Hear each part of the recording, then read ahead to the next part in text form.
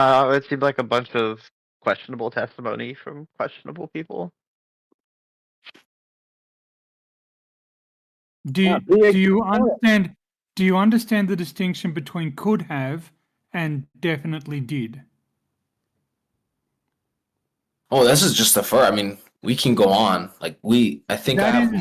So you can see that what you showed us isn't evidence of anything other than a possibility. And don't talk while I'm still talking. It means that you're not listening to me. Do you concede that what you showed us is a possibility, not a fact? It was evidence that they could have leveled Hiroshima and Nagasaki without nuclear bombs. Yes, they could have, but did they? So you have shown no evidence that they did. The guy had accounts of basically when he was in the city how it did not match what a nuclear bomb site would be. It actually matched what all the other Japanese cities were, which was carpet bombing and bombing by incineration. And that was one of you do concede that the Japanese had the capacity to distinguish between carpet bombing and a nuclear attack. No, basically there's so they couldn't tell the difference between the two. Yo, you have to let me answer if you actually want the truth. Basically the witnesses there did not see a bald patch, did not see anything incinerated. There was houses still up, there was windows still up, and this was like right next to the blast impact site. These buildings were supposed to have been vaporized into nothingness. Yet there's witness accounts showing that the structures were all still there. It was the same. All of the structures were still there. Is that what you said? It was the same structural damage that would have been caused by a carpet bombing and incendiary bomb, as opposed to something that actually vaporizes material within a certain area, which is not. So your argument then is that some buildings survived, right? That's one of the elements of your argument. Let's deal with that. Are you suggesting that nuclear bombs are required infallibly to vaporize all buildings? No, it's the place where the nuke was supposed to have vaporized the fuck out of everything. There was shit still there, standing up, and it was literally that is expected. No, it's not. Especially if you watch the fake. Yes, it is. Especially if you watch the fake. So you're claiming something that is not in evidence, sir. Especially if you watch the videos of fake nukes where things are vaporized within a certain radius. This is your guys' theory that shit is vaporized within a certain radius. Then the next radius is a certain level of damage, which like destroys all structures. And then outside of that is a zone where things are like there's major damage, but not as like pulverized or vaporized as the other two like areas. There was not these things that are supposed to happen when a nuclear bomb touched down. Theoretically, did not happen physically when people were on there now looking at it. Nowhere does it say that those atomic bombs would have vaporized. Nowhere does it say those atomic bombs would have vaporized what was directly under. Destroyed, vastly destroyed, yes, not vaporized. So you're conflating. You're making multiple logical errors here. When you look at the footage of a ground detonation, they are applying their forces sideways and they are knocking the buildings over. When you do an airburst detonation, there is a point under the bomb where you are not applying lateral forces. You are applying forces directly against the strength axis of the building. So you're not going to destroy the building there. So you're comparing. Say, look at the footage that they show. Those are different cases. That's a ground detonation as opposed to an airburst. An airburst is what occurred in Hiroshima. So the fact that there are standing buildings near the center of the detonation is not contraindicated by how we understand nukes to work. And you are also asserting that you are an expert in the destruction that is associated with a nuclear detonation, and you simply aren't. You don't have that expertise. You don't have that. You don't have that. Why? So that you can monologue? You talked for fucking ages, so shut up and wait. 2 minutes now. You literally Okay, played a video so- for like an hour, Noah. Like, stop. So you are claiming expertise in the nature and effects of nuclear explosions that you simply do not have, sir. Admit it. Okay, you got that wrapped up. So you're basically saying if a nuclear bomb explodes right over my head, my house, the structure of my house is still going to be all right? Nobody said that. If that's the case, and that's the side you're taking, the claim that now you're making that a nuclear bomb can explode. Not one person in here said that, Noah. Not one person said your house would not be destroyed. We said not vaporized. We said not vaporized. Well, we're talking about structures being held upright, buildings upright, windows still there, glass broken, but the frame's not broken. He's saying that essentially structures of buildings that are directly below the nuclear blast are built in a way that they can withstand the blast. So I would be fine in my building right here, wouldn't I? That's what you're indicating. No, there are again multiple logical flaws. There are again multiple logical flaws with what you're saying. That some buildings can survive an air blast does not mean that all buildings can survive an air blast. I don't know how your home is made, but it is unlikely to be made in the same way as a brick bank in the middle of Hiroshima. Do you concede that that is the case? So if I'm in the bank and someone blows up a nuclear bomb over my head, I'm fine, according to you. No, that's not what anybody said either, because there is a release of heat in addition to the concussive force. And the heat will kill you and the radiation will kill you, even if the building doesn't collapse around you. But brick buildings don't burn. They aren't, and they aren't affected by the radiation. They're only affected by the concussive airwave. Damn, tell that to 9/11. Yeah, okay, so brick buildings 9/11 can wasn't a brick withstand building. nuclear blasts above them. That's fucking news to me, bro. Well, get over it because some of them will. That's what you guys have gone to now. That's news to me. To be fair here, That's a new one, bro. I gotta give you that one. Noah, to be fair here, your definition of survive seems to be just still there. Where we're saying it doesn't nuclear blast because actually, in fact, a nuclear blast Why looks do you like have to buildings talk over me, standing Noah? I upright didn't and even being talk over fine. you at all, but here you are talking over me. If they're made of Gonna brick. complain about other people talking over you. People are saying that it might still be there. It's probably not even structurally sound. You've given me no reports about the structural soundness of any of these buildings. I also want to take issue with there's no way they could survive these things that don't exist. So you're claiming that they don't exist, and then you're saying they're so incredibly powerful that the people faking them didn't know how to fake them. It doesn't make any sense. Your epistemology here is incoherent. How do you know how to fake them? I don't know how to fake them because they're not How do you know how to make them real? Well, because physics works. Well, make us one, funny boy. I don't want to be on any You government make list, me a Dima. computer. Yeah, that made no sense. What do you mean, melt some rocks? Stretch out a copper penny? What do you want me to do again? So it's an established fact that it didn't look like a nuclear bomb hit either of these places. That is not an established fact. That's just your opinion. Yo, is there a moderator in the room? Because that's ridiculous.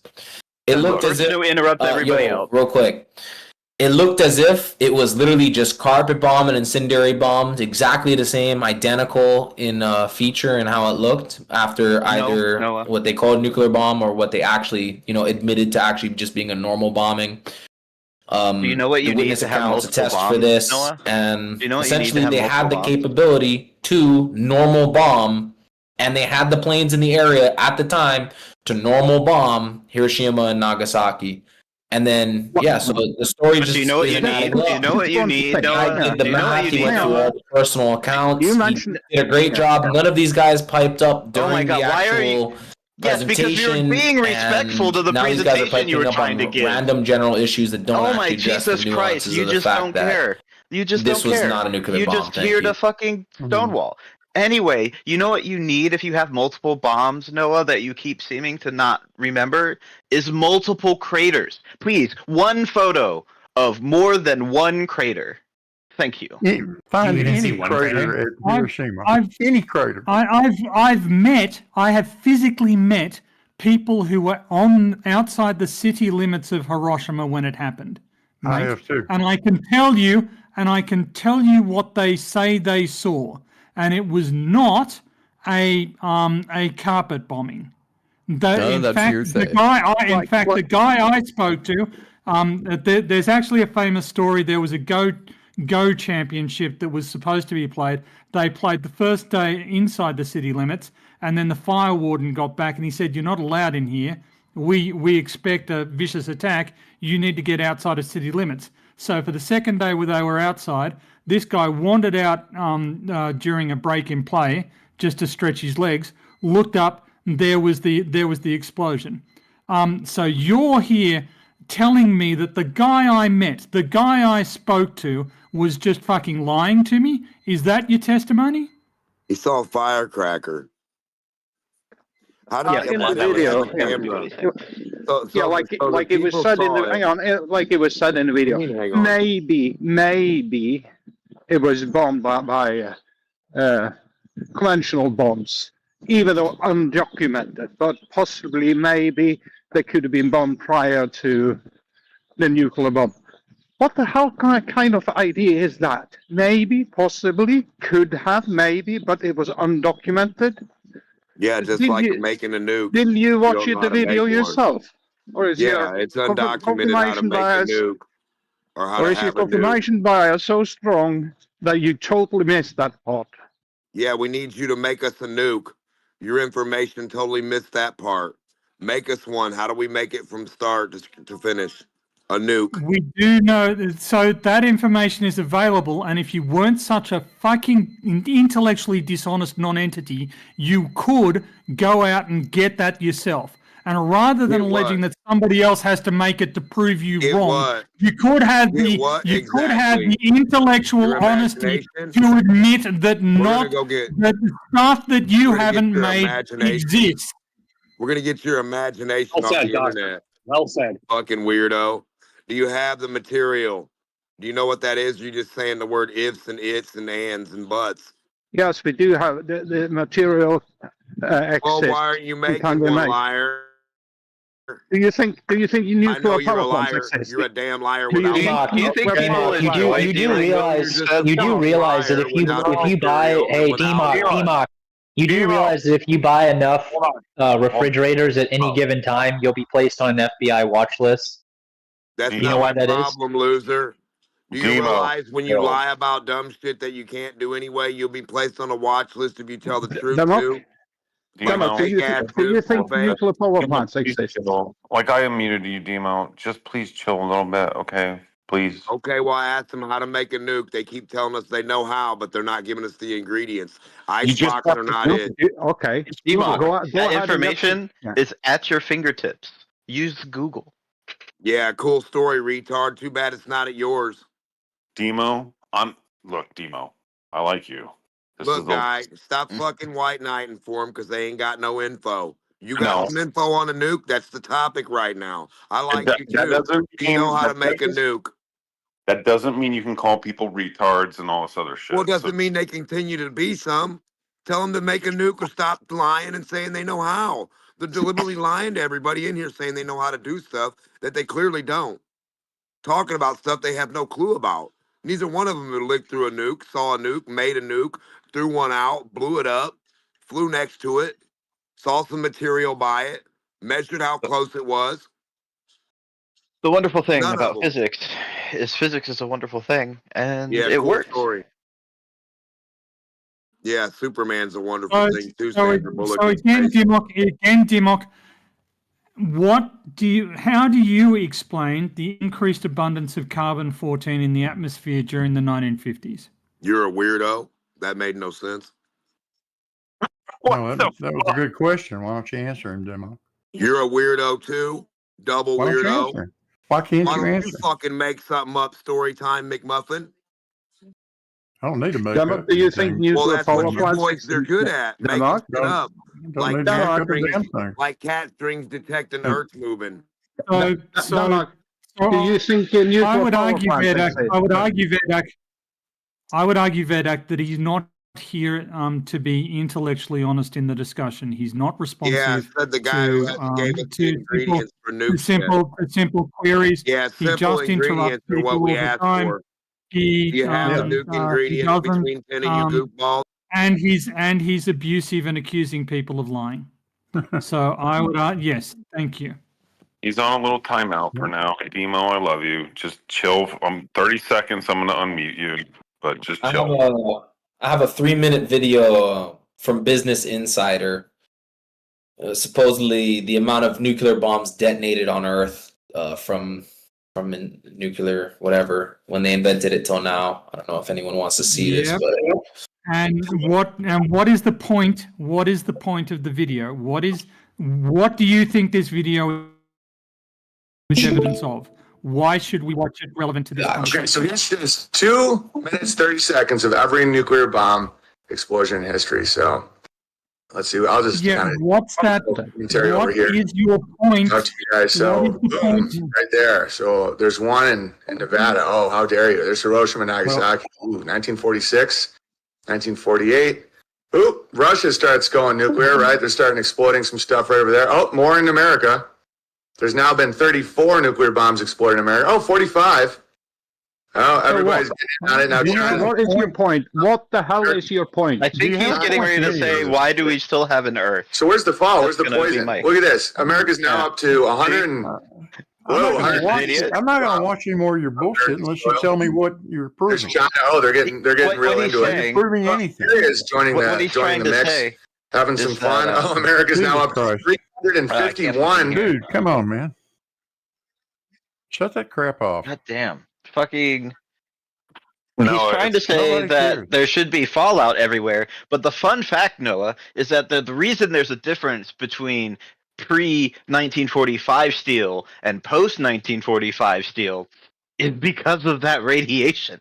Background levels still haven't gotten back to where they were pre-1945. Keep up with this shit. Look at all the bombs.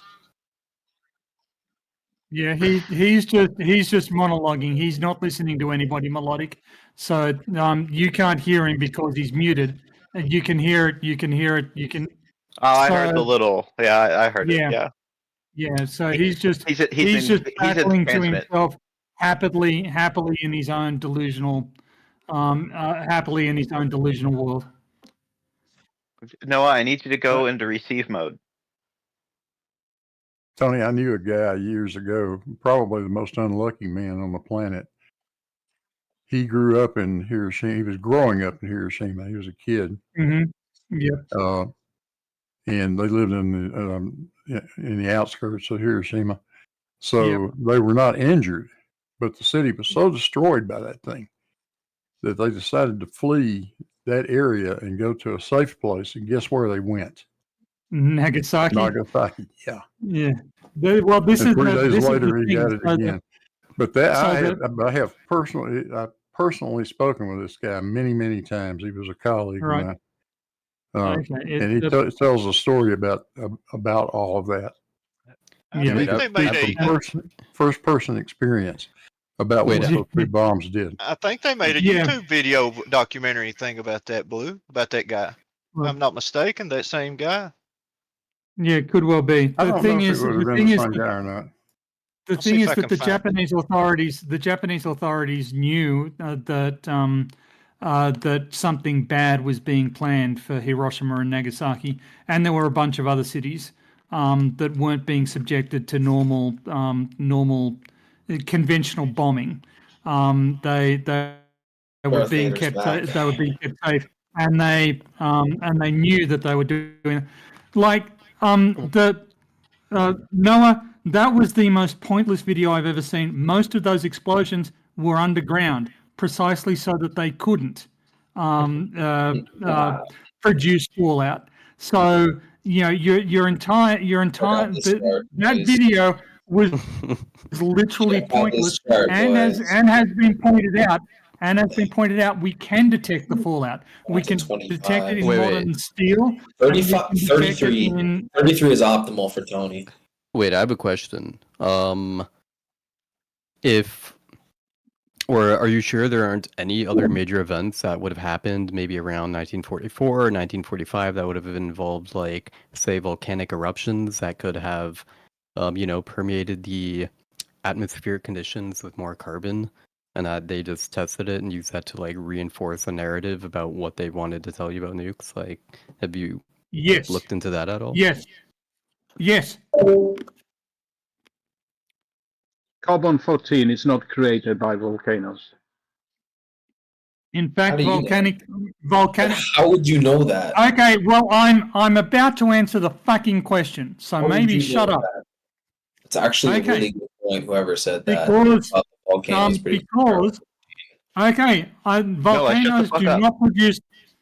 volcanoes do not produce carbon-14. That was on silent. Carbon-14 is produced carbon-14 is produced by spallation of nitrogen by high energy neutrons. That's what you say. It is if you can produce it any other way, do let us know. But that's how it's produced naturally. Now, volcanic material in volcanoes has been isolated from the atmosphere for a long time. It is therefore poor in carbon-14. In fact, this is one of the reasons we can tell that the I'm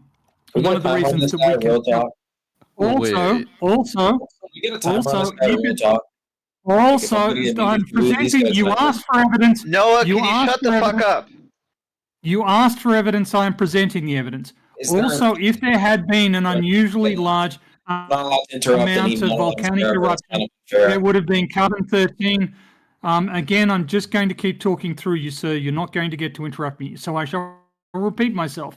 If there had been an especially large amount of volcanic eruptions that would have introduced an abnormally large amount of carbon-13 into the atmosphere, we can test for carbon-13 and we can tell that there was not an unusual spike in carbon-13 erupted into the atmosphere. So no, there was no volcanic event that could have explained that.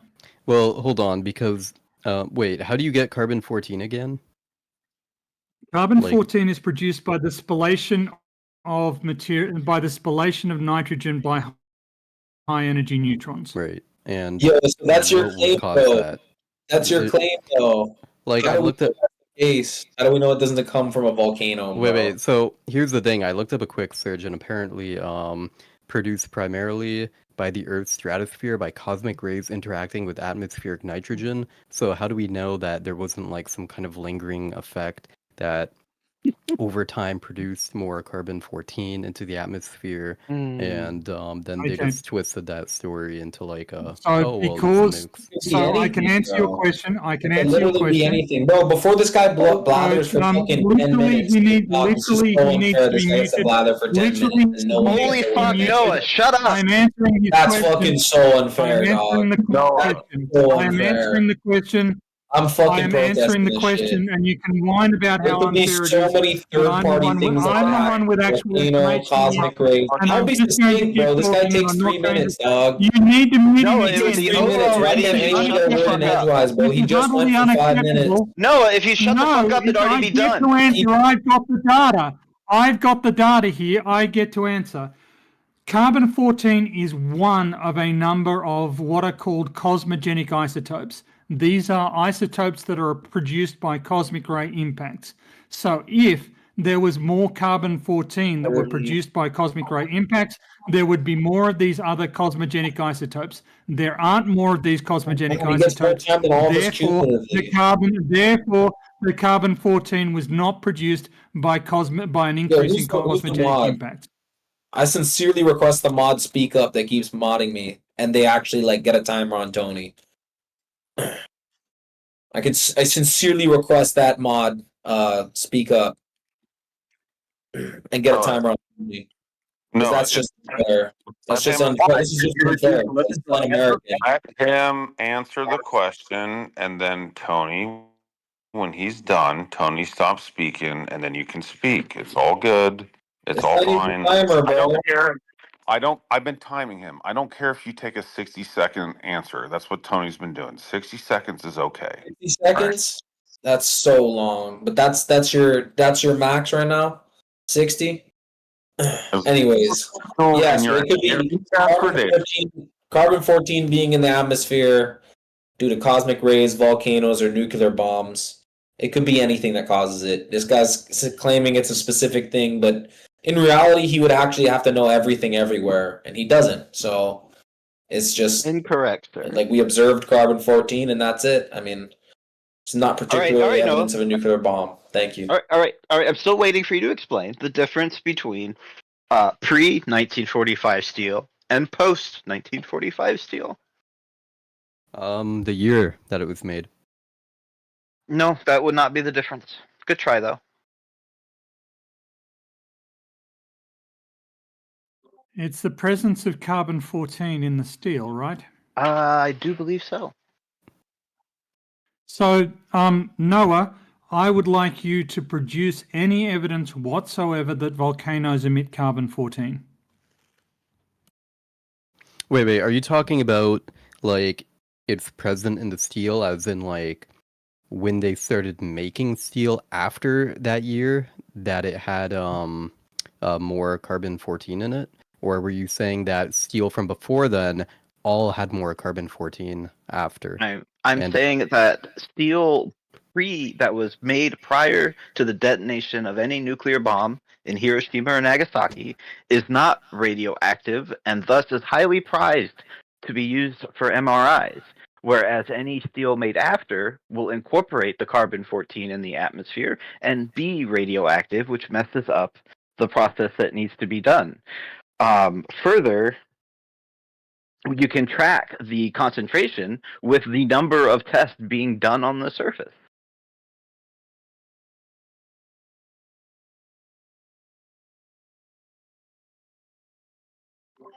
Look, and allow me to just address this on the meta for a little while. You came in here without any knowledge that actually atmospheric carbon-14 levels have changed. And then you come up with a bunch of alternative explanations, which we have considered and we have evidence to reject. And then you keep on asking questions as though we haven't considered it, as though scientists haven't looked at this thing for decades, because we have. Because apparently in your mind, an explanation that you can come up with in 30 seconds is better than any explanation that professional scientists can come up with over 80 years. Well, no, I'm just pointing out that they probably had like over 80 years to come up with an explanation. So all scientists are liars and they're engaged in a conspiracy to defraud you. They could. How do you know they're not? He's one because of them. I'm a scientist. I'm a scientist, sir. So I'd know if there was a conspiracy against you. There's probably one against you, knowing what you're talking about, and then having a problem making stuff up and thinking you know something. So the conspiracy is you think you're smarter than somebody because of some gobbledygook words you say that are goofy. No, I know I'm smarter than most people because of various metrics that have been applied to my intelligence. For instance, I've been to multiple world championships in mind sports. I have educational achievements that most people cannot get to. So how intelligent I am is not a matter of my opinion. It has been externally verified and validated.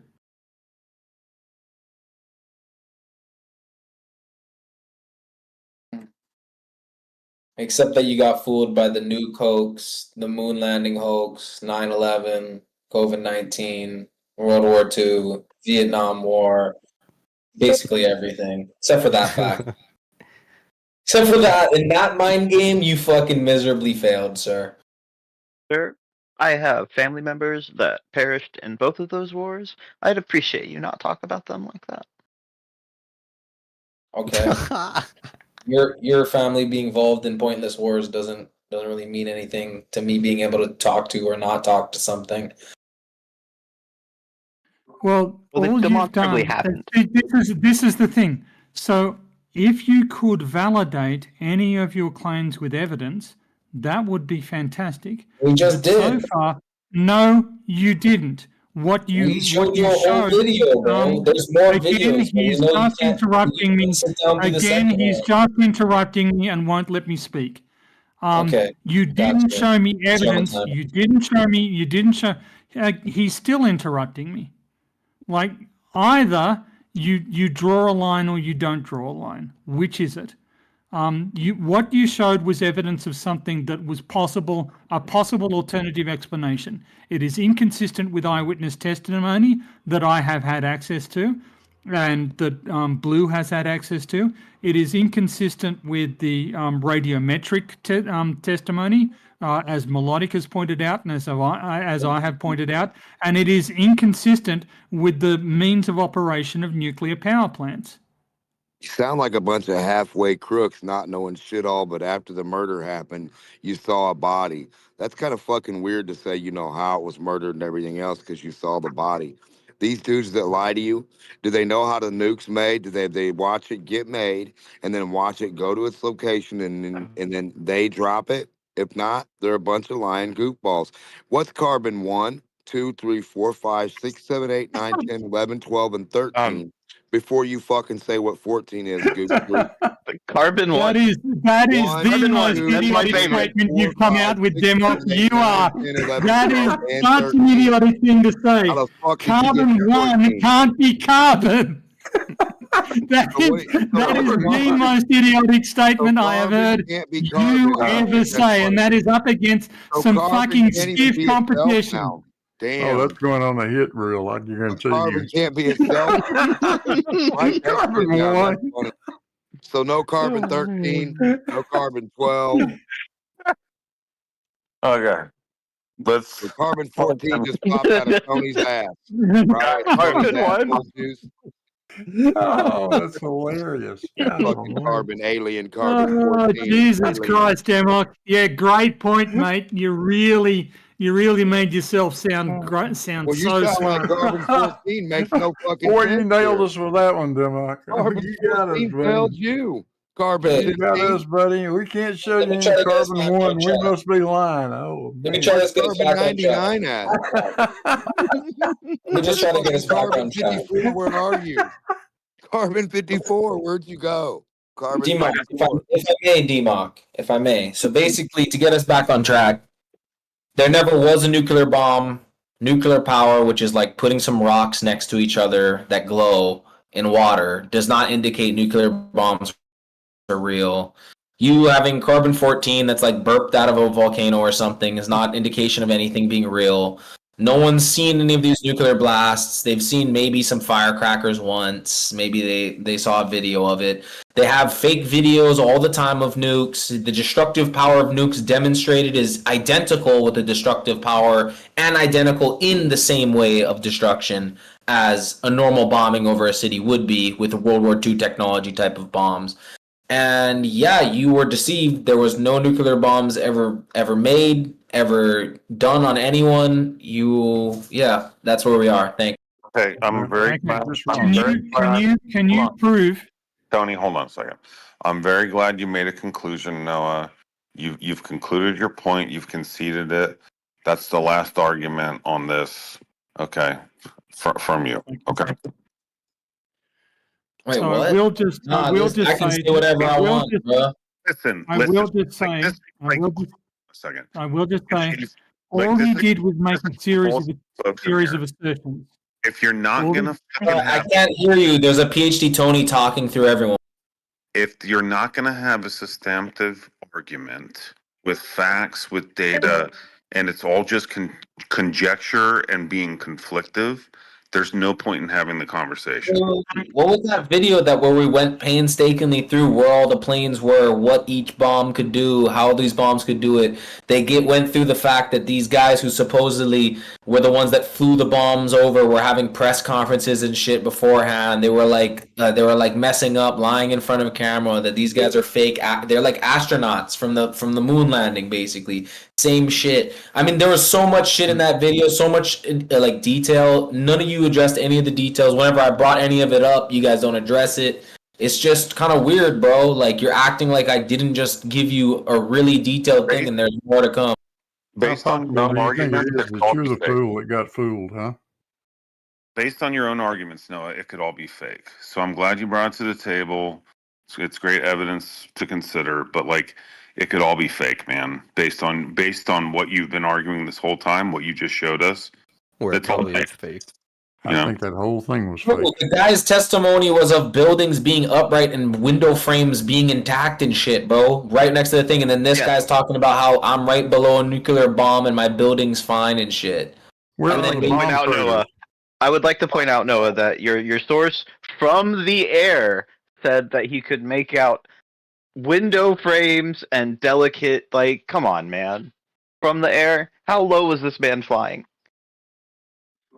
It's the You've never flown low before? I have. That's why I'm asking you, how low was he flying? How low was it? How low do fucking dumb, shitty fucking World War II technology planes fly? Pretty low, bro. They're like Cessnas, basically. Have you never fucking flown low in a Cessna? It's pretty normal, bro.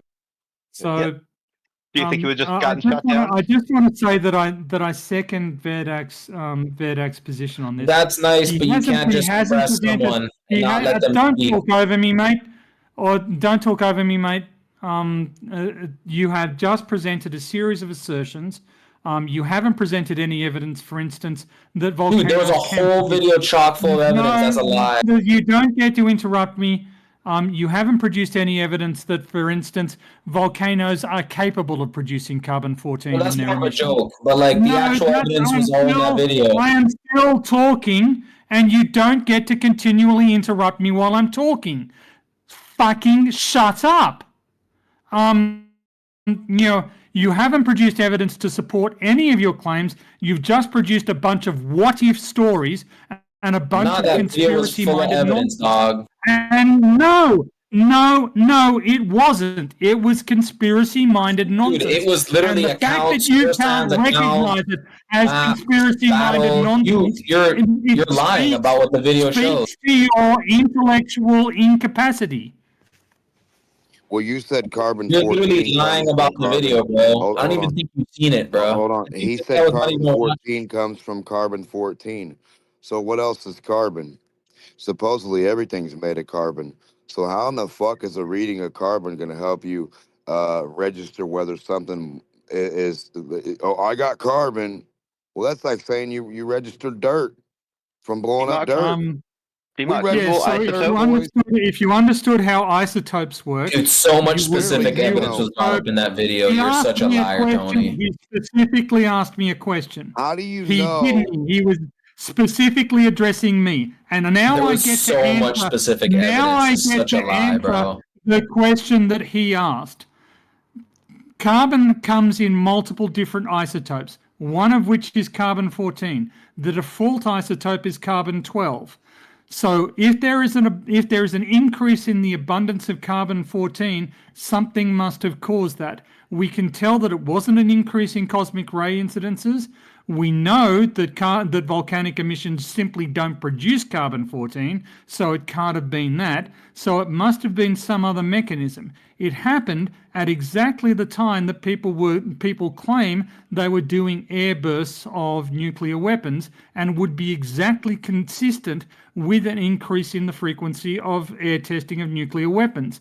Therefore, the abundance of carbon-14 points to and supports the existence of air bursts of nuclear weapons, and you have not produced any other mechanism by which it can be explained. There wasn't carbon-14, stupid. You have an abundance of no proof of that. Exactly. You said, "What is this thing?" So a dumb question is what you guys hold as your proof of something. Retards asking the question, "What is this stuff? What does that do? Where did it come from?" How the fuck do you know what carbon-14 atom bombs or bombs do without having 57 of them go off in front of you and then running over there to test the stuff exactly? How would you know? How would you know if they just bombed? How would you know that carbon-14 was only produced by nuclear explosions? Exactly. How would you even? Yeah, how would you even make that knowledge claim? You'd have to know everything. Because no, I would have to. before I would the have to. invention- What I would. Go ahead, Tony. Off you go, Melodic. Because before 1945, I didn't see it, and then explosions happened, and I saw it. You were born before 1945? Do you not know what metaphors are, D-Mock? Like, No, do you I not know how to don't, speak weirdo. figuratively? So you weren't Should I break born it around down? that time, Should I and break you it? Okay, didn't let me see break it down anything in better. 19 Let me break it So down you better didn't just see for you, anything in D-Mock. Hold on. 1945. Stop talking over me. I'll break it So down you better for you. didn't Scientists belong there. You didn't prior exist to at that time. 1945 Thank you, measured Your the Honor. air and didn't see You carbon-14 didn't in it. exist, little And then nothing burger. after the bombs went off, they You didn't measured the exist, air little baby. again, and there was carbon-14. You didn't exist. Like, everybody Applesauce here eater. likes to talk about cause and effect. Why is Who likes cause to talk and about effect this so hard in this 15-year-old who particular saw instance? nukes? Big 15-year-old saw nukes all of a sudden. He's just a nuke spokesman. What a weirdo. Oh man, I even clarified it for him, and he still didn't get it. No, you can't even get out the high chair. Don't clarify it for me. Say the word clarified right, not clarified. They faked the nuclear bombs, bro. They had little claymation toy sets like they did in the moon landings that were faked. Like, it's literally just it's fake as fuck, bro. And now you're making the same argument that you denied making earlier. You denied making the argument that these things are fake because the moon landing was fake, and now you're making the same argument. No, they're not. This thing is That's fake not the because argument. it's You're fake just in the moon misunderstanding landing. again. And then it's no. It's like a repeat It's with your you. You misunderstand incapacity. the It's exact your same thing again. incapacity to construct a robust epistemology. All of this stuff The is jumbled same up in your mind. misunderstanding again that was explained and the earlier. fact that You you're must talking over actually me be mentally is not damaged. going to make me stop talking at any point. We know. You're never You just going to keep successfully going. Wait, let me just get turn me it to down a stop little bit talking and by then just talking over me. That's I am better. going to continue making So, my yeah. point. I am going to continue making my point regardless of whether or not you talk. What did you So say? I'm not going to stop talking You said- until what you did you say stop earlier? interrupting Can somebody me. please mod Noah? And this can He fucking said, go on forever. One at a time. Until What did he say? until a mod decides to mute you because you simply won't shut up and listen. So nuclear bombs are And I not ask fake that because that the happen moon now. landing is I fake. ask that that It's happen not now. the argument. He is It's continually a interrupting drastic me. He won't let me misunderstanding finish. of what I'm He saying. won't let me And you finish have the what I'm man saying. in front of you Please here mute to him. tell you that's Let the fun not come an to Please understanding of mute what I him, said. Verdak. Verdak, And it's been he's clarified earlier, stopped talking and over you me. went back to the And I'm exact not same going to be misunderstanding interrupted again. here. Noah. It's like he wants to do No, this. don't warn him and talk to him. Yes, Verdak. Tony, hold He on. will just. I mean, this guy takes forever, bro. He needs to be on a leash. I'm taking forever because I'm continually being And he never interrupted. stops. If you stopped interrupting me, I Come would on, stop Verdak. talking It keeps eventually. going on. Tony, Yes, Tony. and I keep going on because I keep getting interrupted. Right? know, Just Tony, stop I know. interrupting me. I know, Tony, you're getting feisty too. You're getting angry. I totally get it. It's justified. But, like, let's just chill out. Noah, like 60-second responses, that's about the limit. Everybody's doing it. Just let them finish, and then you can counter. Okay? All right. Okay. So over to You've got Tony.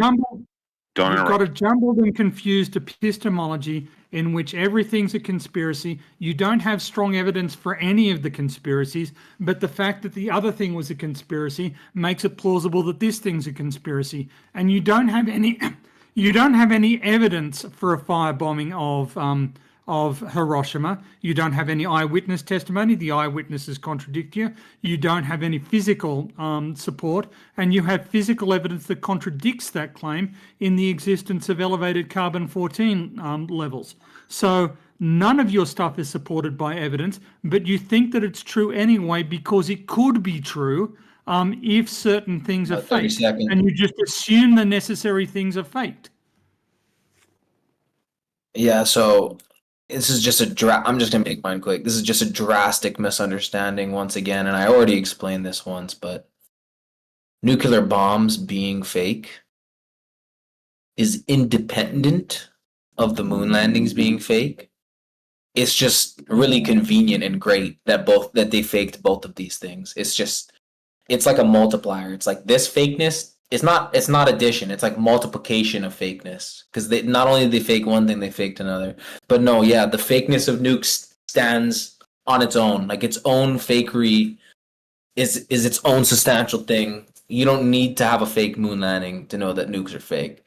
And actually, in fact, they faked the nukes before the moon landing. So there was a good amount of time when nobody believed in moon landing because they weren't faked yet, but people believed in fake nukes. So there's your evidence against your misunderstanding that no one would ever claim.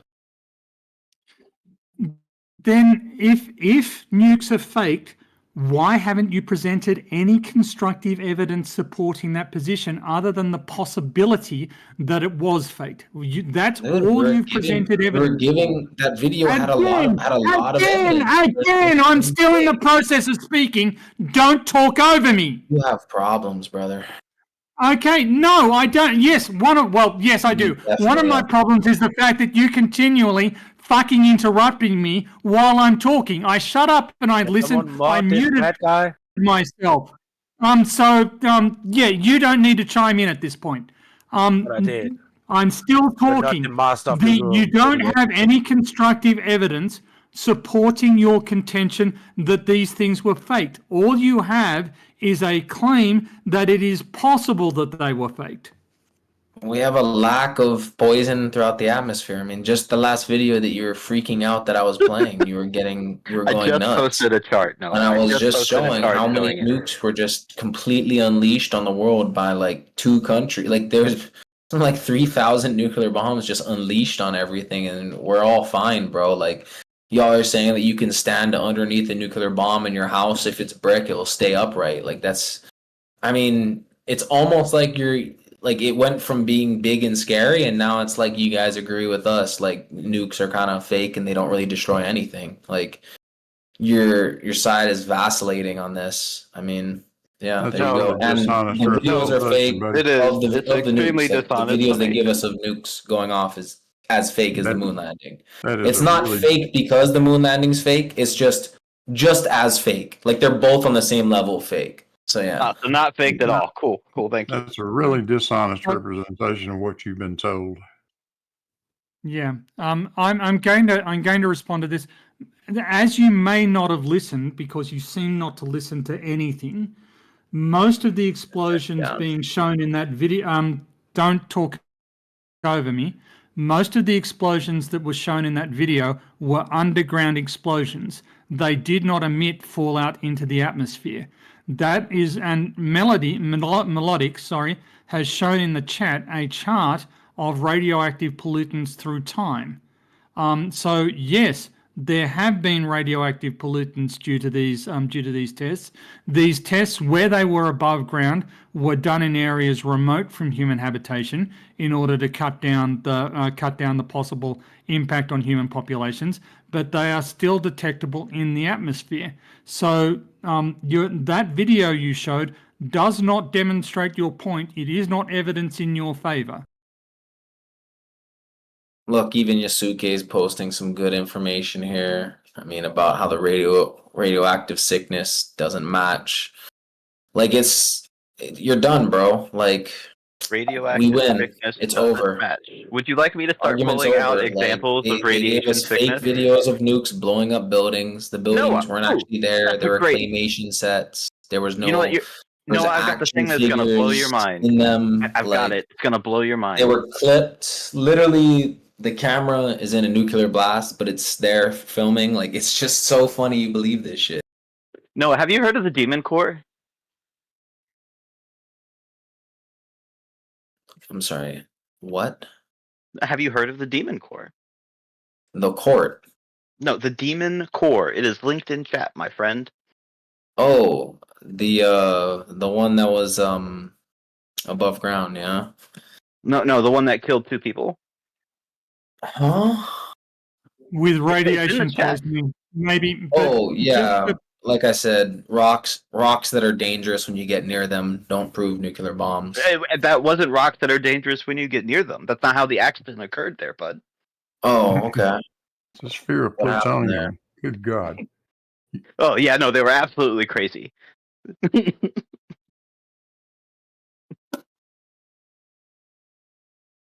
Absolutely nuts, these people.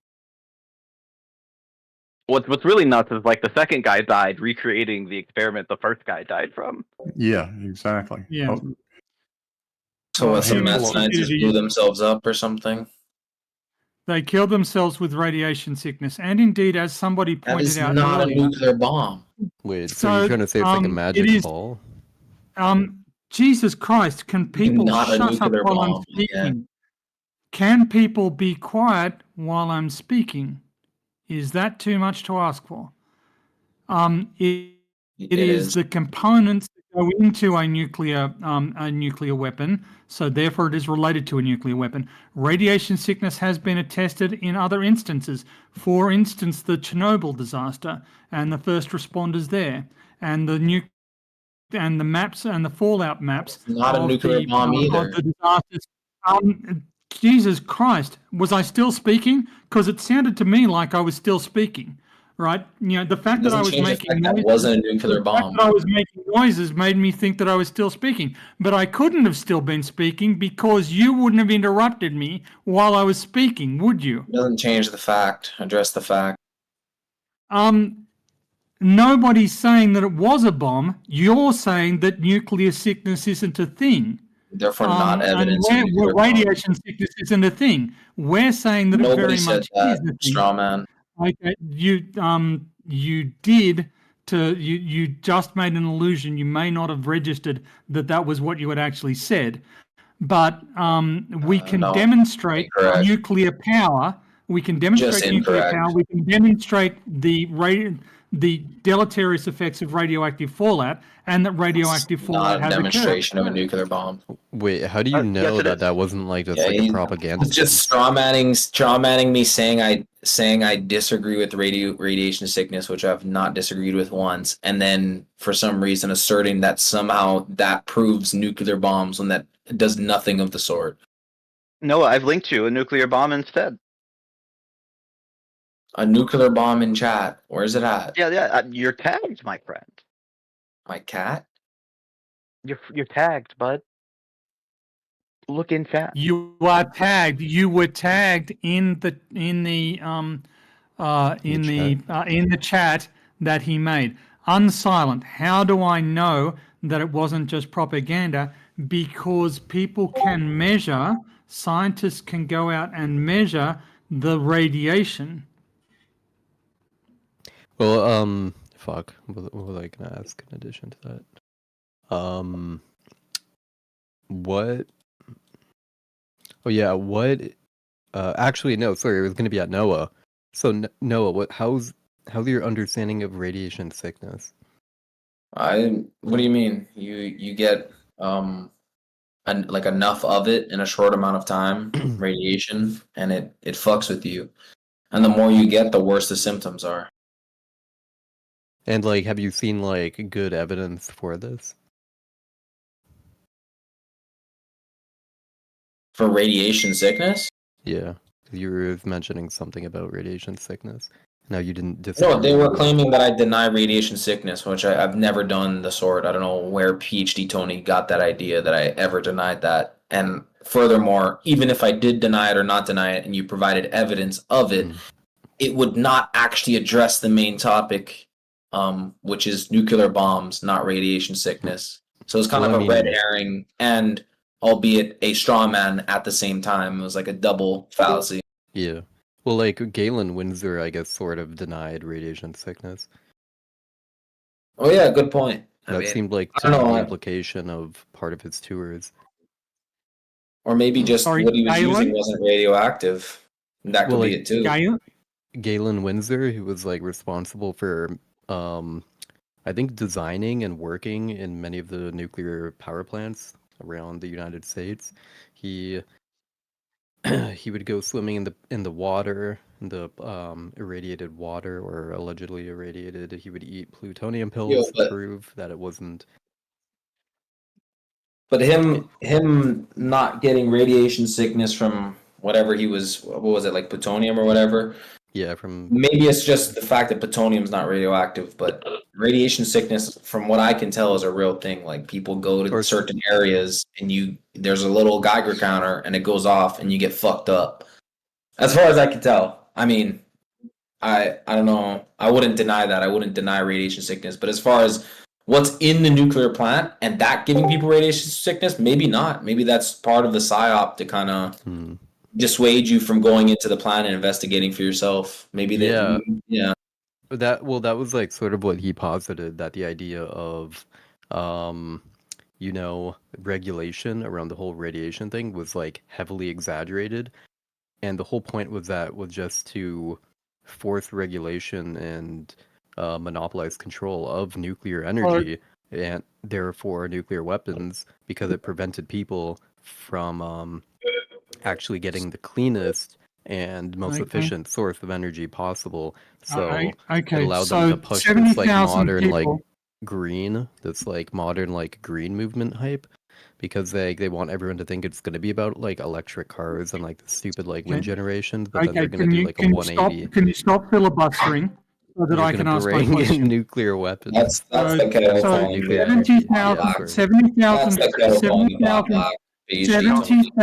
70,000 people in Hiroshima died of radiation poisoning. What did they die of if it wasn't radiation poisoning? Yeah, it was radiation poisoning, probably. Well, okay, so Unsilent Storm, my question is for Unsilent Storm. He's saying, Unsilent Storm, my question was not for you. I don't understand why you're responding. I don't know why you're responding to the question, since I'm not asking you anything. And you would understand that I'm not talking to you if you would shut up long enough to... So again, the question was not directed at you, Mr. Floyd. The question was directed at Unsilent Storm, who was trying to claim that there is some sort of conspiracy theory. What killed the 70,000 men, women, and children in Hiroshima and Nagasaki if it wasn't radiation poisoning? Well, it couldn't have been radiation poisoning, right? Because think about it, radiation, like if there is an atomic bomb, then the explosion would be the thing killing them, right? Like it'd be like what do they call that again? Not the sonic. Well, they're saying buildings that were buildings at the epicenter were upright and fine, and that's completely normal with a nuclear attack. It's completely normal and expected. You guys can focus on that. We don't have to. That's a good point if it's true. But Tony, can I ask 70,000 people died in the initial explosion, and then another 70,000 people died of radiation sickness after. To say that they can't have died of radiation sickness because they should have died during the initial explosion is fatuous. Do you have any evidence that what killed them was not radiation poisoning? No. Yeah, that's what I was going to ask you so that's figure just out. I wanted to know. that's just a claim. Yeah, exactly.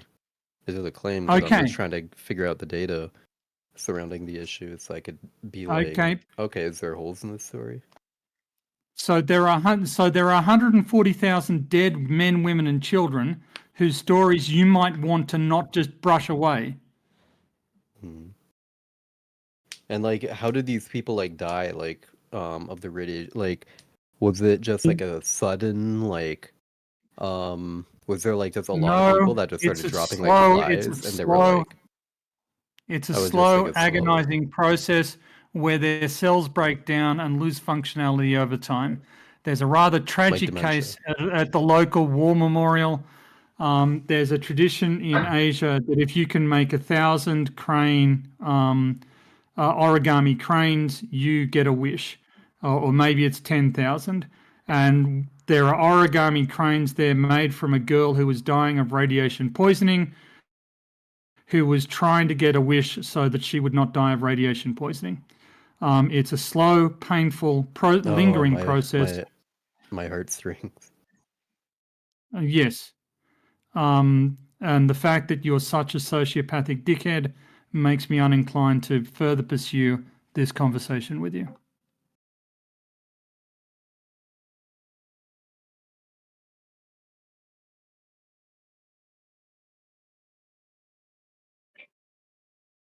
What about aliens?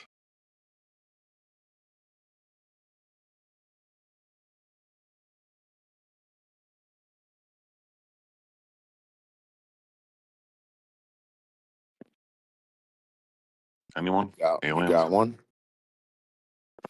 I wish. Me too, then I'd believe one.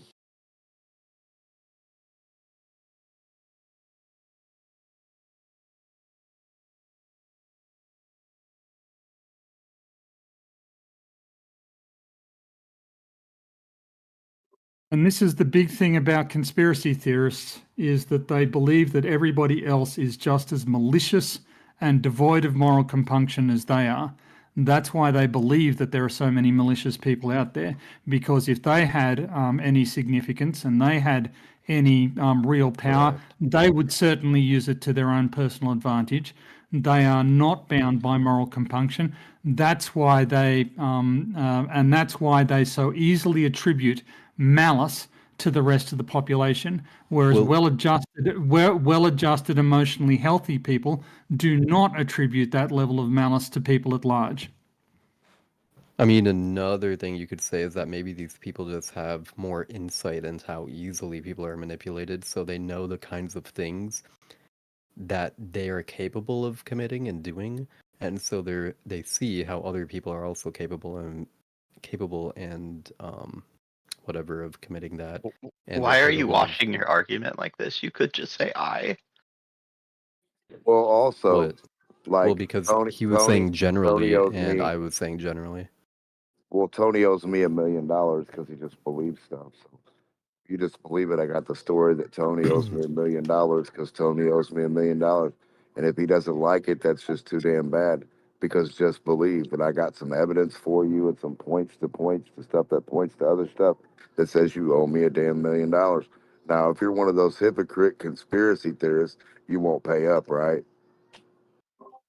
No, if I'm somebody with a sound, rational basis for dealing with reality, I won't pay up either. I don't need to be a conspiracy theorist at all. There's no conspiracy here.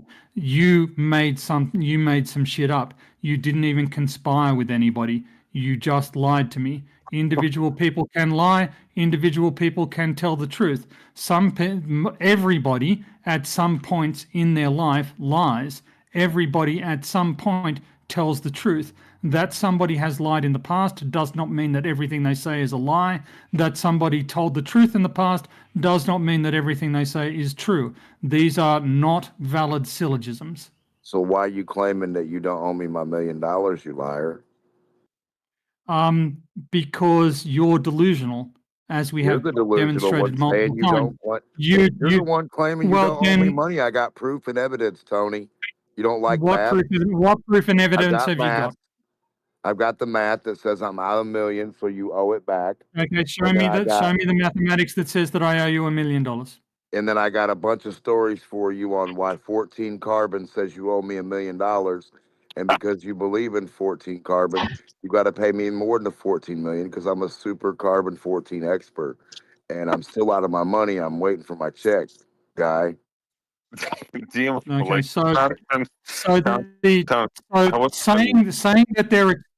saying that there exist stories is not the same as telling me what the stories are. So you need to present. Wait. Hold on a second. I'm so curious.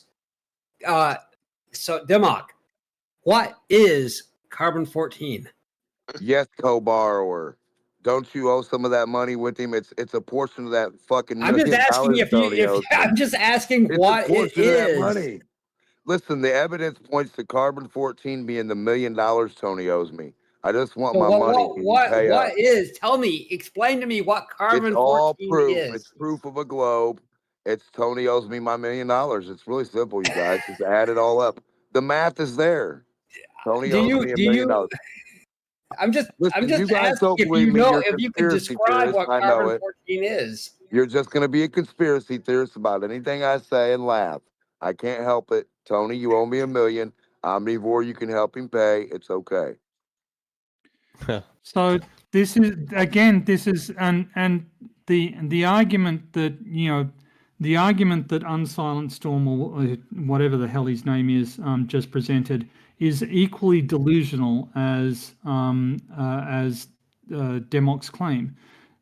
The idea that you have some secret insight into the nature of reality that allows you to come to these conclusions in the absence of compelling evidence that you can demonstrate to others is a symptom of your epistemology being bad.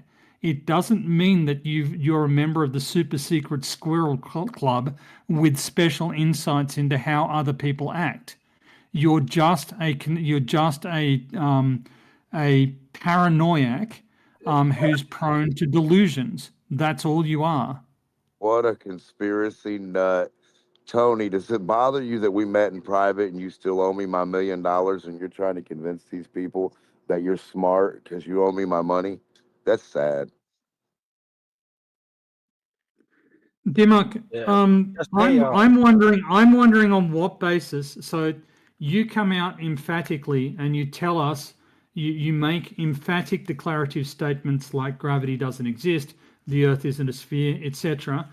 And you ask us, and you seem to think that we should follow your chain of reasoning or accept your assertions. And my question for you now is, how are these blatant lies intended to prop up your self-appointed position as a truth teller? Reality is not a lie. Balls don't spin in vacuums and just hold themselves up. Time and space doesn't do any physical work to anything. You're a liar. Yeah, but you just said that I owed you $1 million. So why should I believe a fucking thing you say? Tony, it's not about belief. Stop. Can we get a real religious debate so the pay ladies my and money. gentlemen can figure out who's winning or not? Well, It's not about losing, but belief. clearly It's winning. about balls don't hold water has in not paid off reality. yet. Now, do you agree with reality or not? I wasn't done yet, buddy. Now go ahead. Reality is that which you can demonstrate to be true. Balls not holding water. That for which you have demonstrable evidence. Horizontal being the director of up and down. I'm still actually talking, mate. Did you have any proof? Since you can't, yes, I do have proof of water Proof sticking of to up and down on a globe right now. Done. Down is towards the center of the globe. Verse what? Down is towards Verse up what? is away from the center of the ball. Make sure you got your curve involved, stupid. The very thing we're trying to prove here. With a curve in mind, show me down and up at every point of your curve compared to what, away from what, and to what. Let's go, baby. Take us to down is school, towards the center of the ball. Prove up it. is away from the center Prove of the that. ball. Prove it's just not below a horizontal line and right above it, that little fine line. Prove that line's not the negator of your up and down. Prove that somewhere in the middle of the Gobstopper Earth is the negator of your up and down, you liar. Because Okay. once you start going down, then you'll have to turn to up. Prove that. So we can do. Down's going to become very up. precise. Where? So you might want to shut up while stuff you is don't being. say what I No, can do. Dimo, he has to speak. You asked but me he to. doesn't You asked tell me me to what say he can do something. for me to You prove don't something get to. to me. You don't get to interrupt What me he while I'm thinks to offering the prove something to explanation. him, he's stupid. Remember, Okay, he owes me so, $1 million for not so liking my real argument- material evidence. My argument is that this is just a bunch of lies at the moment. And okay, thank you. So, can we demonstrate that down is dictated by the distribution of mass around us? And the answer is yes, we very much can. And we can do this by looking at vertical deflection, which is the gravitational deflection of plumb bobs away from the geometric normal to the reference surface. So that's one example. We can move proof masses around a gravimeter and show that the direction in which they are accelerated is impacted by the distribution of mass around them. So yes, we very much can demonstrate that the direction things fall is dictated by the distribution of mass around them, that it is influenced by gravity, and that therefore things fall in general towards the center of mass of the Earth with some local deflections, and up is the opposite direction. And yes, Phil, you've missed it with people denying that nuclear weapons exist. Somebody, I see spin, you're echoing. Who's the silly person who said that? Well, there's There have unsilent been a storms. bunch. Unsilent Storm, most recently. George Floyd. I believe he's exited the chat, unless he's changed his name. But Unsilent Storm is very much of that opinion. So do they know what fissile plutonium and fissile uranium means? No. They deny that such things exist. They've got some reference to some guy who claimed to be eating plutonium on television, and for them that is enough to disprove the entire thing. Well, there can be stupid people on television certainly can eat something. They'll get sick afterwards, but they can still certainly eat the stuff. I mean, I've held yellow cake in my hand, but a very, very small percentage of that was actually fissile 235. So what makes I've actually got some here. I've actually got some. What am I using my Geiger counter to count? Why do I get a count from this fissile uranium? Why do I get a count from it? Whoever thinks that this you don't get that this isn't fissile material or it can't do it, how come my Geiger counter works and counts the radiation from that material? What's it doing? Unsilent Storm?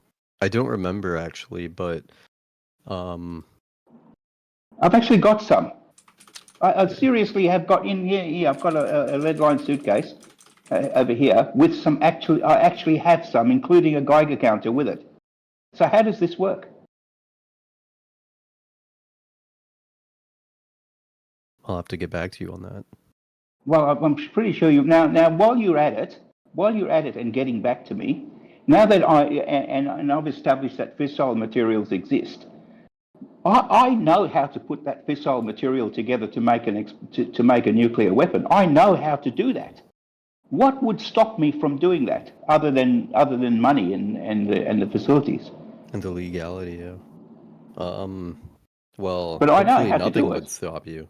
So yeah, exactly. There's do? nothing would stop me because I know exactly how Why to don't do you it. do I'm it? a Let's physicist. test it out. Particle physics is what I do.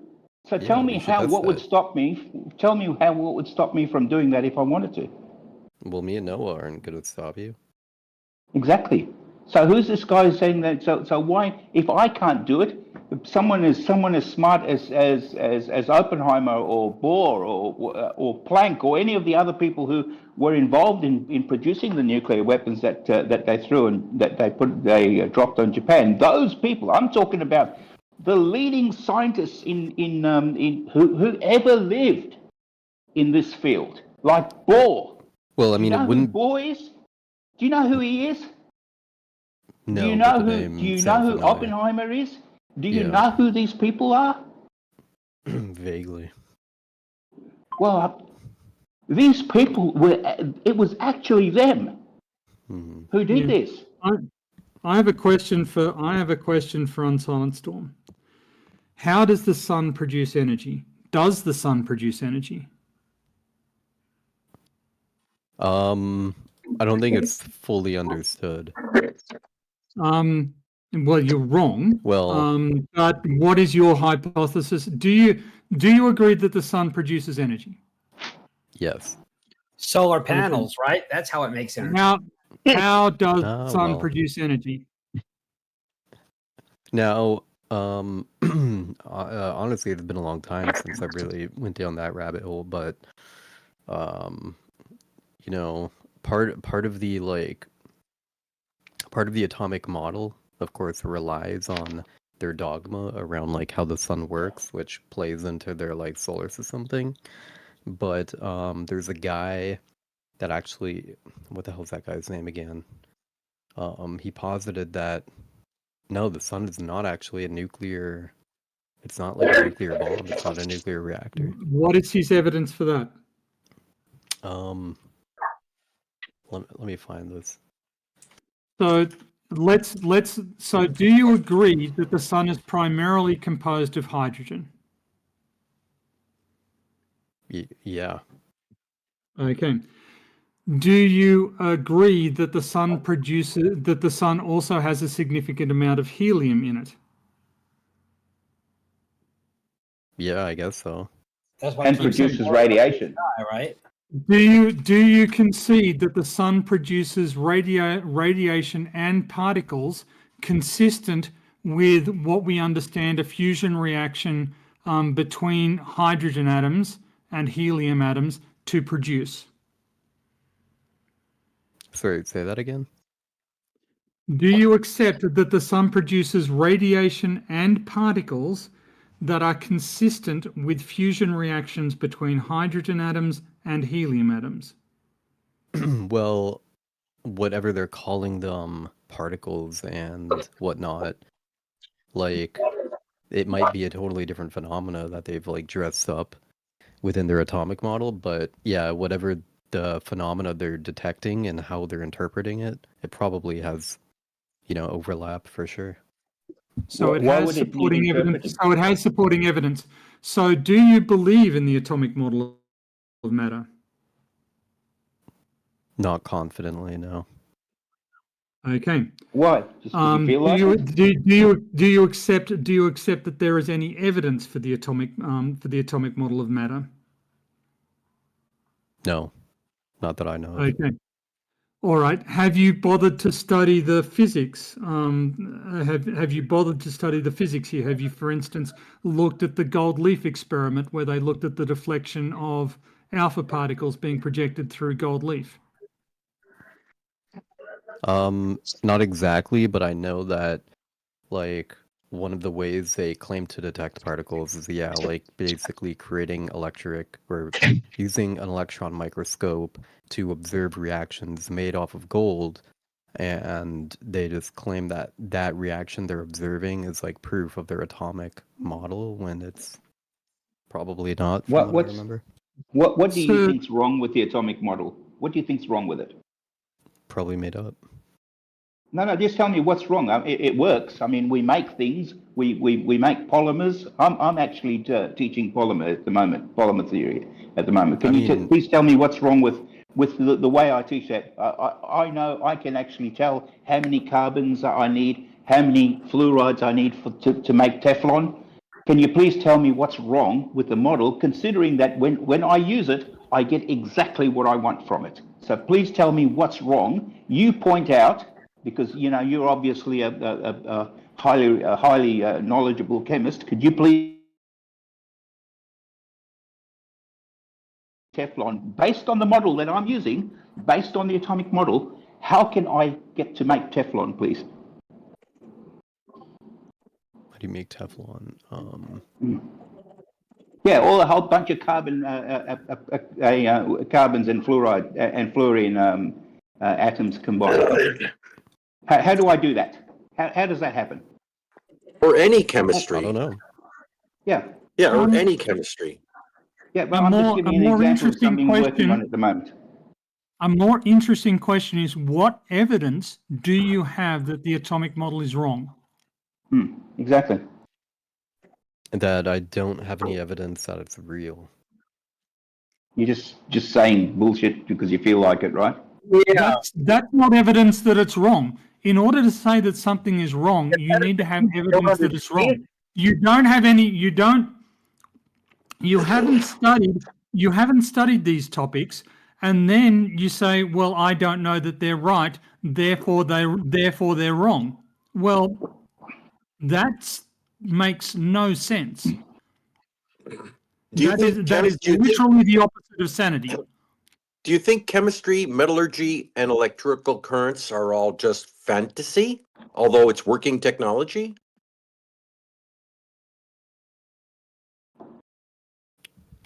There's a fantasy element to it. Like, they've probably created a bit of like a cartoon representation of what the actual phenomena is, and it's just like, you know, convenient enough for people to get the basic understanding and the basic idea of what it is without fully understanding what's going on, so that they don't fully know how to utilize the power of it.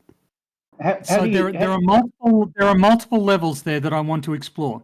So you do think that somebody properly understands how matter works? Yeah. Okay. But they're not. So does Phil properly know how matter works? No. He might have some like intuitive experience and understanding of how certain things like react, but to say that maybe he has like the full actual working model, that's another question. But again, that's not something yes, I have and that's the question that I asked you. So please answer that question. That is a question that I can't fully answer. Okay. I think one of the greatest.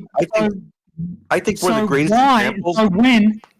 When in people's careers are they taught the real science as opposed to the fake science? Well, I mean, a lot of people learn real science up to a certain point. It's more of a question of at what point do people start learning the fake science? I mean, I guess like in this case, if you're like groomed on fake science, like, you know, assuming the atomic model is like entirely made up and that's like what you're starting out with, then yeah, maybe the whole thing is just like a straw man model. So is the alpha particle spray after being passed through gold leaf, is that made up? Is that repeatable? Well, repeatable doesn't make it like affirmative of the thing it's trying to prove. But like, I don't know, I'd have to look It can make it inconsistent with other models of reality, right?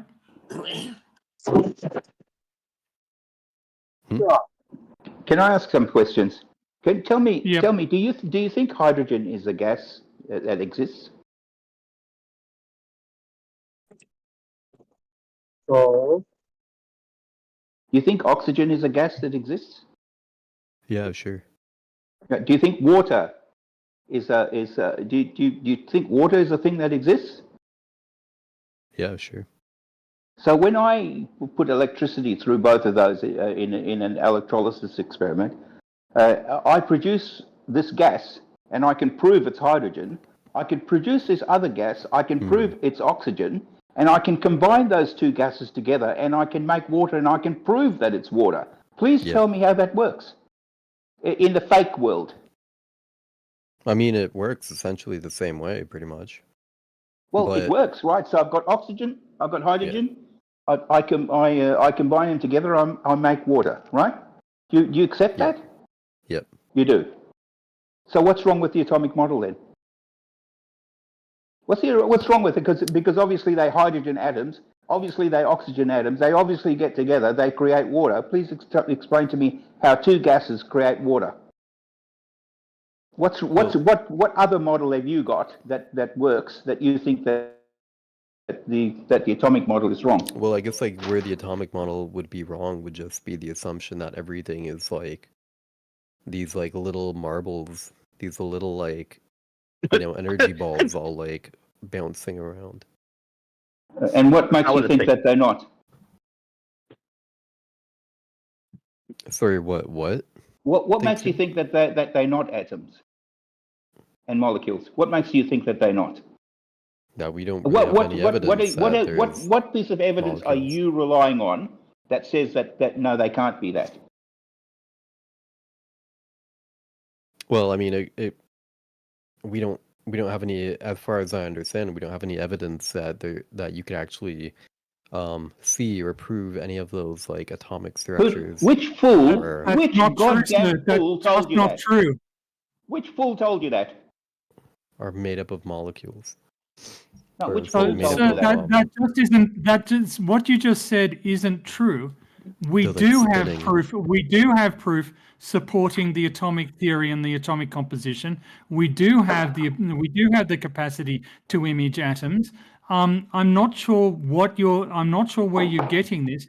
You may not be aware of the evidence. That does not mean the evidence does not exist. All you're demonstrating, all you're saying here is, I don't know what the evidence is, therefore there is no evidence. That's not a valid syllogism. Yeah. So would you accept, did he just go? No, Probably. Okay. So would you accept, given that your position is based on an invalid syllogism, would you accept that you need to reassess it? Yeah, I mean, that's pretty much what I was saying. I was saying that it's not something I've really looked into in years, so I don't have like I don't have like the groundwork covered on it. You don't have any of the don't give me this. I don't have all of the information. You don't have any of it. Well, I think one of the great. I don't have it memorized. I think one of the great examples of a thorough understanding of the molecular and atomic models is the fact that you're on a computer made with IC chips, which deals with molecular and atomic deposition on silicon wafers and all the reactions that go into that. And yet this shit works. And you're saying that that's not evidence? Working technology at that level, at that super microscopic nanometer scale? Quiet chemistry. Yeah, it is a bit, yeah. See you. All right, I'll see you later. Yeah. Okay, I've got to go. Hot mic. All right. Take care, Phil. Yeah, you too, mate. Okay, bye. Bye. But this is, so it sounds to me that you might be skeptical about the geometry of the Earth on Silent Storm. Is that true? Yeah. Okay.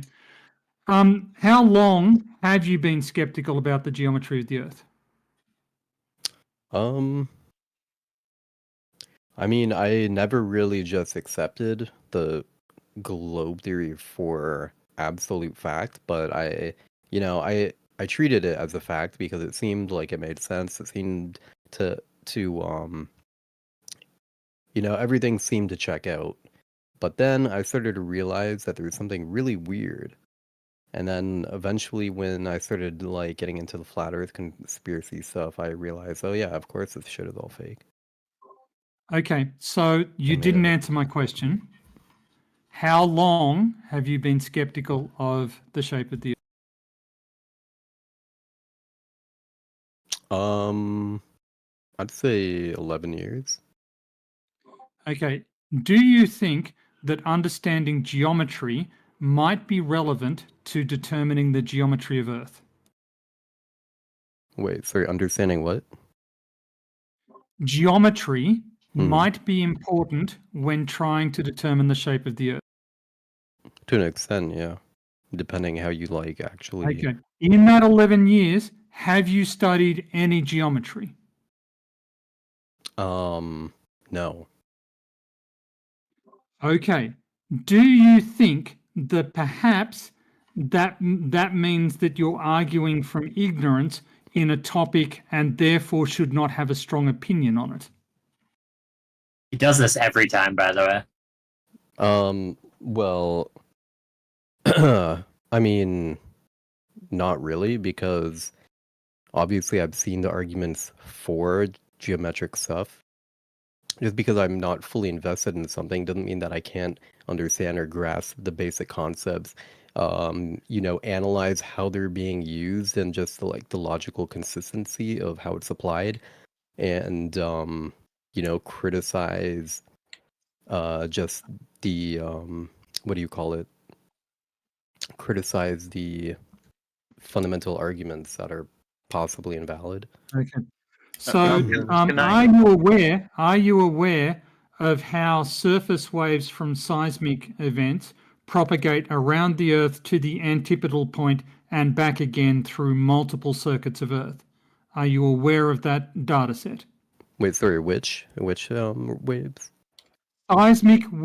Seismic surface waves propagate out from the epicenter of the earthquake round to the antipodal point, that is the opposite point on the Earth, and then they go back to the epicenter, and then they go back to the antipode, and so on.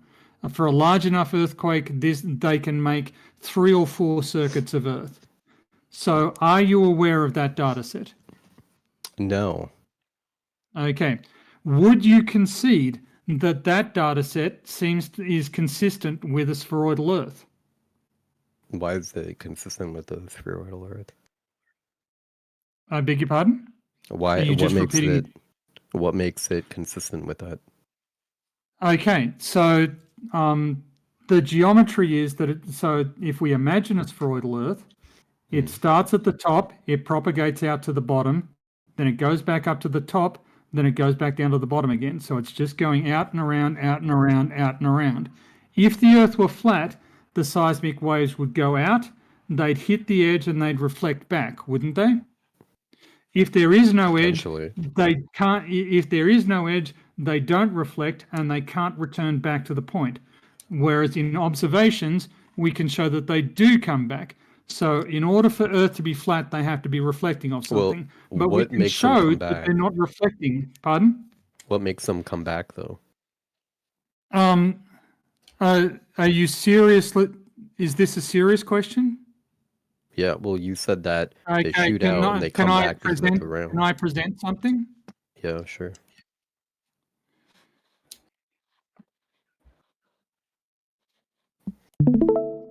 Okay, so I'm sharing my screen now. Let me get to...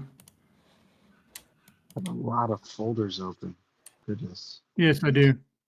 Because I'm doing a lot of stuff. But regardless, okay, here we go. Let's look at this one. Track liquids at distances. Yeah, Rayleigh. Okay.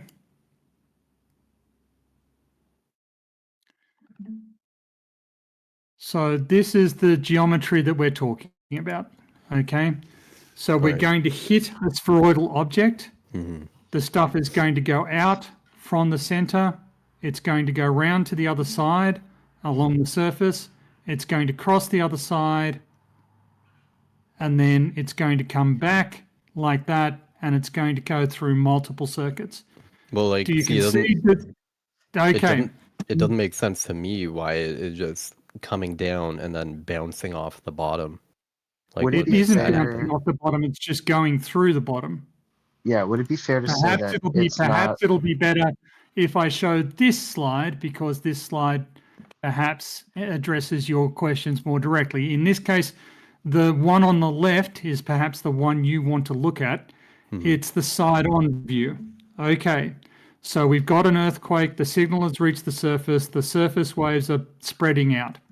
Okay, the blue ones are going to our right as we're looking at it. The red ones are going to our left. They get to the receiver. Bang, there they are. That's called R1.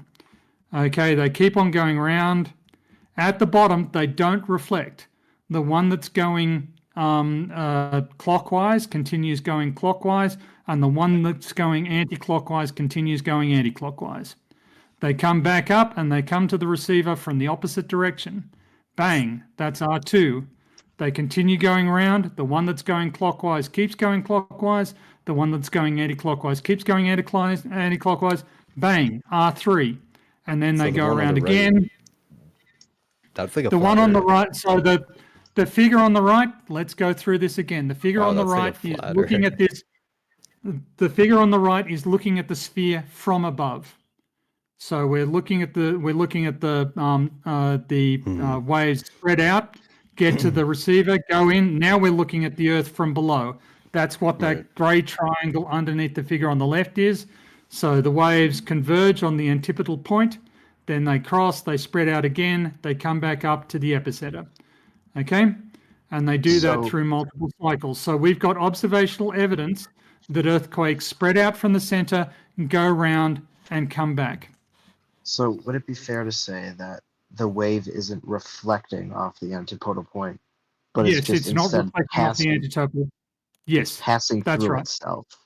Right, but how do you know it's passing through and not reflecting off something? Because if it reflects off something, so I'm answering the question, because if it were reflecting off something, it would have its phase reversed. It would change phase. Okay. Yeah, that makes So- sense. Because I was gonna say, so- like, how do you know it's not like reflecting out and hitting the dome, and then the dome is reflecting it back? Well, because then the repeat time would be how close the site is to the dome, and the wave, and that would be asymmetric. So if you were at the center of the dome, that would work because the waves would spread out and they'd come back to the focus point. But it wouldn't make sense if you were away from the center of the dome. Away from the center of the dome, the geometry doesn't make sense. Well, I'm curious, can't you technically create something with, using those waves that just measure for you the geometry of the Earth? And, like, give you, like, a static kind of interpretation? In many senses you can, yes. So you can use a combination of seismic waves to determine the geometry and the velocity structure of the Earth for P waves and S waves. P waves are pressure waves, so they're push waves is one way of thinking about them. S waves are shear waves, so they're side-to-side waves, transverse waves. So we can use the propagation styles and times of the different waves to reconstruct the velocity structure of the Earth's interior. And this is very much like using ultrasound on a metal object to determine whether or not it's got any flaws in it or what its fracture is. So this is a technology that we use in the laboratory every day. We're just using earthquakes so we can do it to the Earth. So you guys create earthquakes, and in some cases we can, yes. so you think that earthquakes Using like, the you think nuclear that- weapons that you think using the nuclear weapons that you think don't exist. We can track the earthquakes due to the nuclear weapons using seismic stations. Like, what about the earthquake machine, though? Can't you just use that?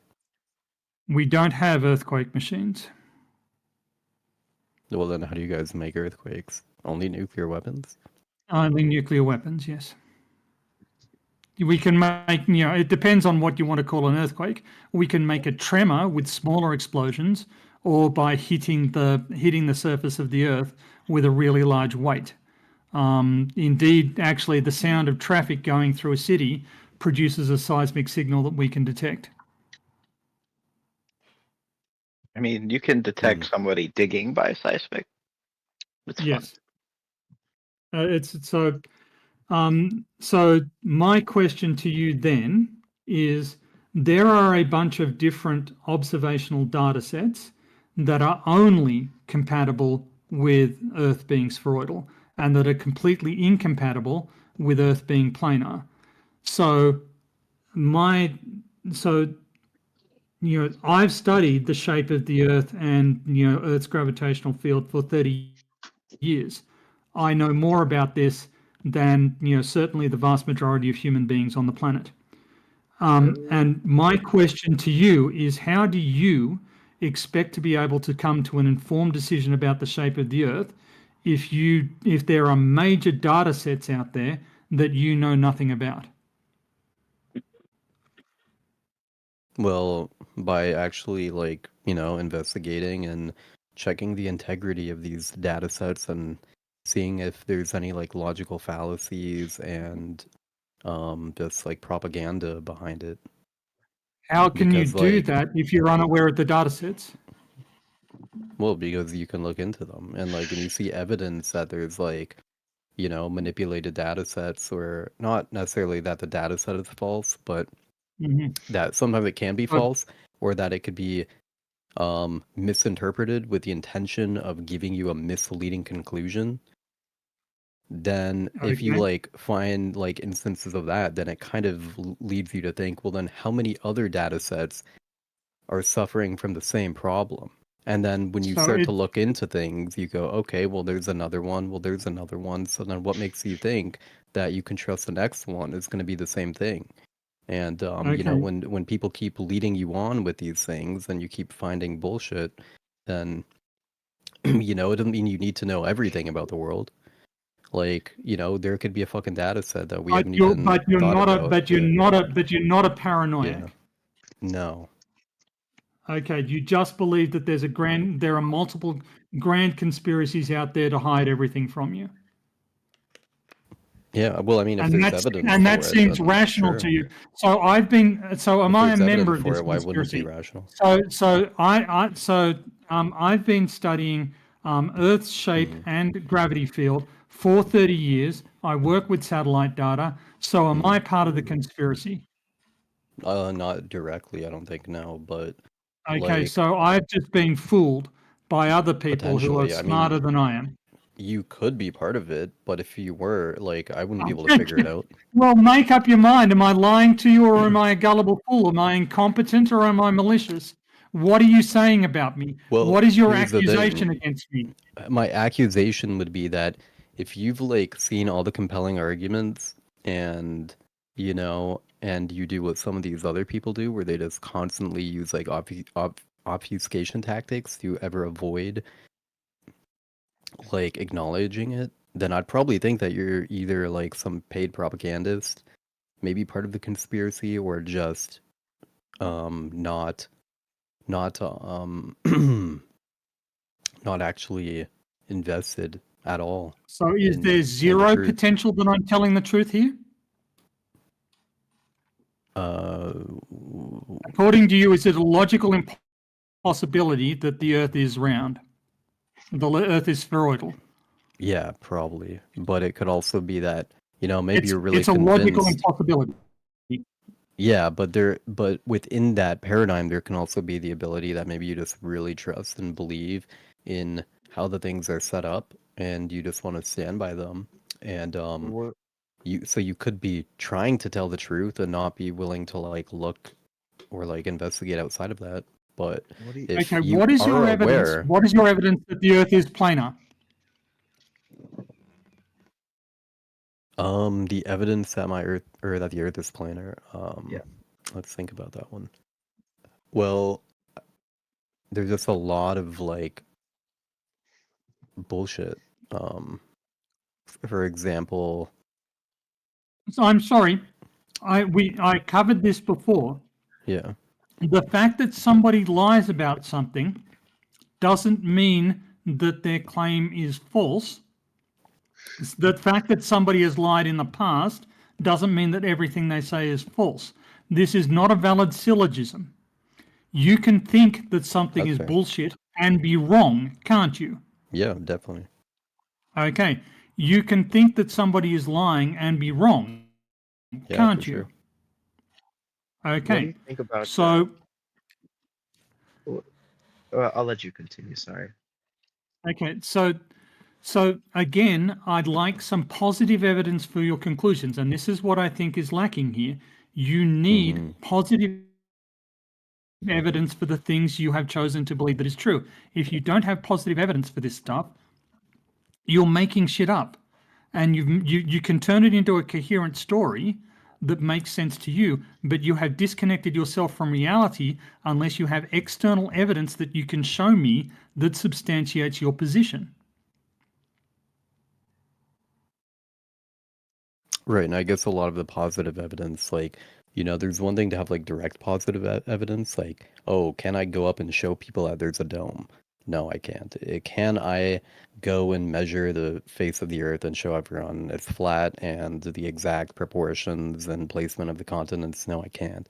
But can we look at other things like arguments made to promote an No, I idea don't and then care dissect about other those and arguments. say, hey, these So, things are trying I'm to a teach you professional some. scientist. So I'm a professional scientist, and I don't care. You look. Allow me to say Mainstream something here. Allow me to say something here. The majority of globe defenders are, as you pointed out earlier, pathetically ignorant about the evidence for the shape of the Earth. You are told this in school, but you are not. But it is not explained what the evidence is supporting this conclusion, or why we hold this conclusion as firmly as we do. But And so a lot of flat earthers a lot of globe earthers come into this thinking, yeah, it's just round. It's obvious. It should be obvious to everybody. You're an idiot if you don't know what the evidence is. That's not my position. My position is that there is abundant evidence relevant to the shape of the earth that the average person on the street does not have and never will have because it's not important to them. But that does the bad arguments by ignorant globe earthers does not make the evidence disappear. And this is why I think that you need to focus on the evidence and not the bad arguments that you've been exposed to in previous times, because the bad arguments don't mean that the evidence doesn't exist. Yeah, that's true. What do you think about celestial navigation? Celestial navigation. Yeah. What do I think about that? Specifically, what do you think about the fact that a 3-star position fix is only possible when you assume the ground is spherical and is not possible when you assume it's flat? I think that's just like some made up story. It's not. I've done it. I've tried doing it on a flat earth and it doesn't work. I've done it on a sphere. Unsilent, when was it made up? Well, made up a while ago. Probably. Okay. I mean, how long ago? Was it made up by NASA? Well, this would be my counter argument for it. No, it's been used for a long time. I understand that. It's been used for nigh on 400 years, hasn't it? Yeah. Yeah, the mathematics to work out where the sun is going to rise tomorrow or where any star is going to rise, that was developed more than 2,000 years ago, and it's spheroidal mathematics. Is that also made up? It's what, spheroidal mathematics? Is that what you're saying? Yes. Spheroidal geometry, spherical trigonometry. Right, and I'd say that is just a paradigm that people have probably overlapped onto. So it should be easy for you to come up with another paradigm that works just as effectively, shouldn't it? Kind of, yeah. But to do Have that, you? you'd have to actually get the proportion. Like, you would want to figure out the fundamentals of how the reality you're living in even work to come to the accurate sort of conclusion of interpreting that data properly to understand how it's like fits into the model of a flat earth. Similar how they just created a globe earth based around taking this data and then trying to fit it into a globe model. No, you know, there's no fitting. There's no fitting. There is only one parameter that you can adjust, and that is radius. Everything else is dictated. So you're telling me that every measurement, every observation in all time, it can be explained using one parameter. That's what you're saying. And also, what parameter? Radius. Isn't used in CellNav. It isn't even used in CellNav. That's true. I mean, technically, you can derive the 1 degree per 69 miles with the radius, but it's also something you can directly measure yourself. So the radius value isn't integral to the process of CellNav. The only thing that's actually integral to celestial navigation is that you plot all your data onto a sphere. That is the only part that is integral. Right. And you see, that could be relativistic, right? Because what if, what if there's like a parallax issue, or like what if the way that things are mapped in the sky just fit in a relativistic way where you can just apply it to a sphere and it makes it look like it makes sense because that is how you visually see things, like through like the dome or something. But in reality, it's not actually like that. That's not how anything works, right? Not in science. No. In celestial navigation, they use the equatorial coordinate system, where the 2 poles are the 2 celestial poles, and then everything is right ascension and declination from there. And we can use the nautical almanac to tell us where the star's GP is at any given time.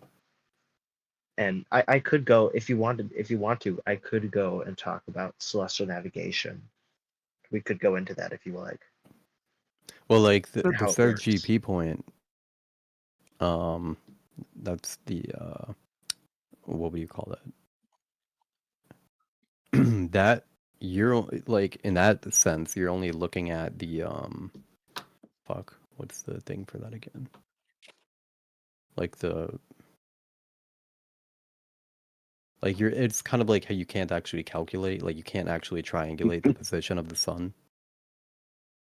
What? Like like for example, one of the flat earth arguments, or one of the early ones, that people think that you can like triangulate the position of the sun and like know its exact dimensions, like, or distance based on triangulating it. But the problem is that it doesn't actually work because you're only seeing the apparent position. And so when you're trying to calculate the apparent position of the sun, you run into some problems. So it's like not easy to just like come up and know the actual like fixed location. No, that's not true, sir. It's more like the I need to interrupt you there. You can't know the true distance. I need to interrupt you there because what you're saying it's not easy to. What you mean to say is it isn't easy unless the Earth is a sphere. In which case, it is trivial to do what we're doing. What you mean to say is I don't like the fact that this is consistent with a sphere. Therefore, I would prefer it to be possible that there is some confounding variable that just makes it look like there's a sphere. Or it could be the other way around, where it's just like you just like the fact that it makes it seem like you can know the direct position, and because it makes you seem like you can just like, you know, calculate and make up a reality that you can make sense of. It's like how, you know, but then the same you way should that be able to do the Pythagoras same. You should be able to take the same way that Pythagoras. Sir, you should be able to take the same data and make it look flat if that is how reality works. Except it isn't how reality works because you can't do not that. 100%. Well, yeah, that's the point, right? Because if you can't, because okay, look at Pythagoras, right? Pythagoras, I think it was Pythagoras. His whole thing was that he wanted to believe that the Earth was a sphere. He didn't have any evidence of it. He just wanted to believe it, and so his assertion was that he could, if he just calculated these things, then he can know exactly the shape of the planet, and if he can know the shape of the planet, then he knows like everything about the planet. So it was like this kind of solipsism where he just wanted to be able to like claim that he had knowledge of everything about the planet by just being able to take these calculations that all like fit with his thing, so that he can just pretend he like knew everything. And in the flat I Earth, don't know you where you're don't have getting that. that from, but again, you're just wrong. So in the flat Earth, you don't really have that problem, or you don't really have that thing, because you can't just assume that you know everything about something and then make calculations that just like reinforce the thing that you want to claim to know or believe. So you can't just like, get accurate models. No, why I want to. Sorry. Why would celestial navigation only work when plotted on a sphere if the Earth is not spherical? Like, why is it that every single piece of data I've done, people's different sextant sightings from all over the Earth, every time always works on a sphere, never works on a flat plane? Well, because I would say you're taking the like celestial sphere and then you're just applying it to the you know, you're like making the Earth subjective to the celestial sphere. How so? Like, I what think is somebody that earlier process? was saying calcium. Where is the formula that goes from flat to spherical, vice versa? And where is the logic? Wait, you're hard to hear. Yeah, your thing is messed up, buddy. Misanthrope, you're very difficult to understand. But I have a question for you. So, if the Earth is mostly planar, then it should be trivial to draw a map, shouldn't it? You just map how far you know, right or left, or you know, you just choose a direction. You can measure directions right from that point and up from that point and down from that point, using the bottom of the map is wrong. It should be trivial to map the Earth, right? Yeah. Okay, but it isn't trivial, is it? I'd say it is, but the problem is that if you're looking for extra accuracy, then that's when it becomes like hard to actually get maybe like, okay, how do you assure your like the accurate position of things? And then there's a problem, right? Because you have to refer to the stars and celestial navigation and all that to find accurate positions. But then the problem is that the celestial navigation kind of forces you to subject the ground to the the stars. Celestial navigation just Okay, works. is this better? It just Yes, it is. Celestial navigation. Okay, I apologize if there's really- background noise. I'm in a machine shop right now. I just wanted to interject for a brief moment, if I may. I faced another flat earther this morning with this exact question. What is the formula that converts from flat earth navigation to globe-based navigation and vice versa? And where is the logic in overcomplicating flat earth navigation by converting it into a globe? What's the point? That's not even what's Those are the excellent point. It's questions. why does it work? Why does it only work when you do celestial navigation on a sphere? Well, it's a twofold question. I think that they're both excellent questions. Let's allow Unsilent to. I don't remember the first part of that. The second part, I would say, what's the point of? Yes, what is the point behind concealing the shape of the Earth? Why would we make life harder for us? Speaking as a geophysicist, it would be much easier if the Earth were flat. The mathematics would be a lot simpler. I mean, So the motive why behind is it wouldn't matter. It's more about the is motive it being behind done? it doesn't matter. So these people are doing this incredibly expensive, effort-intensive thing for no particular reason. Well, okay, let's say you're like, hey, my car is missing. Does it matter about the motive behind why it's missing, or does it matter that it's missing?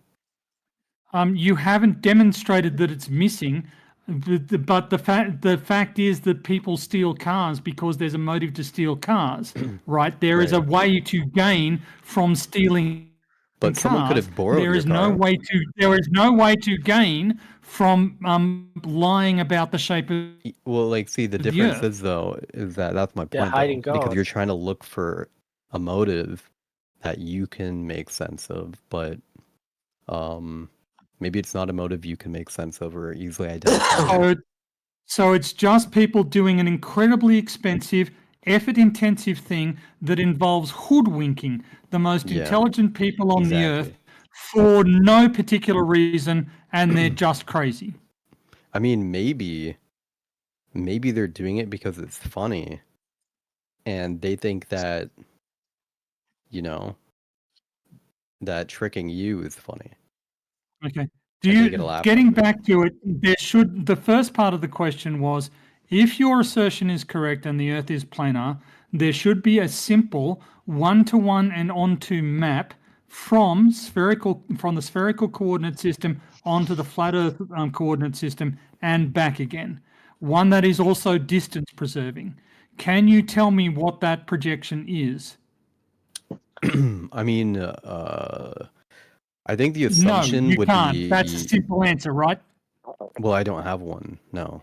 But like Right. the Okay. assumption would be So that don't that don't seems waste to be everybody's the case. time.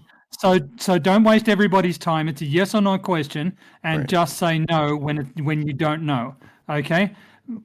So I can derive. Do you agree that if you move 69 miles north or 69 miles south, your latitude is changed by approximately 1 degree? I mean, yeah, I've heard that's the case. Okay. All right. So from that, I can derive a flat Earth distance formula. Right? So I can then compare that flat Earth distance form, and that's using high school mathematics. This is this is using mathematics that you should have learnt in high school, but you have apparently forgotten. Yeah. It's very easy to derive a flat Earth distance formula if that is true. And then we can compare that to actual distances, to the lengths of train tracks in particular. And we can show that it is wrong. We can show that it is in error by more than 100% when applied in the Southern Hemisphere. So why does the only flat Earth, if the Earth is planar, there can be only one distance formula? Why, when I use that distance formula, do I not get the right answer? And why, when I use the corresponding spherical distance formula, do I always get the right answer? Well, I guess like the simple explanation would be that maybe it's not consistent across like the actual things, so you're able to use it to your What does that benefit. mean, not consistent? Like the formula might not be consistent across the flat Earth. And so that might be No, true there's up to a only, certain point. if and the up to Earth is certain planar, regions. there is only one way to calculate distance, right? And that is For the planar Earth. So yes, for the planar Earth, there's only one way to calculate distance, and I've got a formula. It's the only formula that can exist given the axiom that's not that true. 1 mile north or south is 69 miles. It's mathematically true. How do you know It's another one mathematically can true. exist? It is mathematically provable. It is logically is it only demonstrable. is it only mathematically true though, based on the dimension, like the limitations of the dimensions that you have access to No. to create No. the? Nope. Nope. No. What makes it true? Okay. The Euler-Lagrange equation. And what is Well, that? from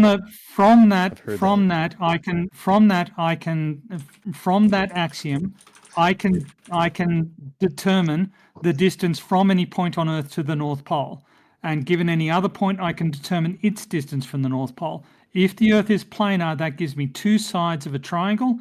I also know the angle between them if I know their longitudes, so that gives me two sides and an angle of a triangle. From that, I can use the law of cosines to derive the length of the third side. So I can determine the length of the third side. There's no assumptions. There's no free parameters.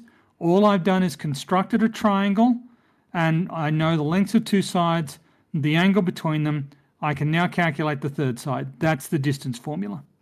And indeed, I use exactly the same mechanism for the spheroidal distance formula. I just use a spheroidal triangle rather than a planar triangle. Why does the spheroidal triangle formula work, and why does the planar triangular formula not work? I don't remember. You don't remember because you never knew. And this is an indication of intellectual dishonesty. You don't yet, when asked if you can provide something like a map between planar and spherical coordinates, the correct answer is no. No, you can't. And instead you want to. And instead could you provide both of them for us, Tony? The formulae, the spherical distance formula, and could you provide me with both of them so I can? Yes, yes, I test them can. on my own. Yeah, sure. Thanks, Tony. Anyway, if we can go back to Salnav, unsilenced storms, you said it could be possible because you said we're applying the celestial sphere to the ground, something like that. Yeah, maybe. So what step in celestial navigation is that done? Sorry, what? Which? Yeah, what step do we wrongly apply the celestial sphere to the ground in a way that makes it work on a sphere? What step? Let me think about that. Well, I guess the horizontal distance to the GP. Yeah. The horizontal distance to the GP. Yeah. What step is that? Like when do I use that? What's I the guess first in thing your you do? You look at the star, right? So the first thing I do is I measure the angle of the star with my sextant. Yeah. So what's an angle, bro? The angle? Yeah, what is an angle? Is the inclination of one straight line to another meeting at a vertex. Correct? The lines don't need to be straight. Well, says who? Says you? No, and no, that isn't correct, sir. There are things called dihedral angles, which are, for instance, between two planes, and that's how we define spherical angles. Guys, Well, he's doing the yeah. Nathan Oakley playbook here. Don't. Yeah, he's doing the Nathan Oakley playbook. What he isn't ready for is that we know the answer to these questions. But angles do not require that either their arms are straight, nor do they require that the surface they are on is flat. Just a second. The Nathan Oakley playbook fails long before that. So you don't have to use spherical angles. You can get an elevation angle to anything, to a star, to the top of a building, whatever. Yes. You don't have to have a flat Earth. Nathan is just we just redefine an angle. Yeah, so I get it. You just redefine the angle. No, what the we're not sextant redefining the measures- angle. What the sextant measures is the angle in your field of view between the horizon and the star. That's what it measures. The number you get out is the angle between the I get that. horizon and the star. And then you apply corrections to that to make it more accurate. With a bubble sextant, you don't need to apply corrections because you're already measuring directly from your horizontal. Whereas in a nautical sextant, you have to apply dip correction because you're measuring an angle from below your horizontal. The next step is to write down the angle you got and the exact time you took the measurement. And the third step is to find the GPs. And fourth step is to use the angle you got, specifically the zenith angle, multiply it by 60 nautical miles, and draw a circle with that radius around each GP until you find where they intersect, and that's where you are. So where in that am I wrongly applying the stars to the ground?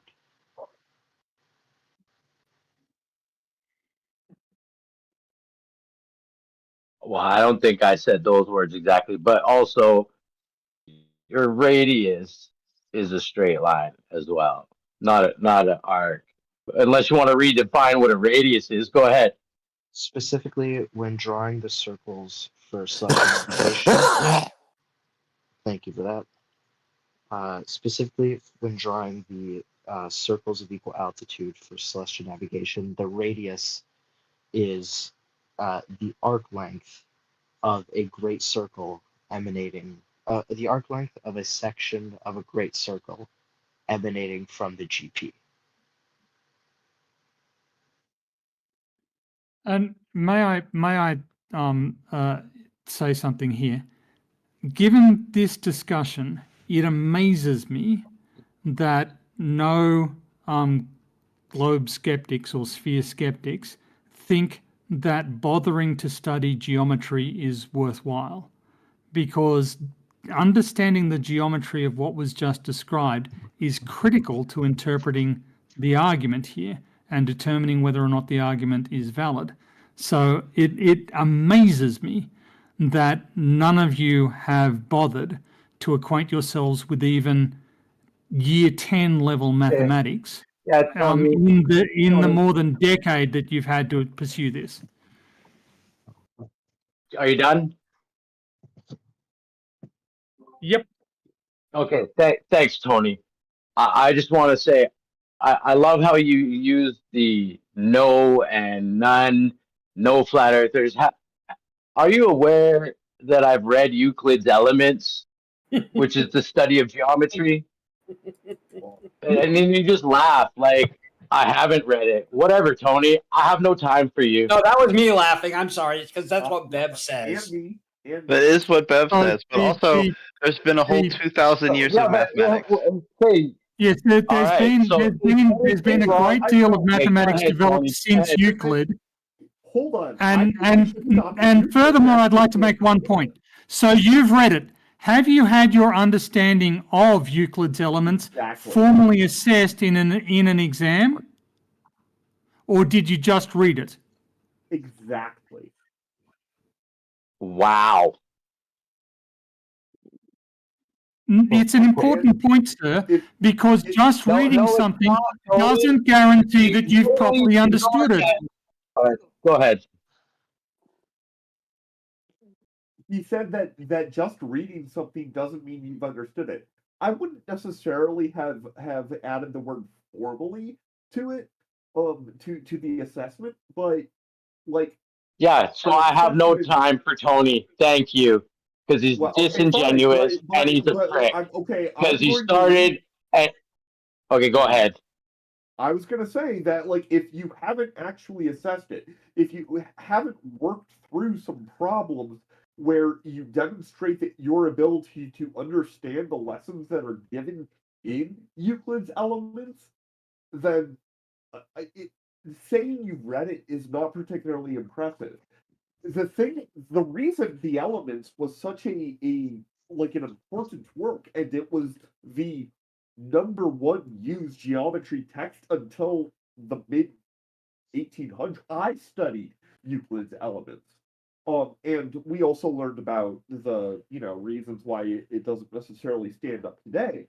But it teaches you take your word for it. Fundamental, logical progression of how to formulate a proof in that context, in the context of geometry.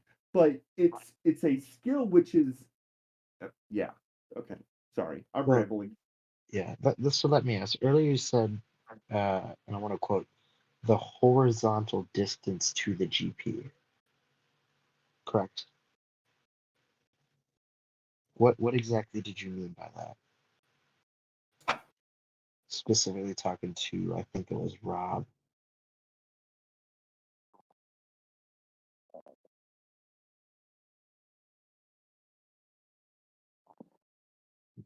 Asking me a question. Yeah. Earlier you said something about the horizontal distance to the GP. Yeah. And what do I mean by that? Okay, before I answer, I love how that I got to ask a bunch of questions and not get an answer, but that's okay. The horizontal distance, yeah, that you guys chart on your map, would that change if the distance was along an arc? Yes. Horizontal distance from where? Like, are you talking about From your position to the GP of the star you're mapping that you're drawing a radius to, which is also a straight line. You're Unless using you the change Haversine. the You're using the Haversine formula to determine your yeah, to make it a curve. You don't need to use the Haversine. You just need All right. One Fine, degree. I'll concede. You just need to know 1 degree per 60 nautical miles. Okay. So if you measure basically how it works is using the 1 degree per 60 nautical miles. If you measure a star, let's say at 80 degrees, then you know that its zenith angle is 20 degrees. So the star is 20 degrees away from your zenith. You multiply that number 20 times 60 nautical miles, and then that's the radius of the circle you draw around that star's GP. And the radius of that circle is specifically the length along the ground. Kind of like if you were measuring a hill with a really long tape measure. Yeah, and you and put it's the tape measure. Yeah. Go ahead. Yeah, the radius you're drawing on your chart, right? You have to chart 3 different stars, right? Mm-hmm. And you're drawing straight lines on a flat map that's not to scale at all, right? Because there's when you put your globe on a flat map, there's distortions, Well, right? the And you're the using way what kind of map are you using? the way I've done celestial navigation, Are you I don't using know. a world map when you? Yeah, I understand that. Yeah. It's So just the way you guys. Sorry, Yeah, the way I do go ahead. the way I do celestial navigation, I don't know how to do it on a flat chart. So I actually go in Blender and actually do it with circles and spheres. Like I literally model it onto a sphere. Is how I do my celestial navigation fixes. Seafoam, I can answer you for the drawing the triangle on the map, not Yeah, go ahead. making. So you do not trace anything on the map. You have your DR, your dead reckoning, is the best guess you have where you are. And from there, you calculate the average sign formula to the GP of the star, and you compare it to the angle you measure to the star. And the difference will position your line, your line perpendicular to the direction of the star on the map chart. And you do that. You do not use a full world map. You can use a piece of paper with no reference, and you make your own scale on how big you want to make the triangle and the difference. You don't need a map to do celestial navigation. You take a plot sheet, it is not a map, it's just a point, and that's all.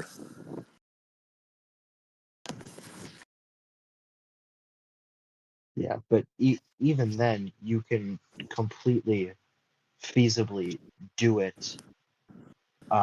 You could do it with like a physical globe. It would be difficult to be precise, but you could. And the way I do it is literally on a 3D sphere. Yeah, I just post it also. I tag you and post it. If you check the second example, you can see the sphere seen from 3 view, and you can see the circle of equal altitude on each one also, as you do. Thank you, Nico. But I was referencing to the method the flat earther was invoking.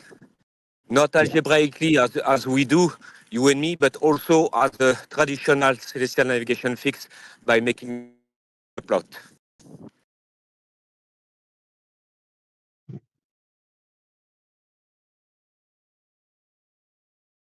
My biggest question, really, is just where does the process of celestial navigation go wrong to the point where it only works on a sphere? Like, what step are we doing wrong that makes it work on a sphere and makes it not work on a flat Earth? Well, an equatorial mount only works on a sphere. It don't work on a flat Earth because you can't trace something in a circle overhead with a single axis of rotation. It takes a double axis of rotation to trace something moving in an arc overhead. But it only has a single axis on it. You guys know this. The Earth makes up the other axis. As the Earth turns, it's like the other axis that allows it. But that's why it has to be aligned correctly. But those work. We use those all the time. But those only work on a globe. They will not work on a flat Earth. But yet we use them. People use them every day. How does that work? That's not a question to you, Seafoam. That's just a rhetorical question. Wait, I just want to say technically the axis of an equatorial mount and the axis of Earth are aligned with each other. So it's not like it's a double axis thing. It's where the mount is directly counteracting. Yeah, but if you look at it as the Earth is rotating, if you like look at a model as the Earth is rotating, it's not only following the star with its single axis, but it's also going around as well. In that regard, why Starcane actually produced a short video that details the difference between how the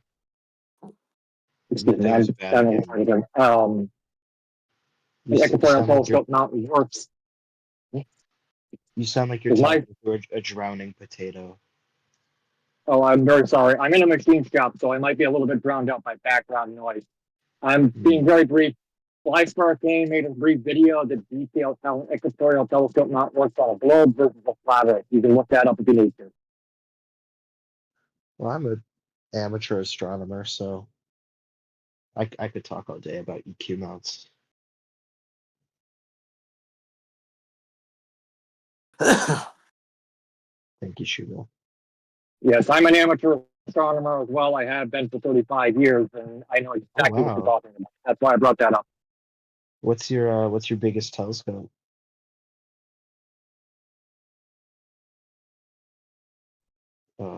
The biggest one that I've ever operated was a 32-inch f2.1 Cassegrainian at the Northwest Florida University, which is used for deep field near-Earth object hunting.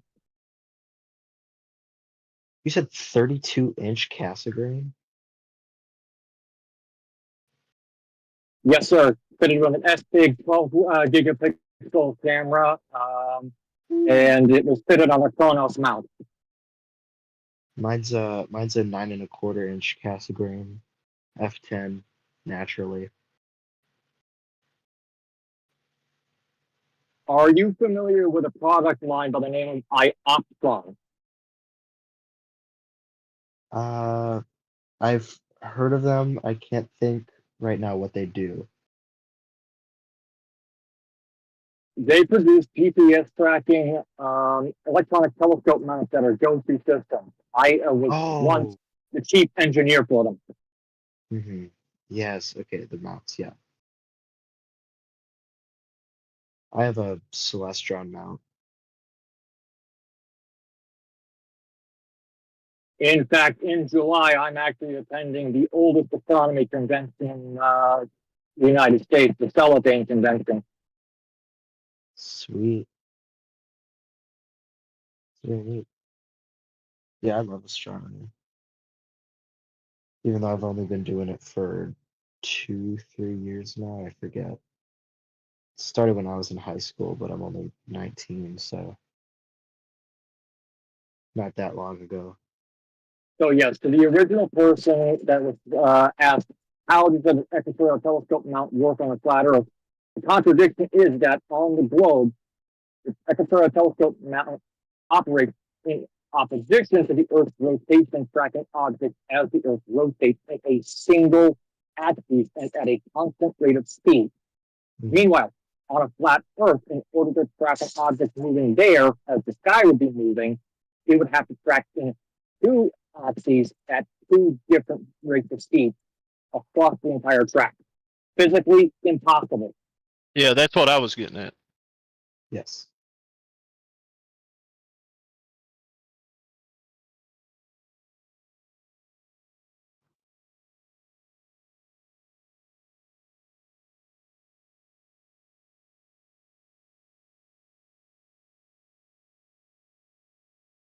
I can't wait to listen to the Cellnath thing tomorrow. That'll be really cool. And Thad's in here. Gary Wabinga would have argued you up and down over that equatorial mount. What happened to him? Is he completely disappeared after the Antarctic trip? I haven't seen him around.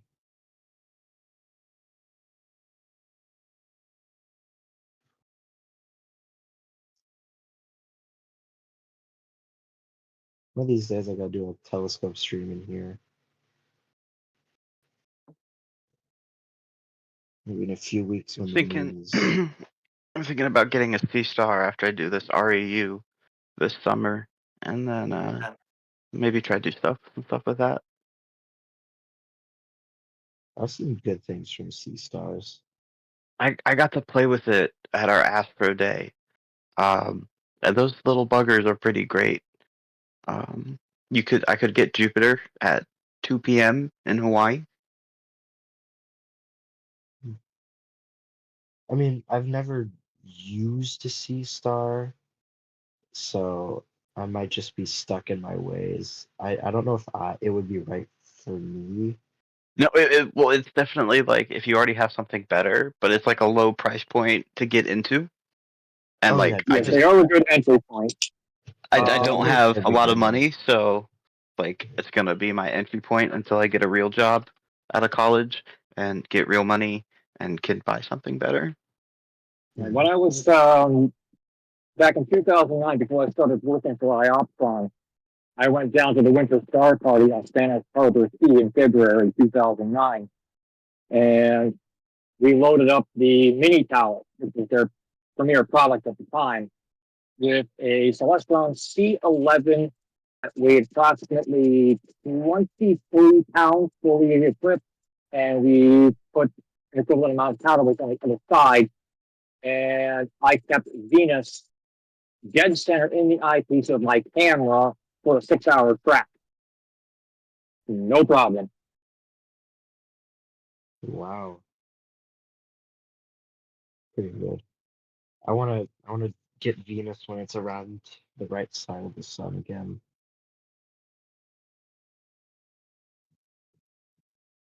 I'm kind of sad right now because there's nothing really up in the sky.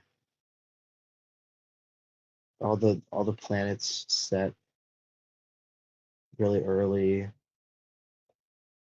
and my sky's too light polluted to get like any galaxies other than M51. Can't you just put up a cardboard cutout of the planet like you usually do, and like Blotech accused you of? Yeah, but sometimes I like to do the real thing. Yeah. Well, I will recommend a piece of software called Sky Safari, produced by Southern Stars Astronomy. The lead developer is Tim DeBenedictis, and he's a personal contact of mine, although I haven't spoken to him in many, many years since the last time I met him at Meet. But it's a wonderful program. It is the successor to previously known Voyager 4.5, a direct competitor for Sky Select. So what I really need is a Astro camera. I'm just using a DSLR.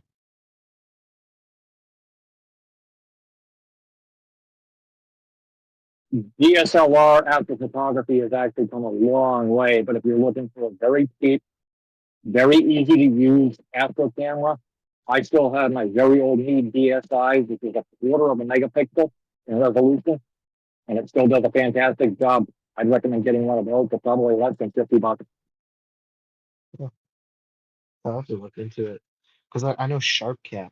SharpCap can do everything. It can do collimation. It can do polar alignment, but SharpCap just doesn't work with my DSLR. If you need to do collimation or focus, you can download the STL file, or you can look up somebody who can make it for a custom Battenhouse map that goes over the front of your SVC, and it allows you to do both collimation and focusing. Yeah, I need to print myself a nice tri-bat knob mask. I printed a bat knob mask for my 5-inch, but I don't use my 5-inch anymore, and I haven't had time to spend printing a 9 1/4-inch tri-bat knob mask for my telescope. But one of these days I'm gonna have to get it done.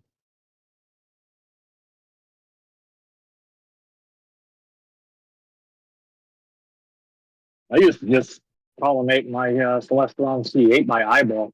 That was a pain in the neck. Ugh, tell me about it. We collimated our telescopes and observational astronomy down a hallway.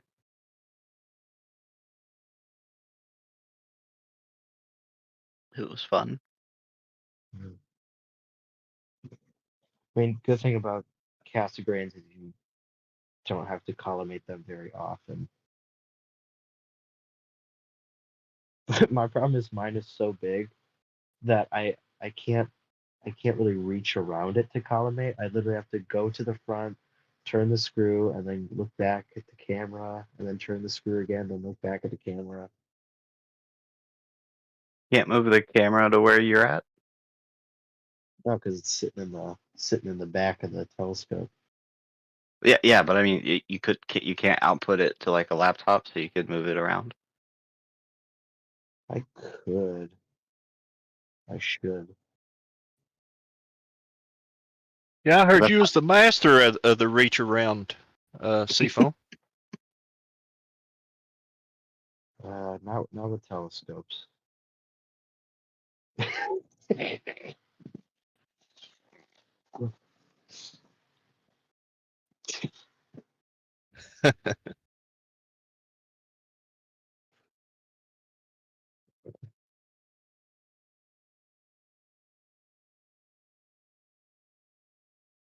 Hope I get to go up to the summit again before I leave Hawaii. I'm gonna be going Going up to there is amazing. I'm gonna be going to New Mexico soon. They have Nice. they're like B0s there. Oh, I don't even know what the Viz skies are. Yeah, we're gonna be going to the VLA. I'm not gonna be able to bring my telescope because I don't trust TSA with my expensive telescope.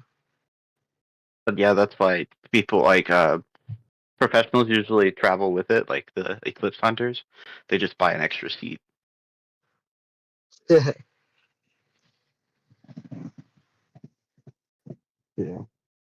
But I will bring my DSLR and a tripod, so I'll be able to get good wide field shots of everything. Who's going to see the one in Egypt? Not me. I don't have that kind of money. I've still never even seen a total solar eclipse. Oh, we should do a globe eclipse trip. I only lived a few miles from totality on the 2024 eclipse, but I wasn't able to go because I was working. But I did catch one back in 1995 on May 10th. It passed right over my state. I got lucky in 2017. I think it was Yeah, that 17. one. Yeah, I yeah. was stationed at Fort Campbell, Kentucky. So I was right at the path of greatest totality. I could step right outside my barracks and see it. It was phenomenal. Sweet. Nice. I was a whole state away from totality with this last one. So I got a good time lapse. It's like almost a total solar eclipse, but not exactly solar eclipse. What is that sky scale called again? Bortle. Bortle, yeah. BORTEL? Yeah, Canyonlands, they might have gotten fired, but they had an interpretive ranger, and he said he would go around like as the astronomy ranger, and he would go around at night, and he had like a card that he would hold up to the sky to see how dark it was. B1 at the visitor center. Huh? Bortle 1 at the visitor center at the summit. Of what? The Bortle scale, the skies at the summit. There, Well, which- B1. B1 okay, is as low as it gets. I think. I don't think there's a B0. Mauna Kea is the specific summit. Word. Yeah. Let's see. Yeah, there's I think it goes like B1 is the lowest. Yeah. And then B9 is the highest. Yeah. Canyonlands is like a B2 usually. I'm at like a B7.5. It was Probably honestly same. the first time I'd seen the Milky Way in probably 15 years. I think I've only ever clearly seen the Milky Way one time.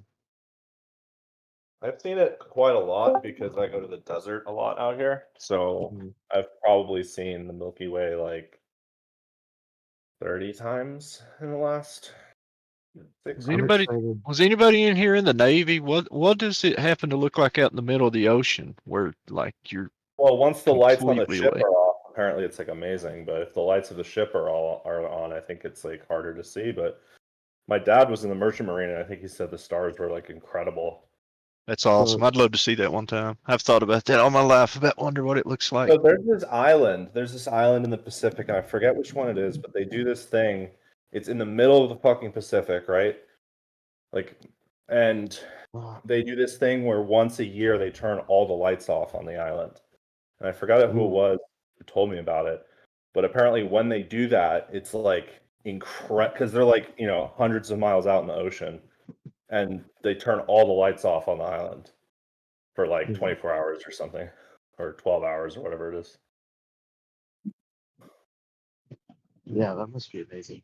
I've heard that in really dark places, the Milky Way is like literally bright. Well, I know when I lived in Kentucky, in the mountains, we lived up in a like a trailer. Me and the girlfriend I was dating at the time, and it was up on a mountain on an old strip job that they had cut that mountain off, and then they had sold it years later for housing seats. We lived up on there, and we was the only person up there too. It was just us in that trailer, nobody else. And at nighttime, every night up there, that sky was so beautiful and so bright. You could see stars that I can't see where I'm at here in Tennessee because for the light pollution. But that sky was so beautiful at nighttime. Where about in Tennessee? Cole? Many years ago. East Tennessee. Knoxville. My father's former astronomy professor, Dr. Bob Andrus, lived in Tucson, Arizona. And this was 40 years ago.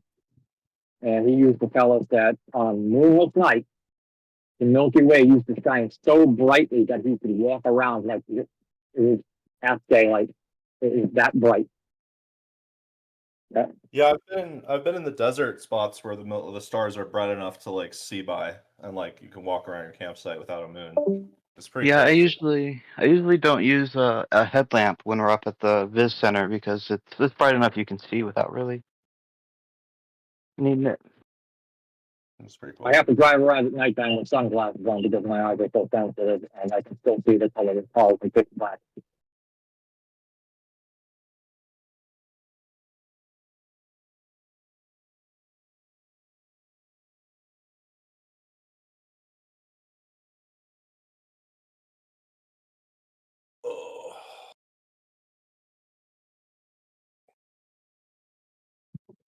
So what are we debating tonight? We're gonna argue about standard refraction and how it can't be one temperature. Go. We were gonna Ooh, my favorite. We were gonna do celestial navigation. Shit. Standard refraction is fake. What's there to argue about? Celestial navigation. Let's do that. That's my favorite. Did you know? I heard today that the refraction for celestial refractive values are actually logarithmic when it comes to calculating refraction in the stars. What do you think that means, Taylor? That it's like exponential. That it's not like one consistent rate. Like for example, the further down you go, it would exponentially increase in refraction. So it's not like a linear rate. Yeah, pretty much. Because down low, there's more atmosphere to bend it. Mm-hmm. Makes sense to me. What do you know about celestial navigation? Honestly, I haven't studied it much. What if I told you celestial navigation only works when you assume the Earth is a sphere and never works when you assume it's flat? By the way, real quick, we are having a celestial navigation event. Well, on Wednesday, you can see it up there under events. So, that's fun. Look out for that. All right. Sounds like Taylor's enjoying an appetizer. No, I'm trying to put up stuff because I'm about to leave and go to the lab. Because I have to start really, really early because my organisms don't like swimming at night and it takes a long time to prepare for an experiment. So I'm trying to put everything up. Wow, I'm trying to crunch on chips or something. I know there's something wrong with my microphone. I think I got gunk in it and like my voice isolation doesn't work anymore. So now it just like exponentially increases background noise. I don't know why. Yeah, that sucks. Tell me about it. I need to get like an external microphone to record myself playing the organ. Because my phone ain't cutting it. That'd be cool.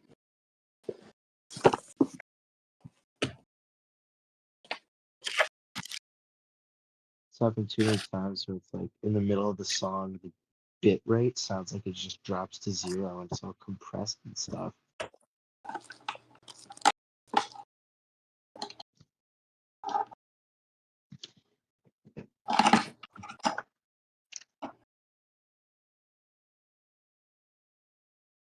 What was I looking into earlier? What was that? I can't even remember now. I've been doing too much stuff. There's something I was researching. I forgot. Oh, yeah. If refracted objects can block light. So this had to do with the celestial theodolite topic. And if something's being refracted, like it's like kind of like an apparent position. And like, can something in an apparent position, like a hologram or whatever you want to think of when you think of something being refracted, can it actually block light coming through? And the answer is no. And I was doing an experiment earlier where I put a knife underwater, and I was like shining a laser through the water, and like the knife was being like magnified by like the water, and so it actually, like, the laser would come through, and it actually looked like it was coming through the knife. Like, it was weird, like it was in front of the knife in its apparent position. It was very, very cool and interesting. So I was recording that earlier and trying to get a good video. There's obviously things that I could do better, but like, for example, one thing I could have done better is like have like a square glass, because I know, like, people are like, okay, well, the glass is bent, it's curved, so it's gonna like cause issues. So I acknowledge that, but that's all I had. I only had like a normal glass. So, but yeah, I was still doing experiments, and it looked really cool. Like, there was a laser in front of the knife. It was so weird. Are you able to So post the video of that? Yeah, I can post it. Give me a second. That was actually really cool.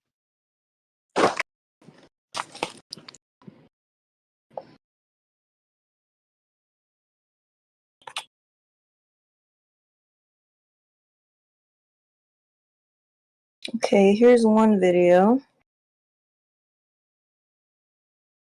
I know this, obviously it's not perfect, but I maybe like can get a square glass or get like a bigger jar and try to like optimize it. But in general, it's not really under contention whether an apparent object can block light. It wouldn't physically block because it's not physically there. It's just appearing to be there. So that's not really in contention. But in terms of demonstrating it properly, I acknowledge there's probably better ways I could demonstrate it. But this is a video I took earlier. Are you sure that's not Yeah. just the laser on the front glass and it's the angle you're looking at it? If you watch it, you can see like where the knife is actually, and whenever it moves toward the knife is actually, like, you can see it gets covered at that point. I'm not sure what your question was though. Completely. What were you asking? Like, are you sure it's not just like the laser light is coming from the side of the knife and it's just the angle it's shining makes it look in front? It's like hitting the glass. But the angle Well, I looks like tried to it's hold it coming as straight as I could. But I mean, obviously, with a rounded glass, there's always the chance that something could be happening funny with the laser. I acknowledge that, but I was just trying to see, for the sake of looking at it, like what would it even look like? So that's kind of what I got. That is interesting though. I wish I had a laser to do this. That's a cat laser. They're only a couple dollars at Walmart. Yeah, I wish I had one on me now. I'd do that like right now. Yeah. Because I'm impulsive like that, but I don't have one. Me too. But I get the points, like Jesse's point, like that, the star could be refracted, and I totally understand that. And I'm like, yeah, but at the same time, you can't also then add in the mountain being refracted. Like, either choose one. I mean, obviously choose the star. The star being refracted makes much more sense. I've been sleeping on the whole celestial theodolite thing. It doesn't make any sense to me. Did someone say no? Yeah, because the light of the star will be refracted up to the mountain and continue to be refracted after the mountain at the same rate that the mountain is refracted. It is not the mountain or the star are refracted, both of them are refracted. But the star is refracted for a longer distance. Right. I hear what you're saying, but actually, like, if you look into it, an apparent object cannot obstruct, a point of light. Like, it wouldn't actually be obstructing it. It would be it wouldn't be able to do that. So either I get the star being refracted, I get that, but like, if just assuming the star is refracted, okay, that light's coming through. When's it going to be obstructed? It would have to be obstructed by the object, not the apparent position of the object. It is obstructed by the object. The apparent position is only in your eyes. All along. Only in your eyes. Yes, the apparent position is only at your eyes. What you see is only at the end point.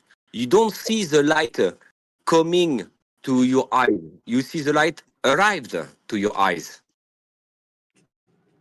So actually, like, they're not even really looking at the mountain per se. They're just looking at when the star disappears.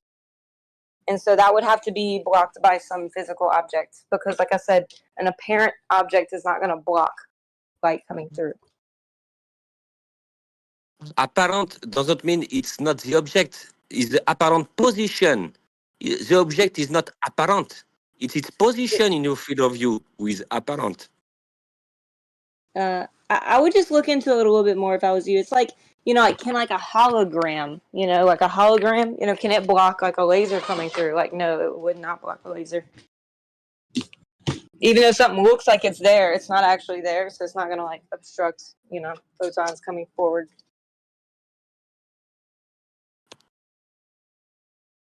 Yeah, but it is not apparent. Doesn't mean it is an hologram or it is not physical. It is. But due to the light bending and you don't see the light curve, you see only one point of the light arriving to your eyes. You don't see it coming to your eyes. It's not curved. It is not lifted to lift the star after. Everything is lifted apparently into your field of view. So the only thing that would block a laser would be a physical object. Can we acknowledge that? Or something there that's blocking it? Yes. Right. So from there, we can assume that the mountain's actually there if it's blocking it. Yes. Okay, then we agree. Yes, the star and the mountain apparently are in this position, but physically they are lower because they have been lifted by the refraction. Both of them. I mean, I could see what you mean by the star, but an apparent mountain's not going to block it. Maybe you can draw out what you're saying. I'm not really understanding what you're saying. I cannot draw for the moment, but it's okay.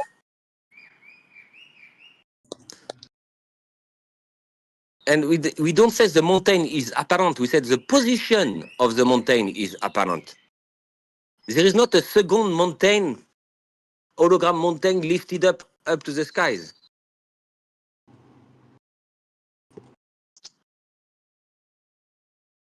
So,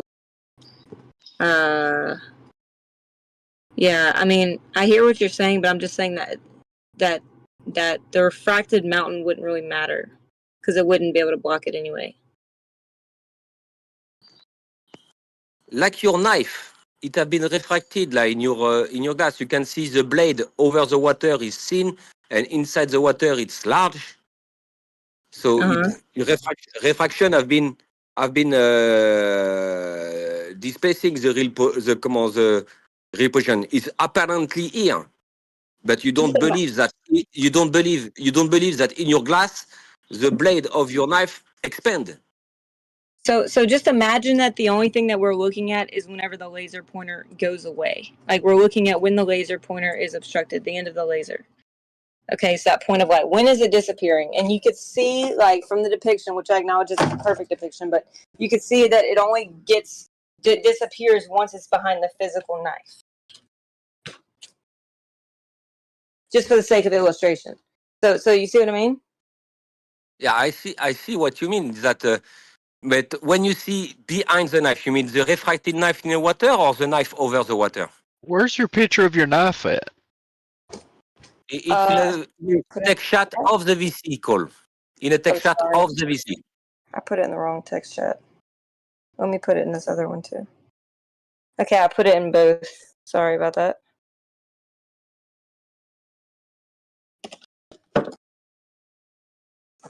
Okay, I see it.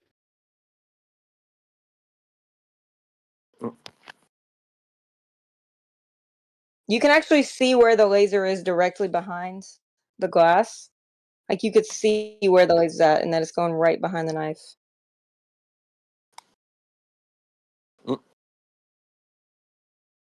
I was observing see, that also. That would be the knife's apparent position. What you're looking at when you see the blade look like it's bigger and fatter, that's its apparent position. But it's really there. It's not apparently there. It's really there. It's just, it's to your eyes, it looks different. It looks apparent. It's apparent bigger to your eyes, but it is actually big. I know you understand that. I know I'm not telling you something you don't understand, but that's what Nico was trying to say a while ago is, you know, the object is there. It's not just apparently there. I agree.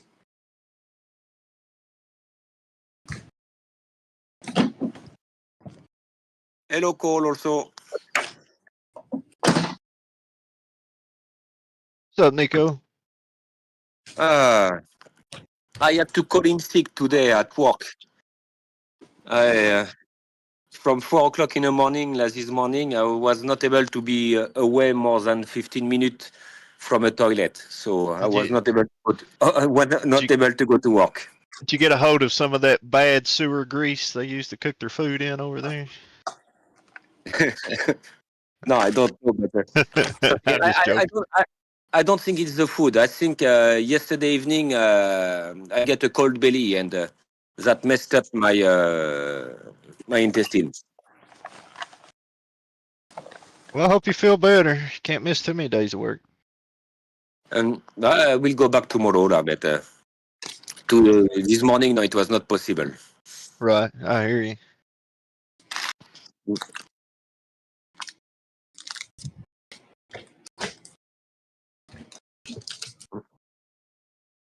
Yeah, you deserved your day off, Nico.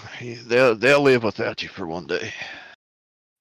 Yeah. I receive a dozen of messages from the QC already this morning. I have to tell them one by one. No, I'm sick. Call sick. Go to see Mr. Lee. But okay.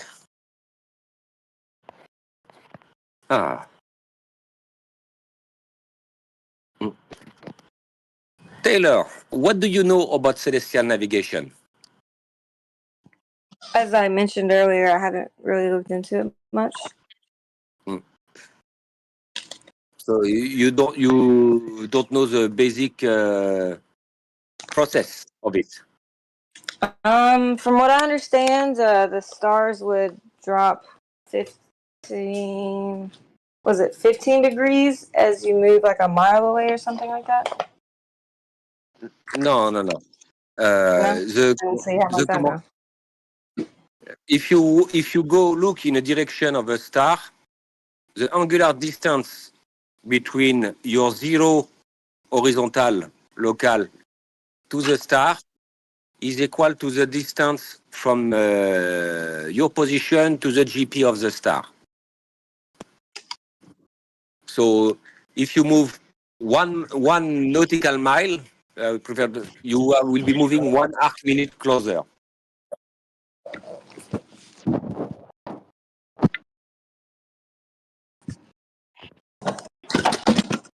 Okay. And it's all based on that celestial navigation, that you will compare the angle you have to the star to the calculated distance to the GP of your star.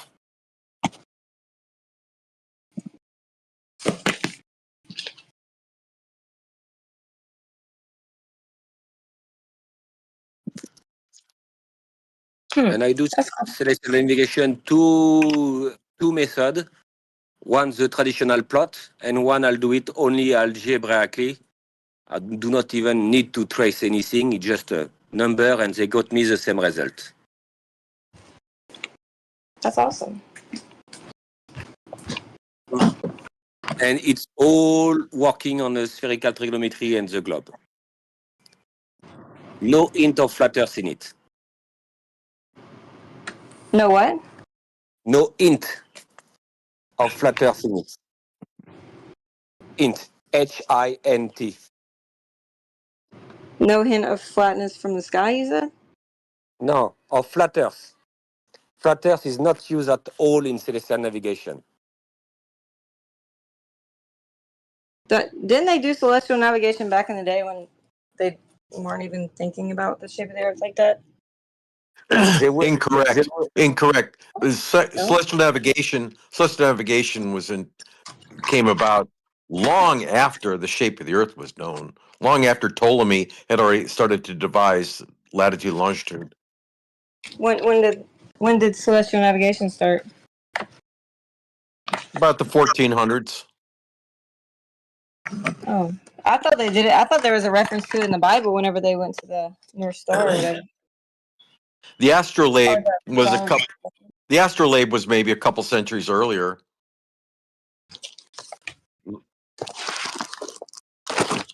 What is that noise? They will use the star for navigation, but they were not able to pinpoint their location. As when we say celestial navigation, is to be able to find your position within 5 nautical miles of your position at this time. And not before the 1770 that the invention of the Harrison chronometer that they were able to do precise celestial navigation.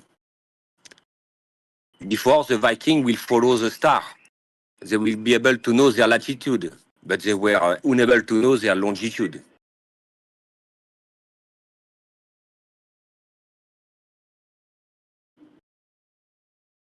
You have the Polynesians, they will have a good understanding of the map of the star, and they will be able to guess their location by seeing the star, approximating the time and seeing the star, but still not precise.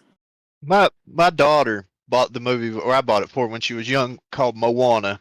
And in that movie, it had special features at the beginning, and the special features was real people talking about they went on a trip over there to the Polynesian area to learn and study their culture so they could make that movie. One of the things that that guy talked about, was how the ancient Polynesians used to island hop. And it's sort of in the movie a little bit if you watch the cartoon movie, but they would take off in a certain direction and they would put enough supplies on their boat and take how many people went with them, and they would use the stars and they would keep the stars in one direction, and they would go as far as they could go in a straight line with those stars in a very specific direction to them. If they didn't find an island, they would turn around after so long and come back, follow their same trail back to their starting island, the place where they left from, so they could resupply, and then they would leave again and go in a little bit different direction. And they would do that until they find another island, then they would settle that, and then they would do it again. And that's how they island hopped. It's really neat. It was just sort of, they would go in a straight line using the stars, and if they didn't hit an island after so long, they'd turn around and come back so they didn't run out of supplies, resupply and try it again in a little bit different direction. It's really neat how they did it. A long time ago. Yeah. You need time, and you don't need to be on a schedule for that.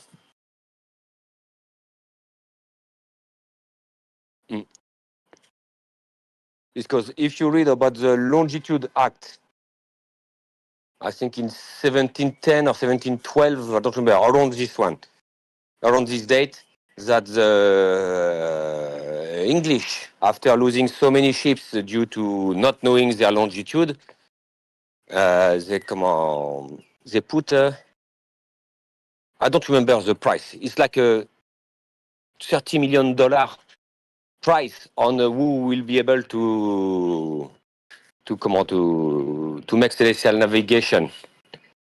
Correct. 20,000 pounds sterling. You're sterling, Which yeah, was, I know, yeah, it was 17, yeah, in 1740 or 1720, but 20,000 pounds was king's money. And how much is it in today's money? It's light years. It doesn't matter. It's enormous.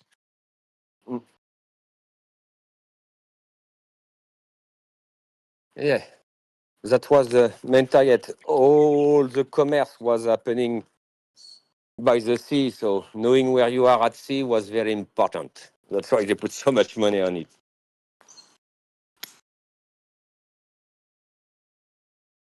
Oh.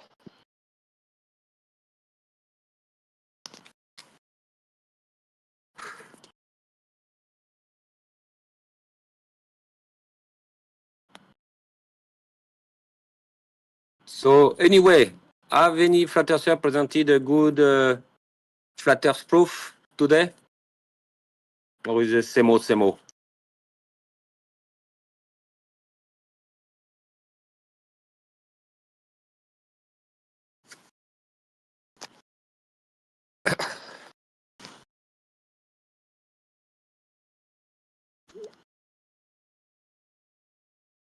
Everybody goes to sleep. Oh yeah, 1:28 afternoon. So even for the West Coast, it's midnight. Every people go to sleep in USA. And too early for Europe. No, it's 1:30 hours where I am, and I'm at work.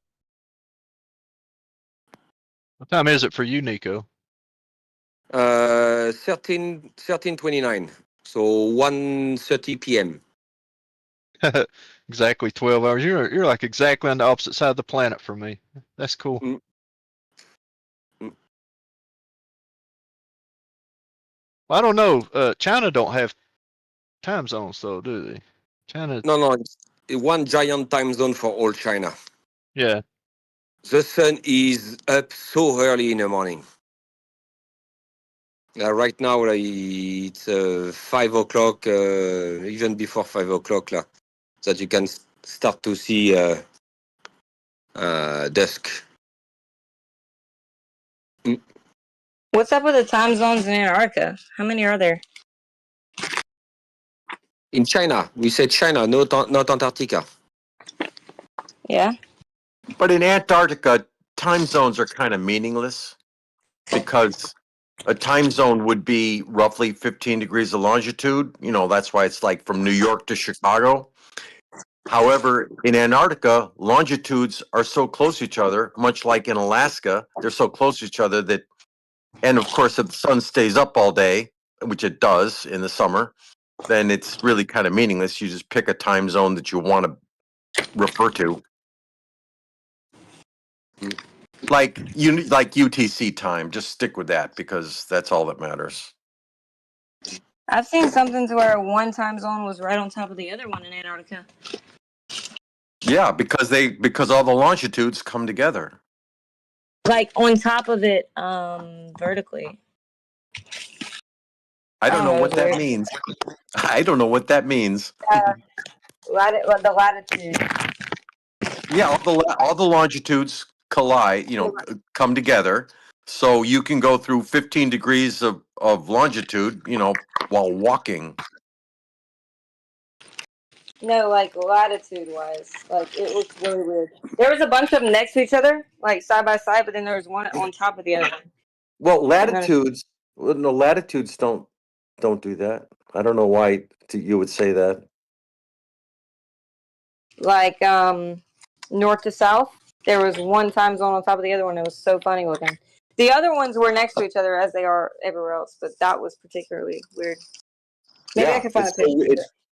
It's so weird. I can't figure out at all what you're trying to get at or what you're trying to describe. I know. Unless I saw it, I wouldn't know what you're talking about either. Yeah, I'll try to find it. Well, that's what the Gleason map is good at, showing you longitudes and time.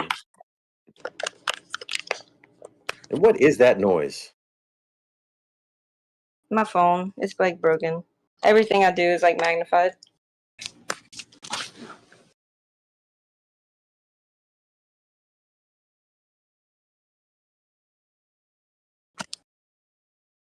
Tyler, Shubil, I post kind of repartition of the time zone in Antarctica. Here you go. Here's one.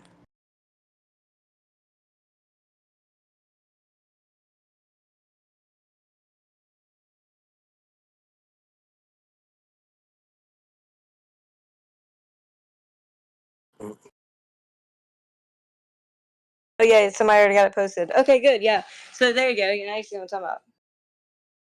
How would I describe this, by the way? Like, it's just so crazy looking. You see the UTC is right on top of the, or what is it? The UTC 6 is right on top of UTC 0?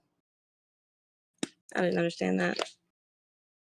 Yeah, because as Shubil said, as closer you get to the South Pole, time zone is quite irrelevant. You go 1 degree, 1 degree out of the South Pole, so 100 kilometers out of the South Pole, it will be only 1 kilometer between 1 hour of time or something like that. So Is it like that the North Pole? North Pole is the same, but Oh, there is really? no continent. There is no continent in the North Pole. Let's check North Pole time zone. Arctic Circle, Arctic.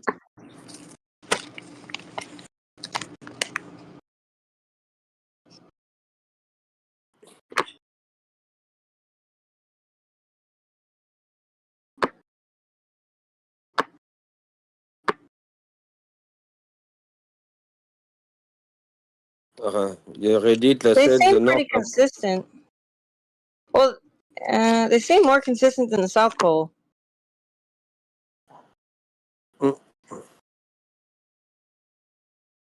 There is no continent, so there is no land. All these parts of Antarctica are on governance of one country or another.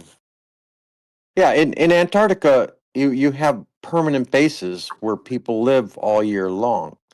In the Arctic, it's an ice sheet.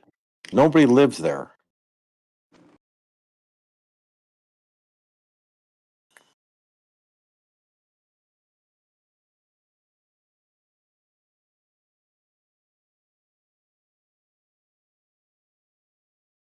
Antarctica is a continent, Arctic is the ocean.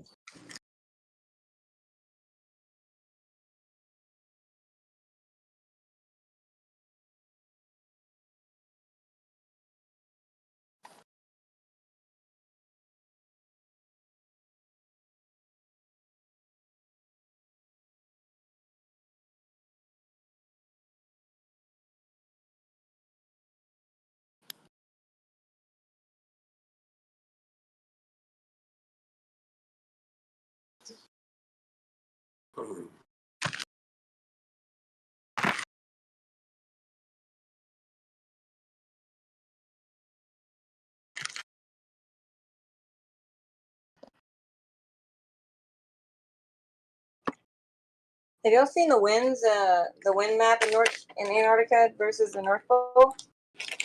It seems like the winds are much higher around Antarctica. I wonder why.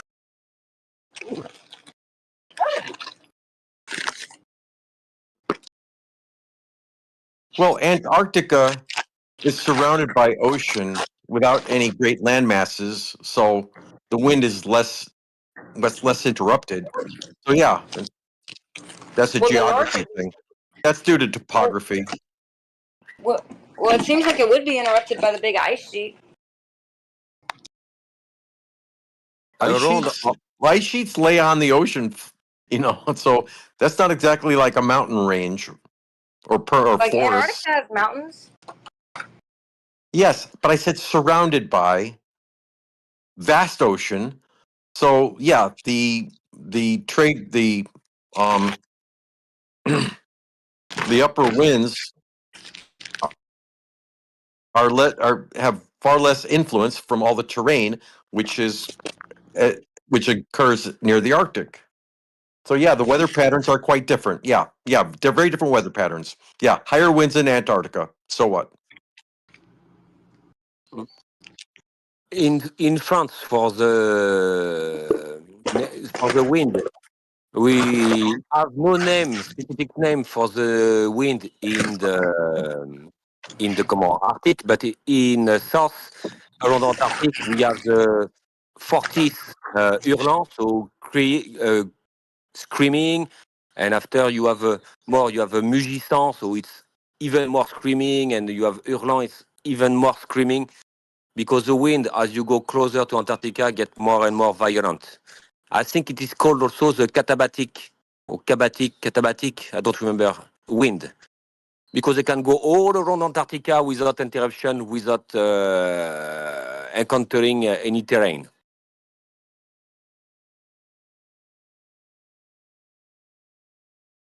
Yeah, it has a weird like spiral formation that happens around the edge of Antarctica.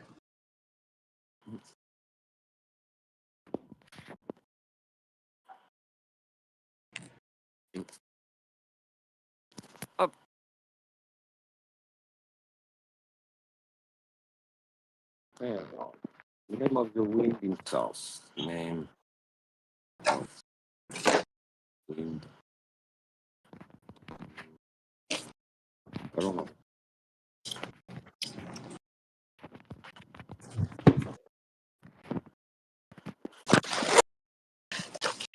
Wait, katabatic wind.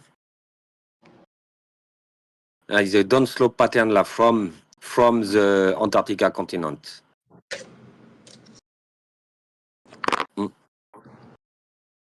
Does that happen in other countries that are primarily ice? Isn't that because the ground actually radiates cold air?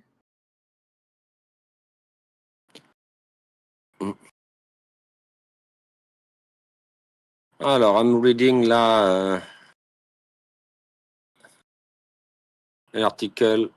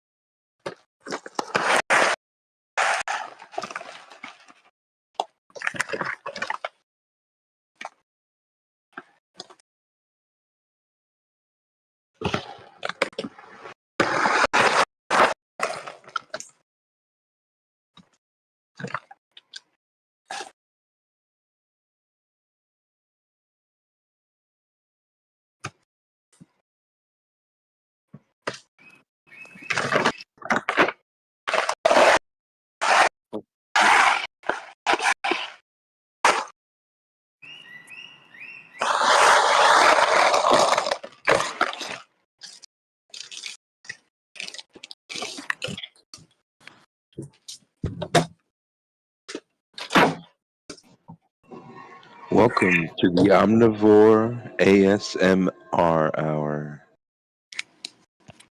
Taylor's leading. Mati.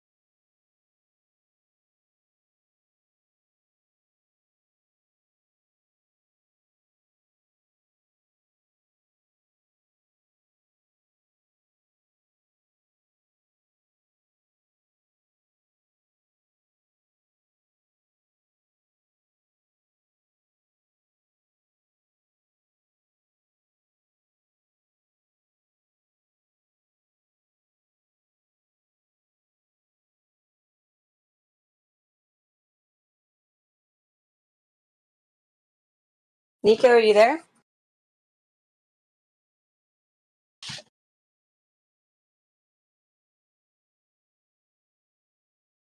A moment. I'm going back home. I will be in elevator. It will cut.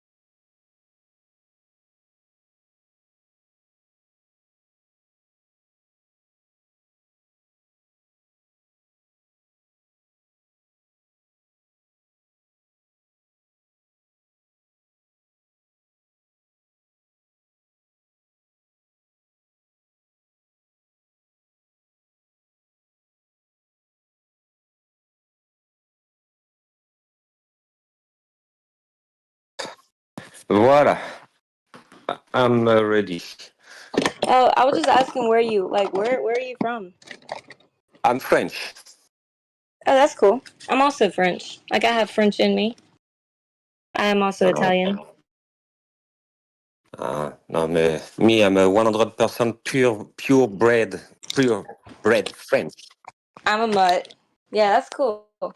Do you happen to be an atheist? I'm just curious. If I what? Are you an atheist as well? Yes, it's in my profile. Okay, I didn't know. I was just wondering. Mm. Yeah. No. I don't know. Sounds pretty untenable, in my opinion. Oh, it's perfectly sustainable. I don't know. Doesn't seem like it. But that's just what, how I feel. So I was just curious what you thought about that.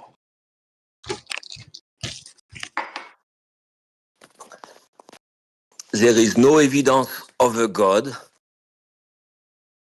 but also I cannot say there is no God because I cannot tell to know everything on it, and to be able to say there is no God is to be able to define everything. So I'm an atheist agnostic, and it is not two different things. It's just two different directions on the scale between believing there is a God and there is no God, and perpendicularly knowing there is a God and knowing there is no God.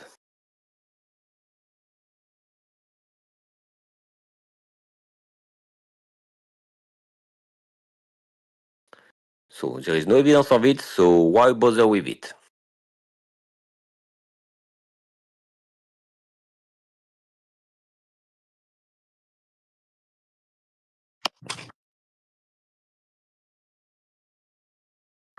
Isn't I actually learned about this fallacy. It's like the fallacy of silence, and it's like because there's no evidence for it. I mean, you acknowledge that though, that it's not evidence against it necessarily, but yeah. I was just curious. So you're agnostic. That's a little bit more reasonable.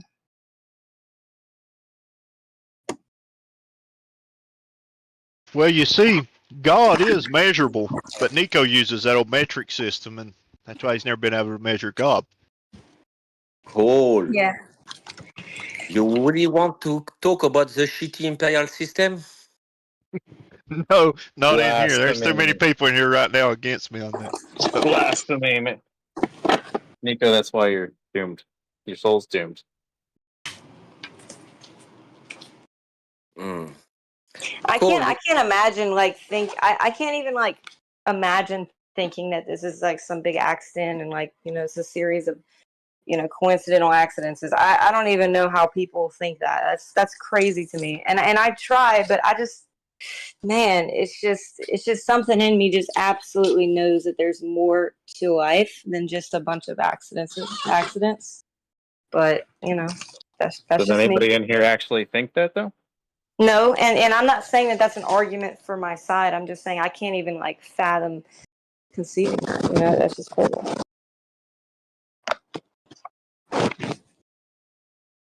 I will quote Jean de La Fontaine in the Lion and the Rat. Patience et longueur de temps font plus que force ni courage. So patience and long time do better than force and rage. I'm not trying to rage or force anyone. Mm. I was just saying. See, the idea of God creating the earth pop out of nothing, it's the use of force and rage. What do you mean force and rage? It is force in whatever people imagine God is. He force, he create, he pop into existence the earth and the universe and everything. Well, either way, it had to pop into existence somehow, right? Yes, we don't know exactly why. Like there are theory about a big bang or the big stretch or stuff like that, but it's better than to say it just come magically. Either way, the answer would be crazy. Like either way, the answer would be just insane. Did someone Yes. call for force and rage? But yes, Taylor, but it is more. Nico's talking about coming naturally. Or magically, coming magically. That's what he said. Right. Yeah. I don't know about that. The laws And, of nature that had to be in place for the universe to be sustained is, impeccable. Yes, but there is evidence of this law of physics when there is no evidence at all about the supernatural and the magical. What are the evidence for the laws of nature? What do you mean? Like how they came about is what I'm talking about. Like how the laws of nature were established and so perfect for the universe to be sustained? I didn't say law of nature, I said law of physics. Oh, okay. Well, I acknowledge the laws of physics. I think that the laws of physics, being the way they are in order to sustain the universe shows some sort of planning and intelligence and foresight into creating it. I So see do only you I see only chaos in it. Huh? I don't see any. I see only chaos. You Chaos. see chaos? Well, Yeah. I don't know Yes. about that. I mean, we do have life and stars and things came together to form not just chaos. When you Bodies see such as when you solar see system. all the different men, there is color, size, gabarit, shape, and after you can also iterate that to all the animals that are now, but that also have been living and disappear. You have, I don't remember, but it's over 90% of the species who ever existed disappear. So we cannot say so much that the Earth is pro-life when they kill so much of these species on it. I mean, we have life. Life is sustained. Human life is sustained. So I think it is pro-life in some sense. Maybe the wiping out of certain species was required to get humans and where we're at today.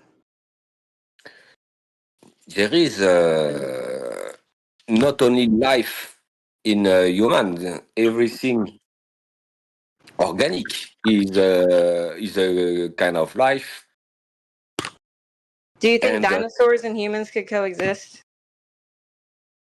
I don't think it will have been able to coexist, because if we follow the timeline that is presented, the dinosaurs were already well implanted. So I don't think it will have been a big enough ecosystem for the human to thrive on this world.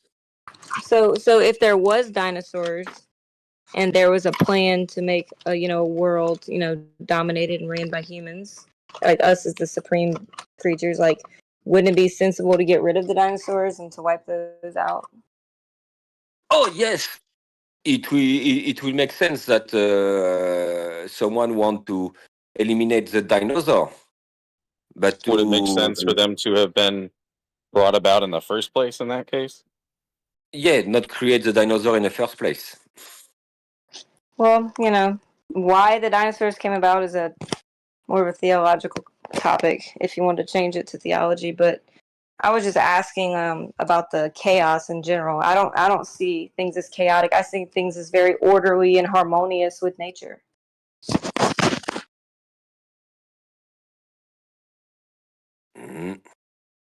Yeah. Life is very sensitive. There's a lot of parameters that have to be perfect for life. You have to have the oxygen content, the sunlight content, the temperature. Everything is like literally perfect for life to even be able to come about. That's why we don't see life on other planets. They're too harsh. So yeah, but abiogenesis disproves that. Abiogenesis completely disproves that. Abiogenesis is not proven. Yes, it is. It's 100% proven. It has been done in lab and experimental labs, and it has been proven. No, it has real not. On multiple Never. occasions. Yes, it has. Milligrams Not even experiments once. back in the 1940s. Several protein experiments back in 1975 has proved it. Abiogenesis is real. It has been confirmed. Can you please tell me one instance in which we've been able to create life from non-life in the lab? It's not. I mean, yeah, the creation of amino acids is That's the not first life, step bro. to creating. Is the first step to creating the fundamental cellular compartments that is required to create cells and proteins and amino acids. That has been proven back in 1945. It has been proven during the 70s as well. Dude, do you think amino acids It is is well all you need known. for It is life? well approved. It is well used as an example to prove that abiogenesis is real, and it has been scientifically proven. So Regardless then of what your once you have the opinion is. okay, I'm just telling you the facts, which is that we've never proven abiogenesis or have any And I'm theory telling that you we the can fact that we have. demonstrate. You think creating amino acids means that we can create life in the lab? You've lost your mind. Yes, it does, because amino acids are the No, it building blocks doesn't. of life. If you can create them in a lab with the same conditions that existed on early Earth, then that proves that abiogenesis is real. Yes. Because it is one of the amino acids. most type Okay, what about of the other examples that is fundamental? used when we are teaching people about cellular biology and microbiology, and it's been a building block and a basic proof of how it is actually real and how it's provable. Yes. So what about the nucleotides and carbohydrate? There's many other fundamental monomers that are required for life. You think amino acids is it? Carbohydrates are just rearrangements of carbon, oxygen, and hydrogen. That exists plenty on this planet. You can Then it create this should be molecule easy. all by itself. Every organism creates this as a way of energy. It is not a fundamentally strange molecule in any way or shape. And Yes, they've even sugars are found particularly hard to parts make. of amino acids in other meteorites as well. So it's quite common. Dude, Yes. amino acids are nothing. It's like 13 atoms, dude. You have no clue.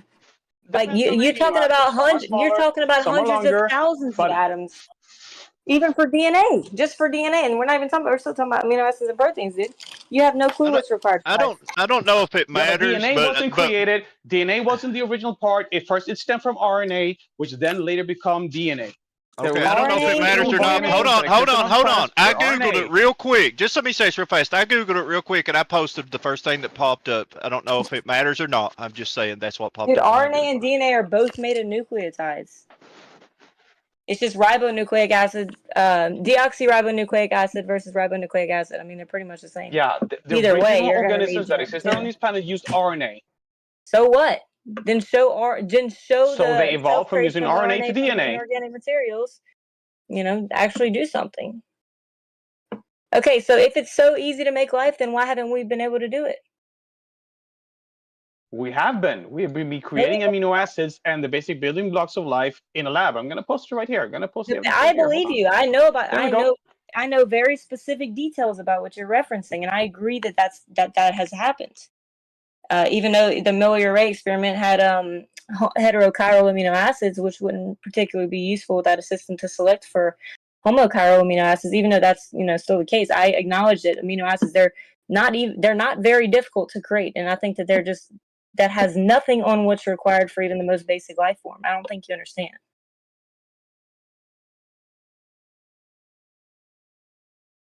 There we go. There is the proof. I'm in zero contention with the fact that we've created heterochiral amino acids in the lab, even though you would need homochirality to make proteins. That's another topic. But no, but please understand that amino acids do not equal life.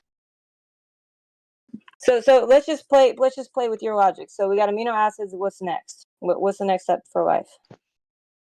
What would happen? You need to create a cellular wall, which is very easy to do. If you have a lipid formation, a bilayer lipid formation, that they will form spontaneously due to the forces that separate what is water soluble from what is fat soluble. It has been proven that micelles can be formed spontaneously, given the right circumstances. There's your cell wall.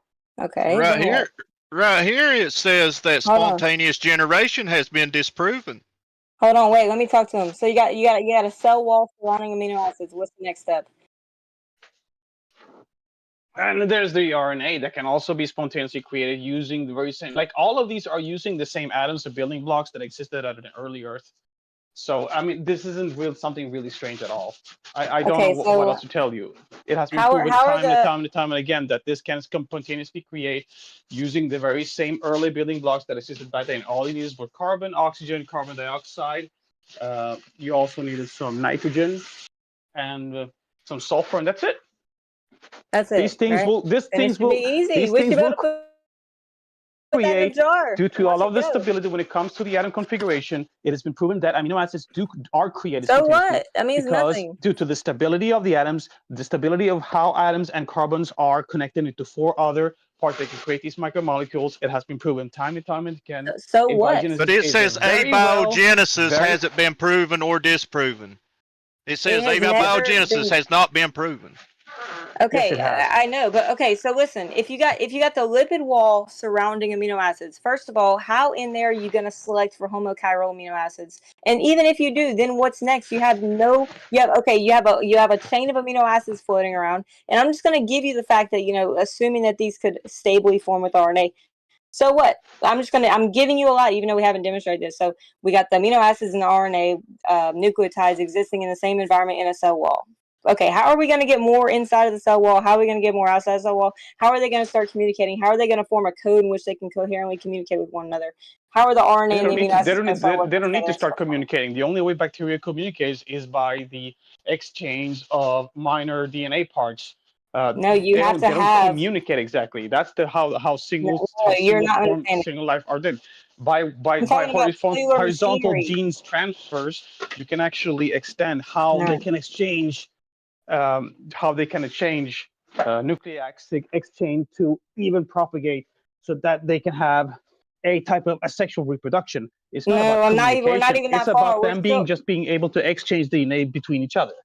Okay, you're okay. Listen, how are you going to translate the RNA to amino acid codes to form proteins? You have to have a whole set of translation machinery. You have to have rRNA, tRNA. Not for bacteria. Not for the bacteria. Yes, you bacteria do. doesn't use ribosomes. Yes, No, they don't. Ribosomes is what I'm talking about. Do you know what? Yeah, ribosomes but before consist of? ribosome existed, you had single-cell bacteria that didn't even use ribosomes. They still don't use ribosomes. They don't need ribosomes in order to survive. The lactoribosome does not disprove abiogenesis. How would we have translation systems happening without ribosomes? Please tell me. We don't need translation systems in order to survive. Again, bacteria doesn't use yes, ribosomes. You do. And yet they are very much alive. The genetic code, yes, they do use ribosomes. All of them do. And then how would we have the genetic code? No, ribosomes. The ribosomes they use are much more simpler. They have much smaller type of proteins. You can barely call them. I mean, the ribosomes they use are so incredibly simplistic for them to create incredibly simplistic small protein. And also, ribosomes consist of RNA itself. The ribosome does not consist of amino acids. So using the very same building material that was used to create the RNA or the DNA of genetic material, they can also create ribosomes. Do you know that even the simplest cells need 50 proteins for a ribosome for translation to happen from genetic information to proteins? Yeah, and Even creating the those is simplest the same one. material as amino acids and RNA. It's really that simple. If the material exists there to create RNA and amino acids, then it can also create a ribosome. It's really not that hard. Ribosomes are incredibly simplistic. They're incredibly easy to make. It's very simple for material to create them. And even then, they can create very simple. Yes, Can we create a ribosome from inorganic materials? Yes, without it using consists anything of living? RNA and amino acids. Yeah, so can we create that from scratch? Can it create itself? No, these are things that have not been demonstrated. I don't think you even understand the complexity of what you're talking about. Okay, so if you don't have a ribosome, how is the genetic code going to be able to be enacted if you don't have a translation system?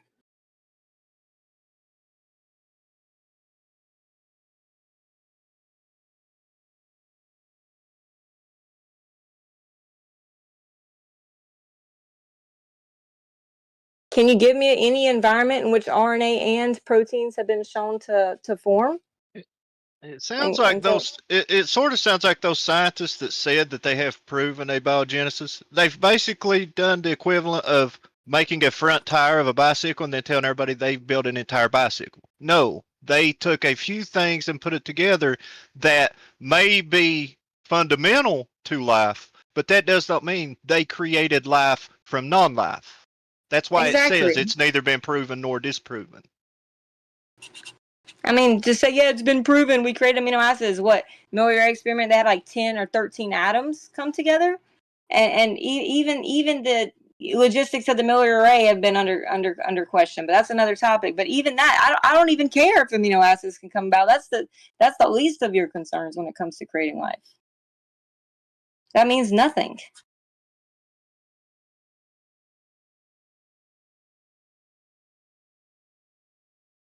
I don't think people understand how complex life actually is. Even the simplest cell, people invoke simple cells like they're just simple. Like, you don't understand. Like I just said, ribosomes, which are required to translate DNA and RNA into proteins, ribosomes have 50 different proteins and are in multiple different 20 types of tRNA needed to put the correct amino acid and link it up with the sequence.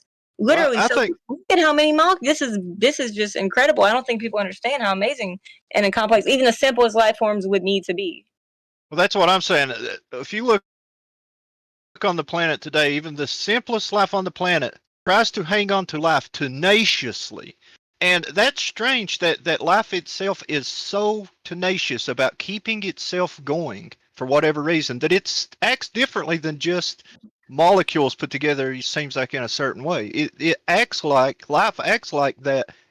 It understands it has to stay alive because if everything dies, it's gone. I mean, it literally, in general, this planet acts like it understands that somehow. That's strange, I think. Go look at the DNA replication machinery, even in the simplest cells. It's amazing. Some of the machinery that's actually required for cell replication and energy formation, like the engines and the motors inside of them, are more efficient and powerful than any motor that we can create here on Earth. They have a near 100% efficiency, unlike our motors here on Earth. I mean, it's amazing. People don't have any clue of this stuff. And like the motors can spin like 10 times faster than a jet engine. It's amazing. And if you think that this can happen in some other way where we don't need all these molecular motors, and just show whatever you're conceiving be able to sustain life.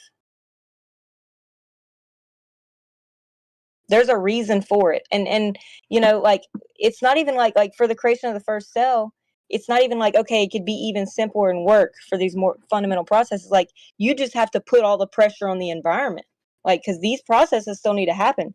The purpose of the enzymes is it lowers the activation energy and the energy required. But if you don't have that, then you're going to have the environment take up all these tasks and duties that need to happen, including environmental changes, power, energy, without destroying the cell.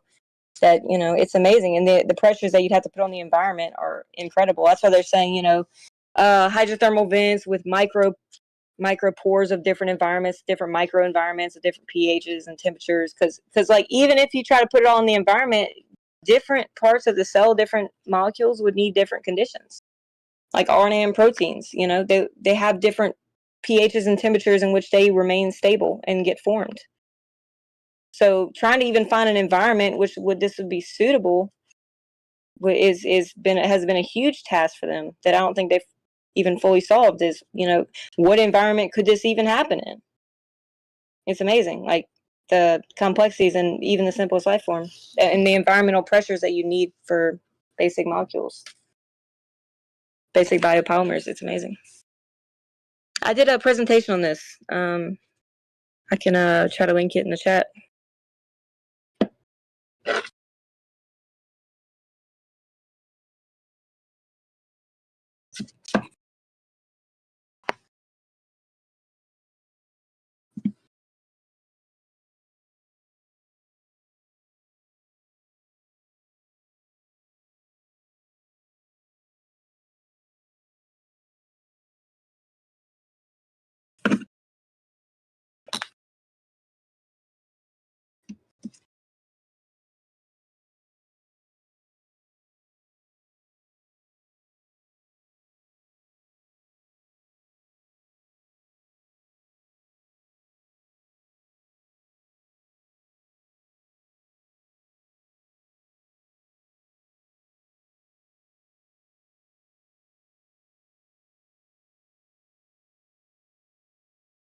I watch a lot of videos about doctors, like YouTube shorts and stuff from doctors who just talk about different illnesses and stuff.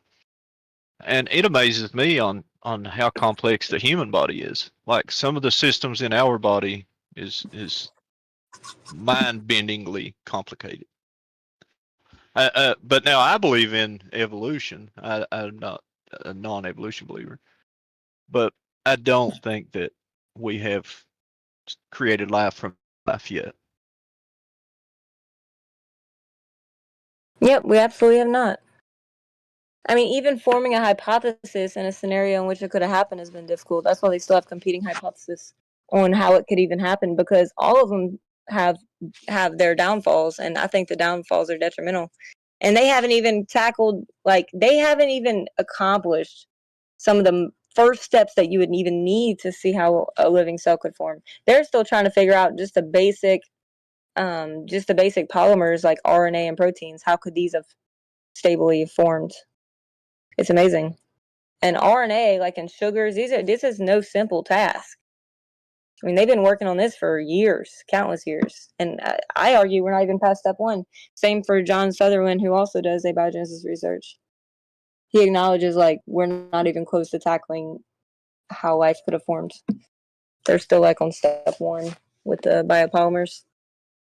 I guess you could say that they've gotten somewhere with saying, okay, here's a conceivable way amino acids could form. But even like with the Miller-Urey experiment, as I mentioned, they're heterochiral.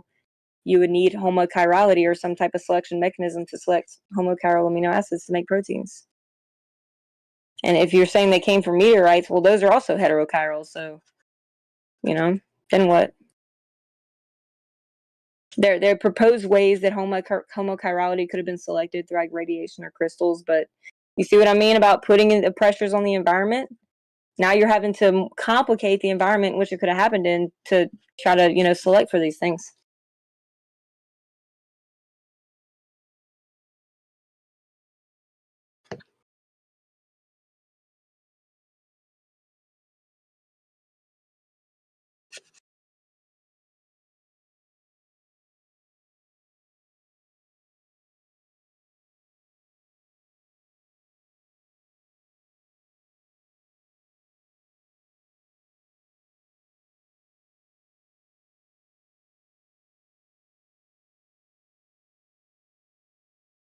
Oh yeah, I meant to ask this question the other day. Is Riggs, is he banned from here still?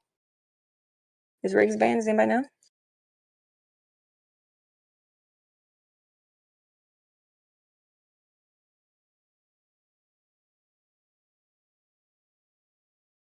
Yeah, I think he got booted the other day for posting some really bad material in chat. after he was told specifically not to, and they booted him. It was really bad stuff. Oh, like aborted babies. I think that what he was trying to do was show that what's his name? PhD Tony, that like it's not just like whatever PhD Tony was describing it as, and he was just Yeah, trying to show that. But I don't think it was that ill intent from him, but that's what it was about, though. so can we unban him if he agrees not to post that again? I mean, I'm kind of worried. You know, I'm gonna get banned for just something like that. I don't think he planned on it. That's something you'll have to take up with the mods in here.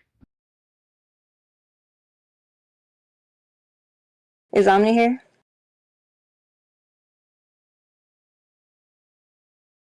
No.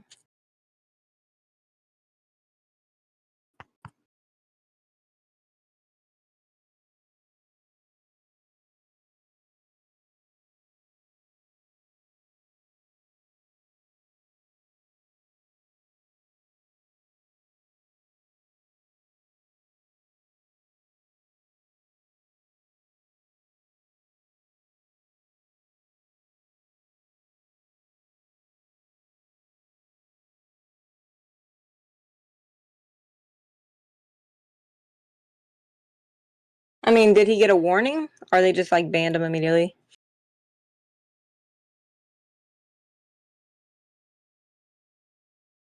He was told not to post it, and then he posted it anyway, and then a few words went back and forth, and I mean, really, I don't know the.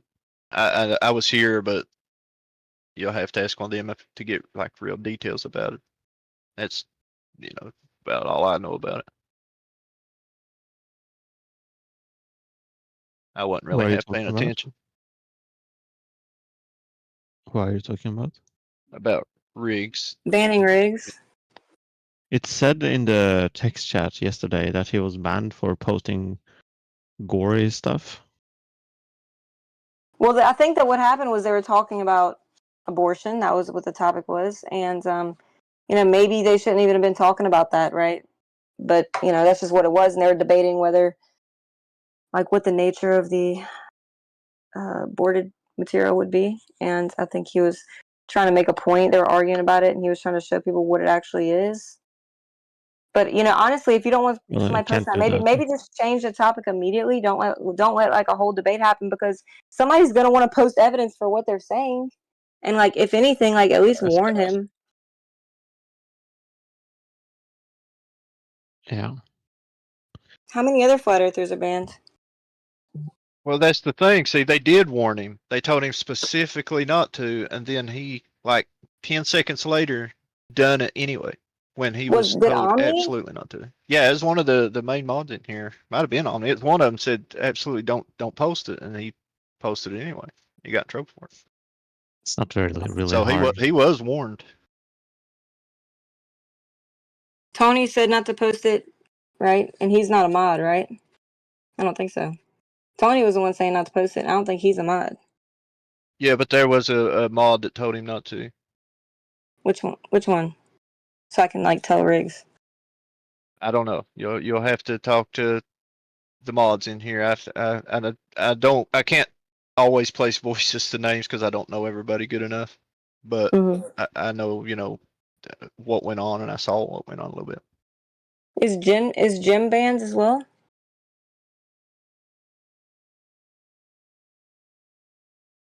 I don't know. I ain't seen him in a long time. I don't know what's going on with him. Is there rules?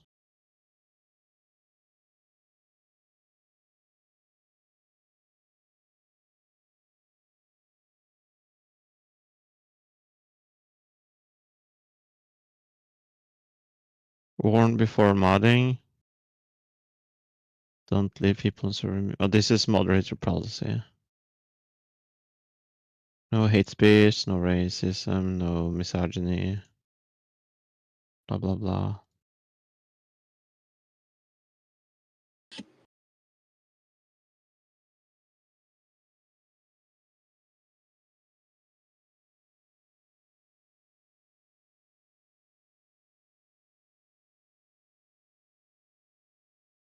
no not safe for work stuff, no pornography, no posting gore, no other stuff like that. I mean, I would say even if he didn't get a warning, he was breaking the rules. But I guess he didn't get a warning, so. I bet Omni added the gore stuff after that. But I think that we should give him another chance. That's pretty basic modding, that you don't post gore stuff. Well, then maybe, how about this? Maybe if the topic comes up again and we don't want to post like proof for our position, maybe we should just change the topic immediately instead of like It's making not, it go there. Yeah, I mean, it's not that hard to like talk about abortion without posting. But the problem is, like, if he's like, yeah, this is the nature of it, and PhD Tony's like, no, it's not, then he's like, okay, let me show you. I mean, I would want to do that too. I'd be like, okay, well, let me show you then, you know, if you're disagreeing. Anyway, I just think we should give another chance, you know? Yeah, what Riggs was saying is if you think that abortion is okay and you're so happy to go along with it, then why does seeing those pictures bother you so bad? That's what Riggs was trying to say that night. He was. So he that wanted was to his like make point. like an emotional argument, like by trying to like appealing to like disgust or something. I think that's something that Riggs probably would do. Seems like. Yeah. But it's not okay. It's against the rules, so I mean. If it's morally okay, It's not really hard. then why is it like so nasty to look at? Why are people so repulsed at There's it? a lot of It's okay. stuff that is nasty that can happen, right? Yeah, But a you can lot of still people talk don't like about to it. see. A lot of people don't like to see broken bones, like bones sticking out of your knee from somebody got in a motorcycle wreck. That don't mean there's anything bad about that other than it's painful. If there is something bad about it, that is sad. Well, I know it's sad. I'm not saying that. What I'm getting at is even though it's nothing controversial, it's ridiculous still because people sickening to giving look at birth is for some disgusting. people. It can be giving birth can be disgusting to look at. It's still something that is good that's happening. It's still not something you want to see, right? Like necessarily. Yeah, but you know, it's you still shouldn't do that stuff in public. and it like, doesn't matter. It says no, not safe for work stuff. It says so in the rules, and if you post it, it's your own fault. there should be a warning. They could be I would say they could give a warning to be nice, but they are not obligated to. So, do y'all think Omni should give him a warning and another chance? Yes or no? What do y'all think? I would say no. If he No. because he gave him a warning and he posted it anyway. It wasn't like, oh, he forgot what the rule was. It was he was told that it was breaking the rules and he did it anyway. That's different. Yeah, but that was just by PhD Tony. I'm not sure. There was probably another guy who said it also, right? I say it's Omnivore's channel. I mean, this is what when you ask me what do I think, to me, it's not my channel, so I don't really want to say what I think Omnivore should do and shouldn't do. I think I'll just not being say too anything nice, until he makes his decision. Yeah, I think being too like lenient just because they're flat earther giving like special treatment. They don't I mean, get any that's special bad. treatment. I'll tell you that. They would if they No, didn't they ban would him for that. Yes, they would. They would Flat disregard the earthers do not rule. get special treatment. They do not They get would give special. him. They get worse treatment around here, in my opinion. I mean, he broke the rule. That's it. I never post gore shit. If I did, I should get banned too. Okay, whatever. I just think It's not that hard, right? Just don't post gore shit. Then don't talk. Then let's just not. Discuss those types of things. I mean, he chose to engage with it. If you cannot engage with the topic without posting gore shit, then it's your fault, I would say. You have he's a grown man. Nobody is forcing him to stay here and talk about it. He chose that himself. I'm going to play devil's advocate a little bit here. I understand in Riggs' defense, though, he was really trying to make a point, and he couldn't really use any other image to make that point. And to him, that was a really important point. So I think that's one reason why he was so adamant about posting it. I still know why he got in trouble, but I'm just saying, I understand, I think, where he was coming from that night. Or I Thanks for understand being what was reasonable. going through his brain. I think what he was thinking when he was posting it, what he was wanting to get across to people. Yeah, I would say that too. If a Glober happened to do that and then got banned, I would also say unban him. You I know. would say no. It's like if you start to like lean back on the rules, I don't know, for whatever reason. I mean, I think you're getting like, oh, but what about him? He got back again. Why can't I go back? Why can't you let me in again? Like I think it's just gonna open a can of worm that we don't want to open. When you made the rule and the decision, the rules are there to be held, right? It's not there Then to if be like a guideline you might want to follow in case, I don't know.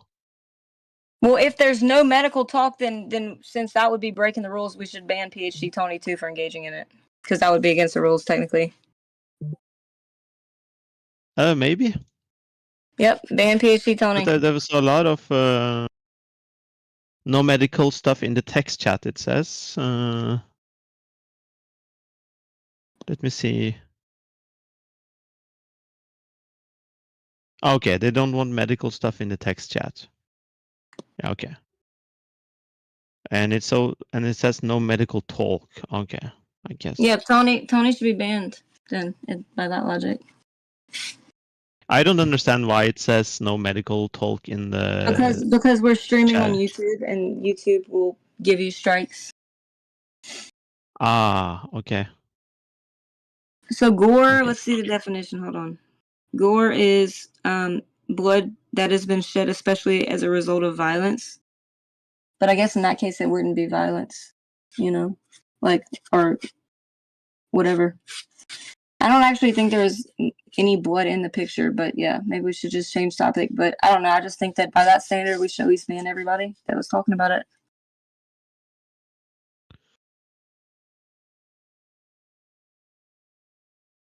That's a good point. Yeah. I mean, if you warned them and said switch topic and then people still talked about it, then I guess so. Yeah, we've already warned them. It's right there when you click on the space. No, I meant not that kind of warning, right? The warning that you said, where you explicitly tell him to not do something, and then he does it anyway. Not, it says so in the rules. That's the warning, because that already, for example, Riggs already had that, right? But the only person that warned him wasn't even a mod. You don't know that. Well, that's what I'm hearing about it. Unless there's otherwise, I think it's just Who said that? Riggs. Okay, so it's only Riggs who said that. Well, who said that it was a mod? The other guy in here. Well, I asked him which mod. He didn't know, so I mean, I wouldn't say it's good proof. Yeah, I thought there was, but I don't want to be 100% certain that it was a mod. So, but I'm pretty sure there was. But if I'm wrong, I might be wrong.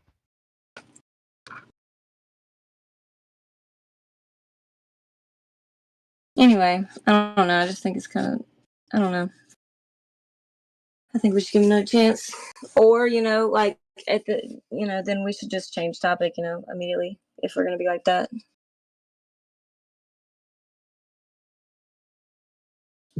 I'm just kind of curious how many other people are banned.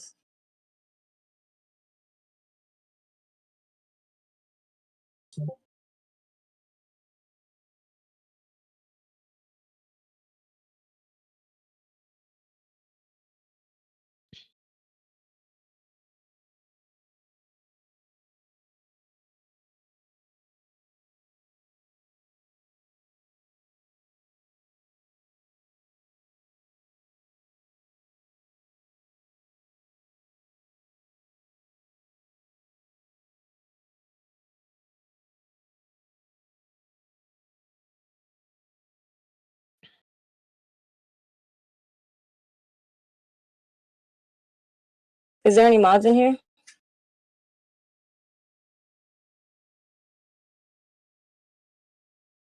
Like, do y'all know who banned Riggs?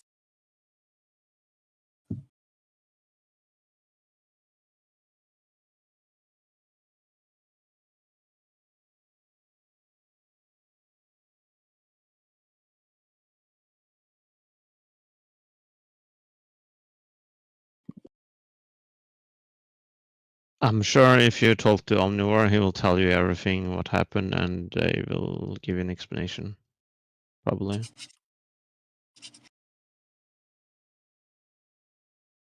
Isn't there like, if it's like a live stream, maybe you can look up the live stream, the recording.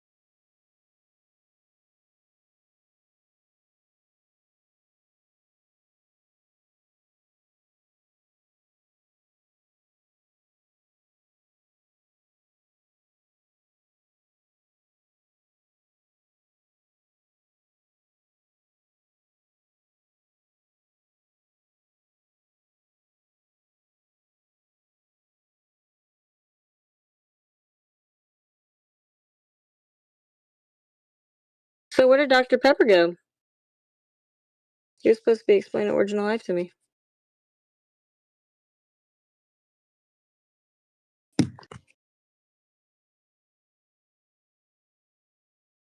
Is he an actual doctor? Does he have a doctorate?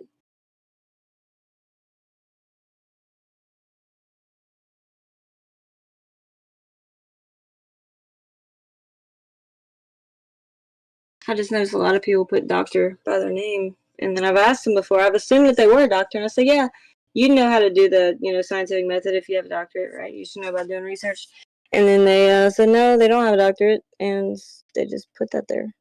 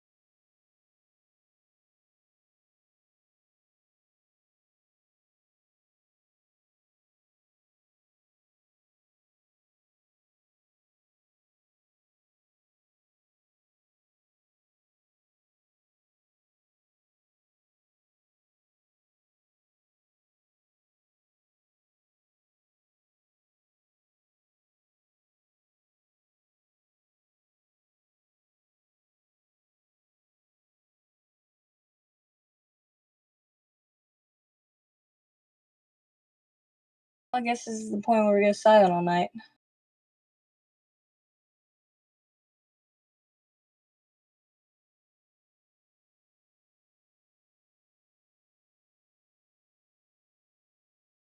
You think if a person with a doctor's degree in astrophysics that he will know the scientific method?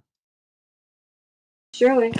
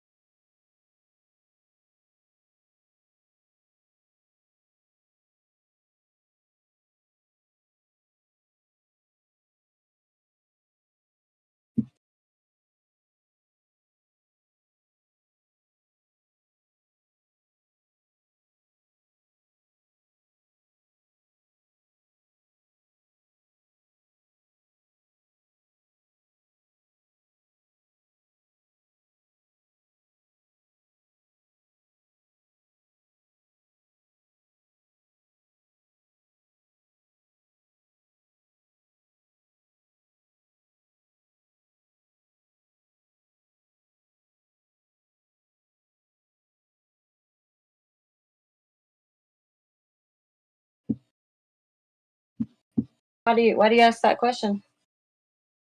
I was just wondering because I know that some people, I'm not sure what your stance is on it, but some people say that if you do like astronomy, you're not like following any method, so it's not science.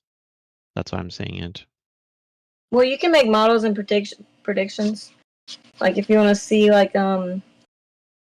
if this amount of like the mass for the Higgs boson, if that would fix the problems like with the galaxies that we had to invoke dark matter for, then you could put that into your calculations and like see if it would work or make like a model and simulation. Like you should have some validity to say like, yes, this model is correct. Yeah. I'm They do, like, talking computer more in the modeling. sense of like when you do, for example, when you are like hypothesizing a path of like a asteroid or something, you are not like doing that in a controlled environment. You are you're observing it, right?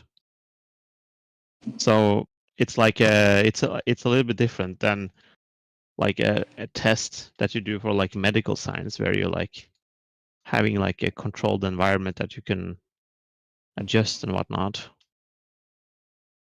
Well, you can't control for everything, but like in especially not in a medical setting with human subjects. But like, yeah, so like if maybe if they were saying, is this the path of the comet? Maybe they can make a prediction and say that on this night we should see it here, and then see if they do or not. Something like that. I don't know. There's ways to test different theories, but I don't know if that would be like thesis or dissertation worthy to like say here's the path of a comet. I mean, it might be. I don't see how that would be, but you never know these days.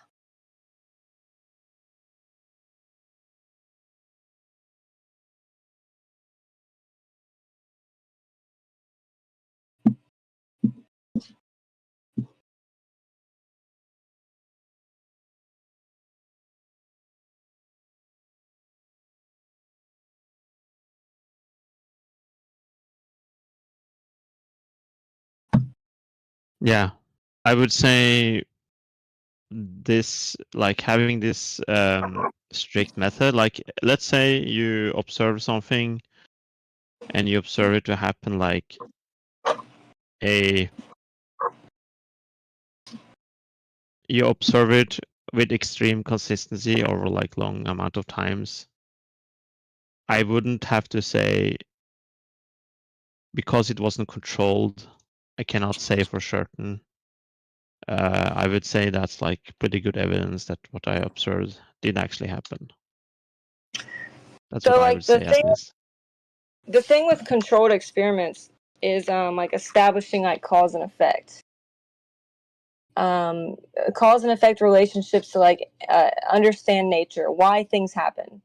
You know, if you're gonna suppose that this particular cause is what, you know, led to this effect, then you would need to like do a controlled environment to say, yes, we can say that this cause leads to this effect. That, you know, like with the curvature of the earth, like that the boat's disappearing bottom up, it's actually from the curve of the earth, not from any other variables like refraction or anything else like that. So you would need to, you know, do the scientific method to like establish cause and effect relationship.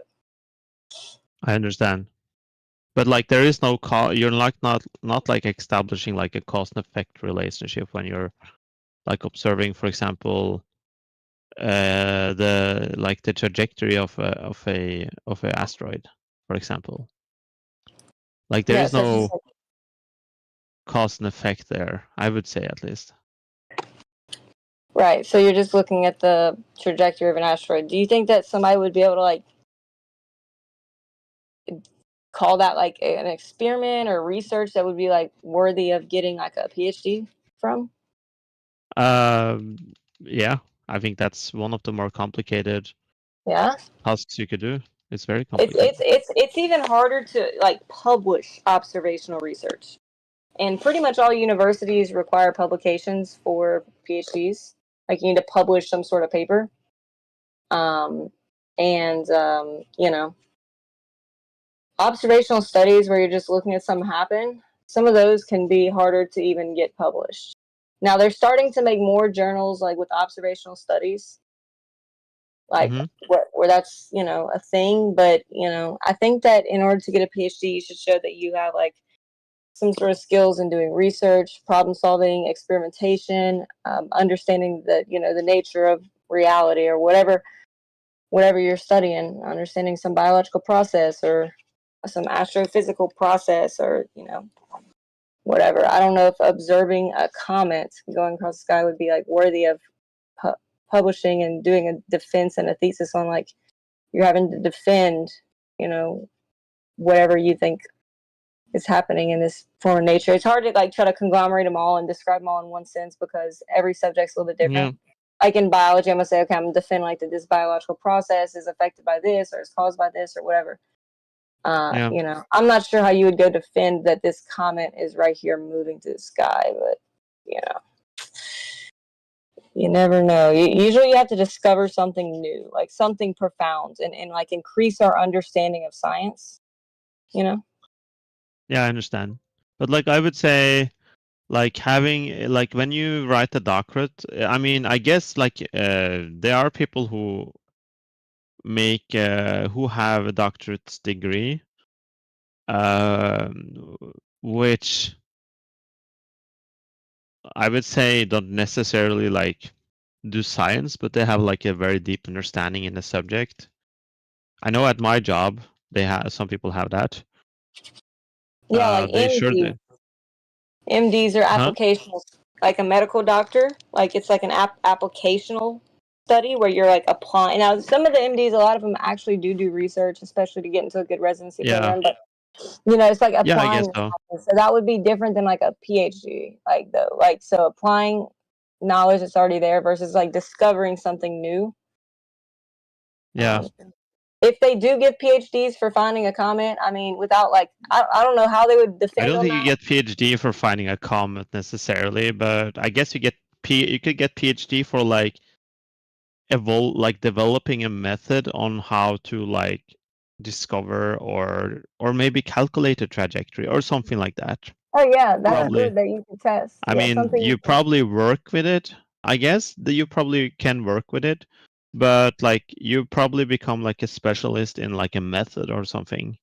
Yeah, finding new methods, and you'd have to Yeah. show that that method is effective. Like you'd have to do experiments to show, or like studies, whether it be like a modeling system or whatever. Like you'd have to show that your method is more effective than the previous one, and that would require like usually some sort of statistics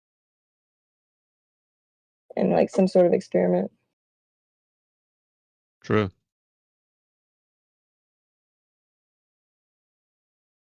And they even say that, you know, observational studies could follow the scientific method in some sense. Like somebody was telling about the history, like how like you can use a scientific method to like historically analyze things by like comparing it to other historical documents and making predictions and testing them and stuff like that. Yeah. Now, the purpose of a controlled experiment, like I said, is to control different variables so you can establish cause and effect. Why is this happening? Yeah, but I would say it's not. It's still science if you're not like, because you're learning something, right? Even if you don't establish like a cause and effect, there is something that is complicated that you might have to learn. Like I think like using astronomy is like a good example, because that's like a study which you can't control because it's in space and we can't control that. It's no control environment. You can only observe it from like far away. So we just use like observations and geometry and whatnot to calculate the whatever is going on up there. But you still do modeling systems, even mathematical models. You make there is like math in it. Of course, there is of course math in it. But like I'm just saying, like there is like how do you say? It's still like a form of science, not like there is like I think that's like it could potentially be like a gray area, but I think I would say that's like such a complicated thing to find out about nature that I would definitely say that's like a form of science. Yeah, I mean, but you just have to think about the purpose of a PhD is like, you know, somebody like who's advancing our knowledge scientifically, you know, the nature of reality, and who can, you know, adequately perform tests and defend that they've, you know, discovered something new. I don't know. I'm just saying that I think anybody who is going to get a PhD is going to probably do a little bit more than just observing something. Because I could just go take a swab on a doorknob and say, hey, here's the bacteria on this doorknob, and here's the concentrations of them, and, you know, voila, you know. But how am I showing that I can apply, you know, my knowledge and problem solving skills to like solve issues and understand the nature of reality? Like getting a PhD just it means something more than just being able to observe. You need to, you know. Advance our I know. understanding. I think like what they do in when they make I have friends who have a PhD. I know he spent like a lot of time trying to, like he was gonna write he was writing a paper, basically like an article, but I think he had to write have 4 articles published. That was like his job. Do you remember what he was publishing them on? Like what was his research on? It was like a kind of like a method of it was like a method of like creating like a layer inside pipes, and then he used, you could apply electricity to it to kind of like you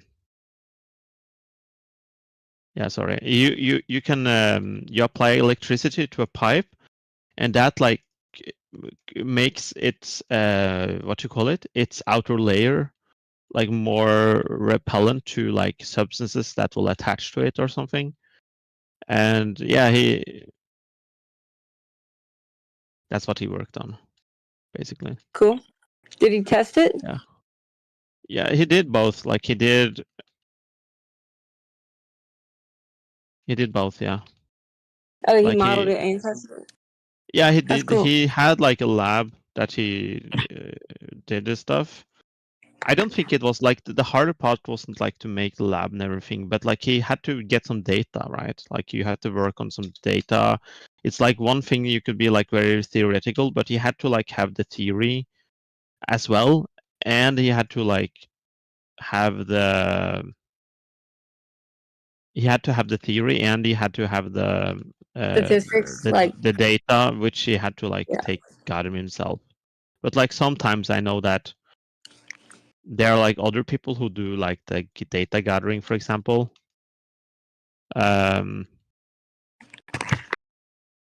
And it's not like their job, and you only do the theoretical part, or maybe somebody else do like the practical part, if you want to call it that. Mhm. But it was like very heavy, and it's like the thing that they have to produce. It's very like it's very not very easy to do. I know you have to do so many different like experiments and tests, and you have to like really make some sort of like advancement. Like, and you can't just do one little study and get like a PhD. Like, you have to do multiple different experiments and show that you have like multiple different like skills in research and can find new things. It's really crazy. Yeah.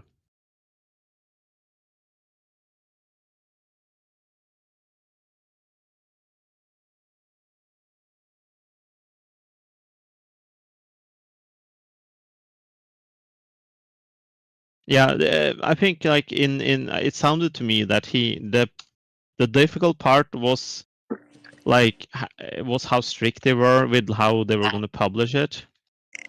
That was like the hardest part, because he had to like publish a lot of things, and they were like very strict with the method, like what kind of structure the paper had, and like all that kind of stuff. Mm-hmm.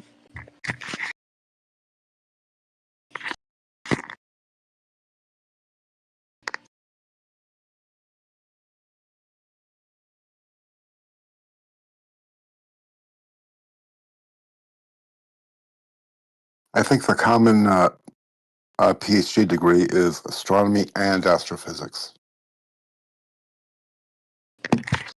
So, like, For what? astronomy and astrophysics. I think they come hand in hand. Like, and with astrophysics, that pretty much opens up a world of minutia that you can explore and do a thesis on. Yeah.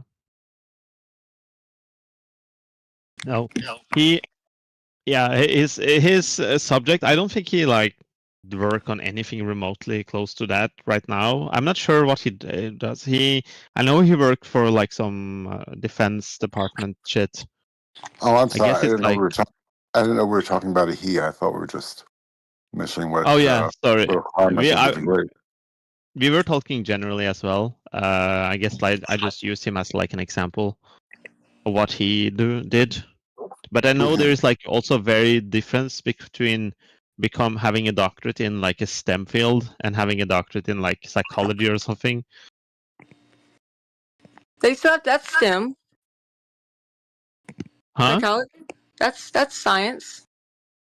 Are you They do sure? I'm not psychology sure. studies. That's not STEM field, right? That's STEM field is like certain things. I don't remember the list. More Yeah, but they do psychological studies on people. Like there was one experiment. Remember the experiment they got people to shock people to see if they would go along with the crowd or whatever? That was like an experiment for psychology.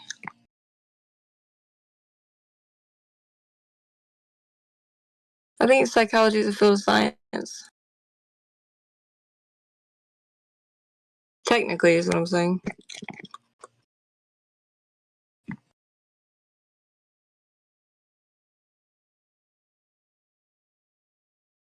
Let me look up. I thought let me see. STEM fields, science, technology, engineering, and mathematics. That's like.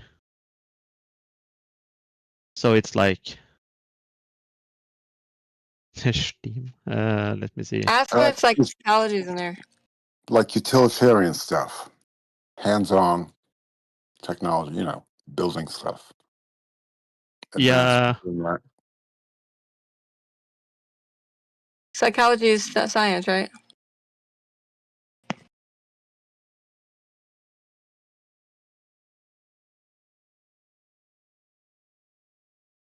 Because like I'm quite sure like in the field psychology is like considered one of the more softer of the science fields. Mm-hmm. Like they have consistently have problems like proving like theories. Like it's hard to like create, like as you said like earlier, create cause and effect relationship in psychology is very difficult. It's consistently they have had issues where they have proven to have cause and effect relationship with like strong correlation, and then another study just completely disprove it, and it's like I think they have called it like a crisis a little bit because it's very hard to prove things. Yeah, I agree. But I'm gonna see here. Stanfield. It doesn't like giving me a list. It just says science technology. Okay. Okay. I'll just ask. Is psychology STEM?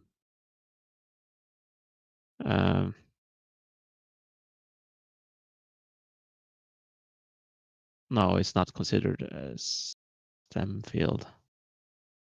Okay. What are the different fields of science?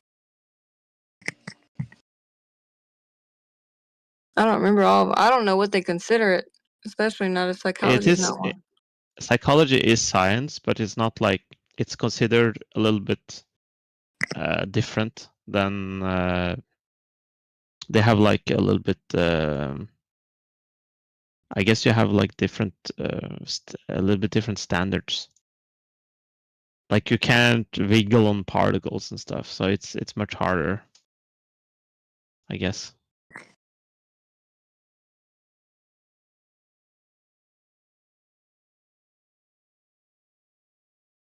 It's generally considered social science. Oh, yeah, that's right.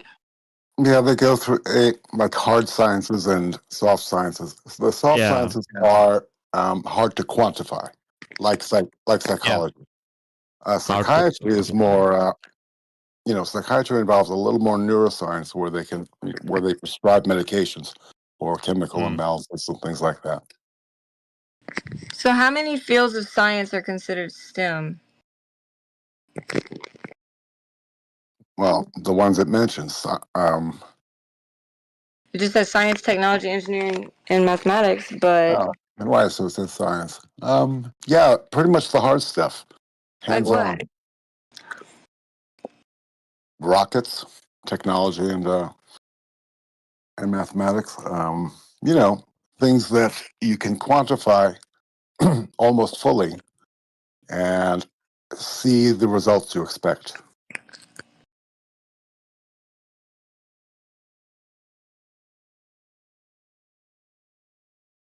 Hey, to the person who was looking up the psychology thing, can you ask it? I'm just curious. How many fields of science are STEM? Like, what are they? Could ask ChatGPT. It's sad. I would. It's sad that I'm so afraid of letting ChatGPT decide this for me, but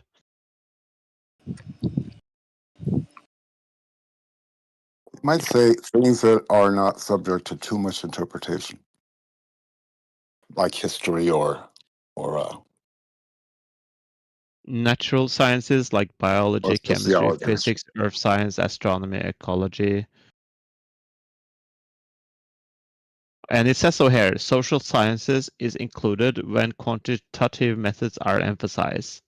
And then they list up psychology, economics, sociology, quantitative, anthropology. and Okay. technology. It's like so I guess they are, maybe it could be considered STEM, but like I don't know.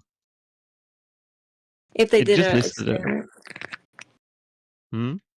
If they did an experiment, maybe. I guess if they have like a extremely large population of people where they can do like a broad, maybe you have like enough data to say something, maybe. I'm not sure. Like there is like a lot of weird shit in psychology. I have heard of like a psychologist saying like, oh, like stuff working for depression, you could eat like eggs and shit. And it's like, I'm immediately very skeptical.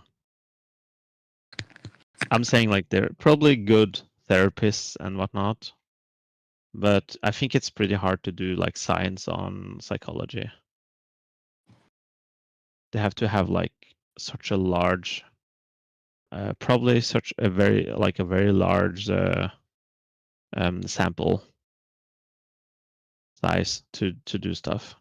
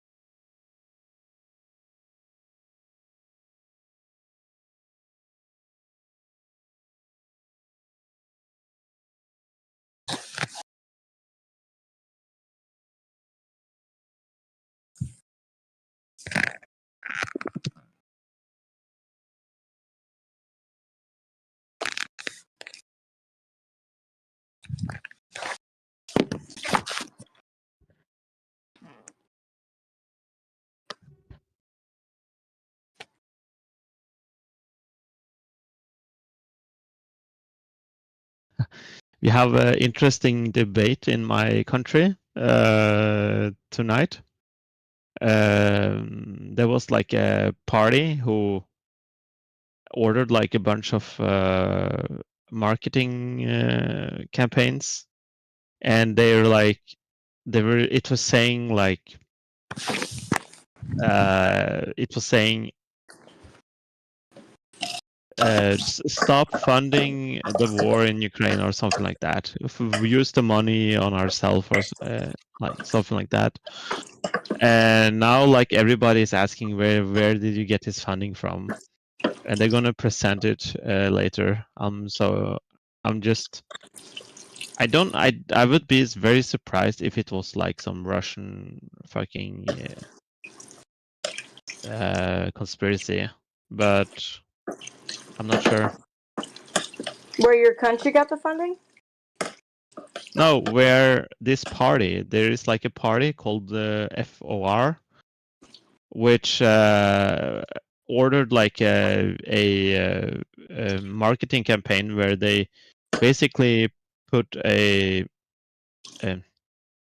they put what you call posters everywhere where it said like stop supporting Ukraine with money or something like that. Yeah. And you're wondering who funded that?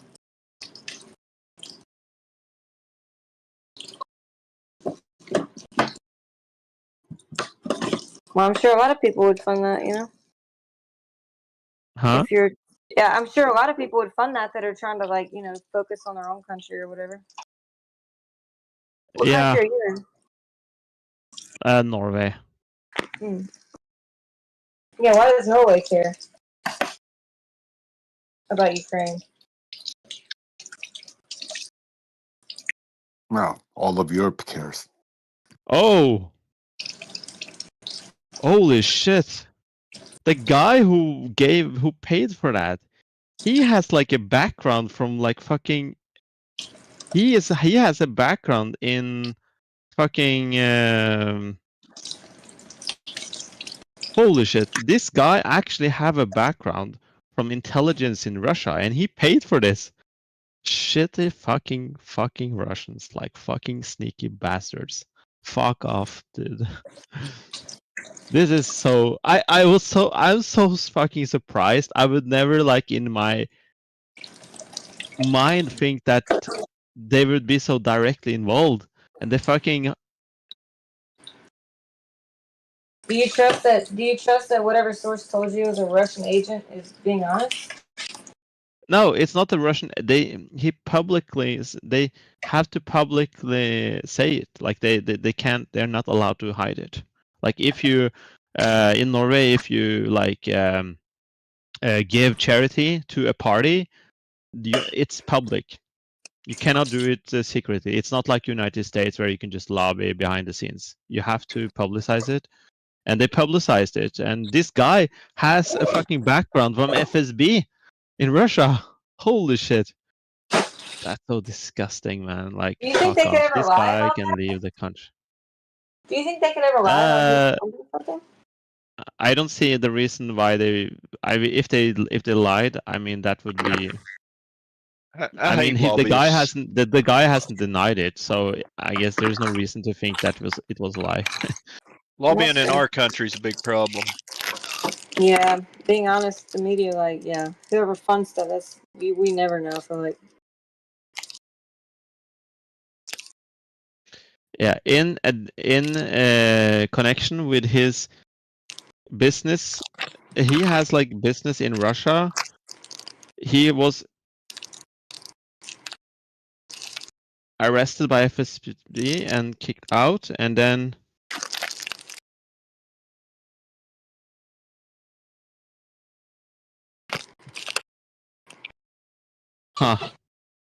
so he has had. That's so funny. This guy who wants to who funded this, he has had connection with the Russian FSB.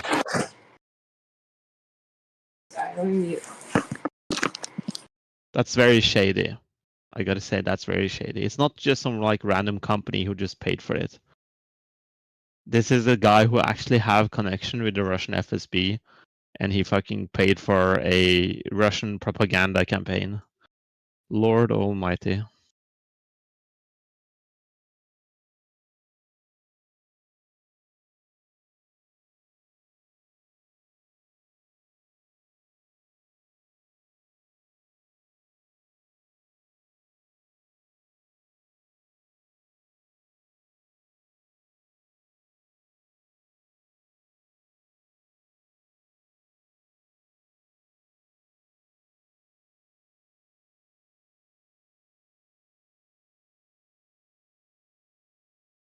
Oh.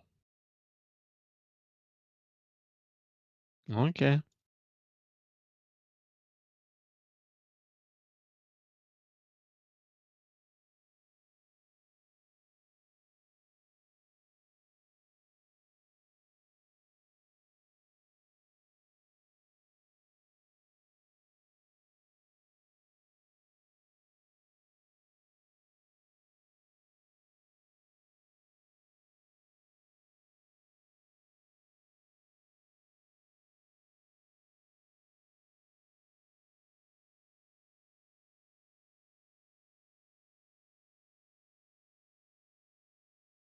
I mean, do you really care about like politics?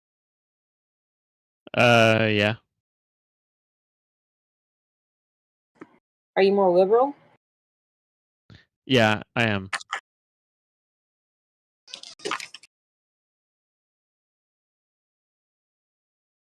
I think political, ethics and politics is very interesting.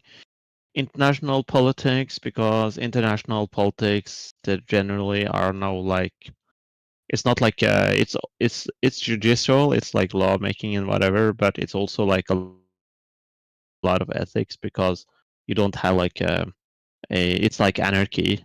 So I think it's like an interesting how things play out there. It's like a lot of optics, a lot of rhetoric, a lot of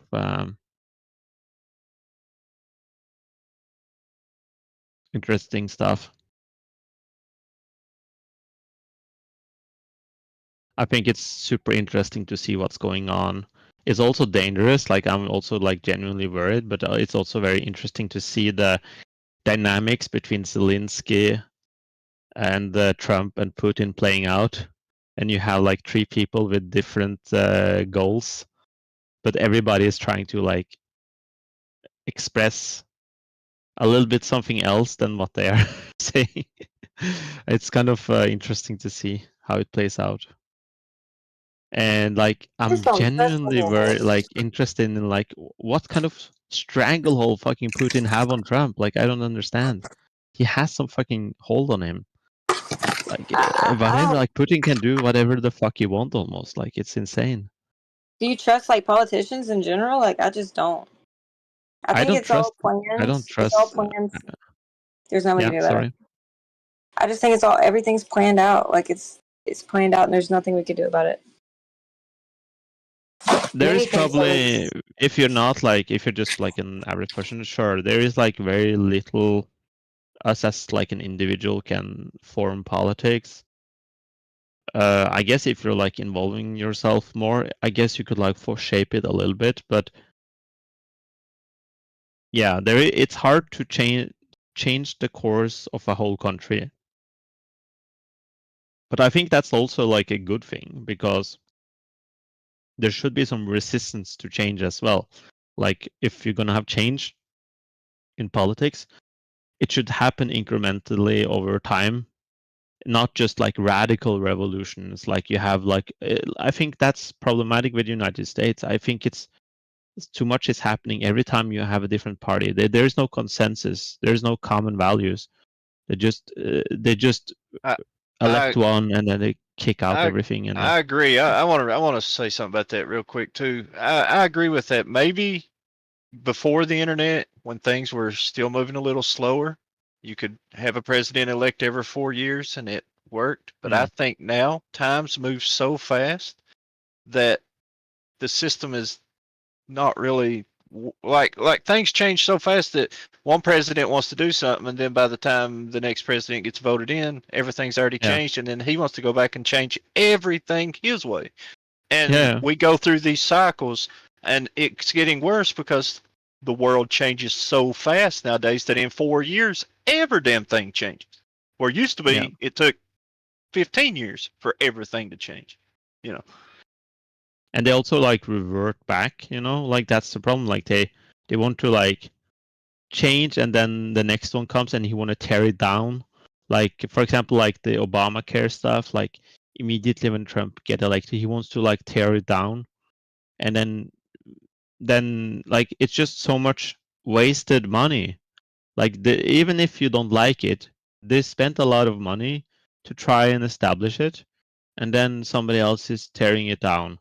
God, you have no idea. They spend so much money spent in this country under the table and over the table that everybody on earth could live like a king for the rest of their life at the stupid amounts of money this country has wasted. Yeah.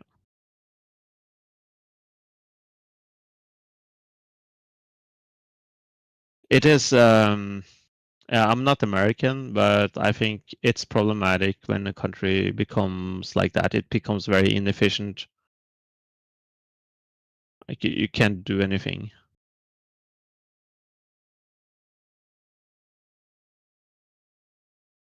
Yeah, I really love my country, but it's in a really bad situation, really bad place right now. Yeah.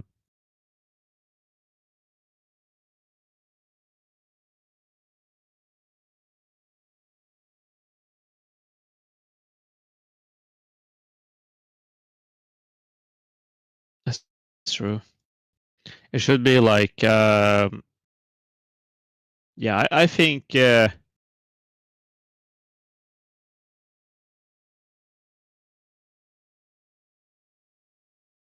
like one example could be like the Israel-Palestine stuff. And there's like consensus on that, but everybody disagree with it. Like, or many people disagree with it. And still like nobody can like there is no alternative. to vote on a president who is like against Israel, for example. There, it doesn't exist because there is no options. You have two options. I've talked to many libertarians, and they literally, some people, they think that it's like a system where it's like it's working, like you can vote on whoever you want to. And I'm saying like, yeah, but like really, can you really vote on anybody else? Like, sure you can, but the problem is that like people for the most part live on a spectrum of politics, of things that they kind of believe and things that they values they hold, and you kind of are either on like the left or the right side of the spectrum in American politics. Right. But you maybe want to vote on a libertarian, but if you vote on a libertarian which is on that side, you are actually giving a vote to the other side. That's the problem, because they're not accumulated.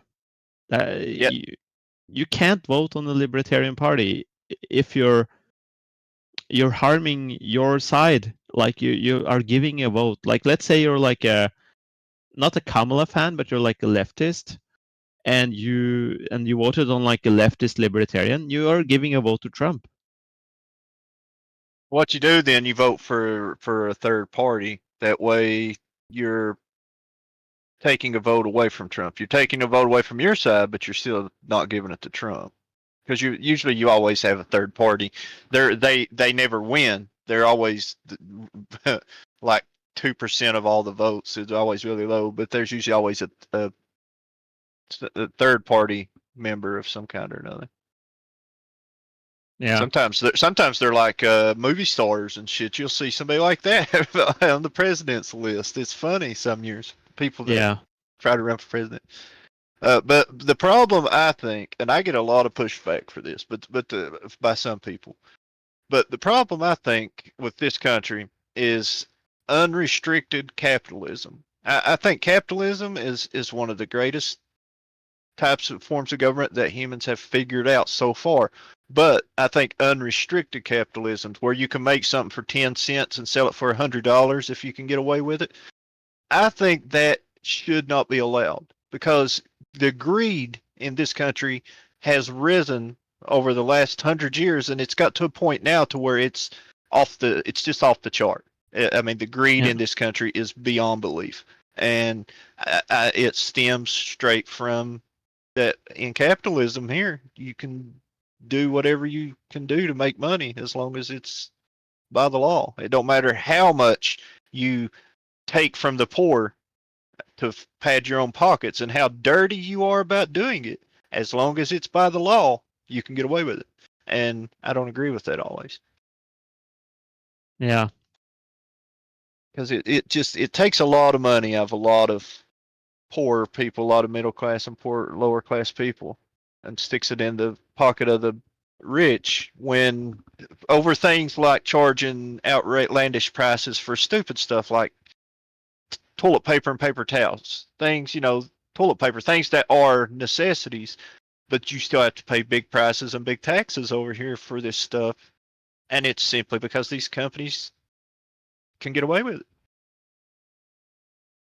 And it's greed. That's all it is.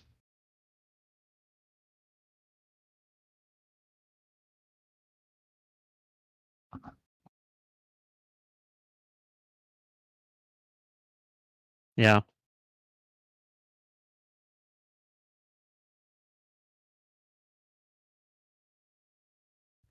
I get pushback from people on that, though, a lot of times, because people say that that's what capitalism's supposed to be. You're supposed to be able to make as much money as you can legally make if that's what you want to do. But I think that there are certain predatorial practices that are allowed in America that should be absolutely made illegal. But they're allowed because they make so much money for certain people. That's why they're allowed. Just like these check exchanges that they got in some states here, where you can take a check from your bank, write it, even if you have no money in your bank account. You can have $0, but they will let you write a check, and they'll give you up to $500 early, and then you pay that back on your paycheck. What happens, though, is people don't have enough money to pay it back. So they come in, they pay the $600 charge, and then they take back out 500 again. And they do this over and over and over at several different check exchanges, which means every paycheck they're just giving away $400 or $500 because they're trapped in these check exchange cycles that these companies are allowed to do. And once people get trapped in them, especially people on Social Security and fixed income, it's almost a death sentence. It's like they cannot get out from under it, and it has bankrupted thousands of people here in America, probably tens of thousands of people here in America, probably more than that. But it's just predatory practices that is allowed by these loan companies.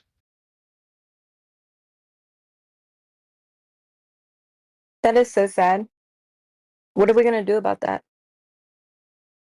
They shouldn't even be allowed to give loans like that then. I don't know.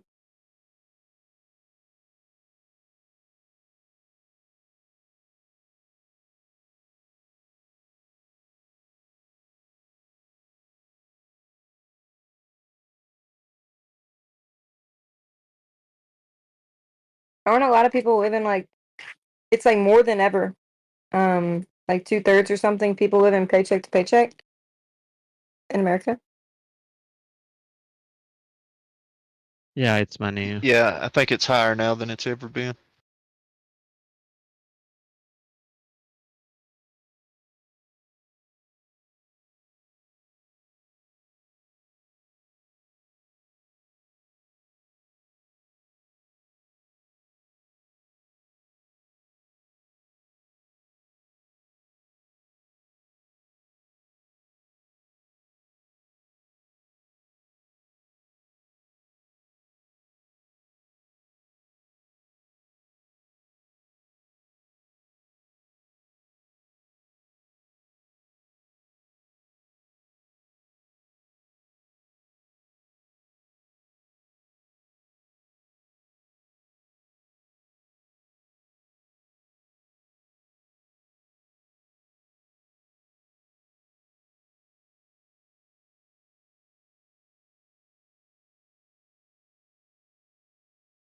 Oh, you mean like predatory loan sharks?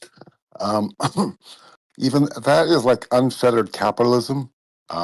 The borrowers sign on to this, and the assumption is that they've gone over the fine print, which usually they don't. They just jump on it. What the government can do is make that fine print writ large, like right up front in your face. Yeah, this is the interest rate you're paying. This is what is expected of you, and it's outrageous. So also, I think states put a cap on the interest rates you can charge. What else? There's also targeting of certain demographics that the government could do something about.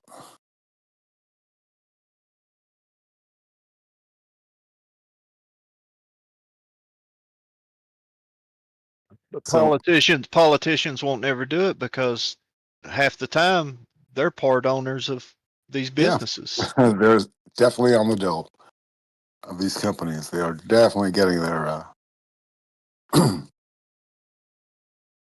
campaign funds for the euphemism.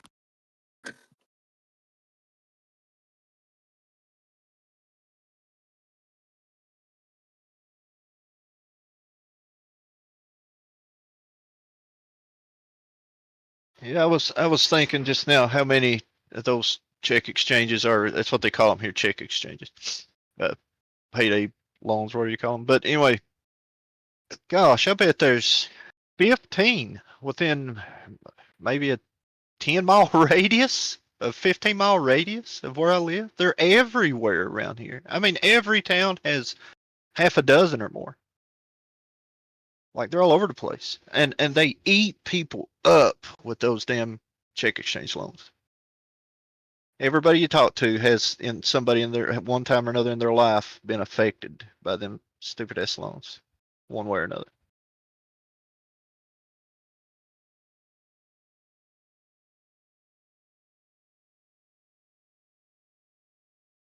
True that. $500 turns into $5,000 practically overnight.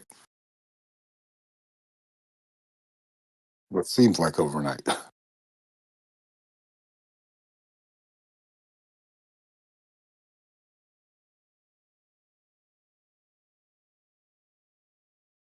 They make how they do it here. They'll loan you up to $500 per check. Usually, they only take one check each, and they tell you you're not allowed to go to another check exchange business, but everybody does because there's no checks on it. And obviously, nobody's going to stop it because it makes everybody money. But you can get up to 500, but then when you go back, you have to pay them. Some of them is 600, some of them is 650. That's what you have to give them back for the 500 they gave you. And you do it like if you get paid every week, then you're paying that every single week. You're giving them 100 to 150 bucks if you're constantly rewriting that check and you're not lowering it each time. So if you write it for 500 every time because you can't afford to give up a big chunk of your paycheck, then because your car tore up and you had to have money, so you got a payday loan. Now you can't afford to pay it back. So now every payday you have to go in and reach them money just for no reason other than just so they can give you a little bit of money back so you can walk back out the door and come back in next paycheck and do the same thing over again. That's what a lot of people do because a lot of people won't try to pay it off. They get stuck in that cycle and they'll have like 6 check exchanges. They'll owe 100 to each one and they have to go from one to one to one every paycheck and pay and give all that money away, and they're giving away like $400 or $500 a paycheck, just basically throwing it away to those people. Over and the people that they try to hook are people on Social Security and fixed income, because once they get those people hooked, they're older and they know they usually will never come out from under it, or for a long time anyway. Yeah, exactly. They're a step ahead. They know that if you need $500, you do not have the means to pay it back right away, or on the terms they think they're getting. And the people doing the borrowing look at it as free money, but kicking the can down the road, in perpetuity.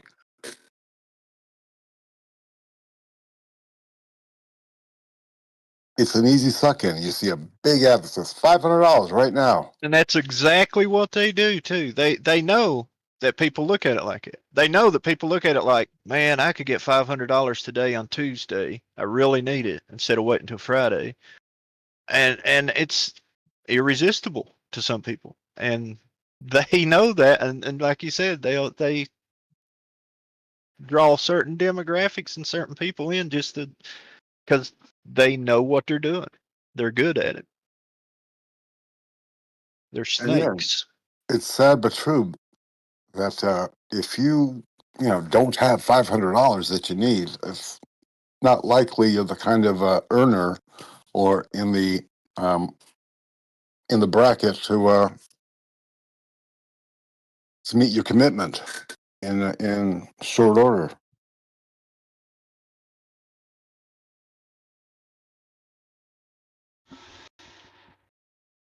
Yeah, I've met a lot of people that has said that they've garnished their paycheck because people just refuse to pay after a while or for whatever reason, and then they get took to court. Those companies take people to court and garnish their paychecks and shit. So I got hung up in one time. It sounds like their business model. Yeah, I got hung up in one time, and then I got out of it, and I've never went back to one. I give them I paid them. It took me about 3 weeks to get mine paid off, and I just felt like I was just throwing money away, all 3 payments, and I was like, nope, I'll never go back to one of those. But some people do. And yeah, I'd say that is their business model. Basically, suck people till they're dry, and then when they can't pay and they refuse to pay, then you take them to court, and the court makes them garnishes their paycheck, and you still get your money. You're not out anything. Yeah, if their legal department is bigger than their loan department.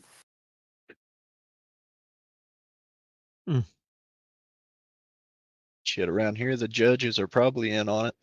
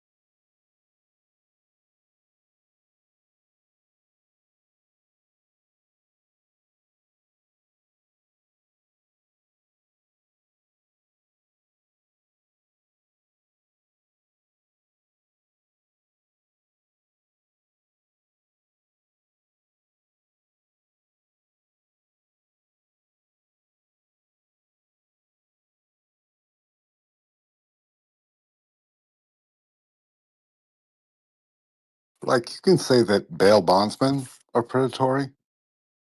They prey on very vulnerable people, arrested. Gotta wait till Monday to see the judge. The judge says $20,000 bail. If you don't have $20,000, bail bondsman will foot the bill for you, and you're desperate to get out. So you just sign. But then again, you think, well, that's bail bondsman's job to make sure you meet your court appearance and get exonerated and not have to pay a bill or something like that.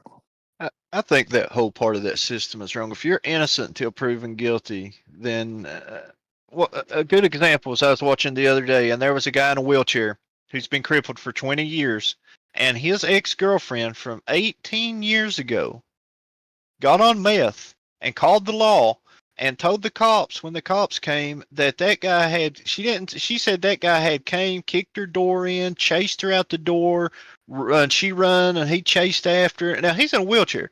She said that he chased after everything. Well, that cop, he was a detective.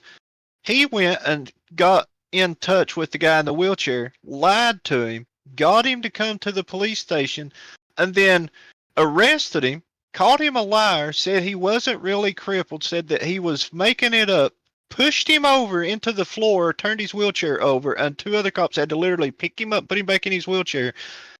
One of the cops went to the, and I'll post a video here when I get done telling you, one of the cops went to the chief and said, Chief, this guy, there's been a mistake. This guy did not do what that woman said he did. He's crippled. The chief said he don't care, said arrest him anyway.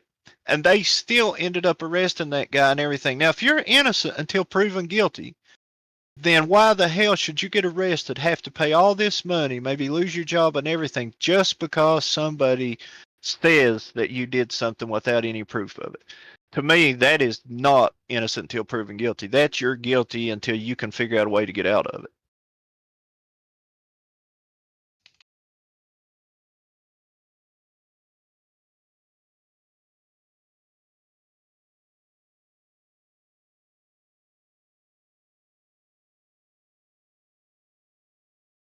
Definitely sounds fucked up.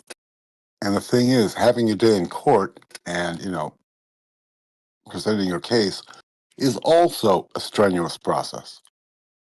It's not like, oh, lucky me, I get my day in court. That's a long ass, arduous, piece of bullshit.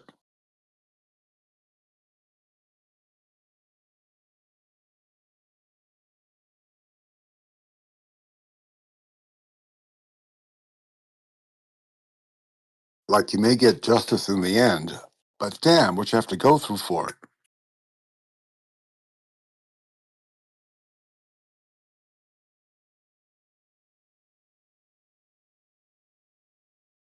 There we go. I posted it in the chat there, that video. It's a good video. It's about 20 minutes long. I mean, it's something you'd have to watch, but it's a good video. I like that guy that makes the video. He's a lawyer, and he makes a lot of these civil rights videos like this.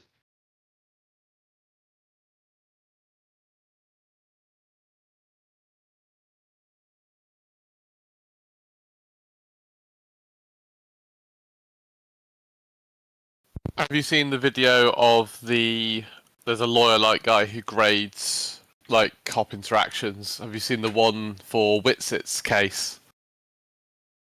Oh, no, I haven't. I've watched some ones like you're talking about.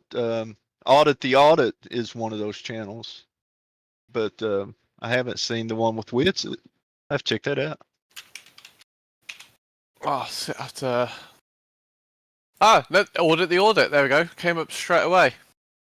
Scientist, quotes, gets arrested at Mount Rushmore as crowd cheers. And he goes through like the cop interactions, if anything the cops said were like to the law or not, if they flexed the law a little bit, which they did in one or two cases, but more about like, if you don't do this, we'll do this. It's like, actually, you kind of can't do directly that, but they can do to the effect of it, sort of thing. Well, That's a perfect video for me to post into my Flat Earth channel on my server. I don't know if I watched it, but I think I heard about it. But isn't the crux of the matter the boombox, the amplified sound? You can't use microphones and amps.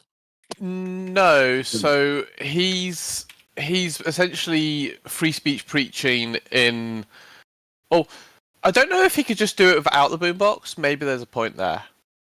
But in the setup that he wanted, if he had literally gone like in this view of the thumbnail, if he had gone forward and like down the stairs, but in front of Rushmore, there's a area where you can free speech. There's also 2 more on the entire site. If he'd gone there, he would have been fine. But not even need a permit. Which is what he was told. Like, you can't do this here. But he'd just taken the time to look at where he can go.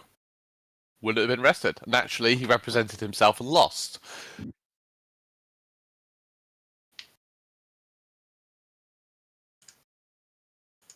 Yeah, I'm pretty sure I thought it was using an amplification device. I mean, if being an asshole it makes you liable, he's got that in spades. Yeah, you might be right there. It might be that because he was using a boombox and such, that it was more significant than, if you're just having your opinion in the corner, everyone can hear you, essentially. I think even using the free speech space does not allow. Really? Yeah, you need a permit for that, I think. Well, he double derps then, didn't he? On the note of that paraplegic, Cole, like, does he have any function over his legs at all? No, he from the 3rd rib down, he was shot in the back from like and from the 3rd rib from the top down, it has no control or no function, and that's what he told that cop. That cop said, "Well, how are you just sitting there if you can't control your body?" And he said, "As long as I'm sitting perfectly straight up, I'm balanced, and I can keep my hands on my armchairs." He said, "But when you pushed me," he said, "once you tilted me over so far, I couldn't come back." He said, "I have no control from the 3rd rib down." And he said that once you tilted me over, I was hitting the floor. There was no way for me to stop myself. And that cop wouldn't believe. That cop don't believe him in the video. A cop just blatantly calls him a liar. Yeah, your cops don't get enough training. They're just fucking children with a fucking brochure and a gun.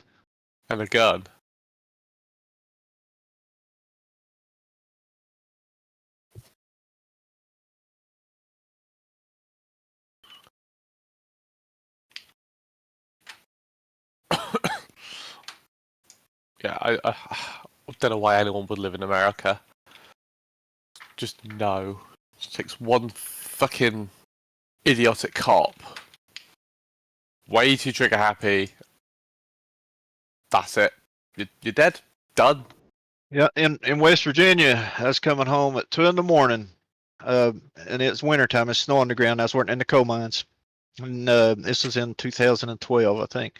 But I was coming home, and right before I pulled into my driveway, a cop pulled out from wherever he was sitting at and turned his lights on. I wasn't speeding. I wasn't doing anything. It's just 2:30 in the morning. I was trying to get home from work. It's in coming through a neighborhood. Well, he puts his lights on, and I'm literally 200 foot from my driveway. So I just roll on up, pull in my driveway. He gets out, pulls his gun, and points it at me, and I'm not making this up.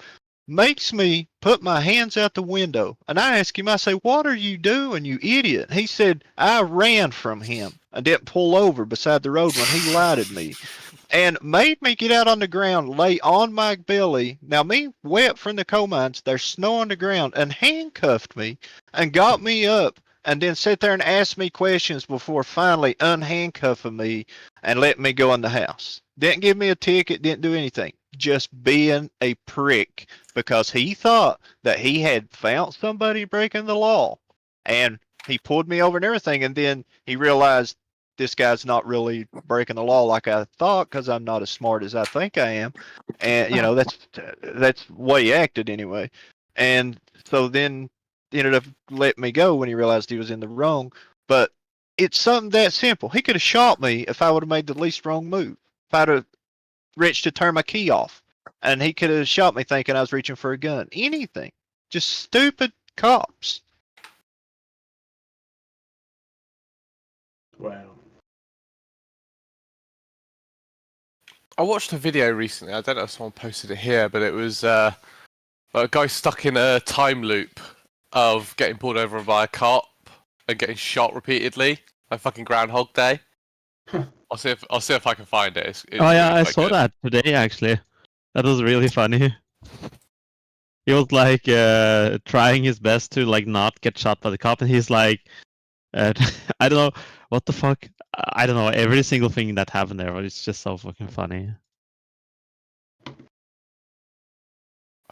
What would it be? What would it be? Bless them, they do try. I got followed by a cop years ago. This is when I still lived at home on the farm. And I didn't drink at any of the pubs in the village, so I drank the next village over. So I had to drive to get there. So I was on Diet Coke all night, Diet Coke playing pool. I'd give me mates a lift home, and this copper had followed me all the way back home. And to begin with, I saw the lights behind me. I thought, well, that's a truck. What's my brother doing? I mean, he don't live here anymore. Of course, I realised it was Plod, and he pulled up alongside, and I thought, hello, here we go. He's going to be disappointed. The only time I've ever been breathalyzed. And he said, when's the last time you had a drink? I was like, alcohol? Fuck knows, I can't remember. Months ago. Oh, yeah, that came up green, and I just said, yeah, I told you you're wasting your fucking time. Now piss off. Just fucking really. I'm Diet Coke all night, mate. You know, you ain't getting anything out of me. Silly little. He was obviously bored, and he'd watch me pull out the pub car park, drive all the way up the other end of this particular village, drop me mates off, come all the way back, drive home. He'd followed me all the way. I thought, yeah, he's been down the pub all night. I'll have him. Yeah, fuck off. The thing is it in that sort of situation, they don't even have any probable cause. Other than you leaving an establishment, they don't have anything.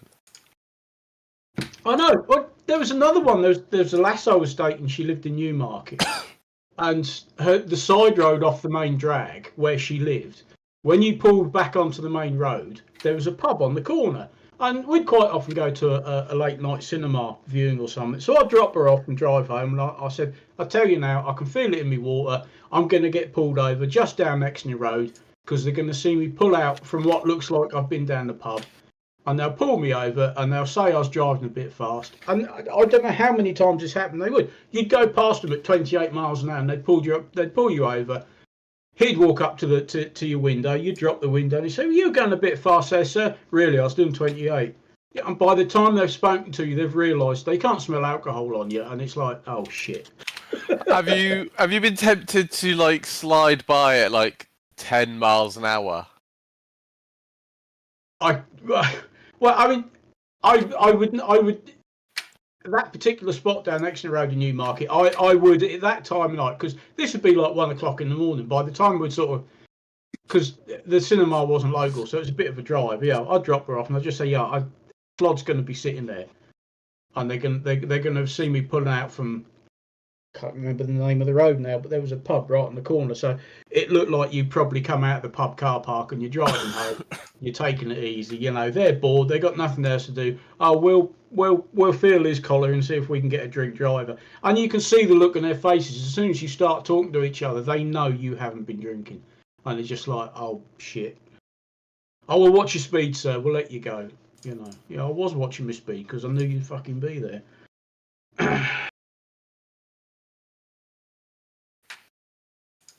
Yeah, I don't know how many times that happened. Hey, Cole, you still there?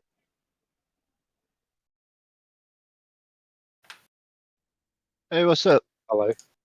Oh, that cop that pulled you up at 2:30 in the morning that night. What did he say the reason was for even trying to pull you up in the first place? He said they were looking for a person, a guy that they were looking. I guess somebody had robbed somebody. Somebody done something. They were looking for him, And I said, well, is he driving a blue Toyota pickup truck? And they said, no, that wasn't the description of vehicle. And I said, well, then why the F did you pull me over? But that's what he told me. He said that they were looking for someone else.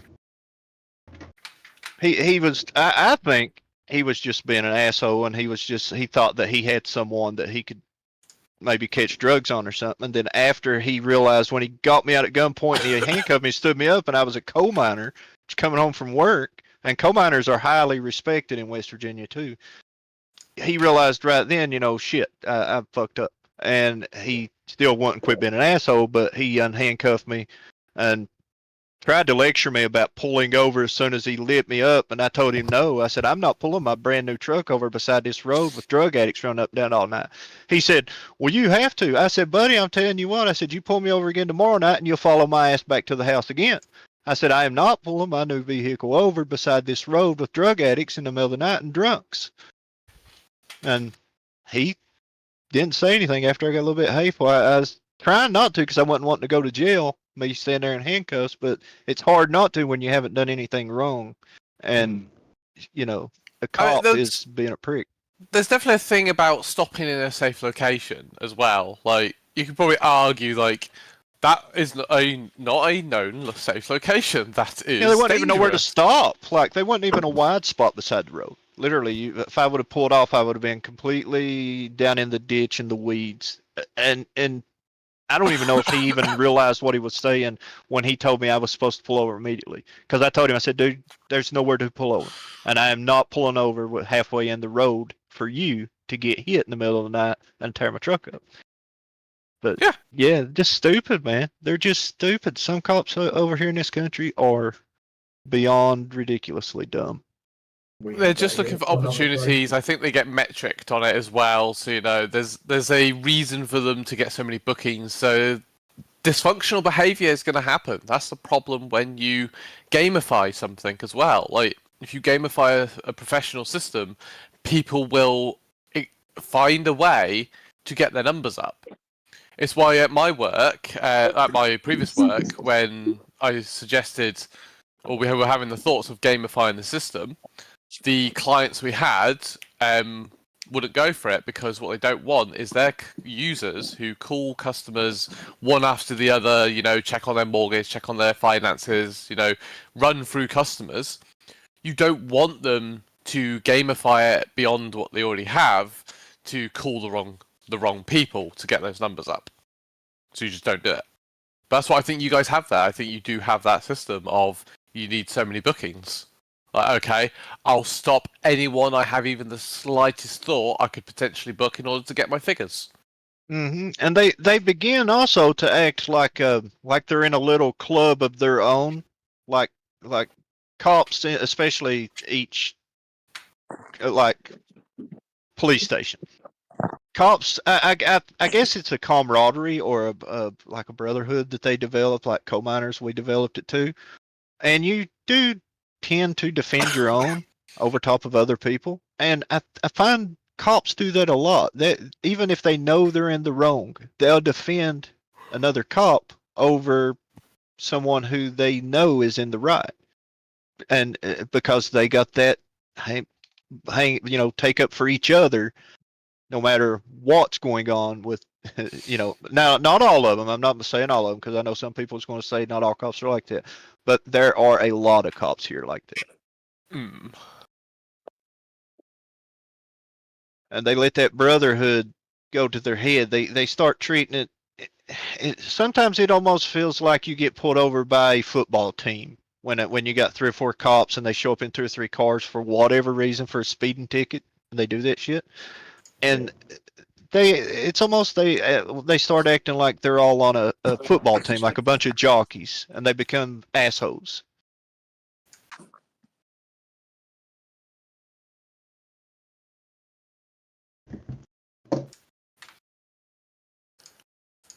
Yeah, you get that in all sorts of places. As soon as there's a little circle, it gets clicky, it gets catty, it gets exclusionary.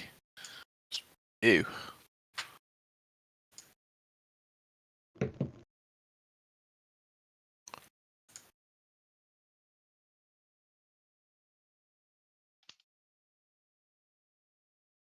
Yeah, and I'm definitely not against the cops because you got to have the law if you want to have a live peacefully. You know, cops are vitally important. You have to have them, but I do think that here in America they need to overhaul their training. I think that they, like you said a while ago, their training really needs. It's what, 2 weeks or something? It's really pathetically short. It's shorter than my probation at a new job for them to work out if I'm good at it, for fuck's sake. And I work on a computer. Yeah, because that's usually something like 3 months, isn't it? 6. Or 6, depending, yeah. Yeah. A company will go through all the things that they have to pay for to get me on the books, to try and to train me, to expose me to their systems, their data, their everything, and take 6 months to decide if I'm worth keeping around. And your fucking country will give freaking jocks a gun and barely an amount of training to just end up resulting in just stopping whoever they want and pulling the trigger on whoever they are scared of. Ridiculous. Yeah, and then they're covered with immunity after they do it. Yeah, they get fuck all punishment.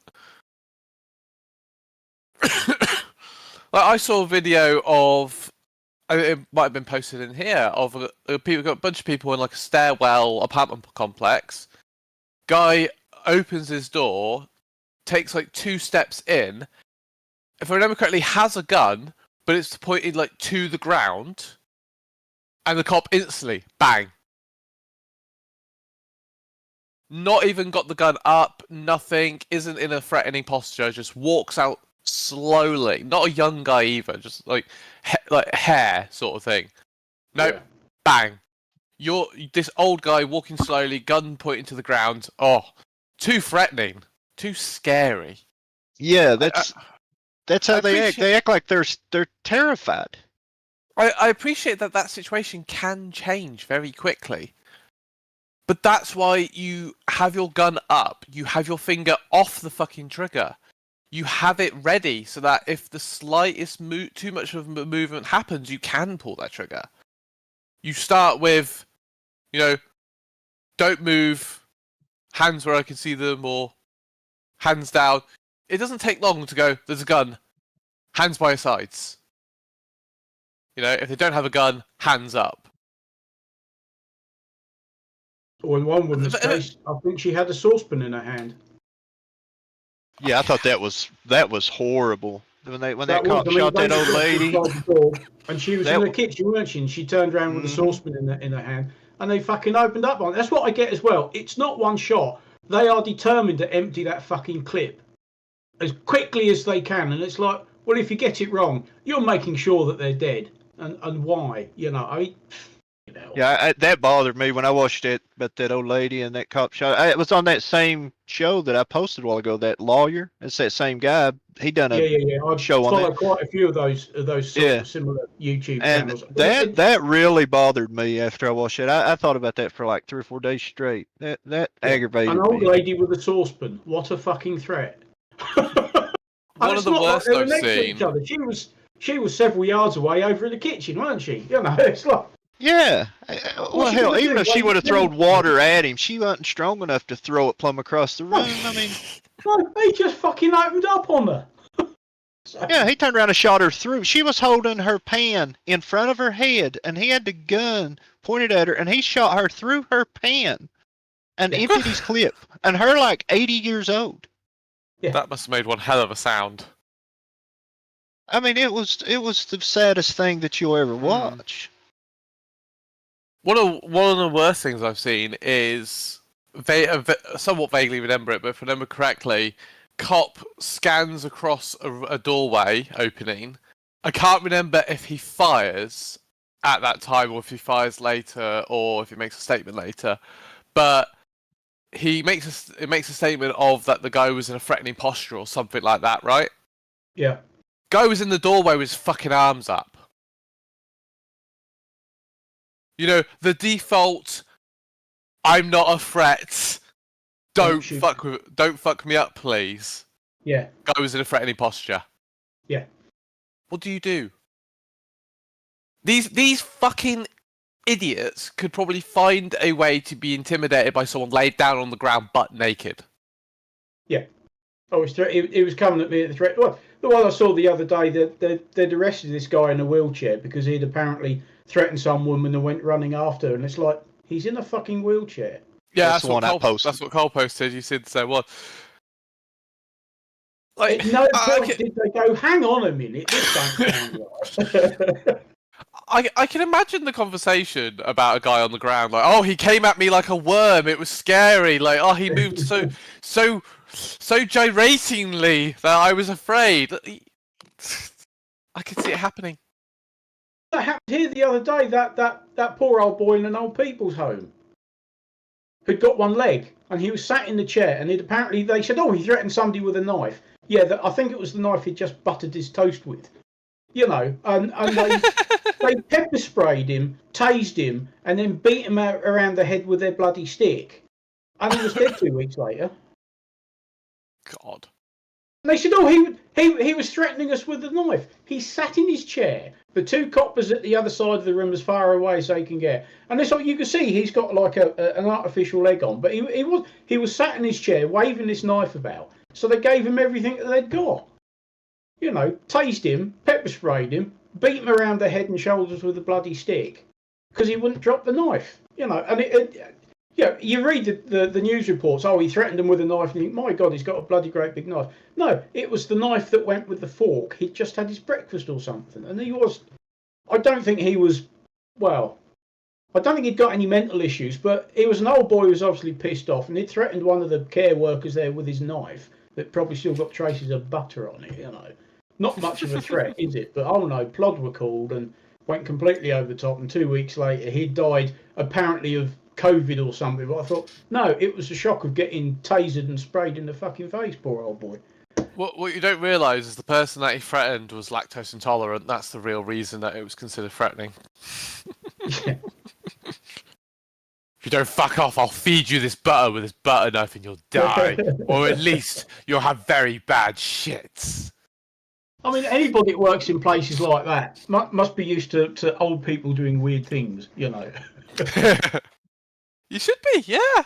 It sort of goes with the territory, doesn't it? Half the time, that's why they're there, because, you know... My wife gets at special needs schools. You get shouted at, you get called names, you know, occasionally you might get a little bit of a kick. Yeah. You know, they're not listening to you. They're special. Don't go to special school if you're not ready for a bit of dysfunctional behaviour. That's why they're there.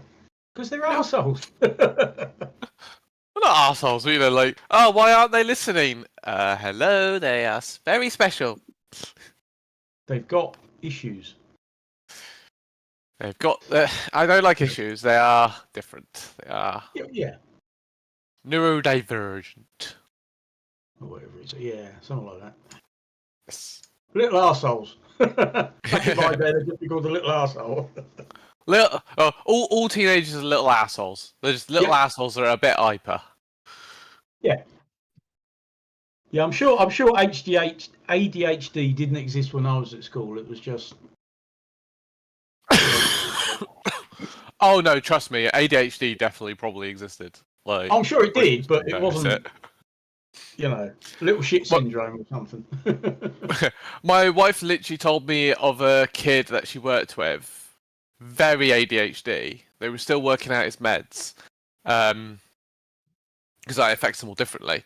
And his meds that he was doing at the time would basically make him completely lethargic, like unable to do anything. Yeah. And he had an exam he needed to do. So the mum decided that he wasn't going to take his meds. So the way he did his exam was it was apparently blue tacked to the wall, and he would answer a question and do a spin. He would spin on the spot. That was his thing. He would literally spin on the spot. You tell me that ADHD doesn't exist? Ta-da! Yeah. Oh, yeah.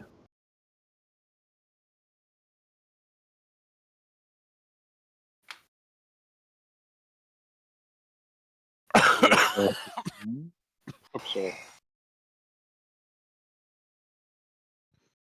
Yeah, we didn't have too much of that when I was at school. We had one kid who was, yeah, he weren't all there. There's a great song by Dennis Leary called "Special Fred." It's great fun. Highly recommend it.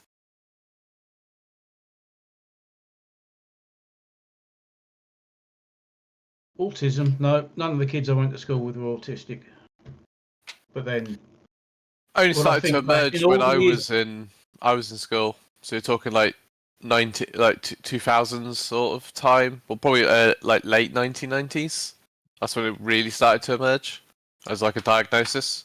Yeah. It was typically lumped in with ADHD, to be honest. Prior to that, or just dysfunctional behaviour, probably prior even to that as well. Asperger's wasn't a diagnosis until I think early to mid 80s. Maybe it's been One deprecated of the now. truth is that the professor or the doctor, Dr. Asperger,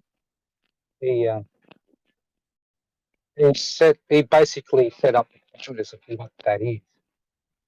It's somewhere in the 50s. Blimey, wasn't you speaking through your pillow? The microphone's run around the back of my neck. Is this better? That's better. Got stuck in the collar. Well, as long as you understood my pillow talk. Talk sexy. Oh, yours is the best, mate.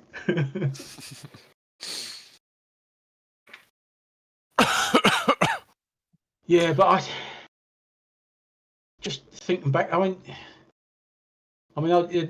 was at primary school in the 70s. And we just didn't. Nothing like that seemed to be around. I think of all the years I went to school, I can only remember one black kid in school, but that's probably just the community where I grew up. And certainly at that time, there weren't people of colour. There weren't. The only black people were American servicemen, because this is sort of near Lakenheath and Mildenhall. And they all went to their own schools, so we didn't have any of that. Yeah, I went to a special needs school, and you would pretty much go on to this other special needs school if you didn't integrate into mainstream. Yeah. And we still have them today. We still have special schools. Like, my wife works at a college with a special education department. They prepare them for workplace, be that if they can actually hold a job, if they're quote unquote high functioning, or if, bless them, they're probably just going to work at a charity shop and organise the clothes, like if they're on the lower end, or in honesty, they get the few that like sneak in sort of thing because they have to stay in education. That they look at them and go, "You're not going to work anywhere. You're just going to be having fun, taken care of, having a good time, aren't you?" Oh, and they're the cutest ones. They are. Like they're like puppies. Like the ones that are so low function that they're basically just like a puppy. Like, oh, you're just so cute. Yeah. Yeah, they're never really going to be an active member of society, are they? Because no, they just bless them. aren't. it's like expecting your cat to go to work. Yeah. So it's like when they're that low function, they tend to be like they have very little understanding of like social structures, or they have no understanding of currency, or even like purpose around certain tasks, sort of thing. Like something like organizing their clothes themselves, like not even for a job, like is too abstract of a concept for them. Yeah. But then every now and again, they can just say something like superbly profane, or like, where the fuck has that come from? We're my kind of special little creatures. Like I've gone from throwing chairs at teachers and flipping tables onto the arms of secondary school kids to holding down holding down a job for a decade and writing entire software applications. I am definitely on the high functioning side, but I have my moments. We should use these people's minds as processors for information. Just hook them up to a network, and we have biological processors. We feed them. We put them on the IV drip for. We're going either down the proper matrix route and not what was shown in the film, or we're turning them into servitors. We can go down the Warhammer 40,000 route, one or the other. Oh yes, I've played a little bit of the Warhammer, the Space Marine 2 game, and my friend explained this to me. I'm like, oh, okay then. Because so that's how you got around your whole no technology thing. Well, what they, if it comes to Warhammer 40,000, I've got all the novels, literally all the novels, because I got interested in it before it became Warhammer. It was Rogue Trader back in the 80s. But the whole storyline is that they've had a very bad experience with AI, so they don't allow it. So now anything that actually needs anything close to AI, it actually has a brain in it, or part of a brain. So you either take the criminals you don't want and you turn them into cybernetic machines, or you just take their brain, or you vat grow living organisms that have got a brain, and that's what your AI is. It's still human in some respect. It's all very grim dark. That's the whole point of Warhammer 40,000. They're already doing that. They've got a chip that does use human brain tissue. Yes, there's no computing power like we've got now, because that led to AI, and that led to, I think the story, what was it, the Iron Men? But it was a bad time, and they said, no, we're not fucking doing this ever again. Anything is going to be, if anything requires that sort of computing power, it's going to be partial or a whole human brain that's doing it. And of course, they went further and started modifying humans into machines and robots and cyborgs and all the rest of it. But never again would they use artificial intelligence, because it nearly wiped them out. Well, these chips that they're actually using human brain matter for, they're not that quick, and they keep getting things wrong because they're using flat Earth brain matter, which is already pretty difficult to find on its own. Didn't we have this exact scenario also in Dune? Dune with the Butlerian Jihad, the rise of the machines, and stopping everything. Because of course, in the Matrix, because I remember when I first watched it when it came out, it was like, hang on a minute, that doesn't make sense. The whole point of them farming the humans was they were using them for processing power, not for generating energy, because that just doesn't make any sense at all. No, the machines in the Matrix were using the humans as like big batteries, weren't they? Well, because the war had blocked out the sun, and they couldn't get the energy. They were solar powered, all the robots at the time. Yeah. Yeah, but yes, originally, before I think before the studio stepped in those farms, is they were using their brains as processing power. Interesting. That was the original story, and I think it was a studio who stepped in and said, "Will people understand that? Can't we just say that they're using them for energy and that they're batteries instead?"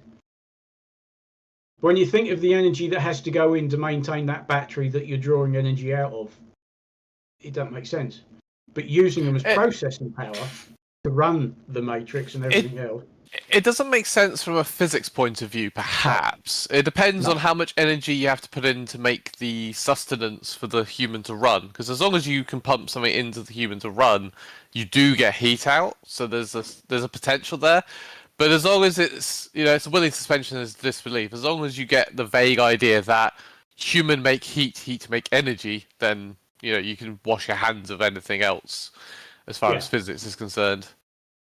Well, if you're just like I am now, I'm just sitting here at my desk. I'm giving off approximately 110 watts of sensible energy, of heat. Well, I can smell you from Australia, mate. You're giving off something.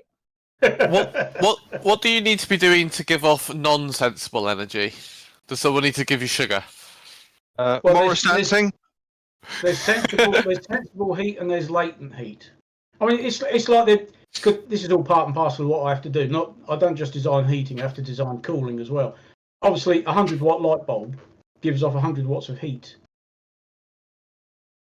You know, that's why this little room that I sit in here, my office, one of my spare bedrooms, it gets hot in the summer because it's not just me. There's my computer sat there giving off heat. These two screens are giving off heat. What I mean, about the an difficult LED? part is 100 watt LED?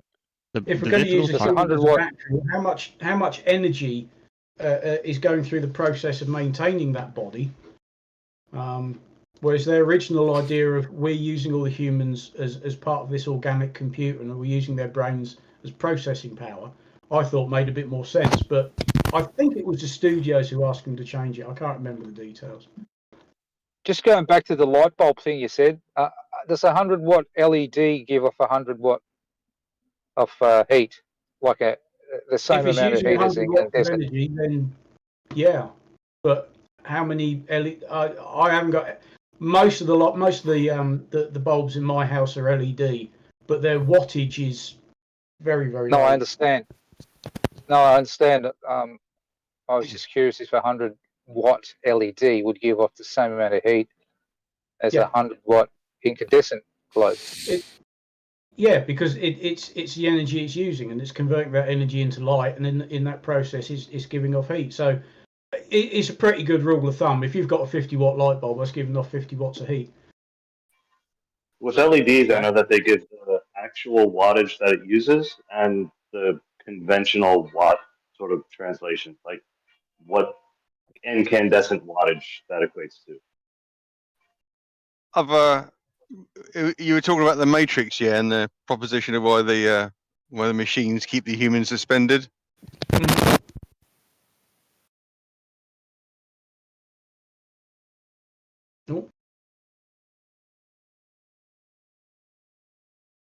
He's trying to make it make sense, but it doesn't. Pazzo, was there another bit to that sentence, or was it just... Yeah, sorry, I'm driving to work and I just know I'm in a shit zone, so just give me a couple of seconds because I've got No something to say worries. on it. Yeah, I've before I got involved in the arse hattery that is these kind of Discord conversations a long time ago, and a group of people who come up with we distilled it down to 3 propositions. Proposition 1, the narrative has explained they're using these batteries, which as pointed out is from thermodynamics is preposterous. Yeah. Proposition 2, the AI was aware that there was an aspect of the corporeal thinking nature of humans and their ability to see things in an abject or disjointed way and work their way and fold it into an intelligent construct. And they thought they'd utilize it to do processing power. So they're using us like SETI at home, effectively, allowing us to run, putting a simulation that keeps our brain state in one which they think might be conducive, and then using us spinning parts of our brain offline to do work that their AI thinks is not suited to the AI itself.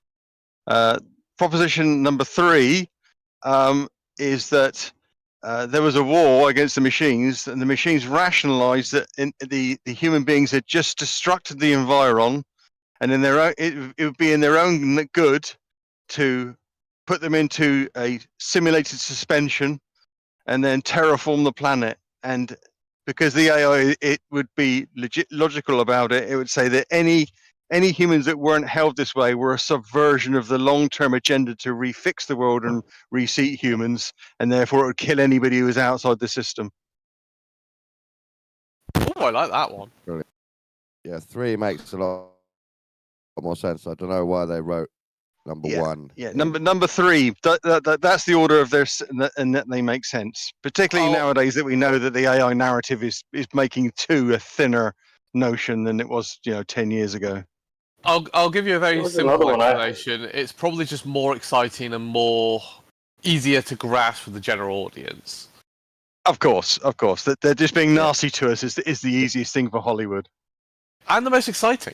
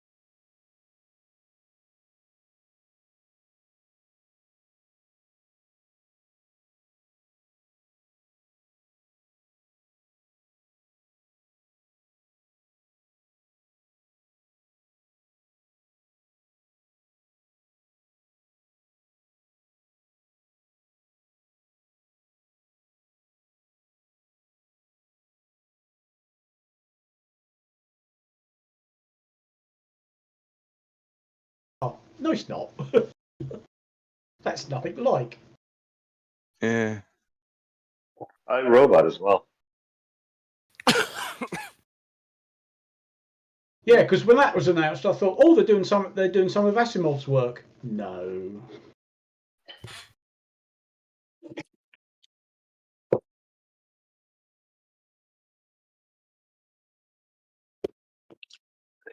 Anyone seen Predestination? No. Well, I'll see it. I'll see it if that's what's on the cards for me, but I can't predict ahead of time. Based on Heinlein's All You Zombies. It's like a 10-page short story. That was a decent adaptation, but took some I'm liberties. just looking it up now. I can't remember whether I've seen it or not.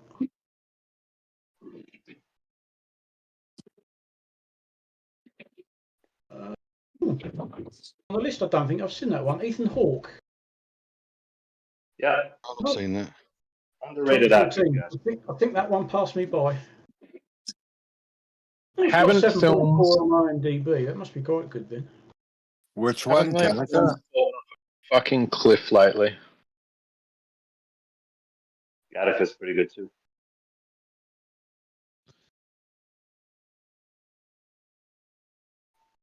Does Viking ever speak up in VC? I'm trying to think if I've heard his voice.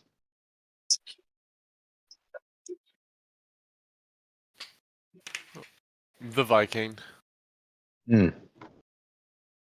I don't think I ever have. I've spoken to him a lot on text chat, but no, I don't know if he's ever been in VC. He's in the VC. I just don't know if he speaks. He's not in the VC, isn't he? The political No. Viking. Second See ago. him? Maybe we're thinking of a different Viking. The political Viking. Yeah, There's down no the one bottom. called no one called political Viking in this VC. Oh, he's in 24/7. I'm in the wrong thingy. That makes You pickle. sense. You're a pickle. I'm a pickle. My ex used to call me a pickle. She would sing songs at me that were just the word pickle. Pickle, pickle, pickle.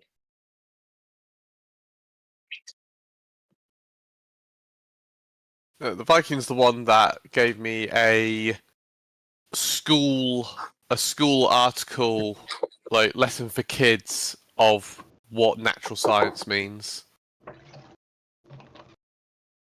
They love the ones that are really like for kids. You know, their chief source that water is flat.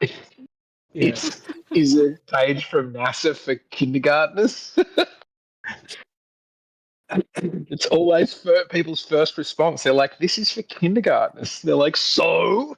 This is a kids website. This is a kids book. This is really This is all janky you 90s can graphics. It's so good. Well, that's the last time they remember paying any attention to anything when they were 7. Like, could you imagine a little 6-year-old's brain explode when you're trying to explain to them that water isn't flat? But a 6-year-old does not need that level of detail.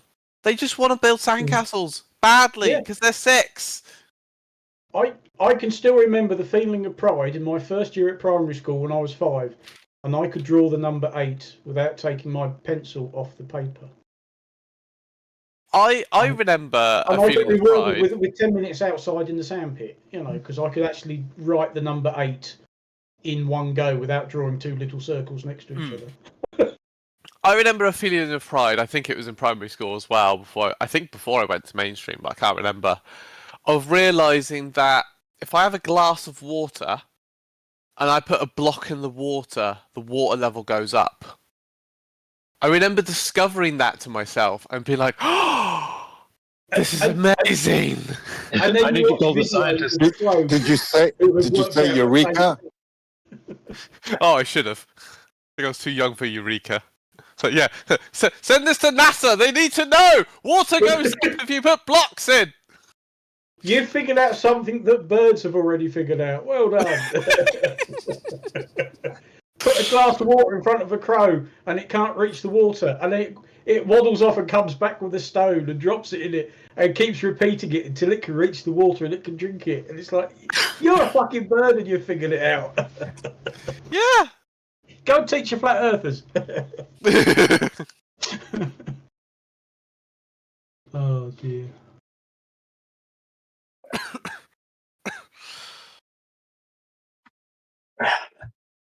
Think about it, the more I can actually remember of primary school, which is quite good going because that's an awfully long time ago. Yeah. Yeah, who was that? Was it? It was Archimedes in his bathtub. He got in, displaced the water, and he went, Eureka! That's it. And then ran naked down the street. Yeah, saying displacement. And in Terry Pratchett's version of the same sort of guy, all of his neighbours have got towels on hand for when he runs naked down the street, forgetting that he's naked. Here, have this towel.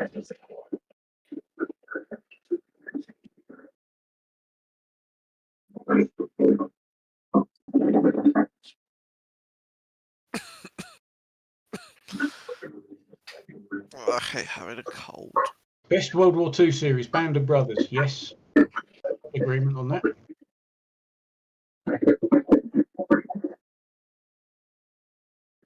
Oh, apparently we've got another massive asteroid heading at us. Going at 40 kilometers a second. Yeah, it's knocking on something. And how close is it going to get this time? Is it going to get within the moon's orbit, or is it going to be vaguely over there? Yeah, that's what I'm trying to find. You know, these articles, it's always like 5 paragraphs down where you actually get the bit of detail you care about. Oh yeah, there's always plenty of waffle first. Yeah. I've clicked off of them before. Where I'm like, you know, I can't find the fucking thing I care about. You've put too much waffle in. I'm gone. It says a flyby on May 24th. It doesn't actually seem to include any information about the proximity. Oh, I've got one that says it's actually going to happen today, May 21st today, at 5:30 GMT. It will pass a mere 71,700 miles from Earth. Oh, that's quite close. What kind of gymnastics are flat earthers going to do to round that down to 66,000? Yes, because even in kilometres, it's 115,000 kilometres. So there's no sixes in there at all. Oh, they'll find a way. Oh, yeah. Well, you've got to add this and subtract that and put this next to that. And oh, look, it's 666. Did you say 17? Yeah, but what's the size? They like to humanize and say, "Oh, it's the size of a school bus." Or well, this article I've Do you just believe in found, geometry at dawn? it's house-sized. Yeah. Now, is that a 2 up, 2 down? Is it a semi, a detached? Designated 2025 KF will pass a mere 71,700 miles from Earth at a speed of 25,880 miles per hour. If it's the size of a semi like mine, we're definitely doomed. I don't think there's anything in the numbers yeah, number one. that's a decent size lump of rock. What is that in ferrets? What's that in eagles per freedom? Yes. How many? What's that in sheep units? well, How many washing machines? even house size, depending on its composition, will break up in the atmosphere. Hmm.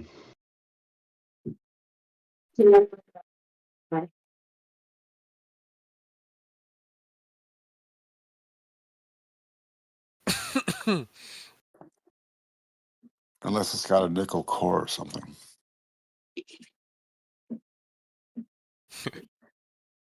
Americans, it's got a nickel core. We're rich! We're rich! Hey! Hey, don't It's knock full of nickel. nickels! Nickel's gonna be a rare metal soon. Do you have any idea how much money a house and amount of nickels would be? I don't think our nickels are made of nickel anymore.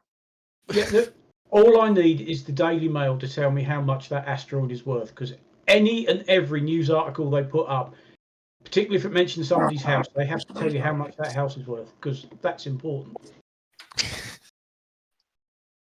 I read something somewhere that the amount of nickel in a nickel is like 7 cents worth. Somebody tried getting a bunch of nickels and melting them down. Oh, right, to see how much they're actually. Old nickels or new nickels? I presume old nickels. I would expect they'd have fixed that by now, but Well, pennies aren't copper. They're Someone, pennies are that kind zinc, of person would have to be so niggardly. I read a thing once that someone calculated how many people you would have to kill, drain of their blood, and extract the iron to make a sword from the blood of your enemies. It was not a low number. No, I shouldn't think it was. Just someone to be bored enough to calculate it. Well, if you want to extract nickel, pop over to Ukraine where there's lots of dead tanks, because nickel is primarily used for armor plating. It's also used, alloys of nickel are used in boat propeller shafts and turbine blades. And of course, batteries. Of course. Nickel cadmium batteries, nickel metal hydride batteries, blah, blah, blah. But yes, it's used in armor plating. So if you want to go and collect up some old dead tanks and melt everything down. And of course, no doubt it'll cost you more to do it than it will what it gives you. But... Well, like Homer trying to make money from grease by buying bacon at the shop and getting like 13 cents back for the grease from like 20 packs of bacon.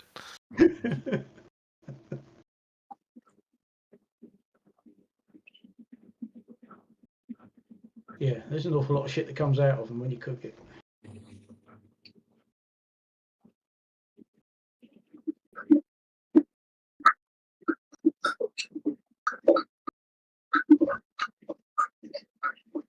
Oh, Schletzy's got his music on.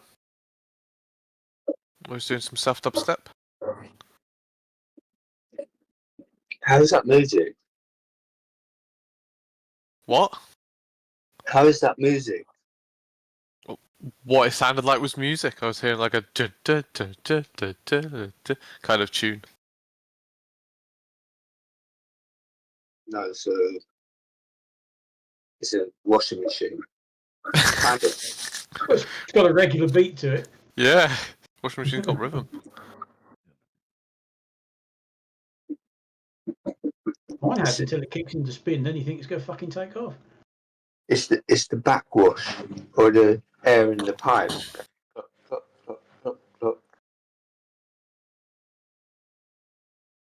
backwash.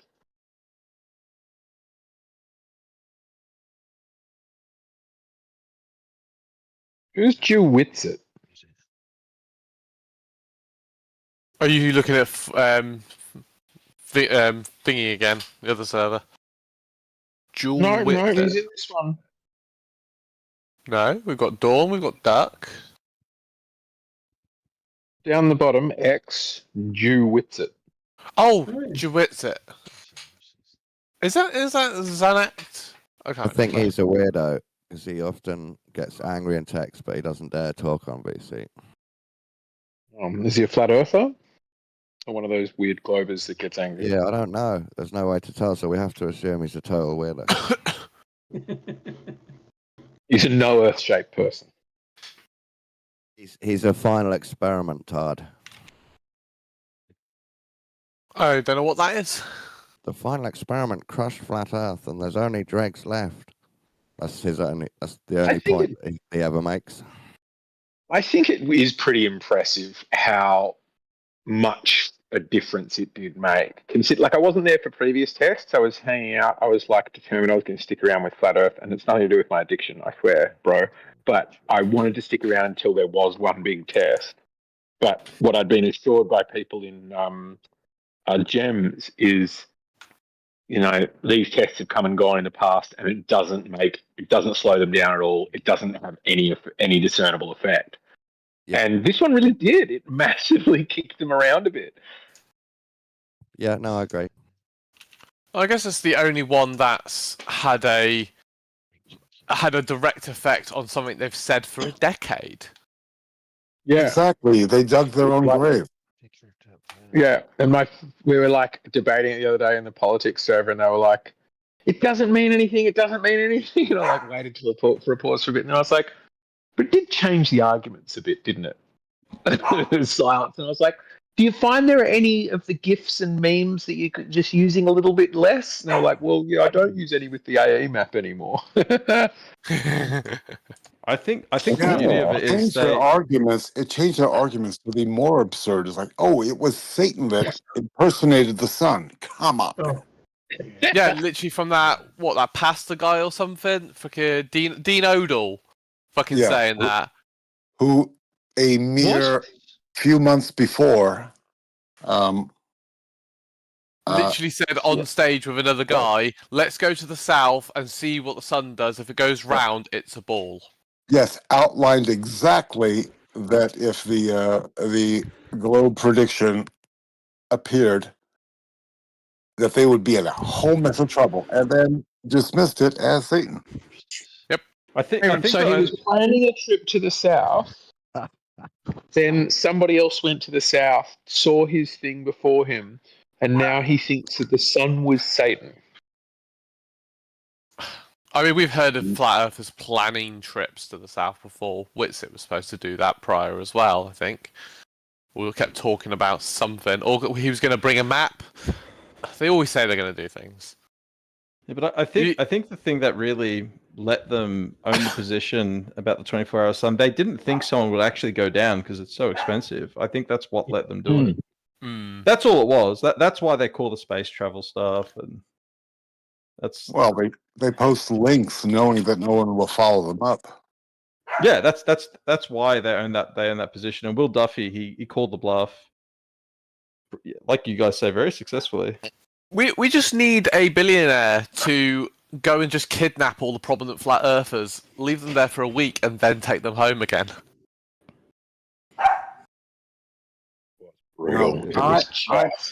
I question the existence of Hawaii. Somebody send me there.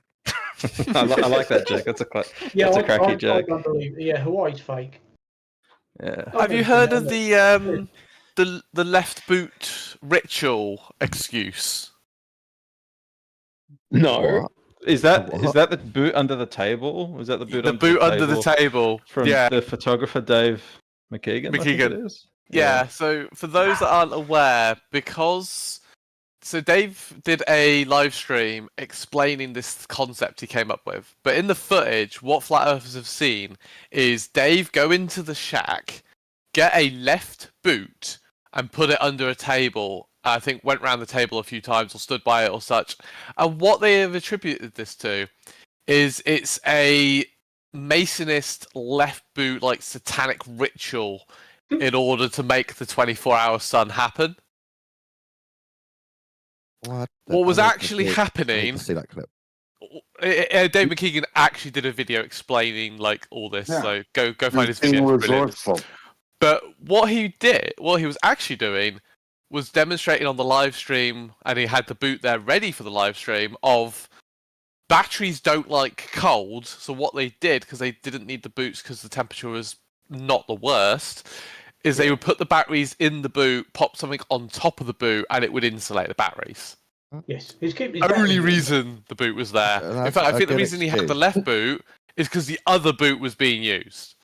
Yeah. Hang on. So, but is this left boot thing like some post hoc thing they've slapped together about the Illuminati, or is there some? Were they at least exactly? It's not actually a thing. There's an actual Masonist thing about it that he does reference. There is a Mason thing about left boots, so that's why they've made the connection. It's the only thing I know about 1 foot is you pull your trouser leg up to your knee on one of your legs, and that's a Mason symbol. I'll find That's a bit of a stretch, though, to say trousers up on one leg equals specifically left boot. Yeah, did they propose there is a thing about a left boot? No, I don't think there is. Did they propose the way it would make the 24-hour sun appear? Did they tell you how that worked by any chance? God knows. No, I think Satan, it's just- probably. I think it's just the idea that in these things where they're showing us other things that are dishonest, we can find examples of satanic hand signs. Because that's what people are saying about, the chick that won the ticket there, like immediately started going back through her live streams to find, she's resting on the table, but the way she's got her hand against her head is pointing at the eye, and that's the all-seeing eye. Now why she's doing it. Like, Well, everybody knows if you wear one boot, you walk in circles. So why wouldn't you hang one boot up and it make the sun go in circles? Yeah. I love how everything. Oh, it's Masons. It's them. The Masons are just an old boys club. That's all they fucking are. I used to work with one office I worked in. There was about half a dozen guys in there. They were all members of the same lodge, which I found out accidentally one day. And it's just like, yeah, whatever. They're not secretly running the world. They're fucking engineers and architects. It's an old boys club, but I even know what Speaking of bullshit, I like the number thing, the gematria stuff. That's to me, that's the best. There's nothing like that. Yeah, how they go 10 pages deep and find, Dave McKeegan equals Satan sandwich or something, and they say, "Oh, he's satanic. He's clearly a Satanist." Yeah. There's nothing like that. Yeah, fucking love it. Especially when you challenge him to be like, okay, so now we've got these numbers, and we're like 3, 5, 6, 9, 2, and you go, now how do I decide whether I multiply them or divide them or subtract them or squeeze concatenate them so it's like rather than 8 and 9, it's now 89. Whichever works. Yeah, and they'll openly admit it. They go, oh, you've got to keep trying it until you get a number. The tried and proven way, arbitrarily. what a bunch of dickheads, honestly. I love it. Obviously, they're getting it wrong, but the elites do love this. They still encode stuff in numbers. But most truthers get it wrong when they try and decode it. What is this? Annoyingly, I can't find the video regarding Dave McKeegan and the boot. Truthers is ironic because they don't even believe each other. I know, it's a bad name. What do I mean? I mean conspiracy theorists. Nutters is what you mean. Some of them are truthers like me. Some of them think we're finding the key parts to understand humanity. I mean, by the term truther, that's virtually everybody. No, it's not. Most people don't care. You're not a truther. You gave up on 9/11, so you prefer narratives than truth. That's what I say. Well, I mean, obviously that's the view of somebody who thinks that 9/11 was an inside job, but I think that I looked at the evidence and realised it was an inside job. Dishonest. A real truther knows. Yeah, as soon as people got on the steel beams thing on 9/11, you just know, these people, they don't know the first thing about it, so I don't know about all of it, but you got fooled away from it as well. Part of the reason for me why I held on to it was, which is why I think all conspiracy beliefs can be easily self-reinforcing, is I would be like, well, of course some people are going to get it wrong, right? I never was one of the how does jet fuel melt steel beams. I always got the idea that they needed to be weakened. But I was like, oh, of course some people are going to get it wrong. And of course, if the government, did this inside job attack, they would also be working within the truther community to send them in the wrong direction. And that's, I think, always the problem with conspiracy beliefs. Is even when you're wrong, that doesn't prove you're wrong. That proves that they are more devious than we previously thought. Yeah, well, that's no true Scotsman. That's just so bad no logic. true Scotsman. It's both. So you can't say that because that. That's biased logic. But that is just the longer way of saying no true Scotsman. You're kind of deflecting the blame to your enemy for your own. I'm a real it is though. It is. I know that jet fuel cannot melt enough steel beams to collapse full skyscrapers that are designed. But Dawn, you're committing the issue. Like you're committing the. You're showing that you don't understand that steel doesn't have to melt for a building to fail. It just has to weaken. I understand it twice as much as you do. Oh, that's true. No, yeah, if it weakens, the weight will bring it down. You're making the mistake though. Eggshells. So you've done it the second time. It doesn't have to melt it. It just has to make it buckle. That's it. Yeah. That's Same not as like enough we did it. to We did it explode with a the whole fire. thing, bro. Unless you disagree with that, but that's not enough to explode the whole thing. The Out way that those two buildings were built made weakening beams, made them a lot more weak to fire than a typical box girder structure. Those buildings were built differently than the but typical. that's part of the It conspiracy. made them weaker to that. That's part of the conspiracy. It's built to crumble outwards and blow up with little They explosives. were inside. built in the 70s, weren't they? Even that's a little early to for a conspiracy. Isn't that just that's planned that early?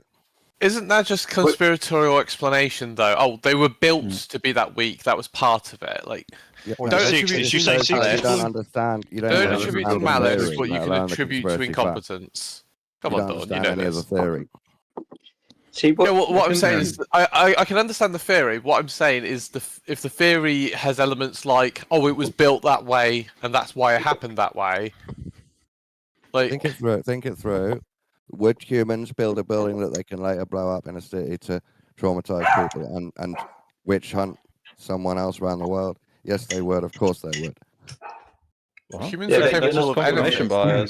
Matters is motive. You're not giving it the right context, are you? enough.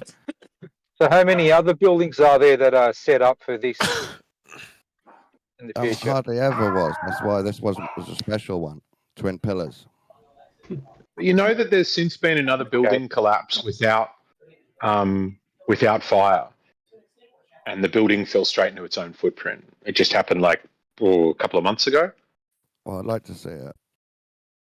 Yeah, it was where was it? It was a probably China. Earthquake or somewhere. My And it argument was a doesn't fairly big depend on building. that anyway. My argument doesn't depend on buildings only collapse one time. My argument is I saw how it collapsed and I think they exploded it. Based on what though? What makes you think they exploded it? It went bang, bang, bang, bang, bang, bang, bang outwards. Yeah, I remember seeing it in the footage. I don't remember it going bang You're outwards. bad at I remember looking, the then. top bit going just Yeah, down. why did it collapse at the point of impact? I watched it on the The telly. pancake theory was made up to explain this. Well, But I think didn't you say, the Dawn, blowing that out the beams windows have did happen, but the blowing out windows happened after the collapse, and if it was Why bang would bang, it? Why would it bang on the outside on the visible surface of it when the core structure was on the inside? Because it's full of air, and as that building come down, that Yeah. air has to go somewhere, and it blowed the windows out as it came. That's why it didn't blow out until it came down, and it blew out as it came down. If it would have Yeah. been blown out to drop it, you would have saw it all happen first, and then you would have saw it fall. Look at buildings that get NORAD was called dropped. off. Well, then why did John just characterize it as a standard demolition project with the charges on the outside girders, where there weren't any? We see the concrete blow out from the squibs near the edge. Squibs near there. Yeah, but that's not where the structure is maintained. Maintained in the That's where some of the core on the girders are. inside. The globe That's the evidence. is That's the split. evidence. No, there weren't girders. It was an inner core structure. You've got to think about more details. NORAD was called off up the coast. What? How the fuck do you know that? Because I watched No, documentary that did after happen. documentary after documentary. Isn't it no? They did. There was they were doing a drill for exactly what happened as it happened. I went through this with What one other day, and evidence it was do you pretty need? brutal because What it was other like evidence would you ever they have need? never ever done a drill like that before, and I was like, we were going through probabilities because I used to believe in all this stuff, so like doing. I watched hours and hours and hours and hours of docos on it, and watching reading stuff, and which it was like, well, sure, if I was like, well, if they were regularly doing these kind of terrorist drills, that would decrease the probabilities. Like, it was the very first time ever. Sure enough, pull it up. They do terrorist hijack drills on a quarterly basis. They do all together readiness drills on a nearly weekly basis, but they go through Do you think that the building needed to have disaster. Go on, what? What's that, Duck? No, I think my mic's no good if it's any better. I heard it. You said, do you need the building to... Did the building needed to have or something? It's going in and out. I mean, I don't... Oh, yeah, you cut it out. Yeah. Let me know. No, I was always sketchy on the controlled demolition because it's this thing like I was really swayed somewhat early on, despite still believing in it being an inside job for quite a few years, by somebody asking, oh, what's his name? I want to say Gore Vidal, but that's definitely not it. He pointed out, he's like, oh, I wouldn't question the dastardliness of people wanting to do that, but it's just such a chancy operation when you could do the same thing with foreknowledge and just letting it happen. And I remember that really stuck with me for controlled demolition, where I was like, a demolitions team would need to be more and more people the quicker you're doing it. And what that means is a larger and larger number of people who are demolitions experts who are going into a fully occupied New York, what do you call it? Like a landmark building that is fully stocked with stuff, right? People still picture frames are on their desks, and you're rigging the building to blow. Mossad can creep up and down and put stuff where they need to. Sure. So then what you need to have is a large team of Mossad agents who are knowingly murdering civilians. Of course. And that just strikes me as wildly improbable. I watched a video the other day, and the only thing I got to say about when people say how would they have got in there to put the explosions, there was a building, if I'm not mistaken, I think it's New York or Chicago, and it was built, but it had a flaw. It had a very bad flaw that would have caused it to topple over, and they literally kept it secret. Now, they did tell the city, but they kept it secret from all the people because they didn't want to scare anybody. They went in every single night for like 6 months, cut out the drywall, welded these huge braces in the walls, and then put the drywall back up before the workers came back in the next morning, and nobody was the wiser for almost 40 years. And they did massive, major work in that building while people was working in it during the day, and nobody even knew they did it, even though they was ripping the drywall down at night and putting the drywall back up every single night. And they did it and it stayed secret for almost 40 years. There's a whole video on that. You see the problem with that though, then someone can just say Watergate was a dozen people. How many people were involved directly in Watergate? A dozen, something like that. Yeah. Well, that conspiracy got found out. Well, a lot more. This one would have been found out if that was true. You can say that to that. Then you can say this to that, I suppose. It did get found out. That's how I know. That's my point, Dawn. So if I think it was Cole saying, "Oh, they done this and they done this big operation, taking the drywall down and putting braces in," then I can say, Watergate was found out, where only 12 people were involved. They got found out. So how can they do this? Sometimes it happens. Like 9/11, we found out that they put explosives in. That's how we know. Yeah, what I was getting at is I was saying that I saw something that actually makes me think that it is possible to go in at nighttime and do things that nobody knows, because it actually happened where they fixed a building from collapsing without anybody knowing it while people was working in it. It is a pretty good one. It is a pretty good one, but the point I was more leaning towards is those people are surreptitiously it does meet some of the criteria. I think that's a good point on that. Yeah, front. I don't believe it happened, but they're surreptitiously making people's lives safer. So that's a conspiracy I could see. You could get a bunch of engineers on board with, where they're like, hell yeah, I love this idea. I'm making them safer and I'm getting paid extra to do it secretly. But the opposite is what I find more difficult, which is to rig a building really quickly.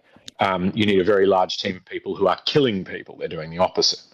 And that's the bit that I... It's not there's quickly, motivation over to leak 6 it out. months. They just tell them there won't be that many people in the buildings on that day. That's what they tell them. I was listening from the kitchen, but what you're talking about is the Citicorp Tower here in Manhattan. Yeah. And put it in the chat. I found it. Yeah, probably the one where they said the wind would have blown it over from corner to corner. Right. Yeah.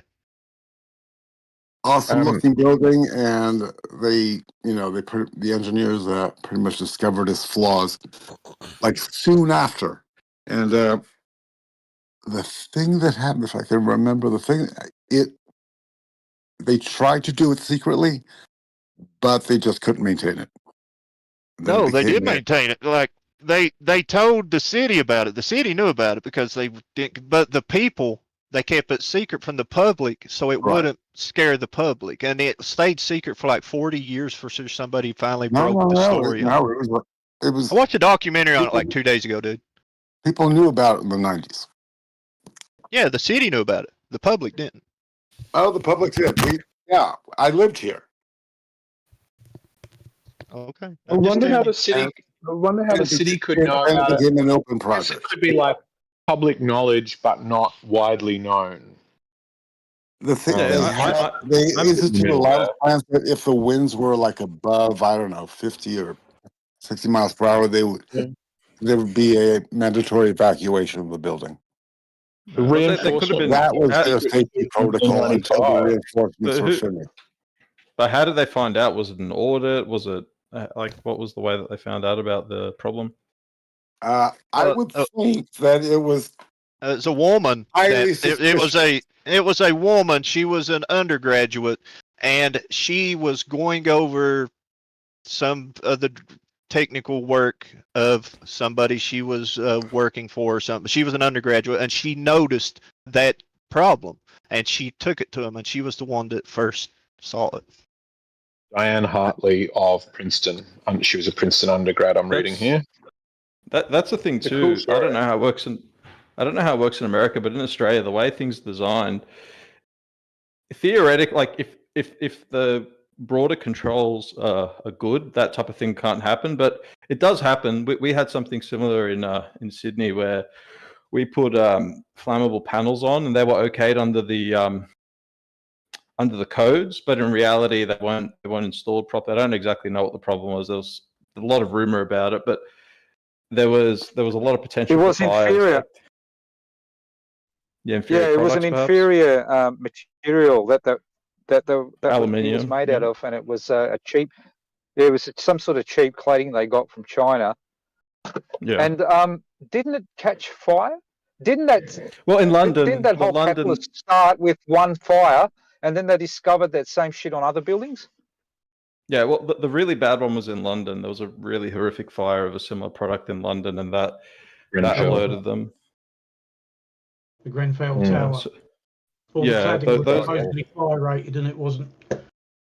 Yeah, so that's how things can happen. It's not always, the engineer doesn't know, or the engineer can sometimes follow protocols, and the codes itself are very inadequate at times. Yeah. Well, they were in that case. Yeah, for sure. But Dawn, I want to ask, like, on the thing I was saying before. So, are you like a jet fuel can't melt steel beams guy, or like, I didn't. already told you, it can melt some steel beams, but it won't melt enough to blow the whole thing to pieces, like we saw. Doesn't have to melt any steel beams. Yeah, that's all it has to do is get the steel up to a temperature of about 1,000 degrees Fahrenheit. Yeah, but it won't. At that, the steel is only about 40% of its strength at ambient You're not temperature. listening. Well, Still you didn't let me finish. That's the reason. Because I'm still sorry. finishing my theory, and you're Did arguing. the middle of my sentence interrupt the beginning of yours or something? I'm sorry. Yeah, so listen carefully. It doesn't have to melt that many. It could never explode the building into pieces and smoke just from buckling some. It didn't explode. You're It just really a did liar. not explode. Shut up. The footage doesn't have any semblance of explosion. It is literally You all need to watch it again. I'm I can't still speak to you. sorry that the middle of my sentence interrupted the start of yours, Dawn. Come on. What are all the bangs? If you want to have the What are all the discussion, concrete you going need upwards? to have a back What's and that? forth. What do you call concrete going upwards If you with a want bang? to have a discussion, you need to have a back and forth. The building literally is one Gotta piece, listen, and you have to and then watch the footage. sorry, you need to have a back and forth. The top of the Dawn wants a building naked is wrestle. shut the fuck up. The top of the building literally just starts going down. There's no explosion. There's no pieces flying off. It Listen just carefully. starts to go down, and Listen the building carefully. is deleted top to bottom. What do you call the thing that happens when you hear a big bang and concrete and smoke and dust go upwards? What do you call that? Yeah, what I call it doesn't mean that's what's happening. Things can crush What do you into call each it? other. That's my question. Things can Dawn. crush into each other and create noises. Yeah, structural impact. I know what that is. You get the word explosion, you don't know what it means. Let's just say big cloud with things blowing The out. problem, outwards. Dawn, is when you say explosion and we say explosion, we may mean an explosion of materials, and you may probably mean an explosion of weaponry. Both. Bang. Yeah, bang, what bang. we're saying is those noises. Look, honestly, you're saying that a building, when collapsing like that, cannot Yeah. make sounds like an explosion. You're saying that's impossible. Let me ask you another key question. Have you No, ever I've read asked you a question. You're saying that a building cannot possibly create explosion-like sounds when collapsing. You're saying that's impossible. So now you agree that they were explosions. I Explosion-like- agree there were explosion-like noises, sounds. We agree on and that. if there was explosion-like noises, I would attribute them to the building's collapse, not what you think it is. You go to paranoia rather than At least sense. we're agreeing on that there is noises now. What about the dust? No, and the I concrete didn't going say up I the- agree there was. I said if there was, You just did. I would yeah. attribute them to the structural integrity of it. I don't remember the Okay, exact now you're not sounds sure of if every there was clip. any noises. I don't remember the exact sounds from all the Okay, but that's clips. why we What can't I'm have a good saying is, I conversation. would, if you weren't talking so much when I tried to respond, maybe You're not you would listening to actually anything understand I'm what saying. I'm saying. You're So not shut the listening to me. fuck up. Shut the fuck up. Fuckwit. Right. You've just What? got an opinion. Shut the fuck up, you fuckwit. What I am saying is I don't remember the sounds from back then. No. What I am saying is if there were sounds that sound like explosions to you, I would attribute them to the collapse of the building. I'm not saying I remember what sounds there were. I'm saying that if you think you heard those noises, I would attribute them to the collapse. Don't put words in my mouth, you fuckwit. Let me ask you a nice, clean question. Have you ever read a book about 9/11? No, because I'm not a paranoid little shitbag like you. Has any of you? Oh my god. How about you read an actual science book rather than a None of you paranoia have read a book, book Dawn, about with your 9/11. stupid I art have. degree? Can I ask you all a question? You can ask it a bit Evidently. louder, Fletzy. You're so When inaudible. did you take your course of proficiency in demolition? Yeah, Dawn. All of you. Yeah, I think that's a good point, though, Schlitzy, which is, point I had when I talked to Bandsaw Bandit about this, which is this would, to have a Bandsaw Bandit, he used to be in Geos a long time ago, but he, in order to be an expert in this, in order to be an expert at something, you need to have exposure to it and have done something in some sort of competitive way, I would argue, many, many times for many, many hours, many iterations.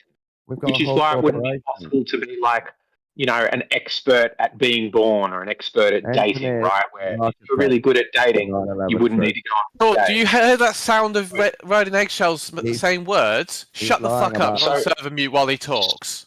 Shut the fuck up. So on the issue of then buildings collapsing, I think it is silly for either side to claim an expertise because fires collapse buildings precisely once, right? Or twice if you count both buildings on one day. How could you be an expert at an event that only happened once, right? Because even if you're a structural engineer, that doesn't mean you're an expert at what fires do to buildings, right? The example I used with Bandsaw was how many buildings have you built?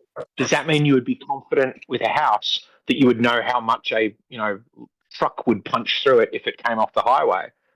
And you just wouldn't. It would just be impossible to be an expert at that. It would be conjecture even if we were structural engineers, and we aren't. You'd have to be on site to make a conclusive conclusion of what may have caused or what may have happened or what may have occurred. You cannot differentiate anything from watching a video. That's ridiculous. Whoever said that. That was you. It was you that said that, wasn't it? It was you that said the ridiculous thing. You saying that, just with you saying no, that shows your capacity. You were asking me whether that was what I think, and that's not what I think. Weren't you trying to suggest that's what I think, and that's not what I think? No, I didn't say that. I just said come out of it wasn't addressing anyone. I just said in general, you'd have to be on site to conclude with what may have occurred. That's the very basic. You cannot look at a video and surmise. You can surmise all you want because a video isn't going to give you the true. I'm sorry, how would a video not give you every representation that the naked eye would? Stop yourself. More. Stop yourself. Video helps. You watch the rocket go to the moon. John, what I'm hearing is the videos. You're looking at the video and coming up with all kinds of stories. Also, about 1 million eyewitnesses. Yeah, I don't think being on site 1 million eyewitnesses. Yeah, Probably. they all saw the same thing and all come up with the same conclusion. What a fucking retard! But see, the retarded bit is always coming out of your mouth. Nobody says the retarded bit. You think you can watch a fucking video. Let's hold off on that and word. Come Thank to the you. conclusion of what happened. You're a fucking imbecile. Without going to the actual place. That's so retarded. But I get it. You watch the rocket. You watch the Stop rocket saying take the off. hard I'm R word. talking. Listen. Yeah, I'm I'm trying to mod you. So shut the fuck up. I'm trying to mod and you. Listen. Yeah, I'm gonna fucking server mute you, cunt. Retarded. We don't like that word. Stop saying that word. Recognise when you're being fucking modded, you fuckwit. You little prick. What a prick. He didn't stop the whole time. The best thing is, Setsy, you're guess what? I'm gonna move you down there now. And I'm gonna move you back up there. I'm gonna move you down there. I'm gonna move you up there, and you're gonna fuck off. So what I did there is I moved you around because I'm the moderator. If I'm interrupting you to mod you, you're gonna shut the fuck up. Stop saying the hard R word. Now you can talk. Yeah, that's all you're going. What you're going to do is hopefully no one will come here when you play your little games. Yeah. I'm asking you to not say a very aggressive word. And then when How no one unfair comes of here, me. all your little gay friends can all chat together, and you won't have anyone to talk to. Oh, so you're upset that I wouldn't let you say a really aggressively insulting word? Oh, No, poor just get you. him out of here. Just get him I out of don't here. really care. Cool. Sorry. Then you should have no problem being here, and you're more than welcome to discuss. Just stop saying that horrible I just word. like listening to your bollocks. No, that's It gives fine me- too. Anyway. It makes me laugh. It gives me a laugh. What you were talking about? See, look, this is a difference. Yeah, you're talking about Harry Potter earlier, as though like it's real. But I understand how you can merge from Harry Potter to what fucking going I to wasn't Mars talking and about being Harry on the Potter moon. as if it's real. Yeah. I was talking about the narrative of Harry Potter. Yeah. Okay. We talk about the Matrix as it's like it's real too. Yeah. Okay. Talking about Was it really- Matrix, but hang on, Blade Runner, I'm fascinated Harry now. Potter. Can I ask this question, Slitzy? Because this is the kind of thing that fascinates me about minds like yours. Are you under the impression that we were really thinking that Harry Potter was real, or was that a fun thing that you were flinging into the conversation but you didn't I believe? think you I most wanna probably understand. did think it was fucking real. The way that you were That's talking about wild. it. That is Why would you- wild. So what? Do you know It what's is wild? such a Do you know what's fascinating wild? level of delusion See, look, to look, think listen that to- other people this are is that what's deluded. wild. I This is mean, what's you didn't wild. see it as a fanciful you interpretation of listen? literature, like Are you all everyone going to else just did. talk over me, or can I get out what's wild? What's wild is watching a video of a so-called rocket firing off to the moon. That's wild. Well, there is But no then video of a that- rocket going all the way to the moon. Well, you don't see a rocket going all the way to the moon, do you? You never see a rocket going all the way to the moon. It just like goes in an arch, falls away, and apparently is off. It's off. It's into the outer space. Do you not agree with rockets going sideways to go in orbit? Do you think that's stupid? Do you think they should go straight up? Don't tell me they're doing the Great Circle route. No, they're flying the establishing an Great orbit. Circle route to get into. Look, the only thing that's going into orbit is your thinking, your thought process. That's the only thing. Yeah, coming from the person saying shit like that. So I ask you a very simple question. Do you think it is stupid in the globe model for rockets to go sideways to go into orbit? Do you think they should go straight up? In the globe model, I don't Yes. think you have a model. No, This we is what I definitely do. question. We Where's definitely your model do. then? Show me. Bring up your model. Would you like me Bring to boot your up model. Kerbal Give me Space Program a and show you representation a of your model. working Show model? me your model. It's pretty good. The Kerbal is so good for demonstrating those So things. the reason I ask you this, let's see, is because I encountered someone who posted one of those shitty image memes of rocket goes horizontal, right? And then what I did is I booted up Kerbal Space Program. I launched a rocket into orbit in Kerbal Space Program and showed them why rockets go horizontal, quotes. It's a straw man meme. Do you know what it is? It's so bizarre. If you've got any question about any, dynamic of your so-called model, there's always a little video which you can just post, or a meme, or a GIF. No, so we don't tend to work in memes or GIFs. We tend to work in. You do it all the time. We tend to work in infographics. We take the information misunderstood by flat earthers. We create a very simple visual representation of the actual thing that is happening. It's not meme; it is infographical. And if they were going to fake it, if it was going to be some sort of phony baloney, they do it a couple of times, not Zanuck, 10 times a fucking week for the past 10 years. Are the epitome of phony baloney. Yeah, GPS satellites. Oh, they're fake. Yeah, Starlink. Oh, they're fake. Oh, geostationary satellites doing weather photography. Oh, they're fake. Jesse, what's wrong with you? Look at all those satellite dishes that are stuck on side of houses. Oh, yeah, they're all fake. What's wrong with you?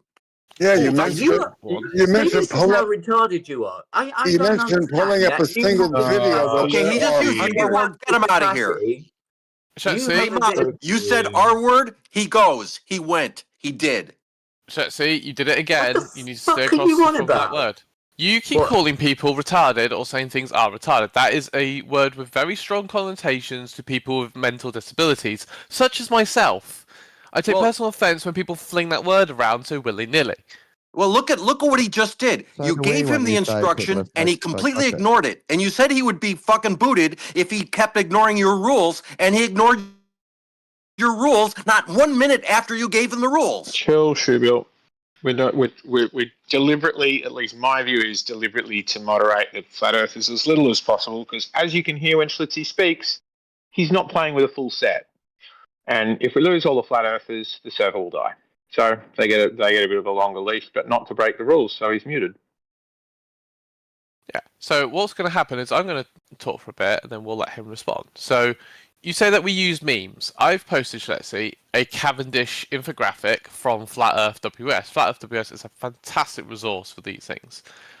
This isn't a meme. This is a sequence of text explaining This is a sequence of text explaining the concept. It has a graphic explaining the concept, and then more text explaining the concept. Flat Earther memes are pretty much one image with a few buzzwords and form a gotcha. No, you're not the judge. Sorry.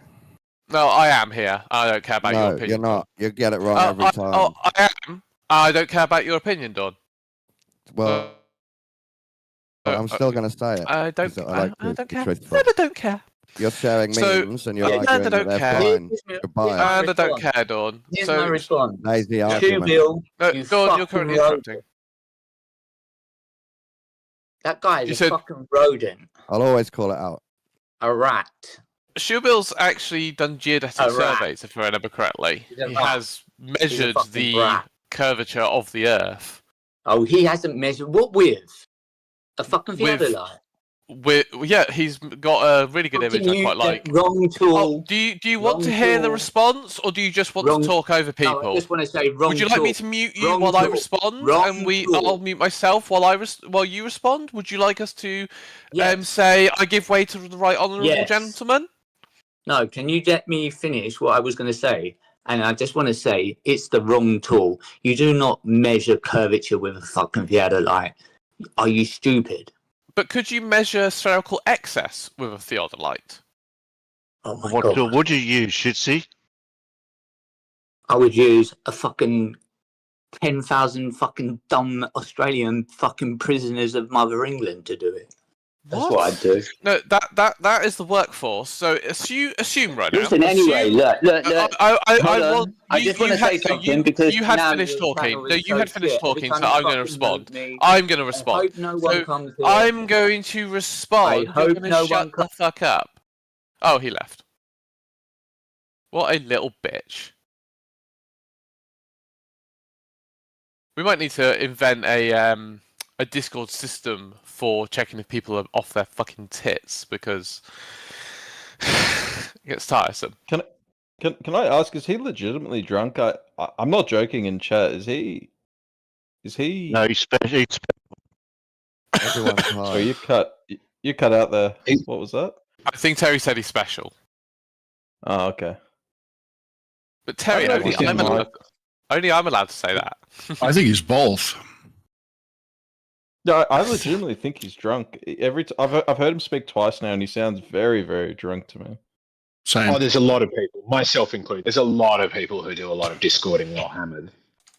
Can we say they're mentally impaired? Can we say mentally impaired then? Is that allowed?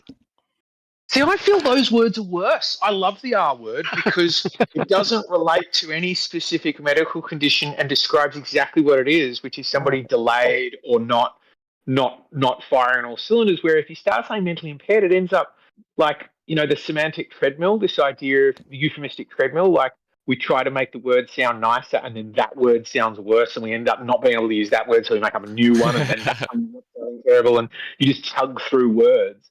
Whereas the R word perfectly describes it and isn't a diagnosable condition anymore. Nobody fits that definition. And let's consider there was somebody in the room right now who was absolutely an R word. You would have to explain to them why it's offensive. You would have to be like, okay, let me explain about your mental deficiencies and what he's saying when he says that. And like, I don't know. I love the word. Hey, look here. I've been trying to get around that prohibition for years now. I was born in the 70s, and I gave it up. And then I was apologetic about it by saying, well, only if they choose it for themselves will I call them that. And then I started just using the last part of the word, starting with T. And and then I just went, you know what? I capitulate. I give it up. What got me was when he get away from all the controversy. I mostly give it when up he responded to a flat earther, and then I immediately want to say it again. But when he got on about the 10,000 Australians, I can't believe I've heard Schlitzy twice now. I just can't believe he's anywhere near wanting to talk to people. He's just not there. No way. Well, it's how I talk. Like, I recognize that a bit in myself when I'm drunk, right? It's just like stuck on transmit, repeating myself, slurring from topic to the next topic to the next topic. Yeah, I get it. Sometimes you just want to spew, but damn, there was no content there. Yeah.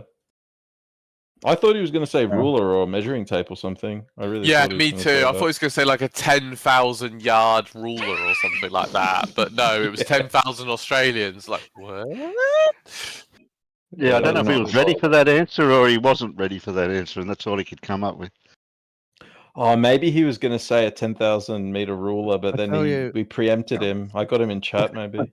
I'll tell you what triggered him. You all pretended to understand how buildings collapse, and pretended to understand how no one wants to kill you. Two huge. Blue Martle's a builder. I'm a builder too. Dawn, let me ask you this question, right? I'm sure you've dropped plywood, right? You've got plywood stacked against the wall. If you just let it fall over, what happens? What happens to whatever was under the plywood? What happens to the air? Bang and some dust. Yeah, you get the dust fly up. Why does the dust fly up? Because air pressure. Well, not. I don't know if air pressure is the right word, but the air is displaced, right? The right word. I'm just a builder. I'm not a real science guy. But when air gets compressed, it has to go somewhere. Sure.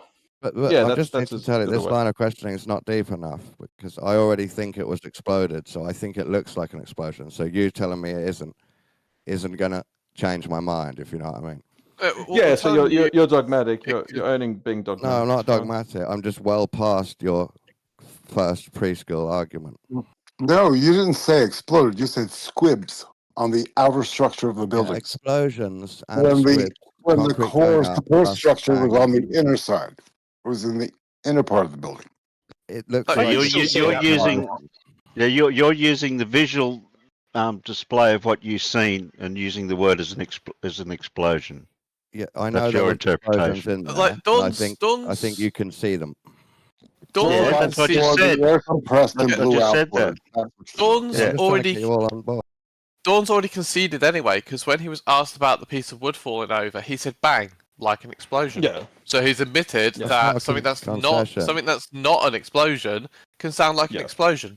Yeah, but that's not a concession because I'm not No, just it's saying definitely it a sounded concession. like one. I never You said it said it sounded just like one. sounded like one. I said It I can sounded like see a them. bang. Yeah, it sounded like a bang. So I can see them. It might not have been an explosion. Good concession. No, you're not Yeah. listening. The problem as well is that you've admitted that I think it's this way and nothing's going to change my mind. You also No, admitted I you didn't say understand that. how I didn't air say that. displaces. I said this You free did. school You did. argument won't change my mind. You did. Not nothing. You did. So I didn't. can I I? didn't. I think You're there's not one that listening. should change your mind, Dawn, and that is those puffs are after the building collapse has started, and on every jet-controlled demolition, the puffs occur before the building starts to move. They are what causes the building to start to move. They go bang, bang, bang, bang, bang, and then the building has no, and then the 9.8 meters per second free fall starts. Whereas in this case, the 9.81 has started, and the puffs are coming as it's going down. Yes, let me And that explain. to me is an issue. I think it's controlled to the point to look a bit more natural and a bit more devastating, like a movie. Yes. Artful, wasn't it? Saying it. So when were the explosions I'm not audible? arguing the little squibs at the bottom. That's not my argument. When were the explosions audible at the start, though? There was lots of bangs heard that day during the collapse and before. Oh, by whom? By the firefighters. There were people everywhere. The firefighters were the Yeah, lots of least people of heard the the crowd bangs. there. In my book, there's witness stories from many people, like hundreds of people. Saying, What book's this? Dawn, can you link the book? It's called 102 Minutes, and it talks about the stories from inside as it was happening, and they all heard bangs. Oh, I heard that fucking keyboard. You don't seriously think a progressive collapse like that is going to be silent unless you've got explosives involved? Do you really believe that, Don? Silent? No, I didn't say silent. Do you think the thing would have made no damn noise at all unless there were explosives in the No, I'm building? saying we heard Really? Suspicious bangs before and during that can't come from just pancake theory. I'm sorry, you said they were inside the building and they heard the bangs? Wasn't the building Yeah. coming down? How did you get their testimony? How what? It's in a book. If they were inside the building hearing the bangs, they'd be dead in moments. Where did you get their people that testimony? survived nearby under the stairs or nearby. Nobody under the stairs or inside the building survived. God, They need to you be know outside the nothing. building. It came from the top all the way You to know- the you know bottom. Nothing nothing. inside survived. I'm sorry, I don't know nothing. Do you want to explain how I don't know nothing about people inside the building not surviving at the collapse? There's two And how films did and a their documentary. testimony get taken?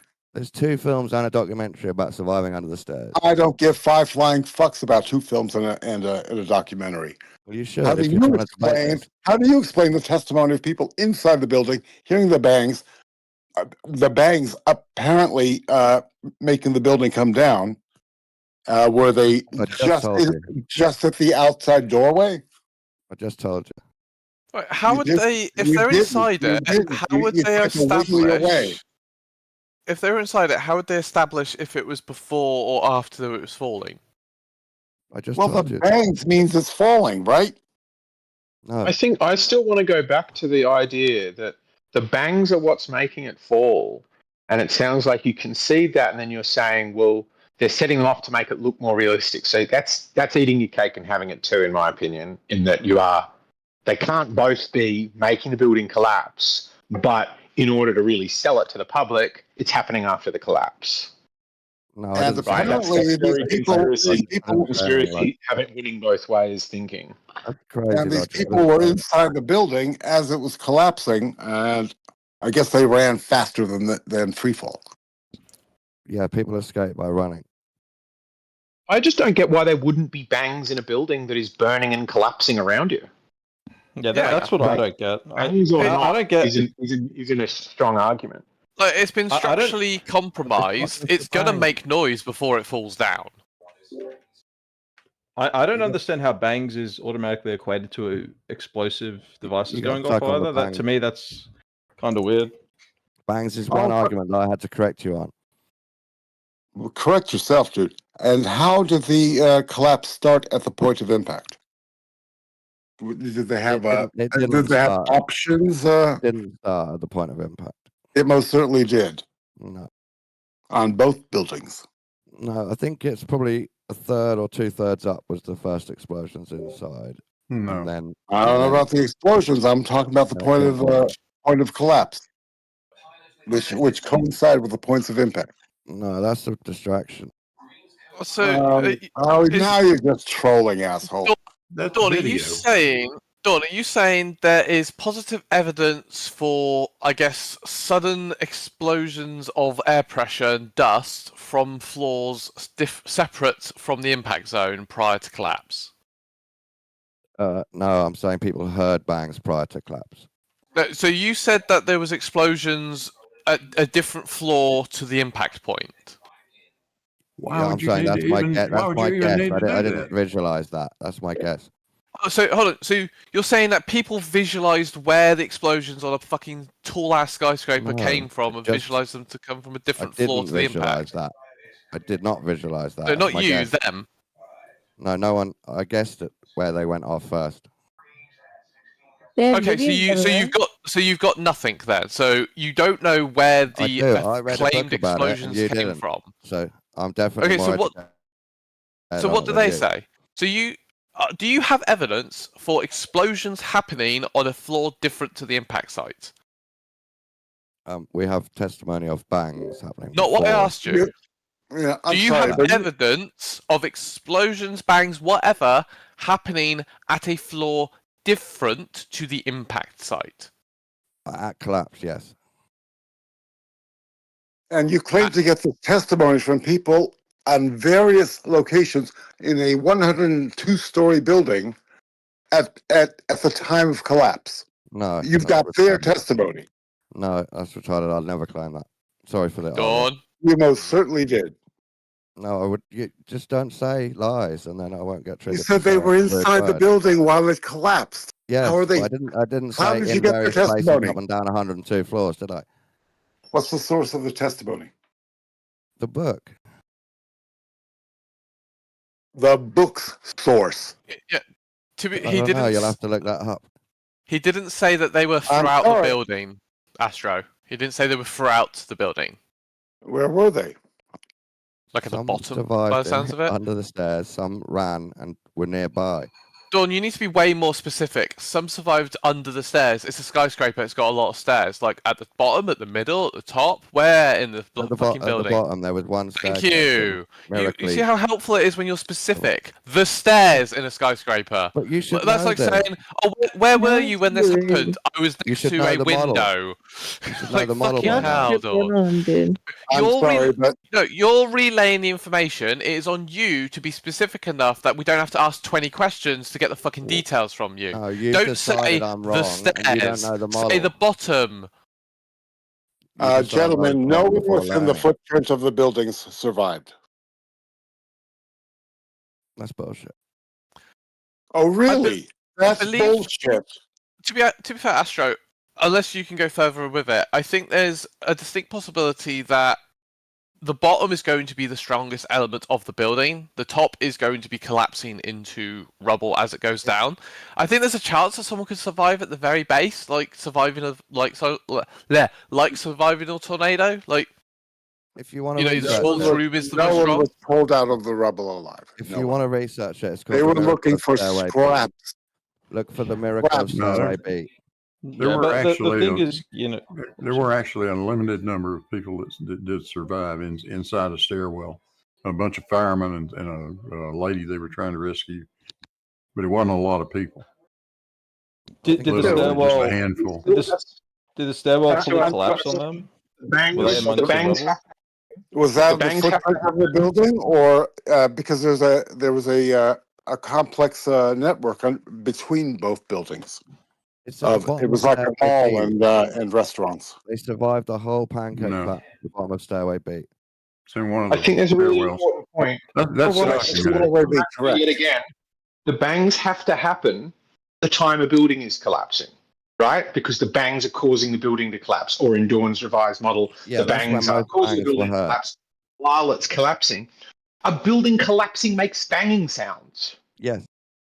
That's not my evidence. for Whether the it's fact being there was brought down by demolition. explosions or not, even if it just fell down, that's going to necessitate very loud sound. But Very loud, low argument, frequency Eggs, sounds. my like argument, bangs. my argument is you need demolition to make a building collapse. To make those. But that's bangs. just not true. There's one, as I said, one collapsed a few months ago. And That was on a demolition site. But Dawn, that's not true. From an earthquake. Fire for steel structure buildings. Fire is the most dangerous thing.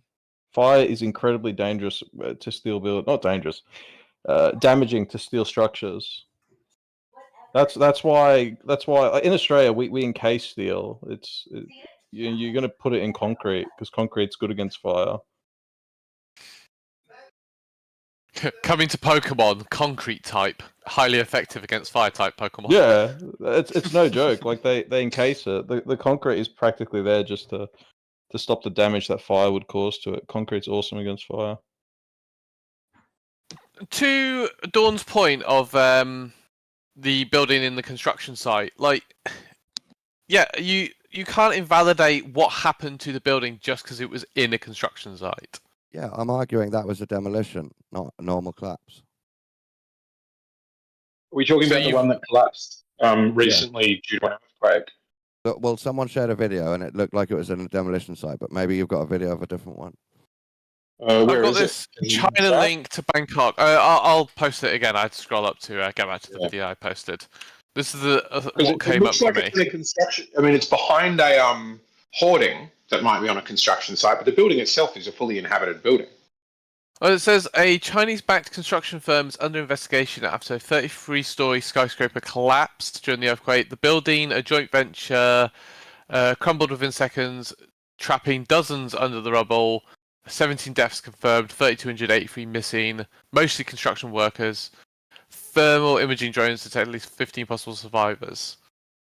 So the question is if the building was in use or structurally sound at the time of completion. Sorry, there is an earthquake involved. So I didn't realize there was an earthquake involved, so that could explain. Yes, yeah, earthquake, yeah. But the point being, that doesn't. How is that evidence against 9/11? Because it's an earthquake.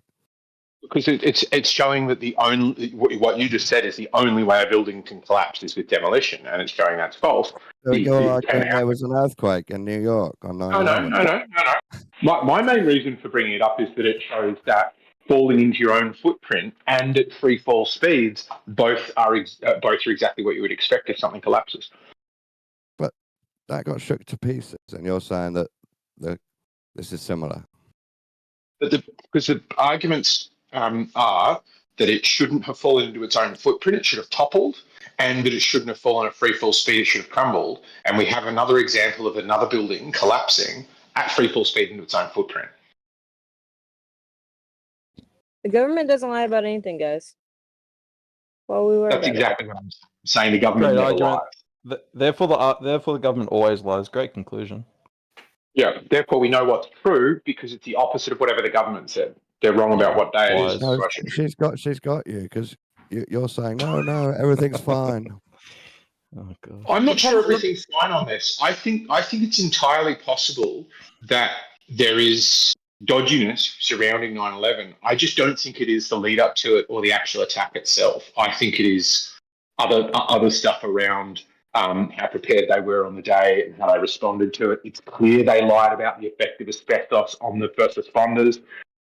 It seems to me, I in fact think it's entirely possible that they deliberately don't release footage because the CIA had a chat and went, do we want the world to know that we are inherently insecure and we could be attacked by planes, or do we want the Muslim world to think that we punched ourselves in the face that day? I think there's all sorts of dodginess. I don't trust the government. I think that's a silly straw man that people pose when they realise the strength of their arguments is failing. Okay, let me re-explain it then. So instead of every single bang was an explosion, they flew the planes into it. It was built in the 1970s to be weak, and they knew if a plane hit it and we blow up 4 of the columns, we know it will collapse nearly in its footprint. And then we plan to do that at a later date. We set the Kabbalah ritual up, and then we do it, and we blame Iran. Kabbalah ritual? Dawn, can I ask you though, Dawn, do you think that all skyscrapers should be built to withstand a plane impact? Do you think that? But these were famously claimed to. Famously claimed to withstand an impact of a plane at the time, which the most common, I think, commercial aircraft then was like a DC-10 or something. You know, it was No, it wasn't even that. It's 707.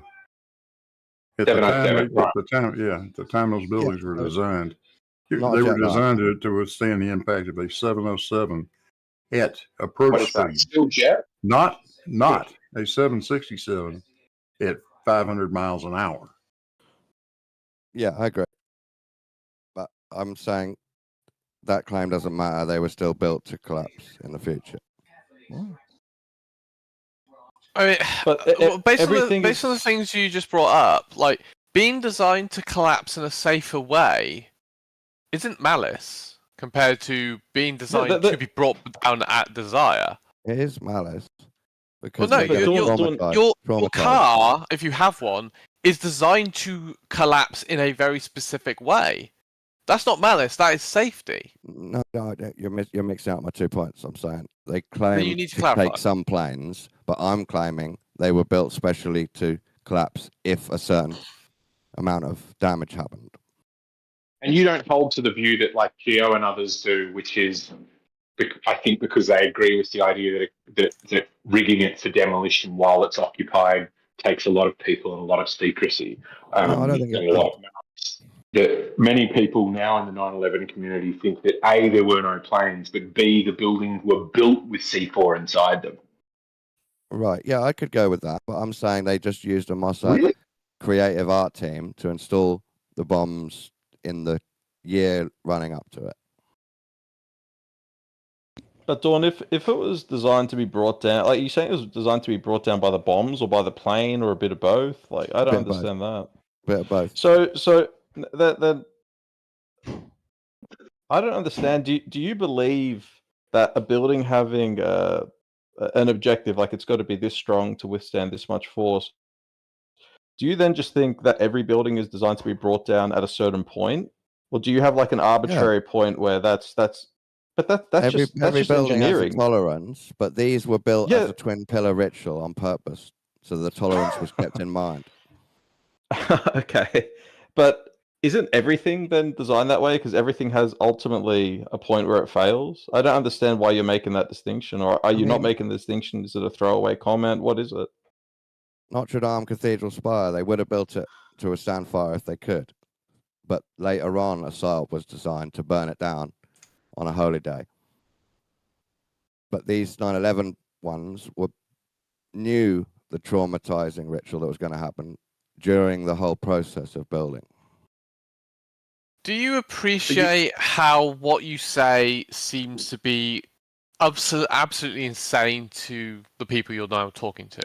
I don't consider you like a normal person, you know. I consider you an overly critical skeptic that doesn't research. Yeah, well, but what it sounds like to me is you're just you're just saying you're justifying events based on your own notions of rituals and shit. You're like a flat earther. You're coming up with whatever you can find to justify your interpretation of events. No, I got this from videos, and I trusted the But don't apply a second of critical thought. You saying it's designed to fail at a certain point. Every building is designed like that. So every building is susceptible to this. So you think if a building collapses tomorrow, you'll say, well, that's a symbolic building because it's important to these people. Therefore, it's an inside job. That doesn't make sense, though. Grenfell Tower was designed to be flammable, so it could go up like a torch, like a wicker man. Okay. So they are you saying put that? flammable shit on there on purpose? Are you saying that's a conspiracy? That's an inside job too? Yeah.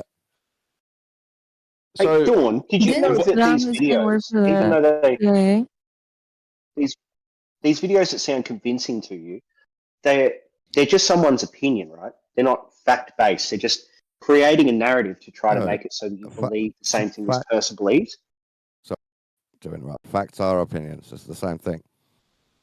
No, Yeah, it's not. So a fact will have some like It outside definitely piece of is. evidence. Because you don't An get to opinion is decide just my- something that you lives don't- inside your brain. So I'll never if listen I want to to what give you you a say. fact, Dawn, let me if I ask want you to this give you a question fact, in a. just Let me ask wait Dawn a the sec, question in a 2 different way. seconds. I'm just going to finish Okay. my sentence, please.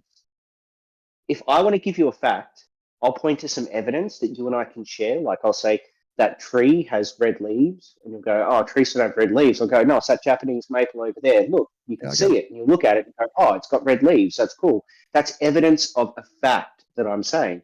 But my opinion of like, "Hey, The Matrix is the best movie ever," and you'll go, "No, it's Harry Potter," and I'll go, "No, it's The Matrix." That's purely an opinion because there's no objective source. There's no empiricism. There's nothing we can share in reality that will give us a definitive answer.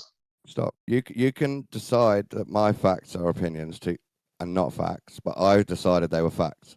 No, that's not how facts work. No, that's an Yeah, opinion. I'm afraid it is because I decide. No, it's don't literally not. It's You my don't decide. language. No, you don't decide what a fact is. A fact is I'm afraid I did.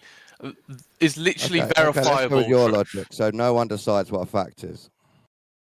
No, everyone does. It's a collective thing. Everyone does. Okay, so you Some agree. with some empirical things. So if I say the sky is blue, that's a proposition in logic, and then you have to have some evidence for that for it to become a fact. It has to be shared evidence everyone can see. I have You don't have evidence. shared evidence. You just have a do. dude on YouTube that you find compelling because I don't Well, know. I could get you the link. Your and you opinions could can be watch. molded by others easily. I could Dawn, get you the link and you could Dawn, watch it. don't go to the I link have thing watched because it. That's the reason that I'm doing it. yeah, I've watched So we Dawn's. simply disagree on the facts. I've watched Dawn's 5-hour Masonic video, and Dawn, I think I would be right to say that you consider it a fact that the people doing the hand signs on the magazine covers means they're Masonic. Yes, of course, it's a fact. Yeah, that's your opinion that the hand actions that people are doing means they're Masonic. You don't have It's the my fact. You opinion would have. that it's a fact. No, you're an idiot. Yes. It's Yes. not a fact. You have to It's ask your them. opinion. Listen For it to carefully. be, You for it to nerds be, will never for it to decide be what a fact is for me. No, Listen. for it to be a. No, that's not how. Someone's got to That's tell them. not how facts work. You guys fire all over the word fact. Can I ask a question? Did Saddam Yes, Hussein work brother, for the CIA or not? Go ahead. Go again. Did Saddam Hussein work for the CIA or not? Probably. At some point, he was funded by CIA Definitely. through programs, but he didn't work for the CIA when he was the leader of he was Iraq, right? Iraq. How did that I mean, happen? they did most of their. They Oh topped my up God! most of those. Wait. Have you ever read a because they book topped them up. on any of this? Just No. quickly, what's I your heard knowledge Saddam base? Hussein worked for the CIA. Okay, do you know like what the CIA does with different groups around the world? No clue. Do you know anything about Iran This is Contra? really weird. Do you know anything about like the fall of the Iranian like? You ask broader questions or democracy? ask fewer questions, dog. This is ending up sounding patronising. Yeah, I'm trying to be patronising. This is my whole shtick. I've become a bully and I'm a prick. So I'm going to bully you in a second, Eggshells. I'm going to find something that we disagree don't on even just know so I what can fact bully means. you as one Australian I'm hating on another. Well, I'm going to try and just I think that we can have a nicer energy in here. Yeah. Like you can engage in it too. We can chill a bit, yeah. Because I think Taylor makes a good point. And we know that the US goes around the world installing dictators who are favourable to their interests, who end up turning against them. I think that haven't they done that 8 or 9 times? Isn't there they fucked up doing that in Iran? Our history is That's not the point of this. The point wasn't that the CIA funds people and they turn bad eventually. The point was that he was working for the CIA and that's what she heard, and now she believes that he was working for the CIA. But that's we did. Just like people and need we to don't know that he wasn't because they're a secretive organisation. We wouldn't know if they weren't. It's weird that we even know that he was. That's weird that we've got that fact. They're a secretive organisation. We shouldn't even know that. The idea that we would have an accurate idea of who's working for who amongst highly funded secretive agencies is hubris. You shouldn't have that degree of confidence about who wasn't a CIA operative. Missing the point of what the CIA is. I'm just trying to like impress on people how misinformation works. That's the only goal. Yeah, but I think you would do better if you acknowledged that the point Taylor raises is really good. No, I've decided people need to be bullied, so get fucked, eggshells. What else seems sus to you, Taylor?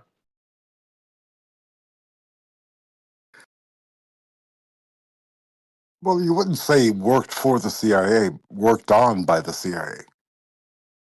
Yeah, like I wouldn't know. I'm guessing my vague understanding, not knowing that history very well, is they kept facing, as they do today, theocratic dictatorships, and we don't have any sway in theocracy. We can't bully the Muslims. They just don't give a fuck. They don't listen to us.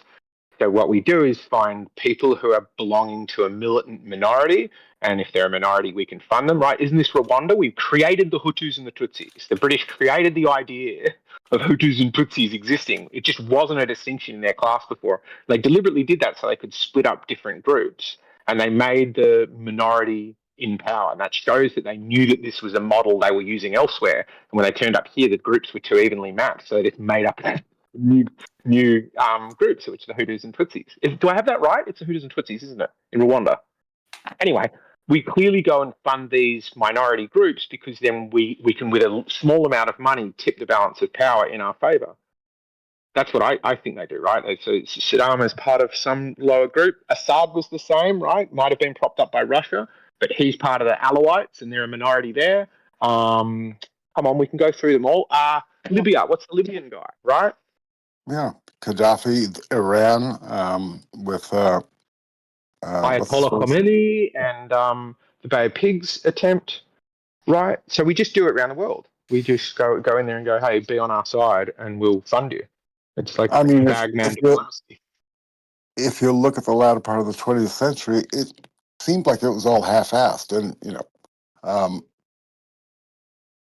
let's try this, see if it works, and a lot of shit backfired. Well, I guess at the end of the day, you sort of have two choices. Do you let them do their own thing, or do you try and get someone into a position who aligns with your interests? Yeah, it's geopolitical maneuvering. Yeah. Also, on the note of what Dawn said about facts, there is a definition for fact. It's horrible. Information used as evidence or as part of a report or news article. Beautiful. So what Dawn's doing is using definition for facts that none of us are meaning in the context that we're using the word. Tell me what you mean then. I mean the first definition, you prick. A thing that is known or proved to be true. I'm afraid that's subjective too.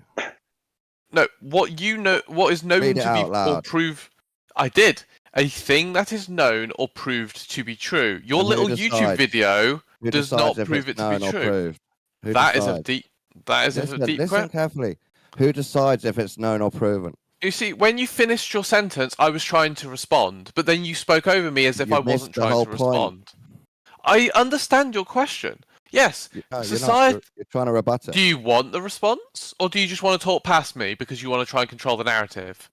Who decides? Which do you want? If it's Which known? do you want? Do you want to have a discussion, or do you want to control the narrative? Which one? I want to correct you on being so Cool. wrong. New topic. Someone else talk. What? I'm allowed to keep I'm talking. not engaging with Dawn if he's going to be a little prick and try and control the narrative. So, new topic. Shut up then.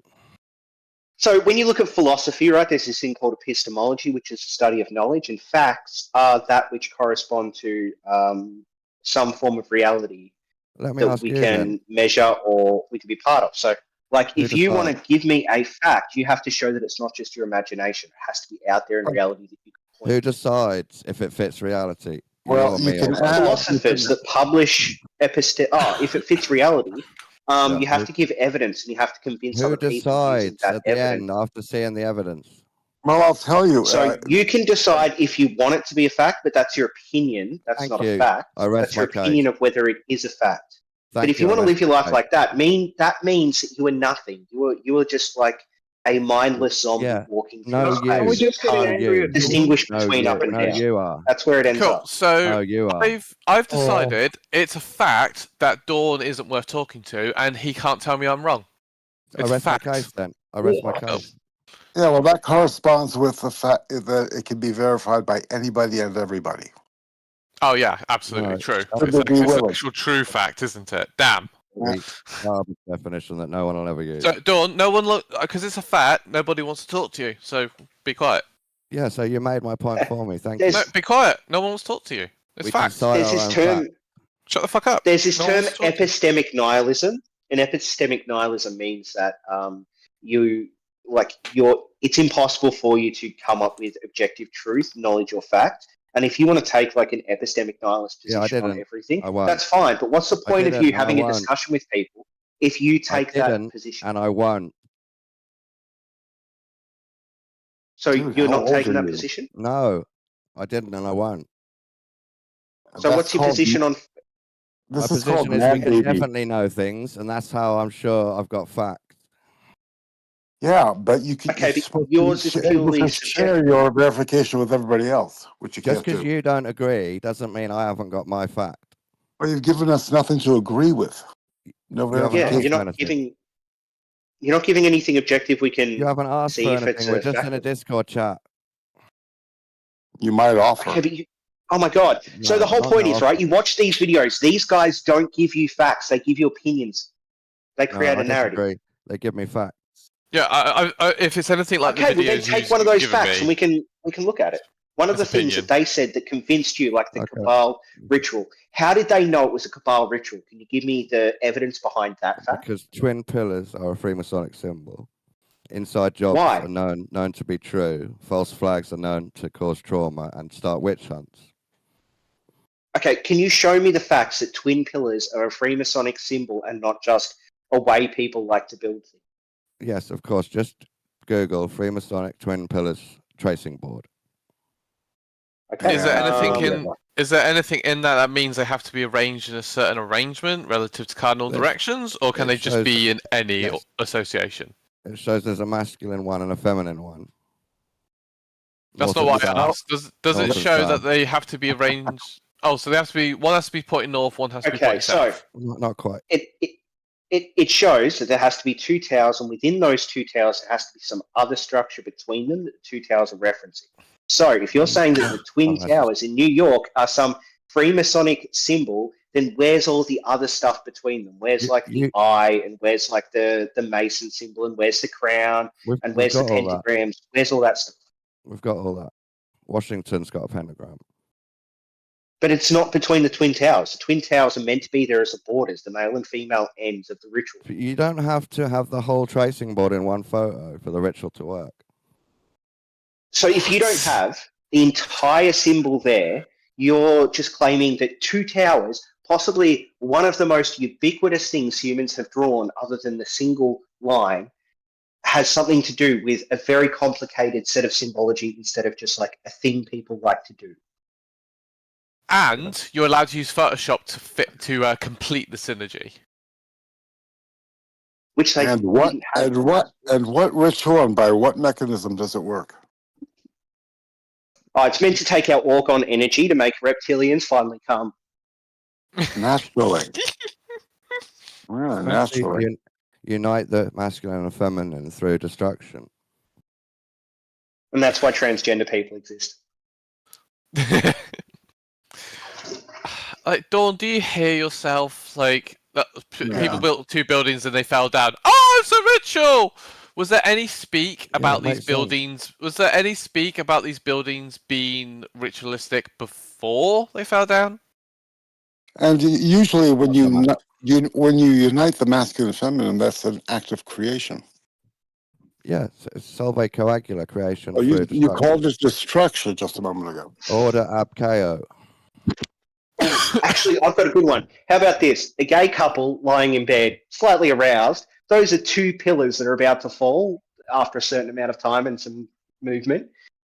Where's the masculine and feminine in that? Because it's just two dudes. You'll have to learn Freemasonry. It's not literally a male and literally a female. I did in 2 seconds there. I realized that it's part of a larger symbol and that the rest of the symbol isn't contained within those two towers. So there's no reason to think the two towers are linked to that symbol. Well, but you didn't look up the tracing board yet for some reason. Yeah, I did. I looked up the tracing board. It's part of a larger symbol. You've got the twin pillars. Yeah. You can admit twin towers look and resemble twin pillars.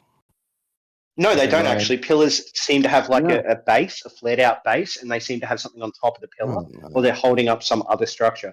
But the twin towers were just straight up and down buildings. Oh no! So you can't even see that a pillar is a tower. No, they're different things. Pillars are like solid. Towers are not solid. They have like gaps in them for people to live in. What about the tower tarot card? Have you seen that where people are? It's supposed to be worse than the devil. Tarot is in Freemasonry, so why are you bringing that up? Well, damn, you better not meet the Three of Cups. Tarot's used. In what? Freemasonry? Yeah, in Kabbalah rituals. Where? By Freemasons. Where? It's just a system of correspondence. So I'm saying this tower echoes the day. This tower card echoes the day of 9/11. People falling from a burning tower. Buddy, Freemasons and Kabbalah are different things. They may share a few of the symbols, like they just have symbology, like all other symbologies, but they're different things. You understand that, right? Freemasons don't use Kabbalah, and Kabbalah, I don't know, practices. They don't use Freemason. They're not Freemasons, right? They follow Kabbalah path workings, the top Masons. Since when? When? Since they became friends with the Jews. Oh, there it is. There it is. Oh, that's why the Mossad was involved, right? I could just hear Dawn being like, the conversation hasn't had a globe of spiraling for a bit. I'll just throw this one into to wake him up a little. I can hear him smiling when he says it. He knows it's going to happen. Freemasons were like a Christian organization. They use that sort of ideology. That's how wrong you were. You just have to have a bit. They're not Jews. Did anyone doubt where this would go? No, I was playing for this ever since I heard him say the Mossad did it. I'm like, oh, let's get Jake you in. It's not racist. It's part of history to know where Kabbalah comes from. That's all. I will say, despite your crazy things you believe, Dawn, you are one of the best people at debunking flat earthers. Oh, thanks.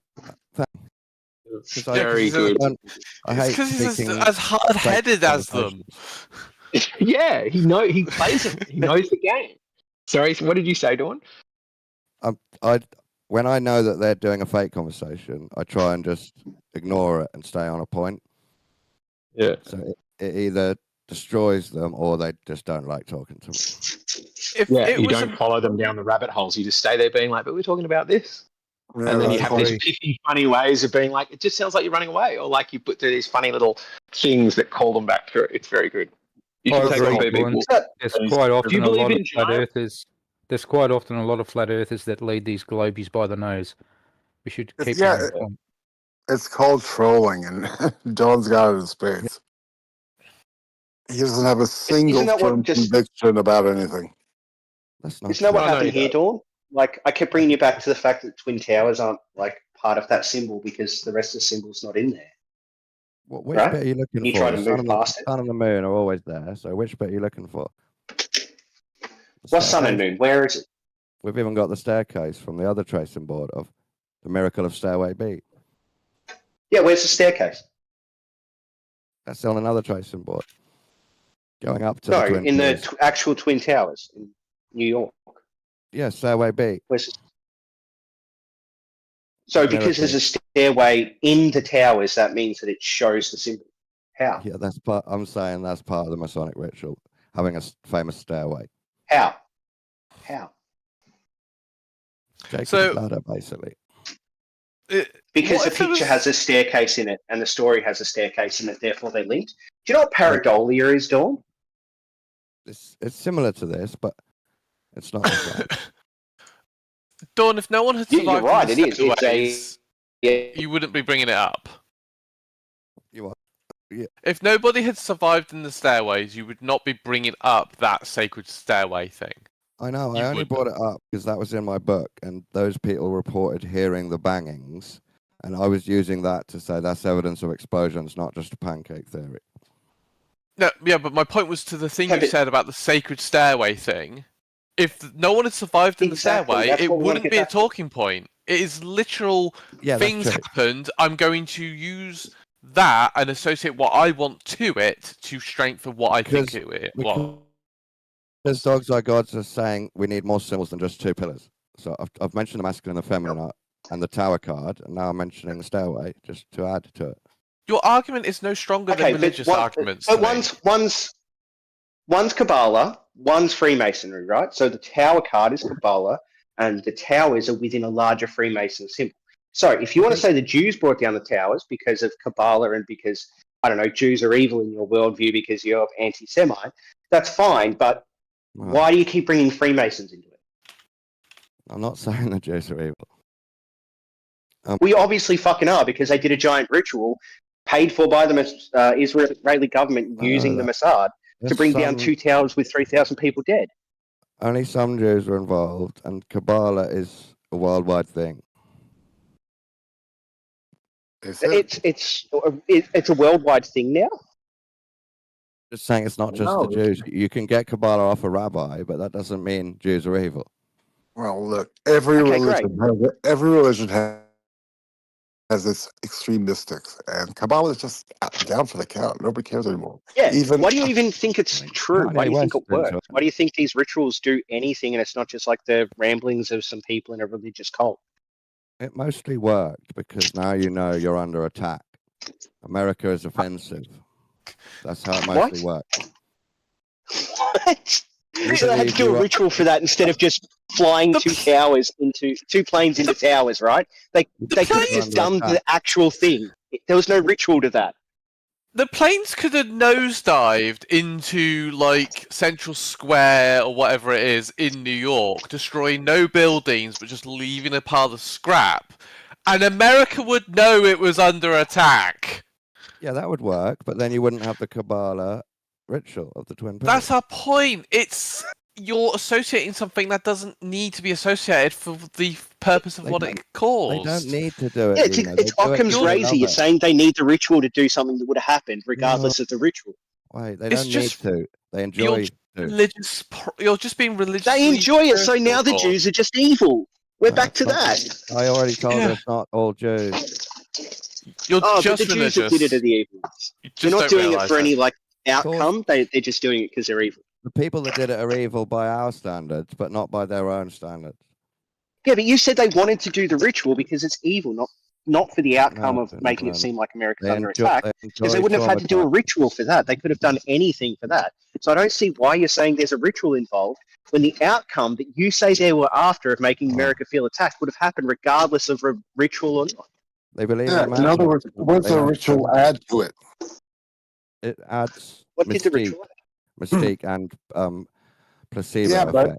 Yeah, but if they don't announce it or publicize it, how would anybody know? Why? What the fuck does placebo have to do with own satisfaction? Why did you say placebo, Dawn? Yeah, the magicians get effect from the placebo. If you don't believe in magic, it still makes them feel like it's working because they've done a. What do you think placebo the word means? What's the definition of that word? I don't need to explain that. Yes, you do. Yes, you do. You used it, and you're just throwing shit at a wall because a YouTuber put a heap of words together that mildly convinced you. You never actually thought about it critically because you don't do that. Just trust I'm using the normal definition. Which is? I can't teach something you that English. isn't real that makes you feel like it's real. If you're asking me to teach you English, you're losing. Dawn, you are burning more time not explaining it than just humouring us. Yeah, so fucking do it. I'm making a point. It has like a flat earther when you're like, oh, what does that mean? You need to learn English. Yeah, So no, wait, we know English. We just think you don't know it because you like to use the wrong definitions all the time. I don't trust that you know the usual definition. You've diverted from my point by pretending I don't know English. You know what this is like? That's your problem. Well, considering this is like when you say, "Hey, can I have your source for that?" Yeah, it's exactly like that. Dawn, this is like when you say to a flat earther, can I have your source? And they're like, no. What you want is a citation. There's a difference between citations and sources. That's what you're doing right now when you threw out placebo and you're just trying to stall for time because, you've basically got nothing. Like, there's too many internal contradictions. If you knew what I meant, I was actually giving you a hand up to not assume magic's real and to assume it works in a normal scientific way. How does it work in a normal scientific way if there's magical Kabbalah and Freemasons doing rituals? Through placebo. So let's do this instead. No, stop. That doesn't make any sense, Dawn, because without all of that shit, which 99% of people don't know, it still works. It still makes Americans afraid. So why do they need to include this ritual trick that you've somehow completely bought into, despite knowing that it's fake placebos? I think you're not getting it. I'm talking about how the magicians who created this ritual feel inside. They feel that it's a real ritual and it has real magical scientific data qualities that change reality. But you think that as well? Yes. Okay. Oh, it's not a placebo. Yeah, so on the note of placebo, I'm going to do it this way instead. Okay, I'm going to give you a definition, and you're going to tell me if that's the one that you meant. So, a measure designed merely to humour or placate someone. No. Cool, so you weren't I'm going to go. I'm going to start bullying definition. Dawn if this keeps going. The placebo effect. Google the placebo effect. Oh, so now you're making me do work. No, you're choosing to pretend I don't know English. So No, I know you know English, but what I know is that the way you use words is sometimes wrong to our expectations. So what I would rather, I was still speaking. What I'd rather is for you to tell me the meaning that you mean, rather than me to try and fucking hunt it down like some sort of rabbit. And I already did in the explanation. They think it's real, so they feel like it's really working.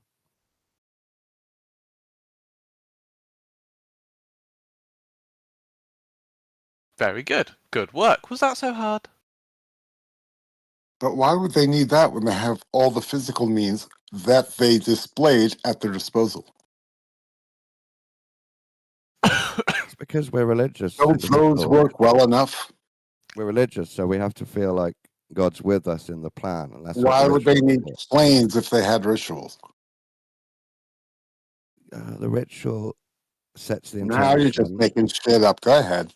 The ritual sets the intention, and then you play it out in reality with whatever objects you want. So what do you need the ritual for if you're playing it out in reality? So it's like a blessing for the thing you're going to do? Yeah. But you're also taking people through the symbology. Are there any attacks that are real, though? A ritual would be doing a physical act in honor of a god or some force. Yes. It's a ritual attack. Are these people also ensuring that other spontaneous things don't happen? Because I think eventually you go, okay, Columbine's fake and the moon landing's fake, and like moon landing, fair enough. Things that require a lot of government, fair enough. But like the causes of wars, whether nuclear bombs exist, all sorts of medical stuff, all of this stuff fake. That it doesn't leave anything left that's real. Like, could kids not wander into a school and shoot it up? And my question is, like, is this cabal actively stopping remarkable wild events from happening so that they can be the only ones putting events on the world stage? Do you get what I mean? Yes. Like, yes, they are. Okay. They use police and background checks to stop the people that they don't want to control, and then they re-control the people they want to control. So you think that stops a kid just like taking his dad's gun into school? Because hardly any normal kids ever do that. It's like 1 in a billion. But it's lots of kids do that, but you're saying 1 in a billion of those kids is actually real kid, and all of the other ones are crisis actors. Only 1 is self-taught. Or most to all is planned. And that would be hundreds of school shootings by now.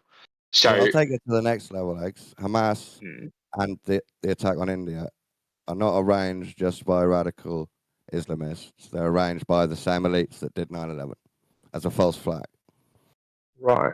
And what I'm trying to work out is like, is there anywhere, let's say in the Muslim world, or like, yeah, in India, because I was in Mumbai when the Pakistanis attacked. I was meant to be in Colaba. I was meant to be like 50 meters from the Taj when they shot it up and took hostages and shit. But I didn't turn up to my friend's birthday.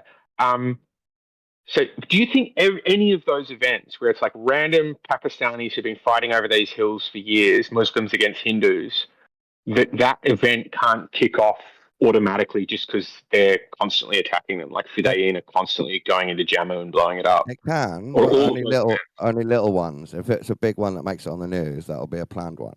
So how do they stop a big one? How do these elites stop them, this same group of people who... We're the ones funding, the elites are the ones funding them, so we just stop the money going in a certain direction. But what stops somebody else sending their money in their direction, right? Random Muslims around the world. There is no one else with any money. The world is like 2 billion Arabs, and I swear, if you think we've got Bill Gates rich, I reckon if you went to Saudi Arabia, you would have people confused at why people thought Bill Gates was rich. But he's clearly quite poor compared to our people. Like they have insane amounts of wealth in the Middle East, and they're not controlled by the same group. They're part of the Kabbalah. They're not going to hang out together, are they? Like a random massive Muslim guy in a big white skirty thing that sits on the ground and drinks tea is going to be close friends with like a girl who's, had 3 boob jobs and is hanging off the president? CIA and Mossad and stuff, yeah. They're going to hang out together and they've got the same interests. Okay. And they would, because they'd have to be stopping Saudi princes from using some of their billions to put together an attack, right? Yeah. Yeah, if it's big and it gets on the news, it's probably planned, but it can happen naturally sometimes.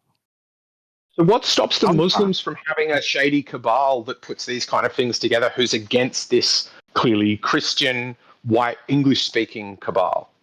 What stops the Muslims from having their own? The elites Freemasonic charm and rabbis. Why do they need that? You suggesting individuals or groups? I'm sorry. You can easily get them on one side. Well into the millions on holidays, right? I heard one where his car's transport was $1 million, and that was to ship over 20 brand new top-of-the-line Land Cruisers and multiple 50-foot trailers for which he had to build a new road in Pakistan for, just to take his mates doing falconry and shooting, right, where they go out with eagles and kill animals in Pakistan. And it was millions, just insane amounts of wealth. That's great.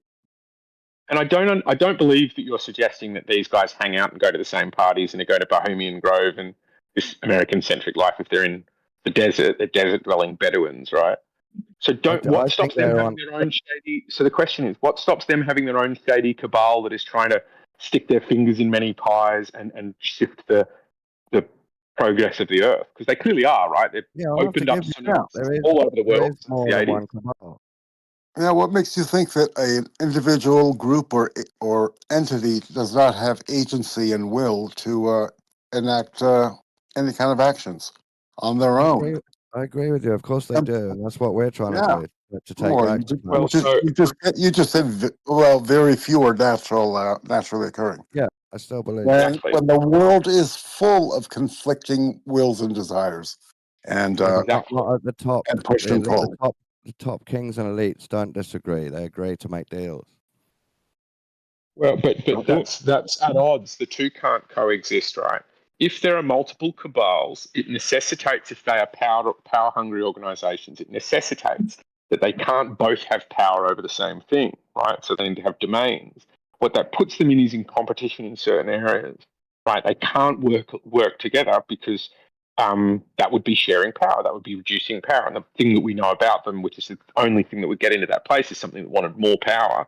So you can't have all of these attacks like Columbine are fake if there is a hostile power there, because there would be taking your resources against that hostile power, this Muslim Sunni-based cabal, and it would mean that you have to hide it even from them. Now, if they are super powerful and can put agents places and do mind control and get inside your homes and listen to your phones and do all the stuff your cabal can do. That Islam was you can't have two cabals, that's my point. And you must have two cabals, otherwise you've got to say that Saudis can't form a cabal. But I've got to tell you, can't have Islamic two. Cabal is under oath. Islam was invented by rabbis. They're under oath. What? Yeah. So they agree to be subservient to these other power brokers. Over time, they just went along with it. So we've got Uber, Stop them starting their own cabal. Puppeteering.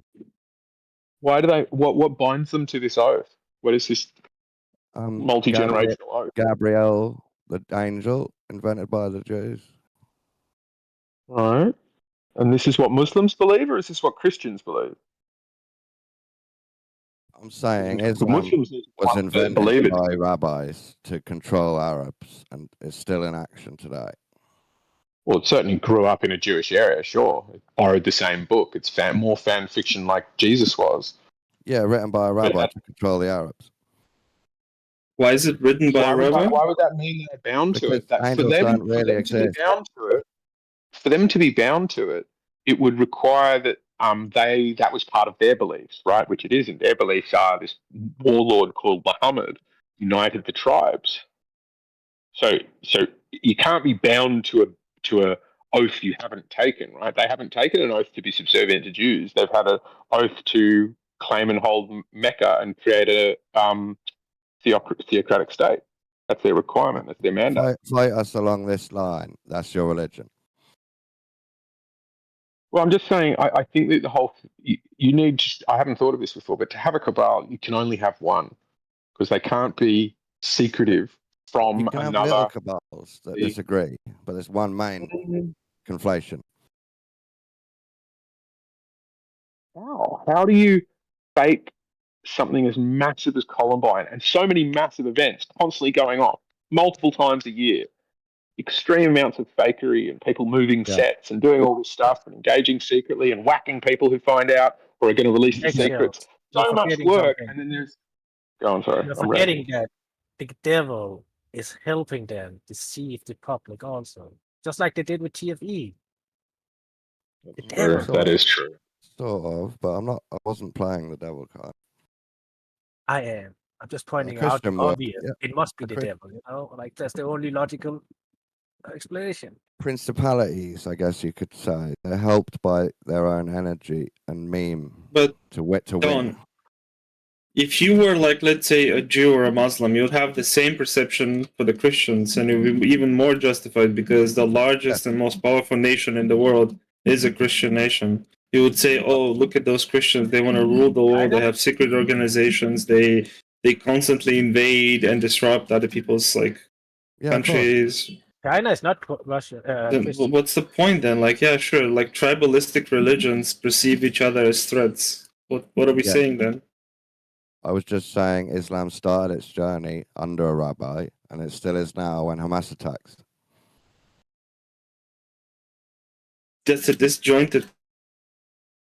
It's not. Statement. It's literally how religion. Premise one: Islam was started by a rabbi. Premise two: that's how Muslims are controlled. Premise three: Hamas attacks. Yeah, I'm saying it all connects. Okay.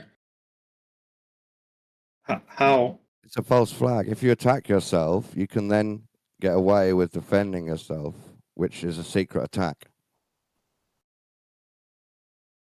Who's defending themselves from themselves? Israel is defending themselves from themselves. The Cabal attacked themselves at the edge of Israel so that they could defend themselves to take more for Israel. Is the Cabal Israel or not? Some of the Cabal reside there, but it's not all Jews. Again, what's the end goal here? Sorry, maybe you mentioned this earlier, but I wasn't here. Take Earth for the rich elite and to keep everyone else. But they already have it. The rich elite already have it. They have all the power and money. That's what I'm saying. So I'm just pointing that out and saying this is how they did it. But why do they need to do all of this complicated stuff when they can just use their power and money? Because they like ritual and magic and prophecy. Why do they like magic? Because they believe it gives them power. Does it give them power? Yes, through it being real or the placebo effect. Or the placebo. Got it. Now, I have a question. Do you actually think that the elite use money? Not usually, but it helps. That's not the final decider, though, to get someone. No, well, he's saying the elite are they have money and that gives them power, but they don't use money.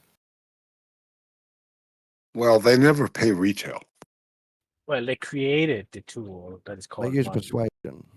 So they're not using money and they Is persuasion money in the elite world? No, but money helps you persuade sometimes.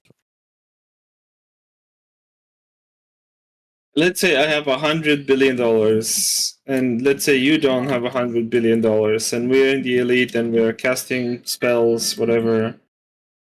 What is the currency that we use to exchange things between each other? I'd say that would be the hierarchy at that point. What do you mean? No, So you can be really rich as a 3rd degree, but the 32nd degree Master Mason will still tell you what we should do with your money. Let's say we're at the same level of masonry. How do we exchange power or exchange anything between You us? just negotiate. Right, you scratch each other's back. That means that you have something I want, and I have something you want. Yeah, there's always something. Like what? Like, can you like women? What women? Women.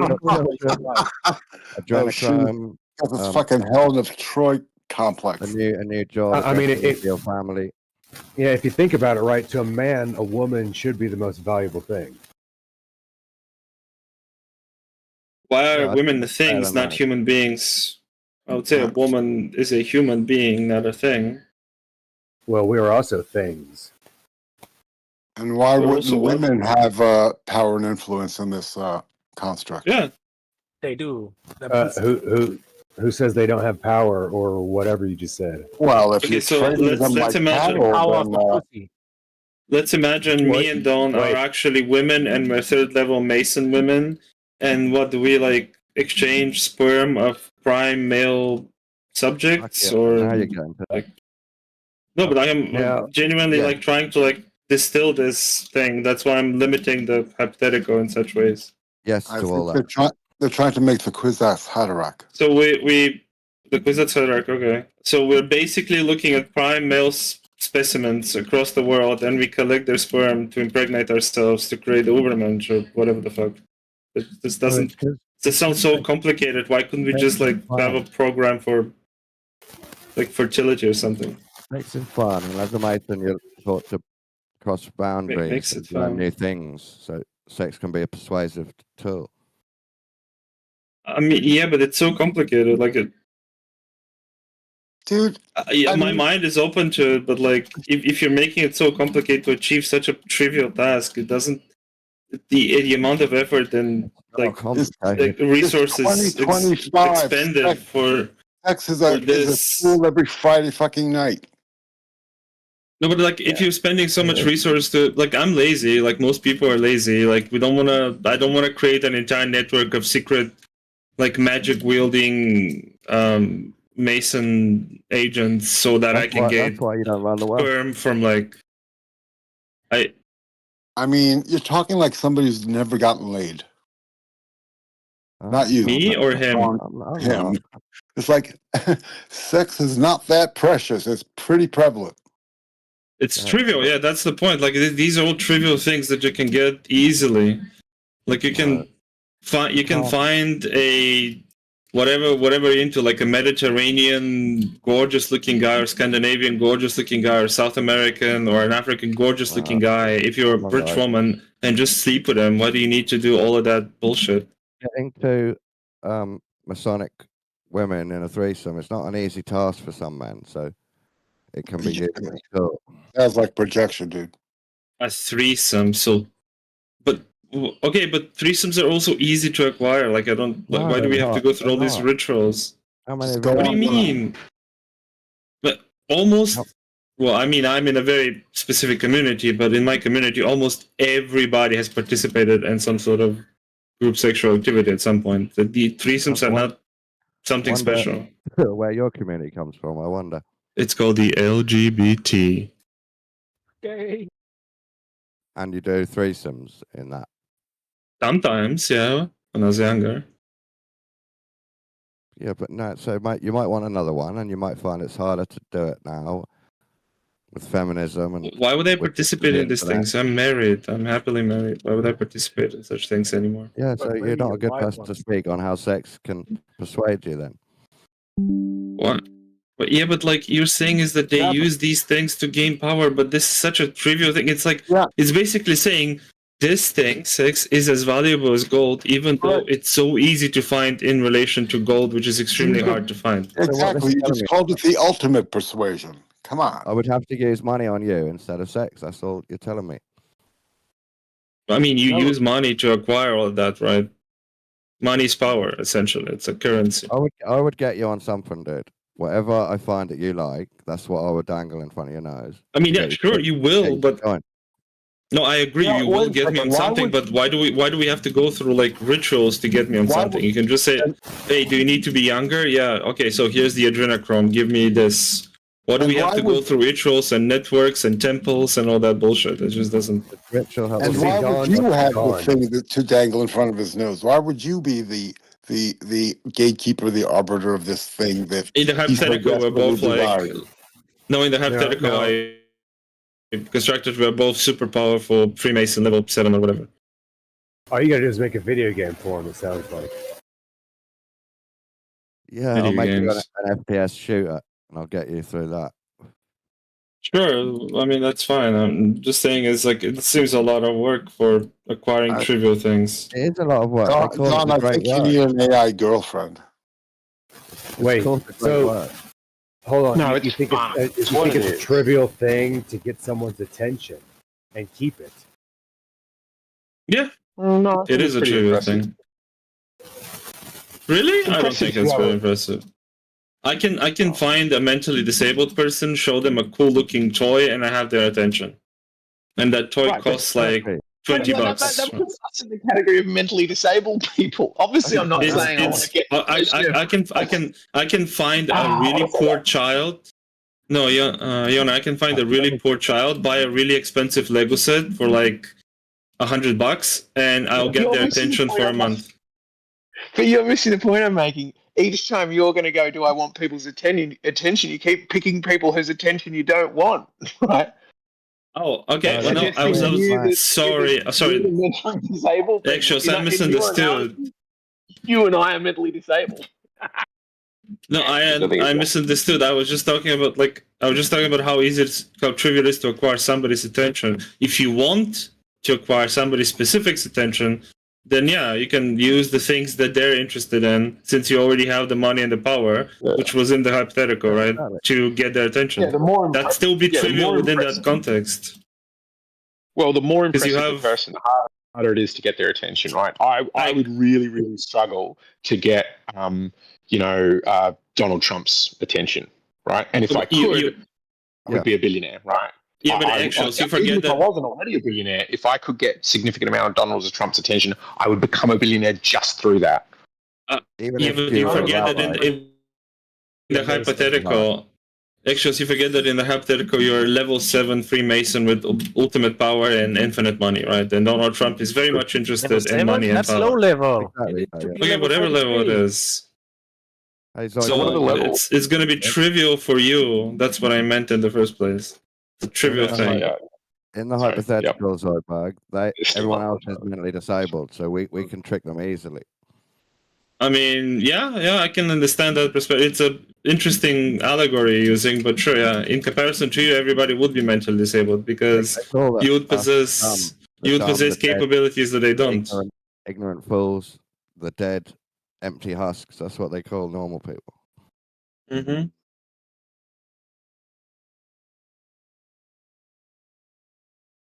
But again, that's just way too much stuff to do to just manage to ensnare somebody who's important as a means to an end, right? Just seems Why don't just I go contact you directly or through my agents and just say, hey, you want to achieve this? Okay, I can give it to you, but Yeah, no, you're right. You're and right. then You get the agreement through email, then you set up the ritual. They don't have to be there in person, but they understand the workings, the magical correspondences. Yeah, but if isn't the ritual just signing a contract or some shit? Oh, I just told you. They do the agreement, then they do the ritual with the correspondences. I don't know, man. If they're willing participants, what do they need all this shit for? I mean, they obviously want to achieve something, and you can, I guess, if you're charitable, you can argue that humans are predisposed to this kind of like thinking from evil psych, even though evil psych is kind of shaky. From evil psych perspective, we like rituals, we like superstitious, we like metaphysical things, so rituals psychologically prime us to accept or deny certain things. So you can argue for that if you're charitable, obviously. But the point is, like, all of this is superfluous to the thing you want to achieve, which is, I just want to get this guy's attention, or I just want to have influence over this guy so I can therefore control something else, or that's my end goal, I just want to control this guy. Right? It just seems superfluous. But, I mean, whatever, man. You mentioned, you influence some people, and then you do bigger rituals once they're agreed. Why do you need the No, ritual? I'm saying the influence is enough. I mean, you can do all of that shit because maybe that's like a perverse pleasure thing you're getting. Maybe that's like positive utility for you if you do the ritual and you're like naked and you sacrifice something and you bathe in blood or whatever the fuck, right? Yeah, but why do you believe that these, these high up elites are all uniform in this desire? Because They all like their ancestry, and they like hidden pagan belief systems, and they believe in God. Really? And you can say that for sure about every last one of them? If they don't believe in God, you convince them Satan's real because it's cool.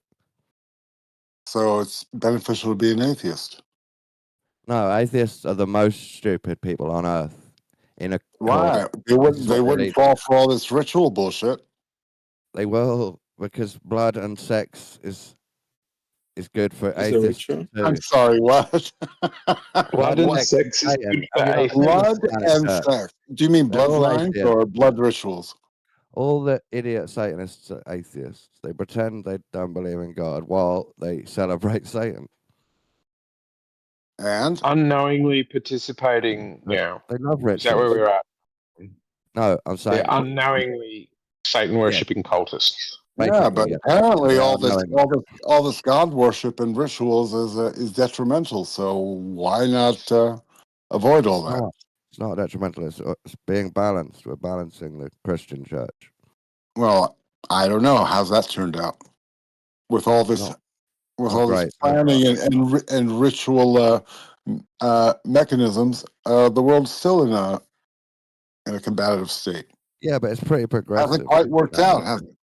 We're pushing each day. Really progressive. Sounds half-assed to me. This is all for your freedom if you can become an elite like us. Like who? Are you claiming you are an elite now? Yeah, I'm claiming I've got the same mindset, so that's how I understand it. Same mindset, but not the fat wallet, huh? Yeah, exactly. So where does that get you?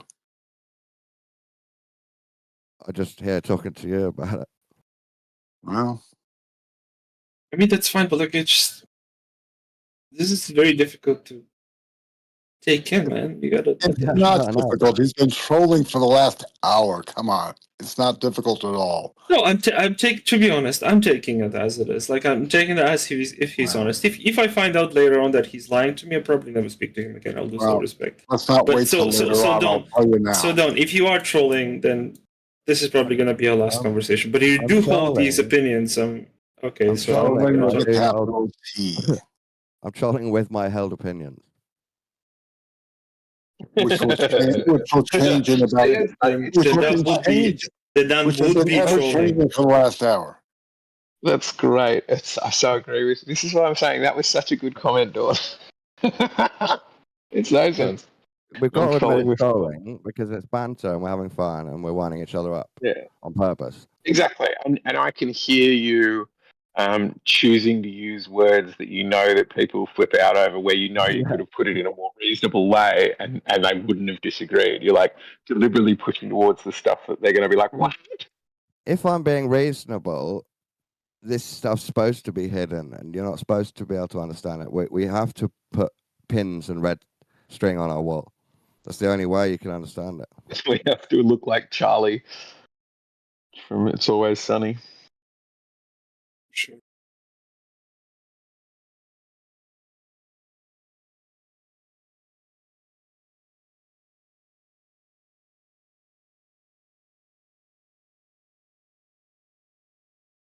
The Kabbalah ritual of blowing stuff up is nuts. So you could agree there's a cabal that tries to guide humanity, and then you can agree that they're satanic magicians later. No.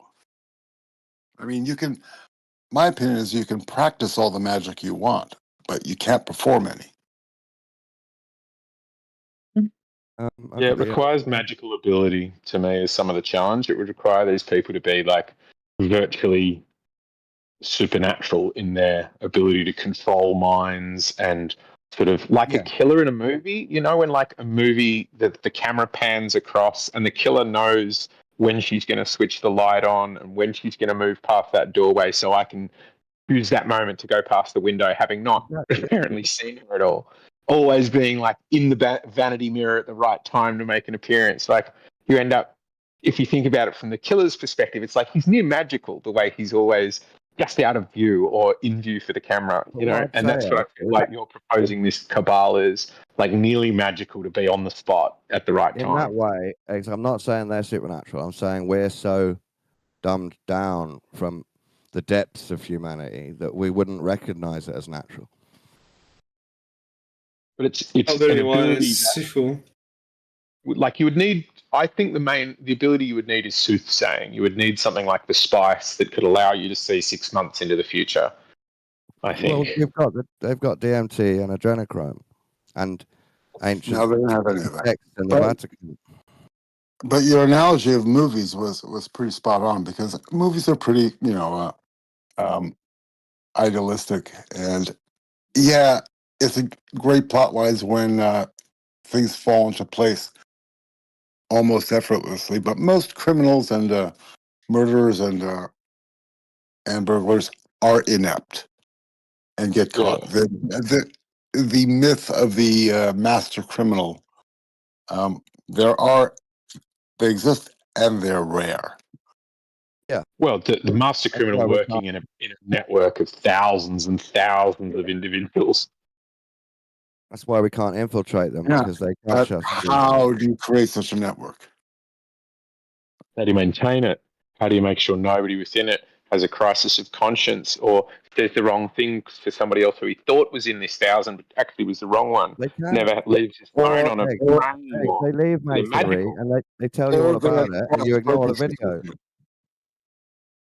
Or they're odds or cross purposes with you. They're, out for themselves and fuck you over. Would you agree, Dawn, at least that it's like you get my incredulity about it? I get you have solutions to it, but I think you would agree that you see what I see as an issue. I think you've all got fair reasons to not understand it. But I think it's because none of you not believe it. None of you research the occult, and you just can't bear to understand it. Yeah, I researched the occult when I was a teenager, dude. Yeah, that's not right. You need to do it again as an adult. No, it was all charlatans when I was a teenager. That's It's not all what I mean by charlatans the now. occult. I research the occult passively now because it just comes in front of me. I don't mean you get what you mean.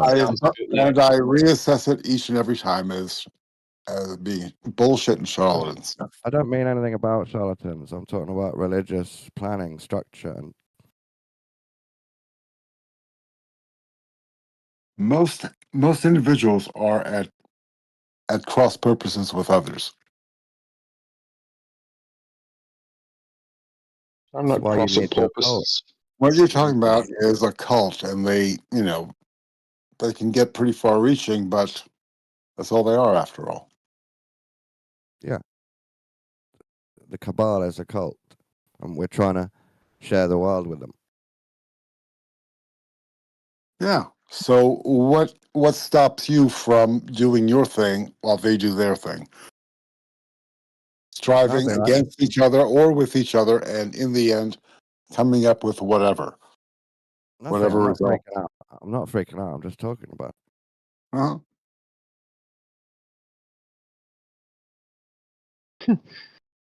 I mean, the only thing that ensures their success over yours is better strategy. The way we can influence them is through radical art and progressive movements. Radical art? So if they decide to flood England with non-England things like Palestinian flags, we can fight back and be so offended that eventually they change their mind back to normal flags. What are the normal flags? Any flag. What's wrong with the Palestinian flag? It's part of the Nothing- group. Any nothing to flags? do- Nothing to do with UK pride at all, and it's actually from a religion. It's promoting a religion that's against us. Is that the case? The Palestinian religion is against you? Yeah. How? What are the tenets of the Palestinian religion? Palestine will be free, or They want to take Earth to themselves. the Palestinians want to take Earth? I'm thoroughly confused, man. I mean, Muslims. Muslims. Yeah, Palestinians. Palestinians have Christians among them. They're Christian Palestinians too. Anyway, we're changing Would the you- flag rules now, so it's all good. I'm curious, if it's not a massive diversion, I'm curious what you think about the Palestinian Zoidberg. And you absolutely don't have to say if you don't want. It's a wild thing to I say. have a very radical opinion, and every time I express it, it starts a huge conversation. So, would you like me to open that Pandora's box, actuals? Yeah, a little bit. I'm getting. Because otherwise it Just lift the top up a little bit. just give Okay. us a sniff. Solutions for the Israel-Palestine conflict. How do you feel about their claims?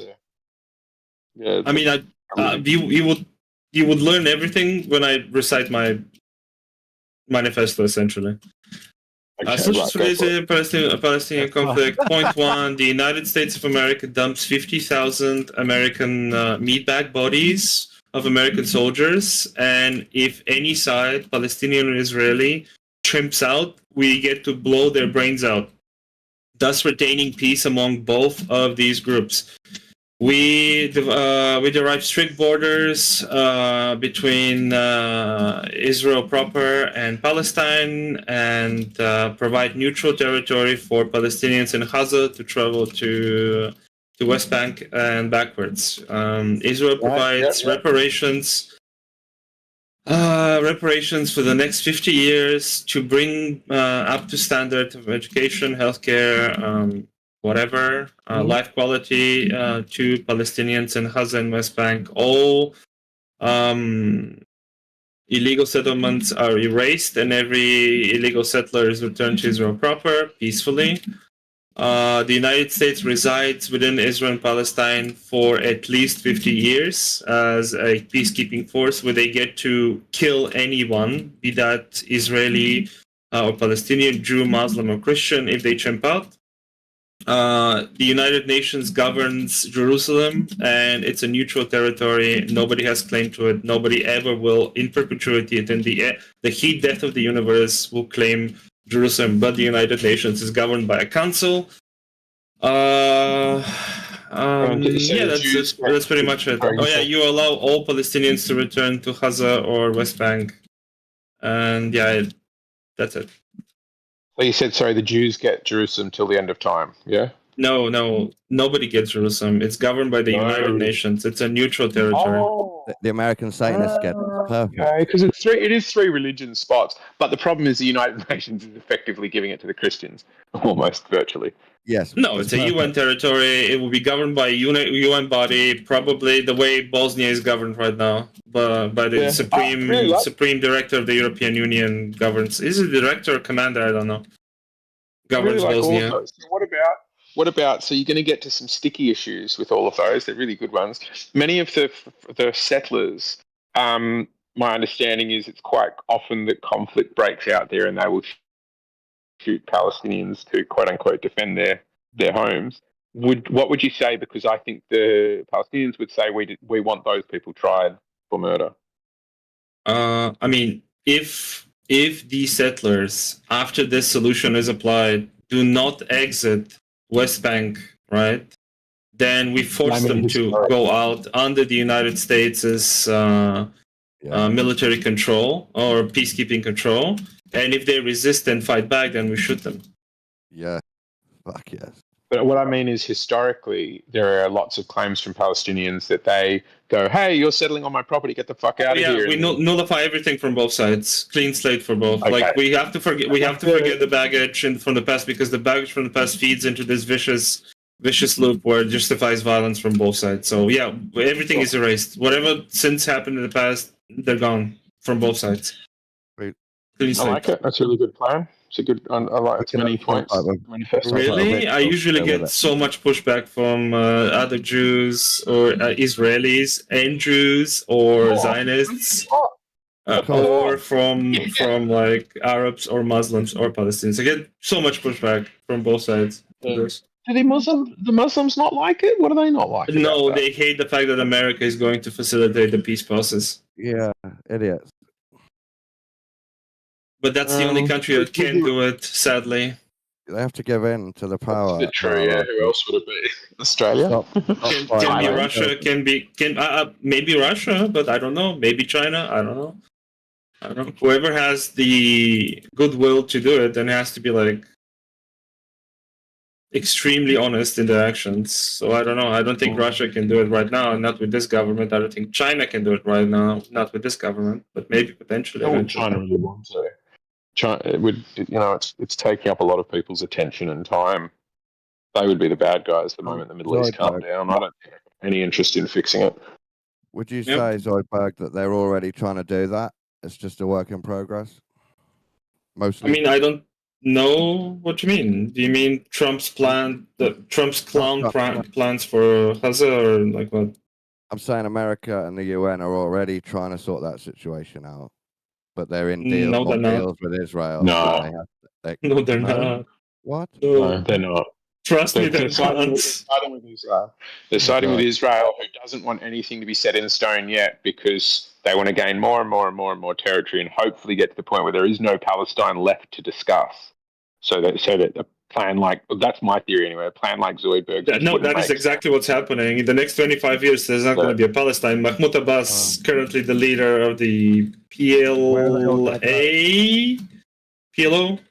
I always forget, has already said that there's nothing I can do. I'm just going to toss my hands in the air and just open the floodgates from Jordan so people can just come from Jordan into West Bank.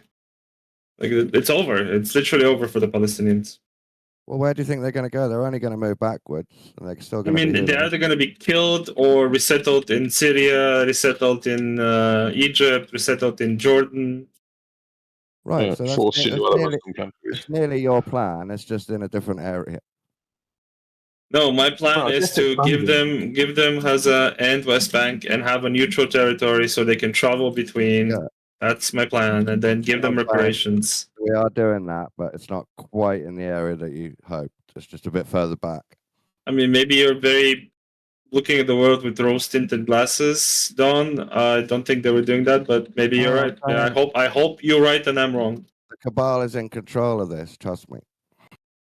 Okay, but how do you know that you know what the cabal plans? Do you see that's a bit cocky to think that you would know what they want in such a complex geopolitical situation? If the cabal couldn't control these two Abrahamic children bullies fighting in the playground, they wouldn't be a cabal, so they have to be able to control it. So it seems like shit control. Like, I don't. No, it's perfect. No, Dawn's essentially saying if the cabal exists, they must be able to control this. Therefore, they do necessarily control it. At this point, I think I'm agreeing with Dawn. What do you think? What do you think, Captain Netanyahu, from even cooperating with Blinken, from the State Department or Biden administration, for his calls for ceasefire and peace and talks and things like that? Yeah, and Trump just spoke to India and made them settle down as well. I mean, Netanyahu's response was, maybe warranted, but it's like your friend in the schoolyard. If somebody starts to fight with him, he's like beating the shit out of him, and your friends go, "Yo, that's enough. Lay off." Netanyahu's not having it. He was all in. Yeah, but we have to keep telling them, no, it's no, until they finally listen. No, he had another agenda. Yeah, so that's what I mean by they're still working on it. We're still working on it, those people.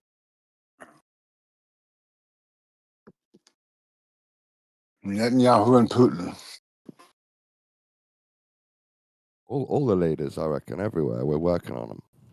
Not we, the elites, the American power structure. Do you think this is somewhat like just an exciting thing to believe? Like more fun than watching TV to think about this stuff?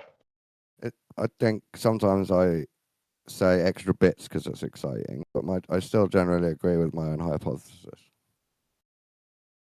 Yeah, because finding these connections and dreaming up new sort of linkages between different events would feel quite fun, right? Yeah, when you ask me about how that works, and I think, yeah, I know how that works. It's fun for me to tell you.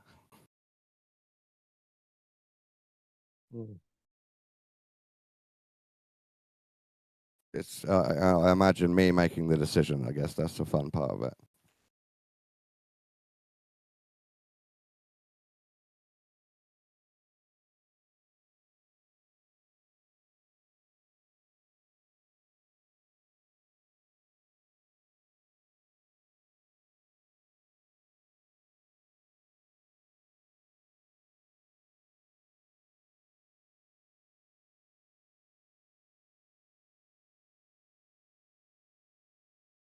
I think it's more fun than Flat Earth.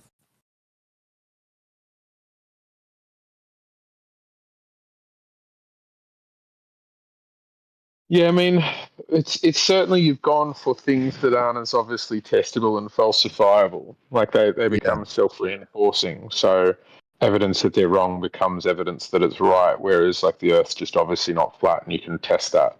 Whereas there's not really bits of this I can test.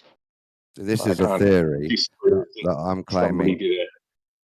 I'm claiming it's fact, but I've only presented the theory. Yeah.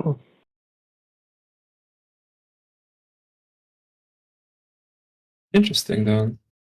Interesting.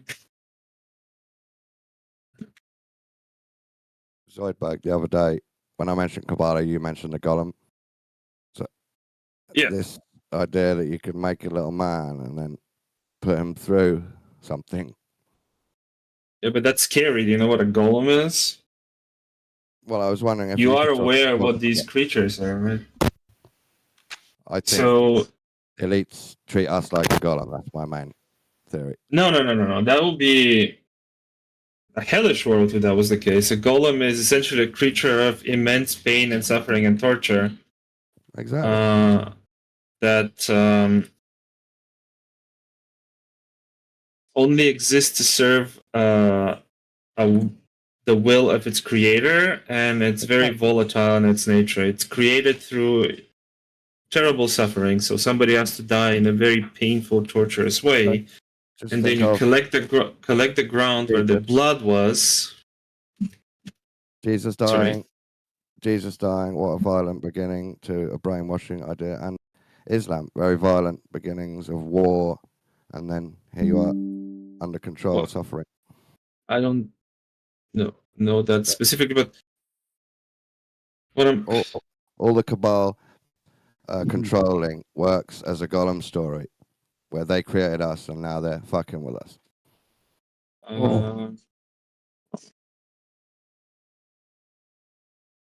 My point is that the golem itself, right, is a servant for evil. It's an assassin, essentially, and you create it from the suffering of one person to bring suffering upon others. It's an evil creature. Oh, yeah, so that would fit the Skull Shooter and the Manchurian Candidate, sort of, and the suicide plane pilots. I don't know if they're golems, but they are golems. You have to make them out of clay, where the clay was mixed with the blood of soil, not specifically clay, but soil. Where the soil is mixed with the blood of the person who died in a very torturous way. Then when you breathe life into them, you have to give them targets and you have to keep them focused, because if you don't and you lose control, it's over for you. You're gonna die that way. I feel like the making out dirt and the blood, that's worked into the ritual part of it, symbolically. And then the target thing is perfect. And you write on their forehead the word emet, which means truth, Hebrew. And then if you want to kill them, which will be very difficult if you lose control, you have to delete or remove the first symbol, the Aleph, from their forehead, which then becomes the word met, which means dead. Dead thing. What did Jesus say? I am the truth. Okay. And then he died. Is Jesus a golem? Yeah, Jesus was a golem story. No, he was. I mean, you can born twist it. naturally a woman. A golem No, is. I think it's like an life- allegory, right? You're using it as an allegory. They all Yeah, but it does actually. Now that he says that, it matches perfectly. Hang on, didn't you say it's like a thing that's created to be punished for the sins of another, essentially? No, Really, it's Bird? supposed to punish other things. It's supposed to kill and chase. When you task a golem with something like kill this person, it's going to chase them till the ends of the earth to kill them. And the golem is indestructible. It's like Boba Fett. It's an unstoppable machine. It's the unstoppable force. Okay, so could you task a golem with martyring itself? I don't know. Maybe you can devise a situation where that would happen. Sure. Yeah, that would be the final ritual of the golem. I used to have like a Go book up of flames altogether. Kabbalistic magic with annotations and the context of why this exists. He said dead at the end, didn't it? It changes from truth to dead. Where does to the kill golem stories come from? What culture is that? The most famous golem story is the Golem of Prague, which was written during the oppression of Jews. Obviously, understanding why the golem story exists. It was written by Jews who lived by specifically one Jewish person who was, I think, a rabbi who was there during the persecution of Jews in Prague. So Jews were killed and tortured because they were Jews. So he devised this story to cope with, I guess, with his oppressors' evil deeds, where in the story it's basically like a revenge porn thing. The rabbi of the story creates a golem, and that golem starts killing Austro-Hungarian royals, and that's the most famous story. You've got the droids, you've got the robot in Alien Prime Prometheus. I wouldn't use that. The stormtroopers. But isn't the golem a little more ancient in Jewish folklore? The concept of a golem itself, sure. The most famous story about the golem is the Golem of Prague. Yeah, it's older than that, though. The golem as a concept, I believe, existed probably. Yeah. Yeah, but the process of animating them is like breathing life, making them out of clay, breathing life into them, or I think you can write God's name down and place it in its mouth, symbolic of breathing life into it. Yeah, which parallels Adam and Eve. Well, Adam. Yes. Yeah, that's the point. You breathe life to them through either incantation or sacred text. It's like building a machine, essentially. So I wouldn't say we're all golems, but I'm saying some Kabbalists would use that as correspondence to control someone.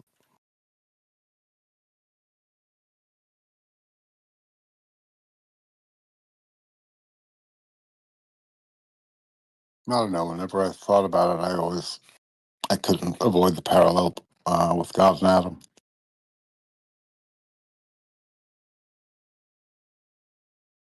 Yeah, the process of making it is the same. It's a ritual. I don't exactly remember. You have to do incantations, and I think it said that you must not do it alone. You must do it with other experts that can cast the spell. Do you think there would be actual little idols? You have to recite all of the names of God. Do they literally make a little clay person, so it's a bit like a voodoo doll? No, they make a full-size human. A full-size clay human? No, that's the myth, though. That's the... What did the rabbis actually do? Well, that's literally what they do. That's the magical part of it. Like the ritual is... What, you have to have virgins... Full-size clay sculpture? Yeah. Okay. You don't have to be perfectly sculptured. Oh, that's odd. So they would need like a temple or a cave to fit this in, or their back. Oh, you don't perform the ritual outside, yeah. Well, you can perform the ritual outside, I suppose. I feel like they got that from Egypt. Maybe.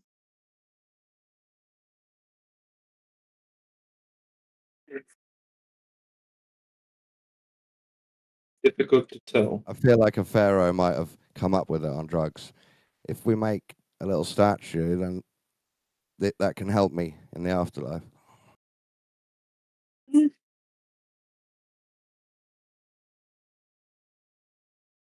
I think that, like... But why are you interested? Are you trying to kill somebody you don't like, or...?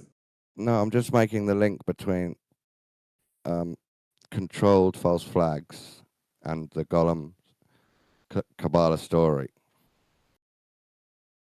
You think golems were used in one way or another? No, they treat us like a golem. Oh, to carry out their destruction and change in the world. I don't know. That seems like... I mean, then I guess you have to prove golems first, right? Then, we are like these creatures. I mean, but you don't actually make them out of clay. You don't actually make them out of clay. You find them on a list online. Then you talk to them in email, get them to agree with your plan. Then you persuade them with gifts, stories. And then they go and carry out the pain that you have in your head for you. Well, exactly, Don. Now you're getting it. You don't really have to add an extra element to it. People have been doing this to each other forever. Yeah, so it wouldn't always be linked to a golem. Yeah, but that was my original contention. That explains it all. Manipulation, sorcery, whatever you want to call it. Manipulation is fine. Sorcery is a step further. But there's only certain people that know how to manipulate well. It's a learned practice. Let me guess, and you're one of them, Dawn. And they're only mortal. Yeah, what? But I mean, in the occult, people believe you could be immortal or you could have another life. Interesting that you mentioned the occult. In the occult, you have many other things you can summon. Why summon a golem? Why not summon a demon that can work for you? As long as you know the demon's name. You're still not They getting can it. work I'm for not you. saying summon a real golem. I'm saying treat a human as if it was a golem. Yeah, I get that part, but like, I just want to talk about summoning in general. Like, dude, what do you think is more like optimal to summon, a golem or a demon? I think demon is much easier, right? Yeah, sure. In the ritual, they're summoning Satan or any demon or an angel. Can you summon Satan? I think he's like beyond that, right? Yeah, Yes. you go right to the top. Yeah, he's just the big top demon, whatever you call him. So why would he be at your beck and call? Yeah, that's odd. Because you've got your angels behind you and you've sold your soul.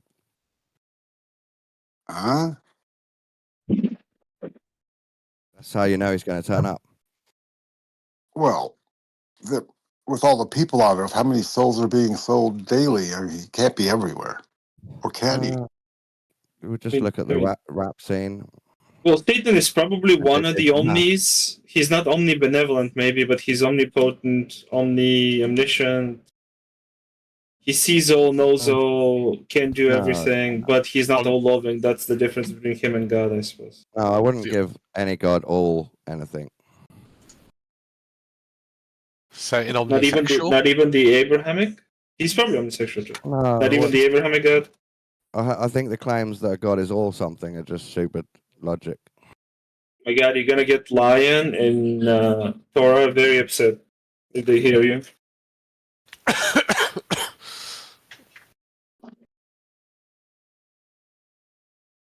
I upset Lion the other day because I basically told him to stop talking scripture to me. The amount of preaching that happens when we invoke philosophy or science is really difficult for me to parse. Like, I'm not religious, and this is very heavily religious, and it just bogs me down into a swamp that I'm not familiar with. I want to we should have a pre-sup debate one day because I really want to hear how that goes when it's not belligerent and shouty. I mean, are they pre-suppers? Torah is, Lion borrows from it. There are many pre-suppers, yeah. Many flat earthers attempt the pre-sup idea. Like conversation tree rather than idea. We've had it so many times with these people that I don't think it would change. Well, their major claim is that God and his power is self-evident. That's precept, right? Yeah.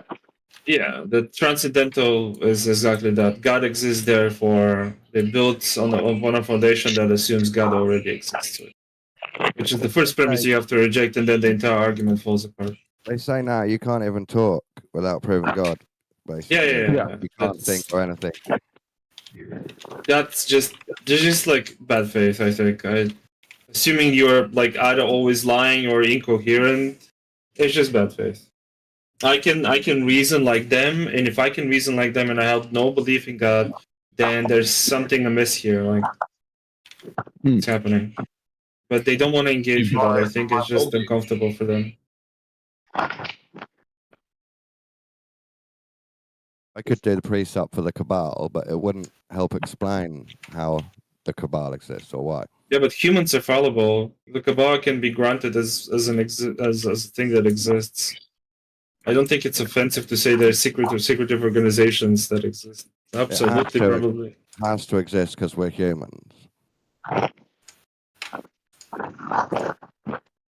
Well, if it has to exist, we go back to my previous argument, which is that necessitates multiple cabals, and then the cabals get less big, and then they get less powerful, and then they get very much like what I think most of us think in reality, which is there are cabals on the left that try to push transgender stuff, and then there are cabals on the right that try to push religious stuff, and there are Muslim cabals, and there are cabals in China, and they can't all be magically powerful, and sometimes kids go and shoot up schools. That's all your demigods and the infinite regression. So there has to be one cabal that overarches the cabals. I mentioned that earlier, the Uber cabal that you will invariably allude to. Yeah, the Satanists. I mean, you who- have to. That's the progression of your argument. They're actually Well, an overarching Uber cabal. They're the smartest You admit humans you on Earth, presuppose and they're psychopaths. Yeah, why does I assume cabal is like controlling everything sort of concept? Like, why does it have to be one? Why can't there just be a bunch of organizations And doing it can their be best? benevolent, yeah. Well, not even one benevolent cabal. I just mean there is no cabal. There is just loads of governments doing what they do to The the best that precept they would can. be, humans always sort into hierarchy, so there has to be a top group. But by that logic, is that not infinite? Can there not be another above that top group? Yeah, there's one hidden group above the top group. And then what about above that one? That's the people that we don't even know anything about. All we know is they might be human. Oh my god, that might is doing some heavy lifting there for you, isn't it? Are we talking about lizard people? No, all of this can be granted and still be reasonable. Don, you have to admit that the fact is all of this can be granted. Like different organizations, secretive or not, exist, right? And they push for different things, and they can still be reasonable. And they can perform rituals as if they think they're gaining power or making magic, and not really, but still they can perform them just because for the heck of it or tradition, or whatever, right? All of this can be reasonable. Like you're saying trivial things essentially. Yeah, sure. or none of it could be happening, like Dawn thinks. But let me change it to God then. So there has to be a mysterious cause to all this. There has to be. Why? What cause? Because you can never find the final hidden cause. So it's circular, but it explains what God is.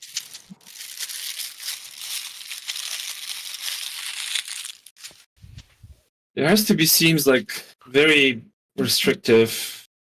There has to be seems very ultimate, very definitive. I don't like that.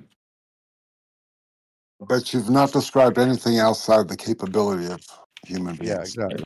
Yeah, I mean the cabals are definitely within the capabilities of human beings. They're much more realistic than, well, not realistic. I don't want to offend our theist and metaphysics friends here, but they seem much more probable. It's a fact. I mean, you think billionaires are going to hang around with the pros? People like us? So they want to get together and hatch deals, sure. I mean, even if all the whole rituals and adrenochrons are true and ritualistic sex and whatever, yeah, sure. People get twisted or kinky or whatever the fuck, right? Or mentally ill, even if they're rich. So yeah, sure. This is all trivial. Yeah, we expect human beings to be the worst version of themselves possible. Kind of, if you're not a cynical bastard like me.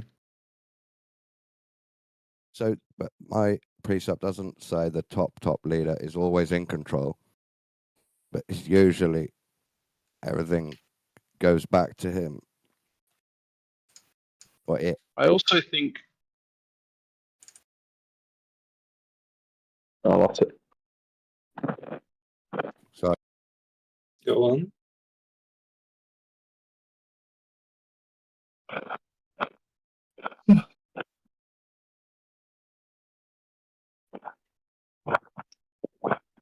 What's happening? Sorry, eating chips. Are they good at least? No, but I left it too late to go down and get dinner, and I've got a per diem, and I'm not even bothering to spend it. But it's 9 o'clock. Are they cold, dry, and greasy? No, they're crisps. Sorry, is what other people call them. I guess it's the worst version of dinner. Like, you might as well just eat bread. It's much healthier. Yeah, I know. Yeah, but that involves making a sandwich, and that takes effort. No, I'm in a hotel room. It would just require going downstairs and then waiting for them to cook it. Okay, that makes sense. Who says you need to make a sandwich to eat bread? Have you guys tried to make a student sandwich where you just put crisps between two loaves of bread? Have you had that one? Yeah, I think I've done that before. Or tomato sauce, just a single slice with tomato sauce on top. Yeah, why not? Yes, tomato sauce sandwich. Yum. Uh, You gotta have something in the bread. You can't just have a slice of bread. That's depressing. I would tell you that I've had cucumber and tomato sandwich with a little olive oil on top of the cucumbers and tomato slices. If the And a bread little is bit of good, salt. all you need is butter. That's really nice. Cucumber and tomato sandwich. I agree. Butter is something. You're doing something wrong. Yeah. One? Yeah, Tim. Butter is something though. Like no one eats just a slice of bread. If it's really good bread. You haven't met There my are wife. pretty good breads. They're like $20 a loaf. Like some big flatbreads. Northern European breads I are would- delicious on their own, to be honest. My Have you wife been to just- Europe? My wife will eat a piece live of in bread with coffee in the morning. So, just bread. Are you aware that When you you're say married bread, to do you mean like a croissant or just bread? No, just like a piece of white bread. Yeah, exactly. It's American. You knew it was going to be a cup of really terrible coffee, and you aware you're married to a psychopath? We're talking about like some, really flavors and stuff. She's actually Dominican. It's so. Oh, She maybe was she's raised. not a psychopath. And she The was raised Dominicans in have failed us. I bet you I could trigger the room with the topic of sandwiches. Is a hot dog a sandwich? I did it first. Don't say anything about beans on the toast. Is an open sandwich a sandwich? Is pizza a sandwich? So called it a sandwich. Take 2 pieces of bread, yeah, put stuff in them, put the pieces of bread together, cut it in half. I say that's 2 sandwiches. I mean, technically, you're right. You can say mini sandwich or whatever. Sure, I can go we with that. don't even have a standard for bread size. That's the problem. Like in my country, bread can be all kinds of shapes. Like it's crazy. I mean, that's like kind of like but is it a scam when restaurants say you get 2 like egg rolls, but really it's an egg roll cut in half? Ooh. Well, that is a scam, yeah. See, here in England, when I tell that, people tell me that I've cut a sandwich in half. But then I will reason to them that if I take 2 separate pieces of bread, put stuff in each piece, fold each piece in half, they will reason with me that I have 2 sandwiches. That the preparation has changed the quantity, not the amount of material I put into the preparation. I would say that you created a sandwich and cut it in half to create 2 sandwiches. So when Jesus multiplied he had bread and more fish or whatever it was, it was just cutting them in half. Exactly. Yeah, that's how he did it. 5,000 slices. Yeah, 5,000 microgram pieces. Oh, Jesus was the one that invented sliced bread. Holy shit, the greatest invention ever invented to mankind. Jesus did it a long time. Oh, I understand now. He was God. Mind blown. To be honest, I think that's kind of delicious in the sense that, let's say Jesus provided wine, fish, and bread, right? But obviously that fish was grilled, so it's nice and savory and salty, and the wine is really nice, like a dry red, right? Not too sweet. And then the bread is really puffy and just freshly baked. That would be such a nice food, right? Like a nice fish, some nice warm bread, some nice wine. Perfect. Well, the wine was shit back then. It barely had any alcohol. It's like what they drank all day because they didn't realize they were drinking literally shitty water. So they were like, "Oh, let's make this thing which has a little bit of alcohol, which kind of kills off all the shit that we put in it." So there you go.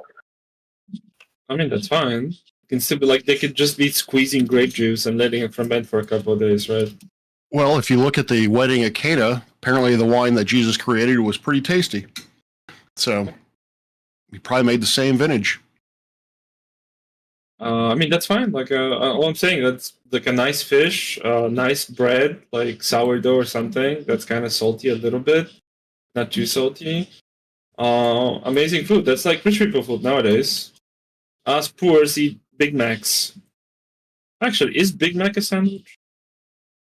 It's a bun, but yeah, I think we call it a sandwich, or at least Americans do, I think. We call them burgers, but yeah. Oh, yeah. Yeah. What about the hot dog? Nobody answered that one. Is a hot dog a sandwich? I think Yes. the menu above the cashiers says sandwiches. Cereal is a soup. I know that much. Okay, I gotta jump in here and say that a hot dog is a tube steak hoagie. What? Sure, I'll go behind that. I also want to say that the Dagwood is the granddaddy of all sandwiches. I mean, I think only in Europe we have open face sandwiches. I don't think in America you guys have open face sandwiches, do you? I don't know what they got down there. Not so much here. They're usually hot. That's why you want them open faced. But the hot hamburger sandwich or the hot turkey is like a truck stop staple, and it's whatever meat is suggested on a piece of white bread with gravy and like overcooked peas as a side dish. That is, I don't know why that's a dish, but it's a dish. You can get it. Doesn't matter what brand of restaurant from the old school truck stops you went to. It looked the same. It tasted the same. Yeah, every diner in New York's got an open face sandwich. It's usually like, sliced composite turkey, gravy, and heated. Knife and fork, you go at it. I think they call it sandwich just to sell it better. So I'm gonna push back on your Dagwood. The best sandwich is a Reuben. The Reuben is in it's in the running, but it lacks size. And I guess the Monte Cristo also might be in the running. Yeah, but they what is that fruit shit they want to put on it? Yeah, the weird sauce. It's like they're trying to make it like hollandaise sauce on top of a sandwich. They fuck it right up. I agree. Yeah. The Monte Cristo without sauce is not so great. I never understood why they do tuna and mayo.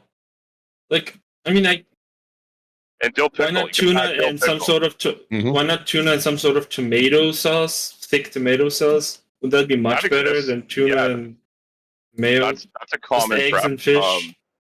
Yeah, that's a common Never prep. heard of that. From what I understand in like Latin America, that's the way they serve tuna.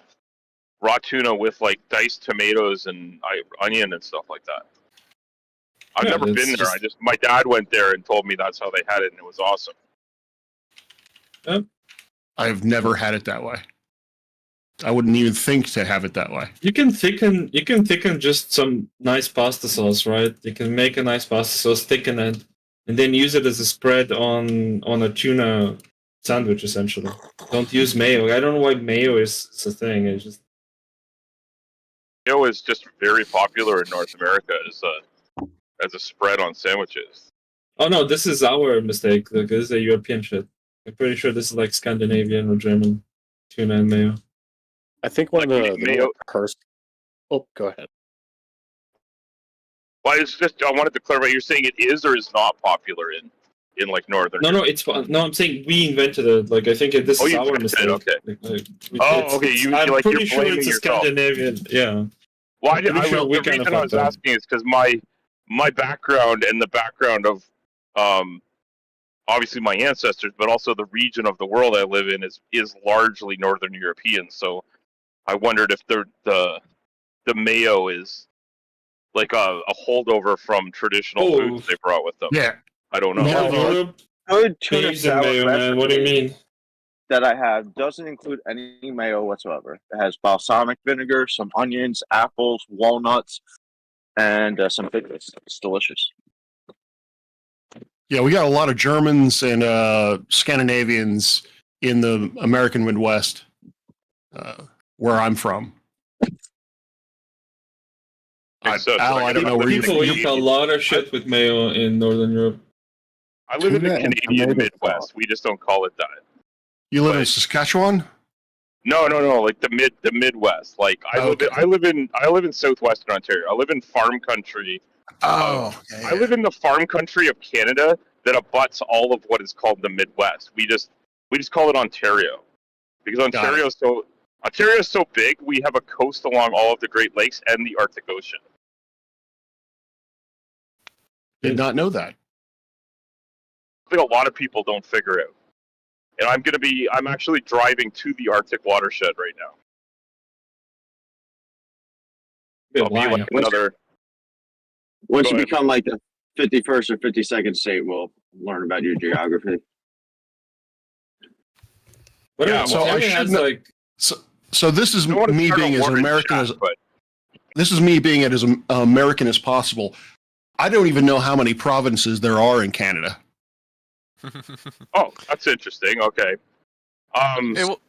You named one. You named one that a lot of people don't know about because it's a smaller province, not just in size but also in population. So I'm just wondering, can the U.S. become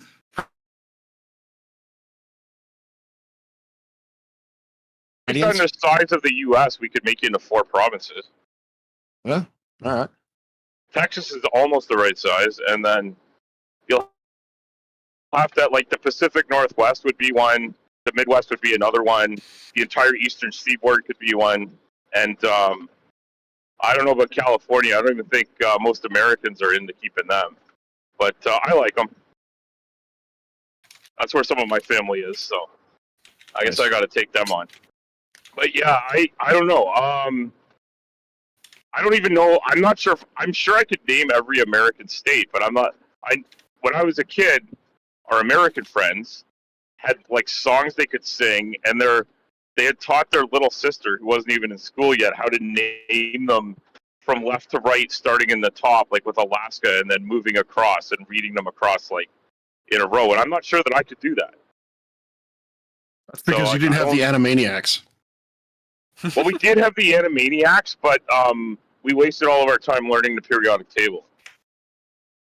And my daughter sings that song, even though she'd never seen the Animaniacs, but she's seen that video. And yeah, I never learned it really. I did like Pinky and the Brain though; they were my favorites. Yes. Canada doesn't even have the right name anyway. We don't have the right name? No. What name do you think? What moniker should we wear? Well, you were supposed to be called Kund, but when you were spelling out the name, you went Canada. So we spelled it Canada. All right. Oh, Canamaniacs. Yeah. Yeah, I've heard that joke way too many times, but it's a good one. It is a good one. I think I heard it on here, so I'm just like, oh, I'm keeping that one. Get fucked, you duster. How about that one? All that comes to mind is Barney Stinson from Him Yim just going, "Your cops are called Mounties." What? It got flipped. I didn't hear what you said. Your cops are called Mounties. Oh, Mounties. Yeah, they are. Yeah, Mounties. Such a great name. Yeah, because they're on horseback. Yeah. They had to be. Can you imagine walking the beat in a country this size? Yeah, they're called the Mounties. And a lot of people mistake on first class, people from outside of the Commonwealth, I guess, mistake are like in the what they call the Red Surge of the Mounties. They mistake it for like a British guard or something, and I'm assuming it comes from because it was a British colony back then. I guess some people say it still is, but a lot of people are like, "Oh, do you have like British guards?" And we're like, "No, those are Mounties." You should get a king Mountie that rides up on a moose. There is a Mountie on a moose thing, like a meme somewhere. I've seen that. There's somebody's put that together. See, I don't think the Mounties have cool hats like the British Royal Guard do. No, we have cool hats like Mounties. I guess our Mounties are state troopers. They're which? I guess like to compare a Mountie to anyone in like at least in New York, it would be like a state trooper because they got to have on their hats before they. In a lot of provinces, the Mounties literally are the state troopers. In my province and in Quebec, we have provincials that fill that role, and the Mounties are basically they're federal police. So I believe that the Mounties also serve a role that is, and I may not know the roles in the states as well as I should, but my understanding are Mounties. You started to cut out a bit there. You would probably them in with the FBI if you were comparing. Sorry, did I cut out? You cut out You're a getting bit. there, yeah. We caught the FBI bit. I was just saying the Mounties and CSIS work together, and they're kind of like the FBI because it's a federal police force. But in every province except Ontario and Quebec, they are also like the highway patrolmen of the area as well. So and they would do anything that isn't in a local town's police force's purview, they take that over. And but in Quebec, they have a provincial police force that does the same job. And I do not know why that is particularly, other than huge population centers exist. But then why does British Columbia work with the RCMP instead of having like a BC police force? Yeah, I guess But then it is what it is. They're basically troopers then, state troopers, because state troopers like control like all the state highways and stuff like that. Like if it doesn't fall on local jurisdiction, like they'll have to take it or whatever. Like if it falls on in like highways, Exactly, not yeah. like Yeah. So Are there mounted you will detectives? see that here, and you would. Yeah, they do have detectives and investigators, yeah, as well, yeah. Yeah, and the OPP does that as well, like which stands for Ontario Provincial Police, which is a little bit more like of a straight understanding to what a state trooper is, but yeah, it's a little complex because we have different jurisdictions altogether, and because each territorial jurisdictions are weird too, and then we also have most of our Indigenous reserves also have local police forces that are independent, but also work with more like what you'd call like European-based police forces in the non-reserve lands. So they're like So there's a lot of agency different and police patrol. forces. Sorry, I didn't catch that. I don't know if that blipped on my end or. Oh, so they're like an agency and patrol officers. I perhaps.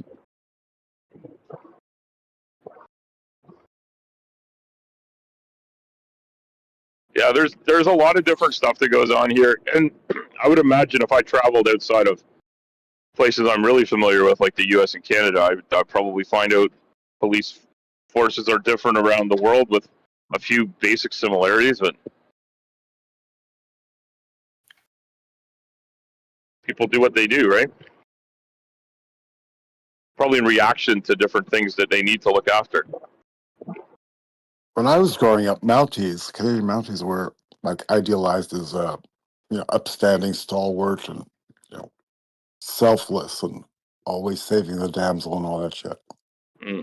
Yeah, that still exists to a point, but there's been, unfortunately, and I think policing has this problem generally, is that a number of people attracted to police work are probably not well suited for it, but they like aspects of it because they want power and control over people instead of to uphold the law and look after people. And I think that idealized notion is what most of them are, but there's enough of them that are something else, and I've met a few of them, and I've known them in my own life, and then found out they were going to become a cop, and I'm like, oh, this person is not good as a cop. Like, this person's looking for the wrong thing from it. And then you hear these news stories about some of these people that are just absolute assholes to the public, and it kind of turns your stomach because that's not who you wanted hired for the job. And I think it's a truly unfortunate thing because it puts a a black eye on the entire profession that the entire profession doesn't deserve, but they wear it because that's the way it is.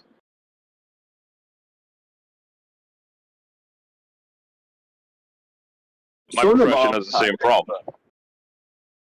Did like Canadians have like their own version of like Smokey the Bear to warn them against forest fires?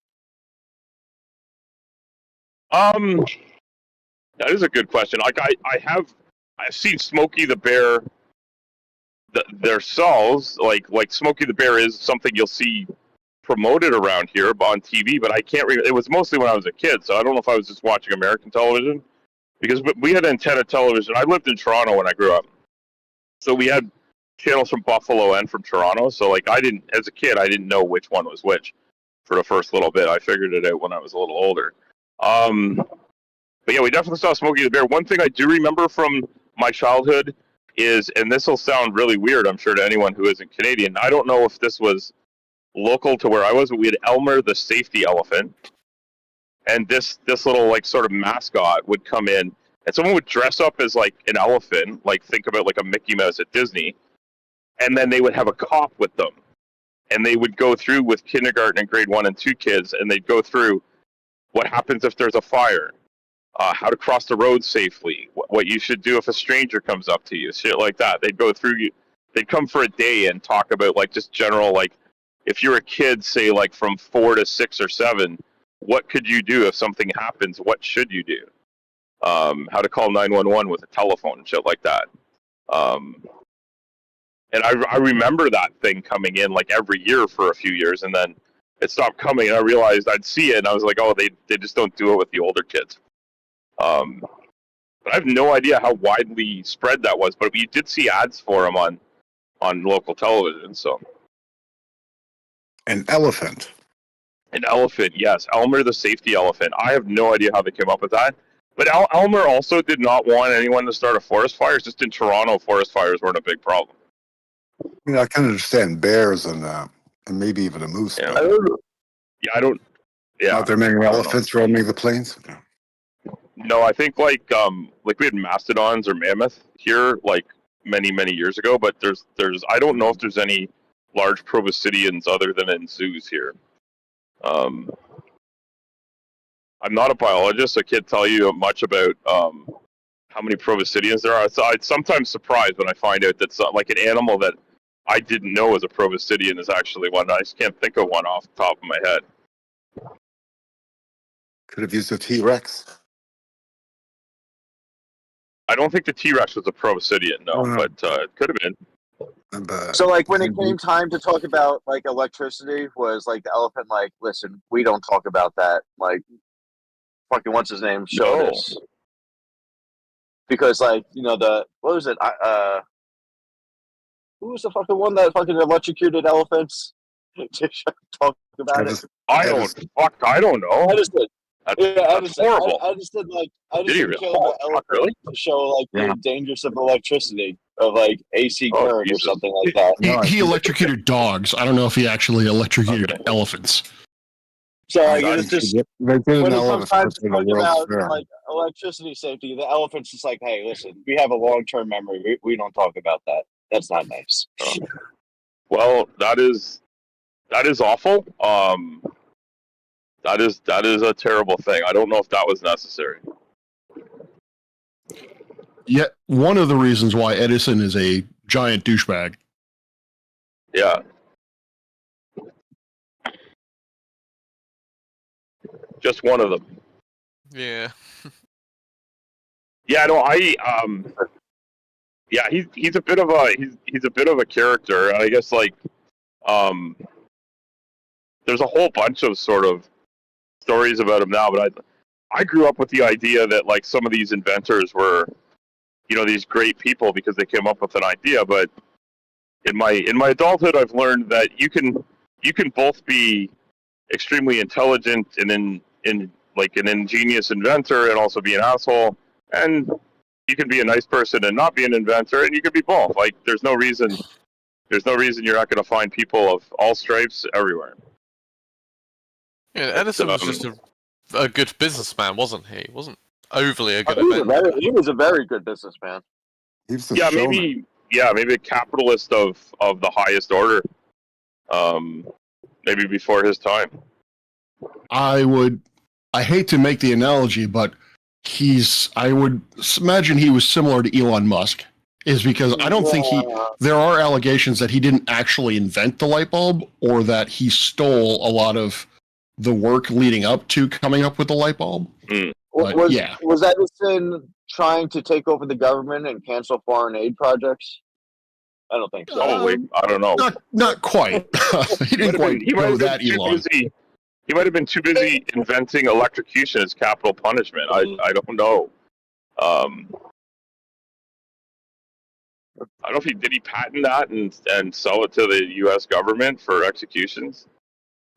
I'm actually curious if electrocutions as death are used worldwide. It's amazing what pride can do to you, because he basically he was convinced that direct current was better than alternating current and tried to make it work, and it was a huge failure. Well, there's not better, there's like better suited for a particular purpose, right? Well, alternating current is better for transmission. Yeah, but DC is like really easy to run off of stored power, so. According to the Death Penalty Information Center, Edison was in favor of the electric chair. He was in favor. Okay. Yes, he was a proponent of electrocution. Okay.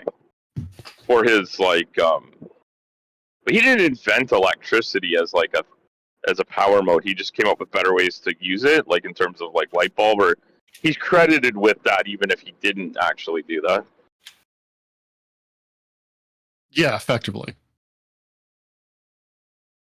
I actually have like a company here called Edison Motors that I'm very interested in, because they're working on partial electrification of heavy vehicles by having smaller diesels run basically like a generator system. So they'd work like a diesel electric locomotive, but on a smaller scale. And I'm really interested in that technology for what I do for a living.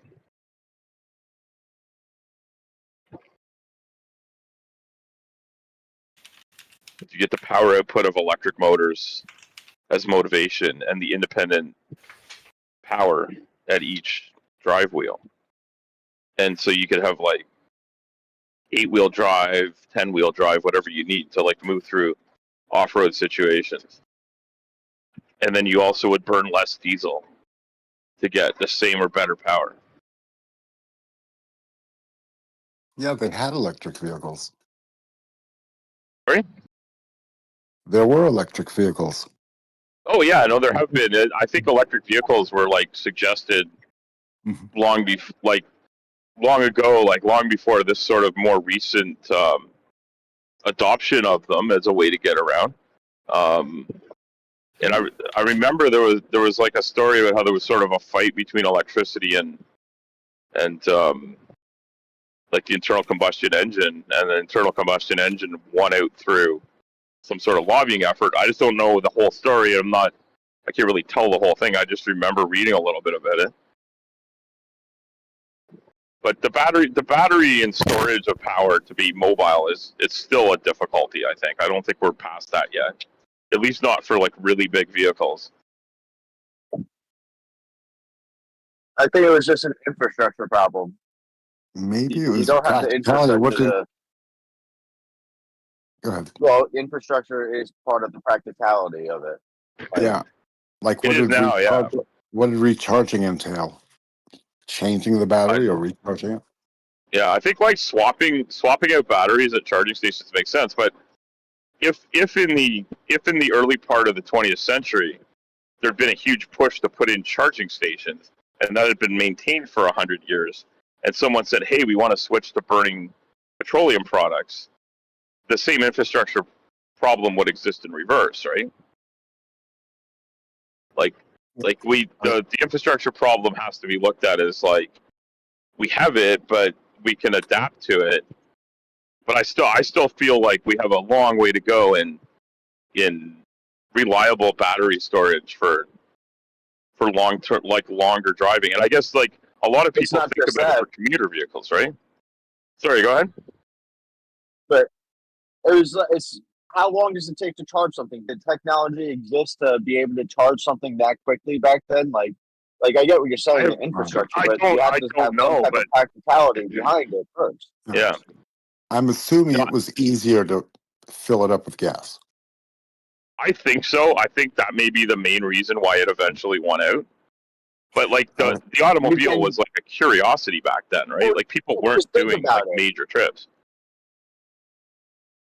In order to transport fuel, you didn't need giant infrastructure. You just needed a metal drum that you could fill up with gasoline, and then you have it at home. You know, like yeah, no, but like we also needed someone to start making that product, right? Like in diesel won out in heavier movements because it's more effective. It's actually more effective at smaller scales too. It's just not as popular for a number of reasons, mostly because of government.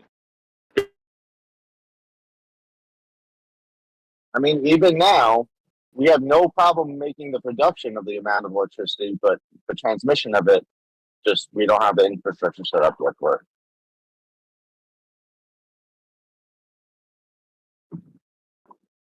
The storage and transfer of it, we just do not have that infrastructure yet, which we need to do. It's still a little clunky. Charging takes a while. Pumping gas is minutes.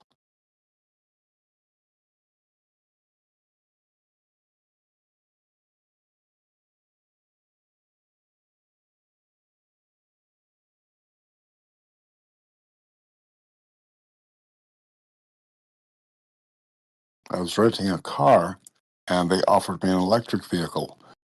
And you have to bring it back either fully charged or fully filled up with gas. And I was like, what? It would take me how long to charge it?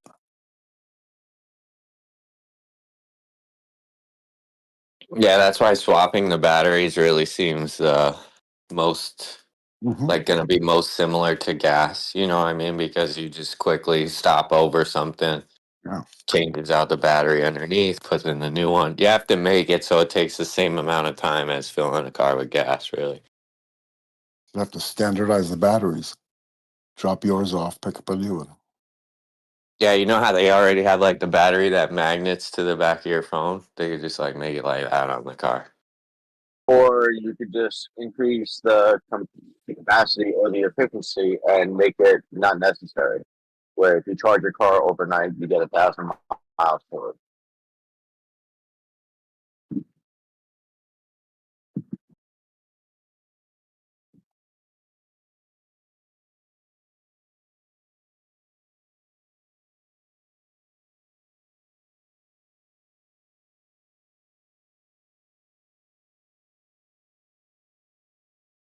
It could be like cell phones used to be, where a phone was charged once and then it was charged for days. You don't think that has anything to do with the amount of usage of the cell phone? Exactly. Yeah. So that's what I'm saying. All you have to do is increase. I know why phones don't last as long today. I'm just saying, increase the capacity, and then you wouldn't have to like worry about replacing the battery or adding a new battery or swapping out batteries. So you think we have the same battery that was in the Nokia phone still today? Like we don't have a larger capacity?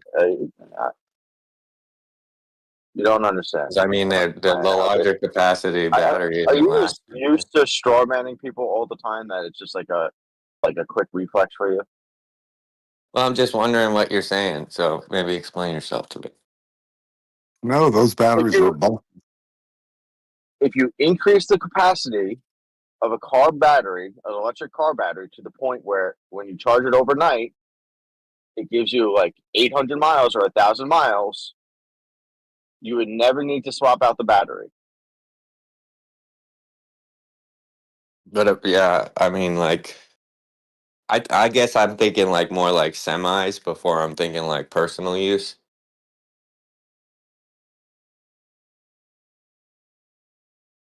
Okay. 60 miles to like let's say the average semi goes 70 miles per hour, right? What's like darn you're only allowed to work like 12-hour shifts?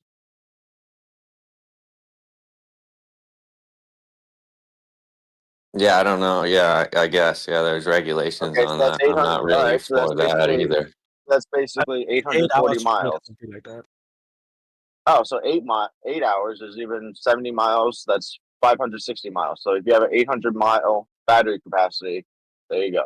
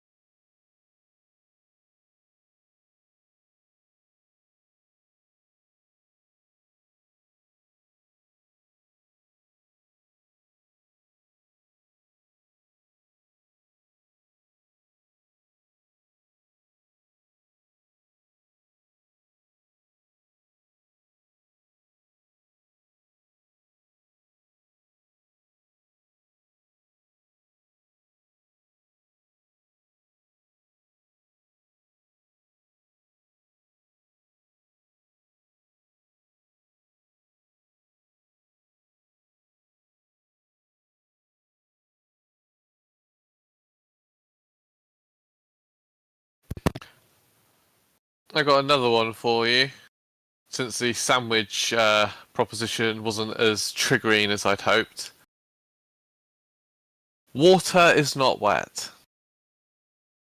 I got into that with someone about that the other day. Oh, you've been listening to scientists Peter and Pete. Well, in order, like, because I was arguing with someone was saying like, "Oh, water's wet." I was like, I don't know. That doesn't really make sense to me. Like, how does water get wet? Do you add water to it? Like, because to make something wet, you add water to it to make it wet. Yeah, it's a verb. So the only thing I could think of is that if you add oil to water, because oil is a liquid and oil will stick to the water molecule, that makes water wet.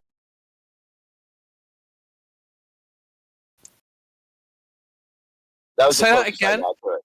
So, like any type of chemical, like liquid chemical that bonds with water, would make water wet because you're adding a liquid to water. Yes, it makes it could make the water wet, but water itself is not wet. Well, the water would be wet if oil was sticking to it. Yeah, the water, the thing would be wet, but water on its own is not wet. And then the other issue is, I was just like, well, what makes something, like, when does something become wet? How much moisture do you need to add to it for it to become wet? Because, like, my skin, you would call my skin dry right now, but it's not that there's no moisture in it.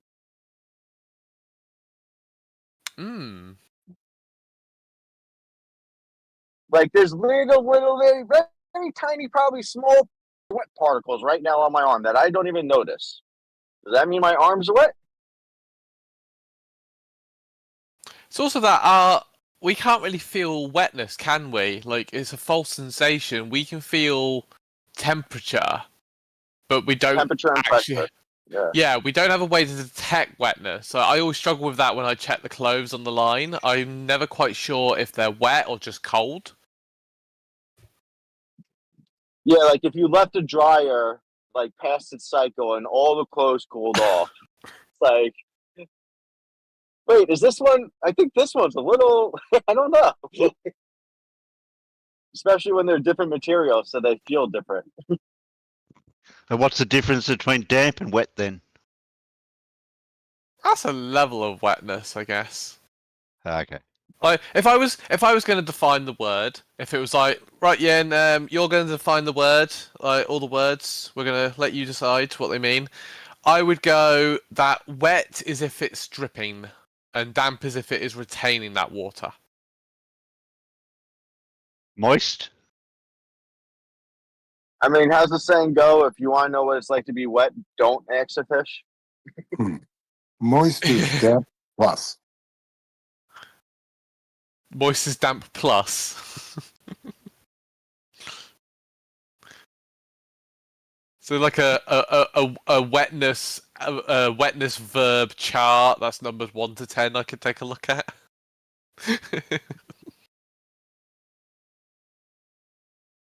We can definitely smell wet dog though. I like that from Paul Knight in text chat. To bring it back to the sandwiches, though, I never understood the controversy of a hot dog. I mean, technically, if you look at a sandwich, you have like, if you think of it as a cube, you have 2 sides of a cube that have the bread, and 4 sides that don't have bread. Whereas with the hot dog, if you were to picture it as a cube, you technically have 3 sides that are covered with bread, and only 3 sides that aren't. So isn't it more of a sandwich than like a typical sandwich? What if you cut your bread into triangles? Well, I think the main issue is that people who would contend it's not a sandwich think that a sandwich requires 2 slices of bread. Yes. I mean, have you ever had like a shitty bun of a hot dog? You end up with fucking 2 pieces of bread. Well, when you describe something or someone is sandwiched, it's 2 things on either side. Okay, so turn a hot dog on its side. It now has more bread on all of its sides than the sandwich. Well, if the side where it's hinged is separated, like it happens sometimes, now it's a sandwich. What if you just had the hole in the middle like they do sometimes and they just slip the hot dog down the centre? Oh, Terry, you're being dirty. There are some countries where their approach of a sandwich is actually just like a bread base with stuff on top. They don't even put another layer on top. It's more like a big ass cracker sort of situation going on. I don't know how Italy feels about that. Filler. When does Italy Supplement. stop calling pizza pizza and call it a sandwich? Like, that's a crap way to eat pizza, isn't it? Yeah, you fold each slice down the No, spine sort of way. in Italy, you eat pizza with a fork and knife. You don't fold it. Ooh, that just feels wrong. That's how they eat pizza? Well, luckily, Italy didn't invent pizza.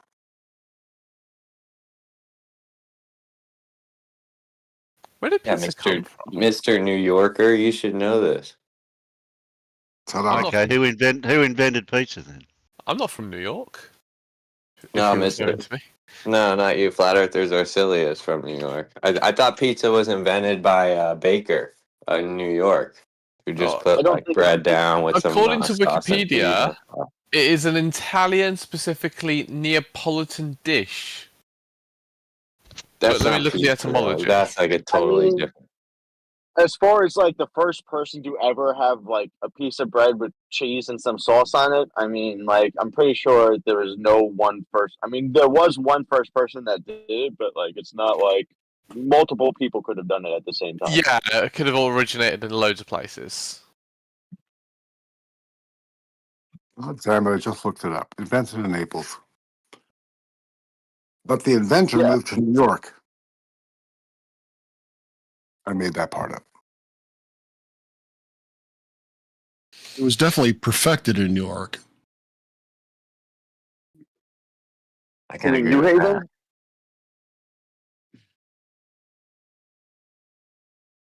Pizza. It was perfected in New York. Not New Haven? That's a piece. No.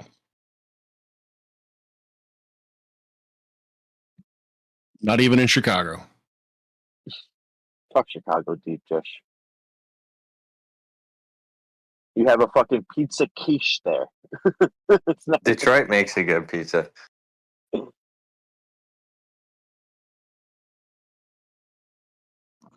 we going to go down the toppings road and argue if pineapple belongs on a pizza? I'm not going to argue that. It doesn't. That's the end of it. It does.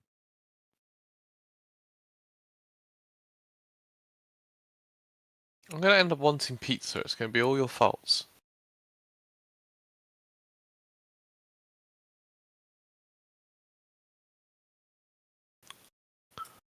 That's actually something people used to bring up to me when I would bring up my whole sandwich argument. They'd be like, okay, but what about a pizza? Like, if you had like a big pizza, I'm like, pizzas are not the same as bread. Pizzas can come in any size, and they're cut into slices. Because their argument would be you'd have one pizza and then cut it up, and you'd have slices, so like small pieces of pizza. I'm like, no, it's not the same.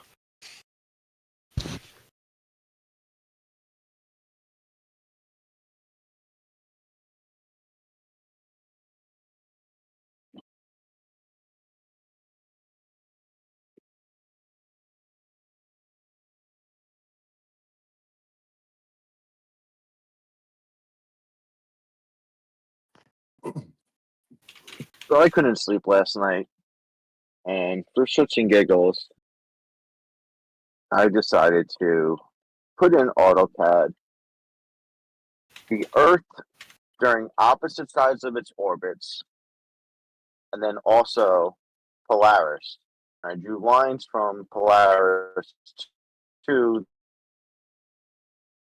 Earth on opposite sides of at the 23.45 degrees. And I was just wondering if anyone on the flat Earth has the capability of doing that.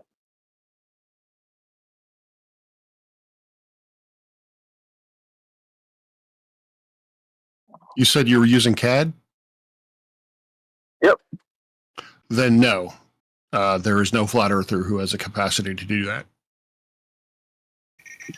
I don't think they can even imagine it. I'm sorry, that was cruel, but I can't get an angle to Polaris for some reason. CAD thing is kind of offensive as well because I do my duct designs through there.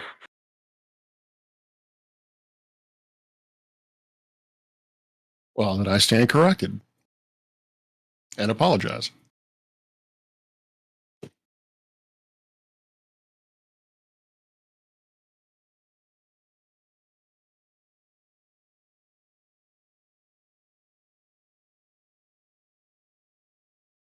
Can you do what he just described in CAD? No, you're right. I can do that now. Not on a flat Earth. I don't. I think it'd be impossible to have a flat Earth orbiting the sun.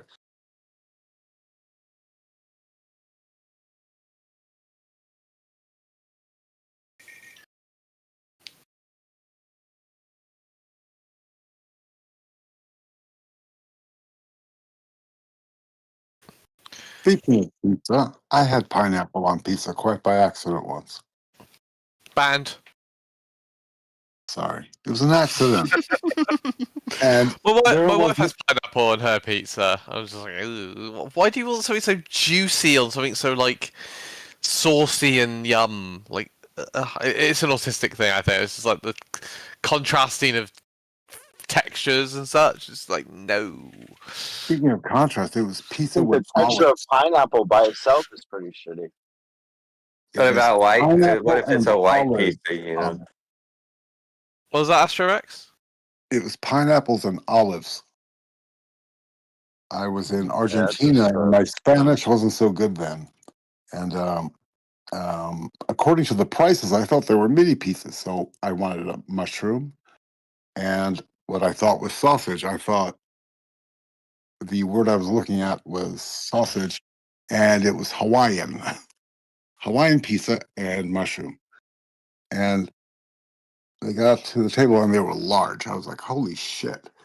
And this one has pineapples and olives on it. So I tried it.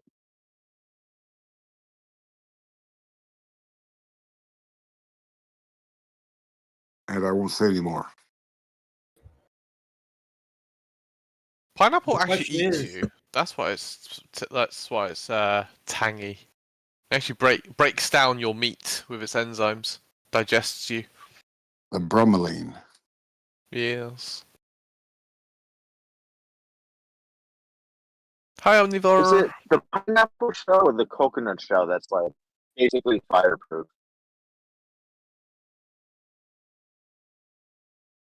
Pineapple shell looks pretty fireproof to me. Yeah, I think I saw a video where somebody took a blowtorch to a pineapple. Oh no, they put like melted like hot metal on it. And Yeah. nothing happened. Really? Wow. Charred it slightly. Tora's got some pineapples by the looks of it in the garden. Like I think they ended up like making like a pineapple shield or something. Like it was like a fireproof shield.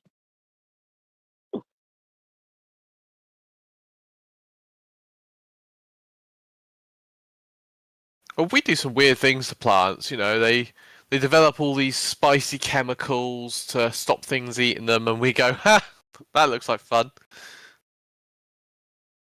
Let's have a contest to see who can burn their eyes out. Exactly. We're a fucking mental species. Nature goes, "Don't eat me," and we go, "Challenge fucking accepted." Well, that was my punishment as a kid. If I ever cursed, I didn't get like soap in the mouth. I got a little dash of hot sauce. Ooh. Now I really like spicy food.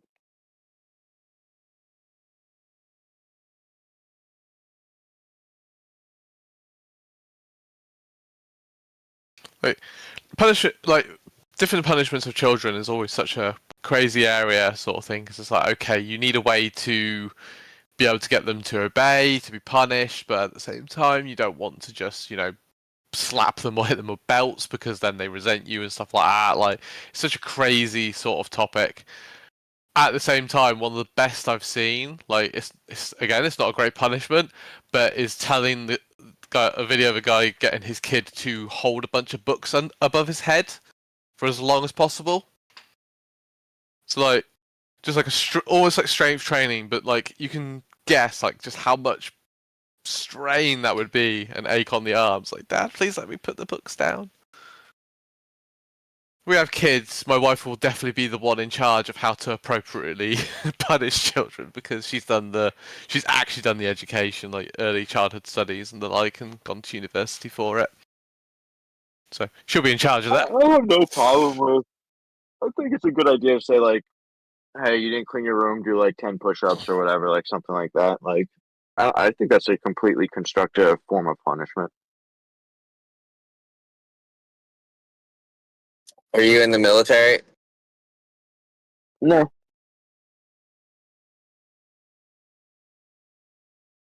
Don't have to be in the military to think some things they do is good. No, yeah, I thought that was a good idea too. I was just wondering.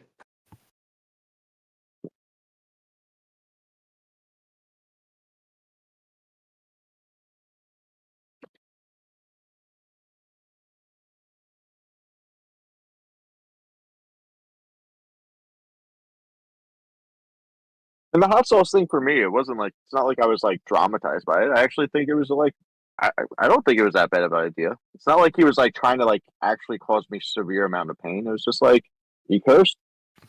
Then there's a little flavor. Yeah, it's like a different version of washing your mouth out with soap, isn't it? It's just a horrible taste that associates it to your mouth, which is where you fucking swore from. Except like soap is probably worse. Like if you ingest soap, it's probably worse for you than ingesting a little bit of hot sauce. Yeah. So do you agree it's improper to curse in front of children? Is it improper? I feel so. Should one ought not to do that?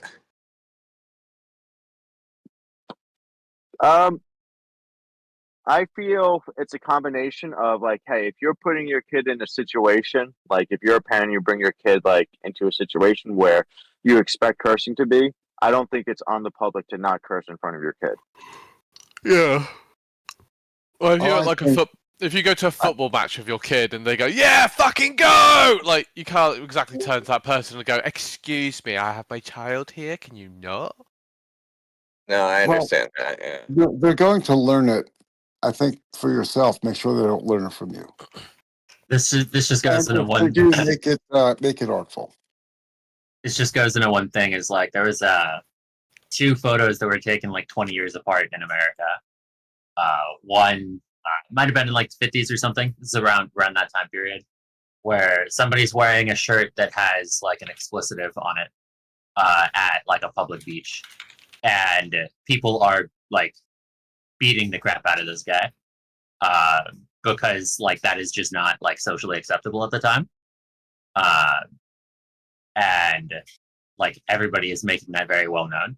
And then like 20 years later, somebody's at a public beach and just has the word like fuck on their shirt, and their shirt is literally just that word, right?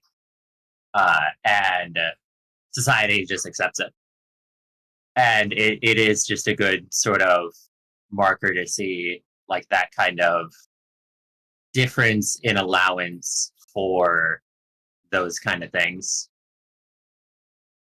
Yeah, we got no backbone. Yeah, Nobody's but it got was a also backbone. it was also like socially acceptable for a stranger to hit your kid if they did something wrong. Was that good? It's not defending every single social norm to say Okay, that so things if have you had degraded to- over if you time. Right. So if you had to pick between the social norm of strangers like hitting your kid for you versus strangers cursing in front of your kid, which would you pick? If you're taking those two things in False isolation, dichotomy. yeah, it's a bad dichotomy because you have to take I everything. understand. Yeah, I agree. Yeah, you have It's to a bad dichotomy. I understand. It's a shitty fucking like. You're thing, saying but, like, either if you just- or if this is your own Yeah, I choice. agree. It's shitty. But if you had to pick, which one would you pick? In this context, I would pick the 70s one, but overall, I would pick 50s over 70s in the sense of like the amount of different things that are allowed when you have that society that would accept, just Well, random it was a pretty explicitives. social norm to be racist in the 50s too, though. It wasn't a social norm. That was just like something that was going. That doesn't mean like you should be that way or ought to be racist. That's not what. Yeah, just like you ought to hit a stranger's kid. Yeah, Or I just mean, like Civil Rights Act was one of the worst things that ever happened to America. Come again? Most simple thing, right, is the busing. Like, I don't understand how anybody can defend those busing programs, where it's like at gunpoint, like literally bringing the military in at gunpoint to make like like black little girls have to go to a school that's like an hour away, forcing them at gunpoint to go to schools that they don't want to go to. Yeah, Like, if only you had states that would actually comply with court orders and stuff.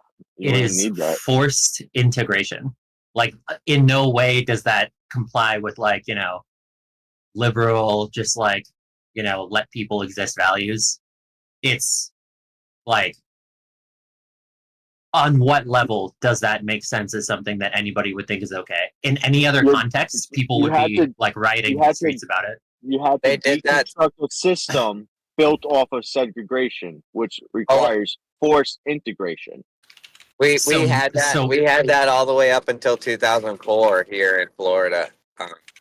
Like in my high school, we literally still bus children from the ghetto town into our town for that same purpose. So I don't think that was a 50s thing. That went on for a long time.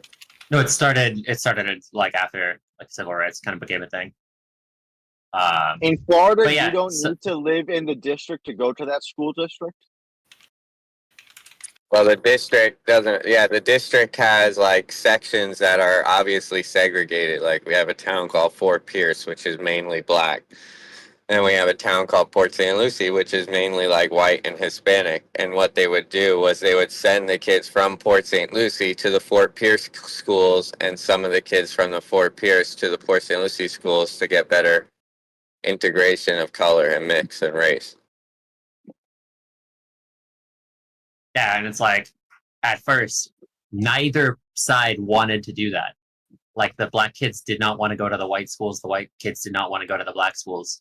And they had to force them at gunpoint, like literally having the military enforce these things. And on what level is that okay?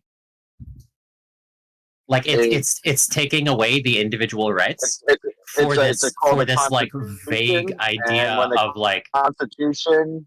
When the courts determine that this is the law, this is the correct constitutional law, you have to enforce it. That's the job of the executive branch, to enforce the laws as the judicial branch interprets them. Yeah, it's just following orders. So, like, that's justifying doing Nazi things. It's just the law, It's just the Constitution of Nazi Germany, Who do you think the guns were for? What do you mean? You said you keep talking about how the girls were marched into the school at gunpoint. Why were the guns there?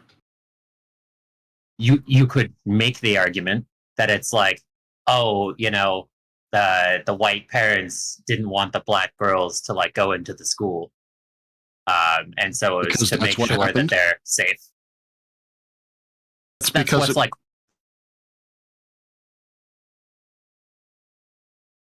Any examples of these like black families not wanting to go, and it's not because of the violence. They just wanted to be in schools with people like themselves. However, the example that you continue to raise was because George Wallace stood on the steps of a school and basically said that he would allow black people in over his dead fucking body. That's why the National Guard was called in, to basically make George Wallace stand the fuck down. So she wasn't being paraded in at gunpoint because she didn't want to be there. It's not just one example of like bringing in the military busing. It was something that was very common to do in multiple places. There is the most famous case, yes, the one that you're referring to, but it's not like that was an isolated incident. It's just that's the only one that gets talked about in media because was in the same way that Rosa Parks, like Rosa Parks explicitly was like in mainstream history, like a setup, in that like, there was another example of like a pregnant black teen that they could have used, but that doesn't look so well for optics. Rosa Parks was like part of the whole, like she was part of these programs, and they explicitly put her on there for the purposes of having this demonstration. It wasn't like an organic, random old black lady doing this. It was actually the dude, the bus driver. It was the white bus driver that started the movement, though, because he said to the back of the bus lady. So actually, like, you should be thanking that guy. Okay, thank the white person. Got it. Yeah. So what is? That's ridiculous. It's a joke. Even if I were to assume, or even if I were to grant you that Rosa Parks was essentially a ploy or a plant or however you want to do it, what's the problem with that, given the result? I don't see there is a problem. She was essentially cast in that role, and she was perfectly suited to it and very effective. And the experience though was not fake, or no, it's just making the comparison. This was the reality. I'm sorry. Yeah, you were like cutting out as you were talking, so I thought you were finished, but you were just cutting out. No, it's to make the comparison of the example of like, there are certain cases of a particular thing that are like blown up in media, like with the busing, like the example that Parks was giving. But like that isn't the only case. It's just that is the case that is, like most prosperous for the civil rights narrative, and there's essentially nobody like championing all of the other like amounts of cases that are showing a completely different picture. There's literally nobody. There's not a single powerful entity, politician, etc., that would even consider going against the Civil Rights Act or being skeptical about it whatsoever. So none of these cases of forced busing at gunpoint that are harder to justify would ever really be talked about. You keep using that forced, busing at gunpoint, and then you basically dismiss what I was talking about as a one-off. I think what's good for the goose is good for the gander. My question to you is, do you support the idea of segregation? Or rather, if we were to go back to the 50s, to Jim Crow laws, would that bother you? I'm not necessarily going to explicitly defend Jim Crow laws in the way that they are, but I am for free association, and the Civil Rights Act is explicitly against free association.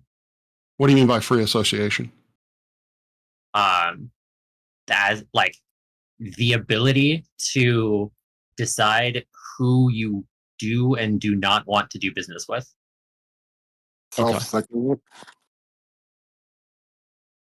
But that's what we're talking about with the Civil Rights Act. The Civil Rights Act was to end the Jim Crow era, which is forced segregation. Yeah, this is why I'm saying I don't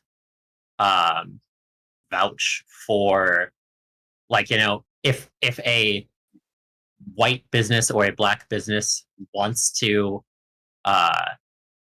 serve somebody, they should be able to. They shouldn't be legally barred from from serving somebody, but they also shouldn't be legally forced to serve somebody. So what about, but we're talking about, I'm not talking about that. I'm talking about segregation, like black toilets, black water fountains. Blacks have to sit at the end of the bus. There are white schools, there are black schools. This is how do you feel about that? This is what I'm saying, is that I don't support legally enforced segregation. Okay. But like, then what is your problem with the Civil Rights Act? Are you saying it was one of the worst things ever? It's legally enforced integration, which is the same thing, just as bad. That's not exact. That's actually not what it is. It basically said that you can no longer segregate.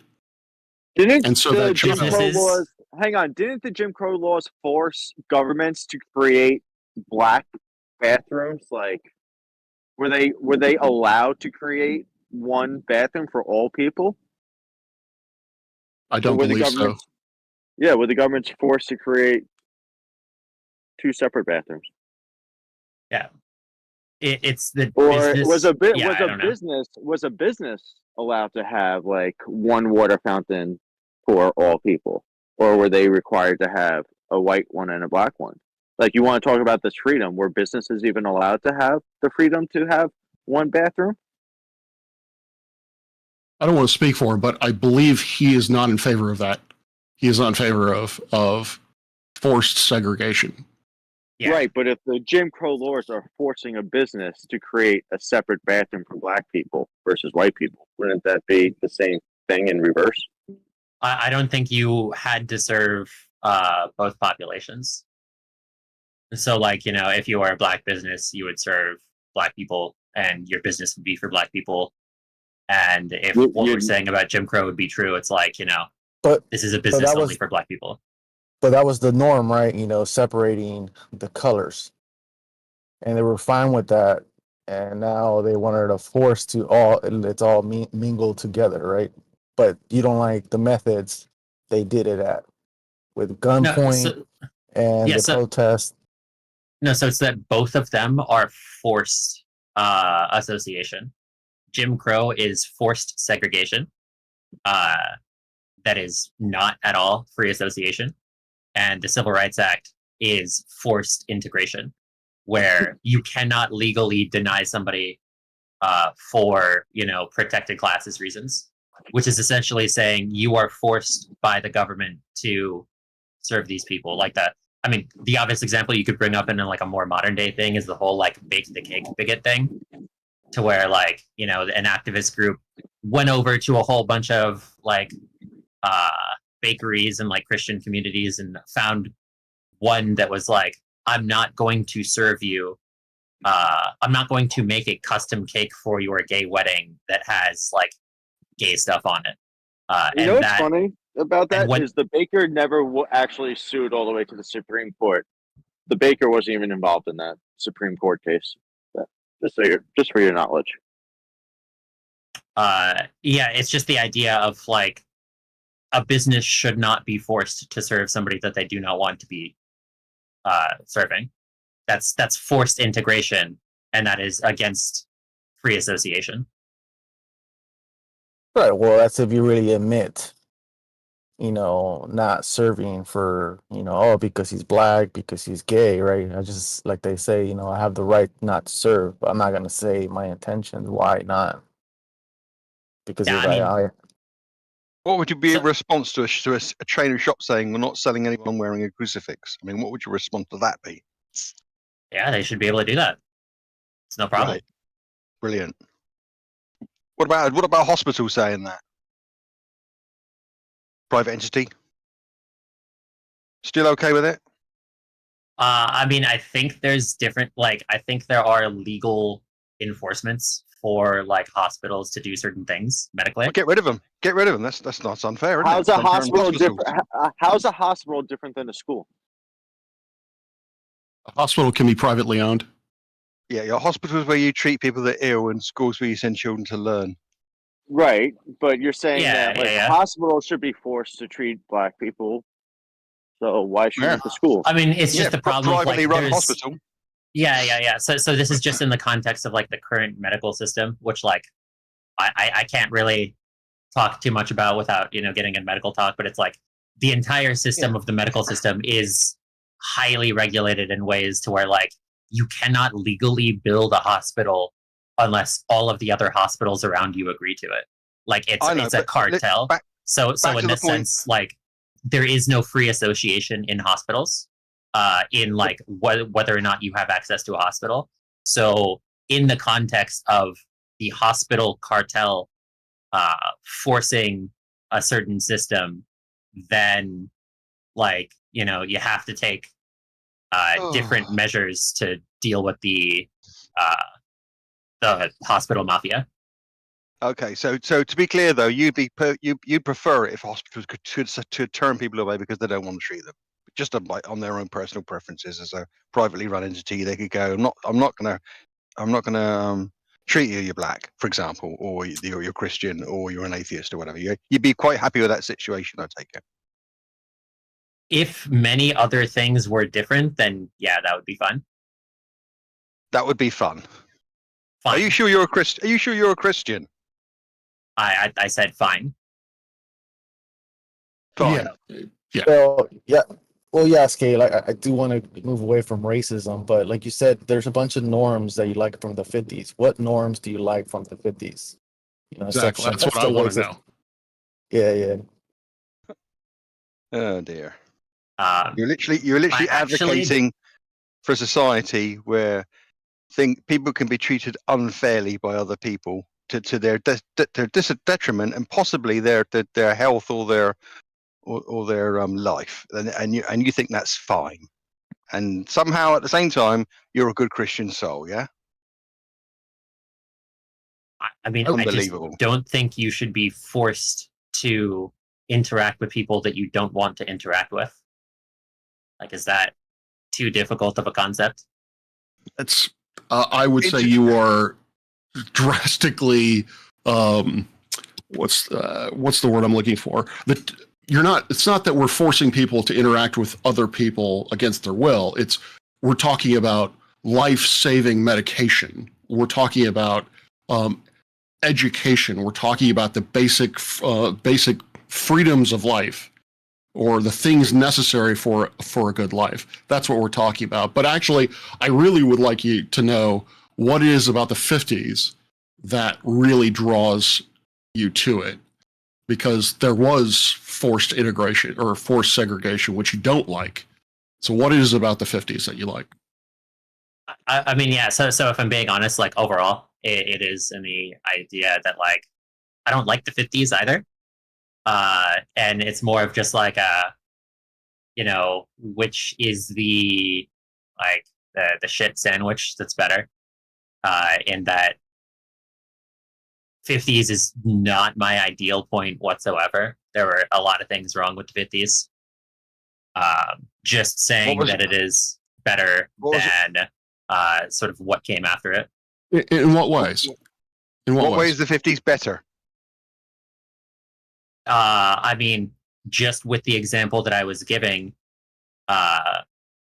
it was at a point to where society had certain levels of standards of decorum, in that you couldn't just go out in public and, you know, have a shirt that said fuck on it and like have that be a thing. There was this idea of like, we're going to make sure that everybody maintains a certain level of social decorum.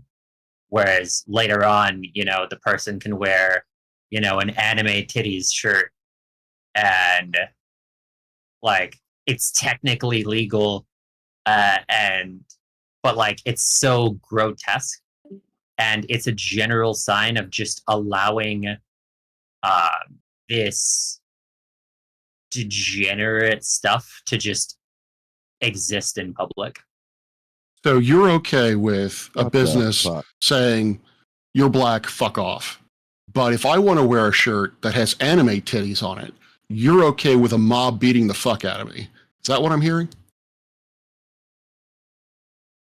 I want to control boob images. Listen to the pause. Listen to the size of the pause. I get the understanding of the 50s, right? Like, you know, there's a bunch of norms that if you were white, maybe you were more better off being in the 50s. And male. But even the male, yeah. But in the here, yeah. But right now, in the modern terms, yeah, you have the freedom to put some anime TVs now and be gay. We have statues of big boob women before Christianity was ever conceived of. Did we? I mean, yeah, pagan religions existed. But yeah, I'm still and boobs now, are you? I'm still wondering how it's self-consistent. Yeah. In one breath, you will say I do that. hear you, and I'm ruminating on that. Okay. He wants to go back to when it was normal for people to go to movie theaters to jerk off. Yeah, we I want to just go back want to to know when how it is. everyone was clouting their children and their wife on a regular basis. Brilliant. Because it was the social norm to go to like these dirty movie theaters and just jerk off there, right? That was the social norm. Like that's what those things were made for. Like it was a social norm that those businesses existed. It would definitely be the opposite. Definitely be the opposite of what I'm advocating for. There were definitely What would be way the more opposite? dirty movie theaters in the 50s than there are now. No. I mean that if you think that I'm advocating for that, then you don't understand my position. But I'm just saying that was the social norm of the 50s. Yeah, and as I was saying, I don't vouch for the 50s as the ideal. There were a lot of things already wrong with the 50s. It was already sort of degenerated in a lot of ways. And there were a lot of problems. If you ban t-shirts, people will just wank off down the alleyway. Anyway. Well, it's like I'm saying, like there are some things that you like from the 50s, you know, maybe classic cars or the way it's being built, the refrigerator. But we're talking about society norms, and that's where we're going to try to pull out from people. Like, what are the society norms that it's okay, you know? Like I just can't believe this shit. Yeah, maybe women. Probably women were not wearing mini skirts, and you know there was no anime titties or just boobs and t-shirts.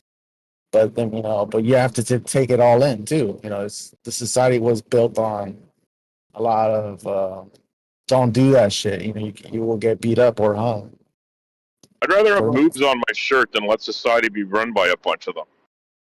Right. Don't forget, in the 20s, when a woman showed her ankle, that was pretty risque, and a woman wearing pants, that was outlandish shit. Holy fuck!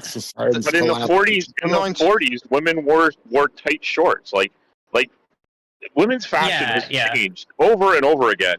If women's fashion is your fucking problem, talking about decades is the least of your fucking worries. Yeah, and worrying about the word fuck is just that's the stupidest fucking thing I've heard all fucking day. And I'm speak to you guys for a few hours here. The 1950s, right? Basically, okay. So everyone was beating the crap out of their kids. Domestic violence was rife. no marriage rights. Everyone was. You had no access to anything near as a citizen, the amount of information you have nowadays. To the extent where doctors were telling you that smoking was good for you. You know, there's so many things wrong about the 1950s that have been rectified now. The people who harbour for the 1950s are living in some sort of like post-happy days kind of idealistic view of it. You ask anybody who was alive in the 1950s if they prefer the 1950s and now, you're getting it. Apart from the rosy tinted, it was my youth type of shenanigans. If you actually compares the two, it's appalling, the 1950s. Yeah, I do agree. Like people have an idealistic version of like particular periods in the past. It's the same thing with the 90s, where like everybody kind of thinks that the world was like Fresh Prince of Bel-Air, to where it's like, it's this post-racial society, to where like, you know, there's the black lawyer who's like the great father, and like all race relations are like perfectly okay, and everybody gets together and they kumbaya. Judge, lawyer, like. It depends. Whatever. I'm just saying he was an elected judge, and you know what? I grew up in the 80s and the 90s, I guess a little bit too, and the 70s. Like I'm that's the age that I'm at. And I remember the vestiges of segregation traveling in the U.S. and my mother's best friend, still to this day, and her family. Were from Chicago, and they would travel back, and the stories that they told me of the absolute rampant racism all through the 80s and 90s that still existed when they went home to visit was just appalling to me. And as a white man, and I'm a white straight man, so like I don't even benefit from the LGBT thing, but I do. This is the thing I'd like people to know, is that even though, you know, in a white male supremacist society, apparently I'd be the one in the best possible fucking position. I am so much grateful for the fact that I live in an integrated society. Granted, I don't live in the U.S. where things are maybe a little different, and I don't live in an ideal society, and my society has a lot of fucking problems.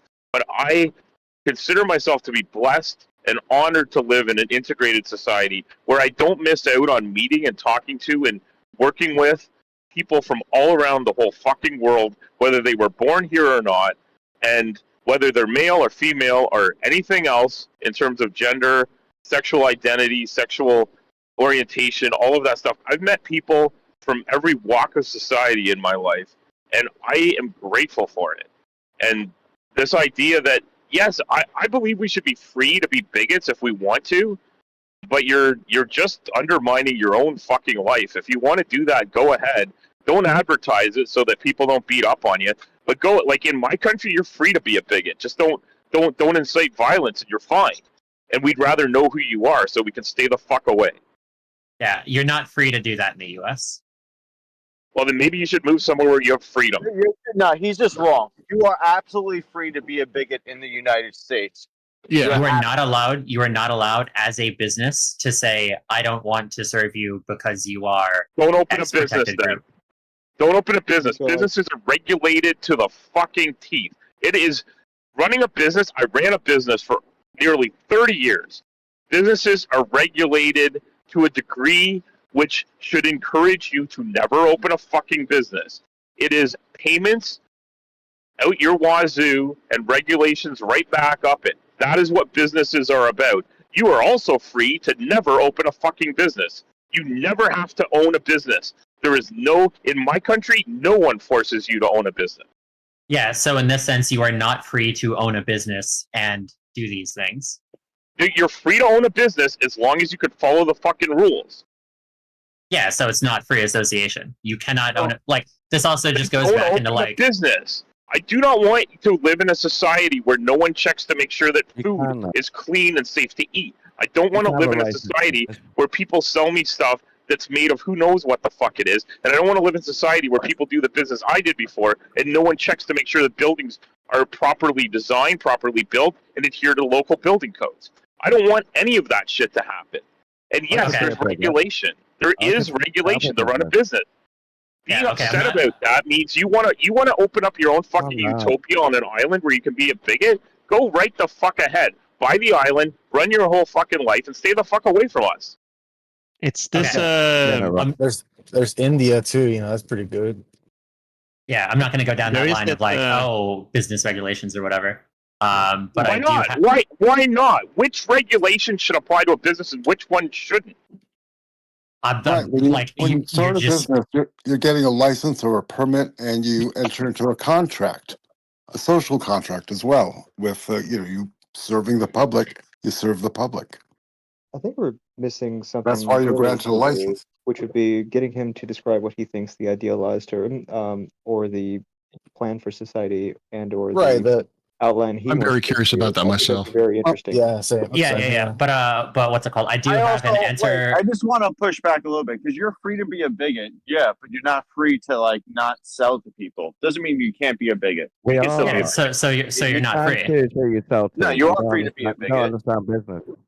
As a private citizen, you can be a bigot all the fuck you want. When you open a business, you have to sign up with the government to do a whole bunch of shit. I don't know if you've ever opened a business. It is a big fucking deal. It is not something you just do, oh, fuck, I think I'll open a business today. People talk about it like that on YouTube, but that's not how it fucking works. You need lawyers. You need accountants. You need someone to help you register your business. It has to be registered with sometimes multiple different levels of government. And I know in the U.S. they have more than one level of government, just like they do here. I know in the U.S. they regulate the fuck out of shit. That the idea that owning a business means the same thing as being a private citizen is not. They're not the same. Yes, as soon as you try, equating the two is silly. There are plenty of examples of people starting a business on their own, like registering it, forming an LLC. Like you can do that on your own. Yeah, so as soon as you try to make a living, you no longer have the right to free association. That's not true. You can work. You as a private citizen, you can live off of the land. As a private citizen, you can go and work for someone else, and you can harbor deep resentment to the rest of society and be a bigot and an asshole. No one will stop you. But if you say shit like that in the wrong place, someone might smack you in the face. Yeah, so as soon as you try to enter, because you live in a society with freedom. Yeah, so as soon as you try to enter the Babylonian system of commerce, you no longer have freedom. You are now forced effectively at gunpoint to serve people that you don't want to serve. You can always enter the black market. Yeah, you can always. In Canada, you don't get forced at gunpoint to do very much. I think you should move to a free country. Every law at its core is ultimately at the end enforced by gunpoint, by the threat of being killed. Yeah, I guess so. No, it's not. Lots of society have capital punishment for being an asshole. Life's a risk, carnal. Jailed, maybe. Killed, no. If there's a fine. Yeah, jail, I'll give you. Well, if you kill people because you hate them because of having the wrong amount of melanin in their skin, yeah, you might get killed in some jurisdictions. In my entire country, you might get lynched for it, but you won't be killed by the government for it. You'll be jailed for a long time for being a murderer, because we actually consider murdering people of different amounts of melanin to be the same fucking crime. Although murdering I wish people anybody is a crime. Like what? Look. Well, I'm saying that capital punishment usually isn't dealt out for being an asshole. You have to take it to another level. If there is something where there is a fine and you do not pay the fine, eventually it'll get to the point to where they're trying to arrest you for the fine. Put you on death row.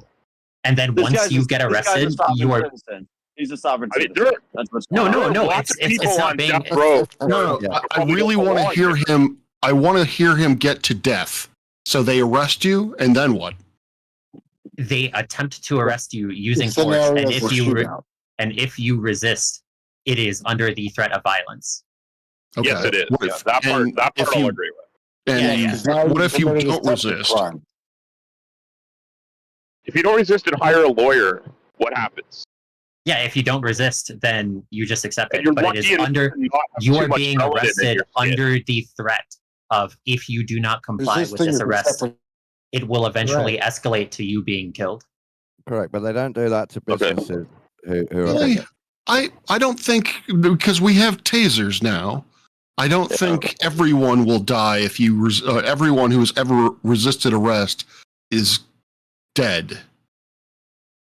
But if you're black in the USA, If you're it seems pointing a like it's gun a at the really cop, then fucking yeah. bad idea to be out in society and talk to police at all ever, because that seems to result in death a lot. So on that count, I'd agree. There's some major risk interacting with the police if you happen to be black. Yeah, I mean, but tasers are That's also something just I'd be not worried real. about. well, No, it might have businesses been can be called- racist, but in the same time, I got a person that he opened a taco stand or caters for tacos, and I talked to him, and he says he prefers to serve white people because white people tip better. He does not want to serve Mexicans or blacks Oh my god, that's because such, this is so stupid. He operates a taco stand, but he doesn't like how much money he's getting. No, Raise the I prices think on the tacos. no, he caters. He caters like for parties and all that. And he does prefer to the white people, but he does not want the Mexicos because the Mexicanos and the blacks because they always try to negotiate the price because of course most of the white people have the money. But like I said, Yeah. but for him, he's admitting it to me, but of course he's not gonna admit to if he gets a caller saying, hey, how much is your fucking party cater? Oh, it's like $1,000. Like, oh no, and then he just like, well, I'm You know not how gonna. you know how you could fix that problem? Dale. I got a solution for that problem. What's You the just say solution? Make sure that one race doesn't have all the fucking money. Well, The societal that's- pressure and the cultural pressure to try Right. and get the best price on something may come from like us living in a situation of lack. Like I'm now for like I think the 8th time in my life living in a situation where I'm financially more strapped than I've been in a long time. But it's happened to me over and over again. Economic downturns happen, and I've never gotten myself into a position where I'm in a truly financial freedom situation. But lots of people with my melanin level do. And as a general rule, you can find more people with more money who happen to be white in my society. And they may talk less at the price of tacos. Why are we faulting people for saving money? I don't know. But right now, if I had to get a taco catered thing, I'd be shopping around for a good price. Because I just don't have the money. I'm probably not going to cater anybody. Right now, I pack all my lunches with me and take them with me on the road, and my suppers too, because I'm going out of town. I take all my food with me from home. I can't afford a taco, but if I could, I would go for a cheaper taco as long as it wasn't going to make me sick. Oh, you're right. And I live in a society where businesses have to serve food to a certain level of quality because the government regulates it. So I'm pretty safe buying a taco in this country. Right, for $2 instead of going to the ones that's in the side of the road for fucking $1. Yeah, that's not very common here, but they do exist, and some of them make some of the best food I've had at those like trucks that show up at these food festivals and stuff. But they seem less common than what I've seen in other societies. Like in the U.S., it seems like it's very common somebody be in a parking lot with a truck that is just kind of random, and they show up every once in a while. But like here, it seems more like they bring them to like they'll have like I don't know like the Scottish Highland Festival, and they'll bring like 8 food trucks to cater the thing. And people just go and pay their money like for whatever they want from whatever truck they like. But they don't seem to have them just in a random parking lot very often. Right. But yeah, no, the point that Lalo is saying is very similar to what I've heard from like old, Asian Vietnamese nail techs, which just happens to be a community that I know a lot of. And with them, like certain groups will essentially just never tip, and they're like, I'm not trying to be racist. I'm not trying to be racist, but like, I just never. That sounds like a cultural. That's a cultural thing, right? Never get tips from these groups, and then the same groups that never tip are also like trying to demand so many like extra things, like trying to get particular details. Trying to come in afterwards and be like, oh hey, like you messed up, fix this for free. Those kind of things. So in this sense, it's like they're asshole or they're excellent negotiators or something like that. But yeah, I get what you're saying. I've met white people like that. I was in the service industry for over 10 years, bartending and waiting tables. It was rich, fucking stuck-up people that did that shit more than fucking poor people. I mean, so in Lalo's example, right? Of like, he can tell Lalo's encouraged, I guess, to cultivate the. Oh, sorry. Yeah, Lalo's caterer friend, right, can tell certain things based on like the initial call, right? Yes. And can make some certain judgments, and those judgments may not be 100% accurate, but he should be able to essentially deny or pick up this catering job or that catering job, just no questions asked. Like, say, I don't want to do this catering job, regardless of the reason. I don't have time for this one. I have another one booked that weekend, and leave it at that. You don't need to. You don't need to have like a suspicion that someone's a pain in the ass, and say my suspicion is based on the race of this person, so I'm just not going to serve them. That may not be fair, but when I was in business, I would get a sense about certain clients and sometimes I'd have to do one job for them to get the sense. And my old partner and I, we had a chat one day, but we had this one customer, and it was a white customer. It had nothing to do with their race, but one customer who was exactly like that. They were a born in Europe white person who grew up in Canada, but they had a idea that everything they asked for that was extra should cost $0 extra. And they had the idea that if there was the slightest piece of lint in the paint, that the whole room should be repainted for free instead of fixing the problem. Like, that was their attitude to their work. And so my partner and I had a meeting about this customer. Said they're a good customer. They need work done all the time. They have certain time frames needed, and they do pay their bills. But this person that works there is really a pain in the ass for this stuff. And we basically said, you know what? Everything we price for them, we just have to add 5%, because we know we're going to they're going to spend the 5%. So we just add 5% to every quote, so that we can just say, yeah, no problem, no problem. We're happy to do that, Mrs. Smith. That's going to get looked after for you. And we already built it into the price. After the first job, we didn't make very much money, or we broke even or whatever. We're just not doing it with this customer. We added into the price, so we still make money. And that was the way that customer got dealt with, until that person left the company and someone else took over. And then all of a sudden we could just price it normally, and that customer became a tremendous customer. And he still works for them all the time. I retired from the business, so I'm not there, but I've heard about this. That's what happened. And I was involved with this person and the other people on a daily basis for a long part of my life. So he told me about them when we were having a chat the other day. That's a thing that happened. But I did a job where my boss told me to negotiate the outcome with this customer. He said, this customer is going to be difficult. This was a white customer. And this customer didn't want to pay for all the time that went into doing a specialized move. Didn't want to pay for the total amount, even though he was quoted an hourly rate. He sent us somewhere where things were not as they were. He spent an hour and a half arguing with the person he purchased this special item from, leaving me there adding up time on the clock, and promised me he would pay for it while he argued with this guy about something really stupid. And then when I got there, he insisted on doing something really stupid. And I said, no, we should do it this way. And he said, no, you have to do this. So I spent 45 minutes trying to do what he said until he agreed with what I said in the first place. And we ended up doing that. And then he wanted to stiff us for $400. And I ended up getting it, so he only stiffed us for $200. And my boss called me and said, yeah, try to get stiffed for the least amount of money possible, but this guy's going to be an asshole about it. And I think that is a cultural thing about not what race someone is, but it's like the society they're brought up in or the people they hang out with. And this guy happened to be a car salesman. Mm-hmm. And I think being a car salesman made him a person that couldn't be in a situation where he didn't negotiate things in his favor. I think that's part of his culture. And I don't think it had anything to do with his race. I don't know. Is that a weird thing for me to say?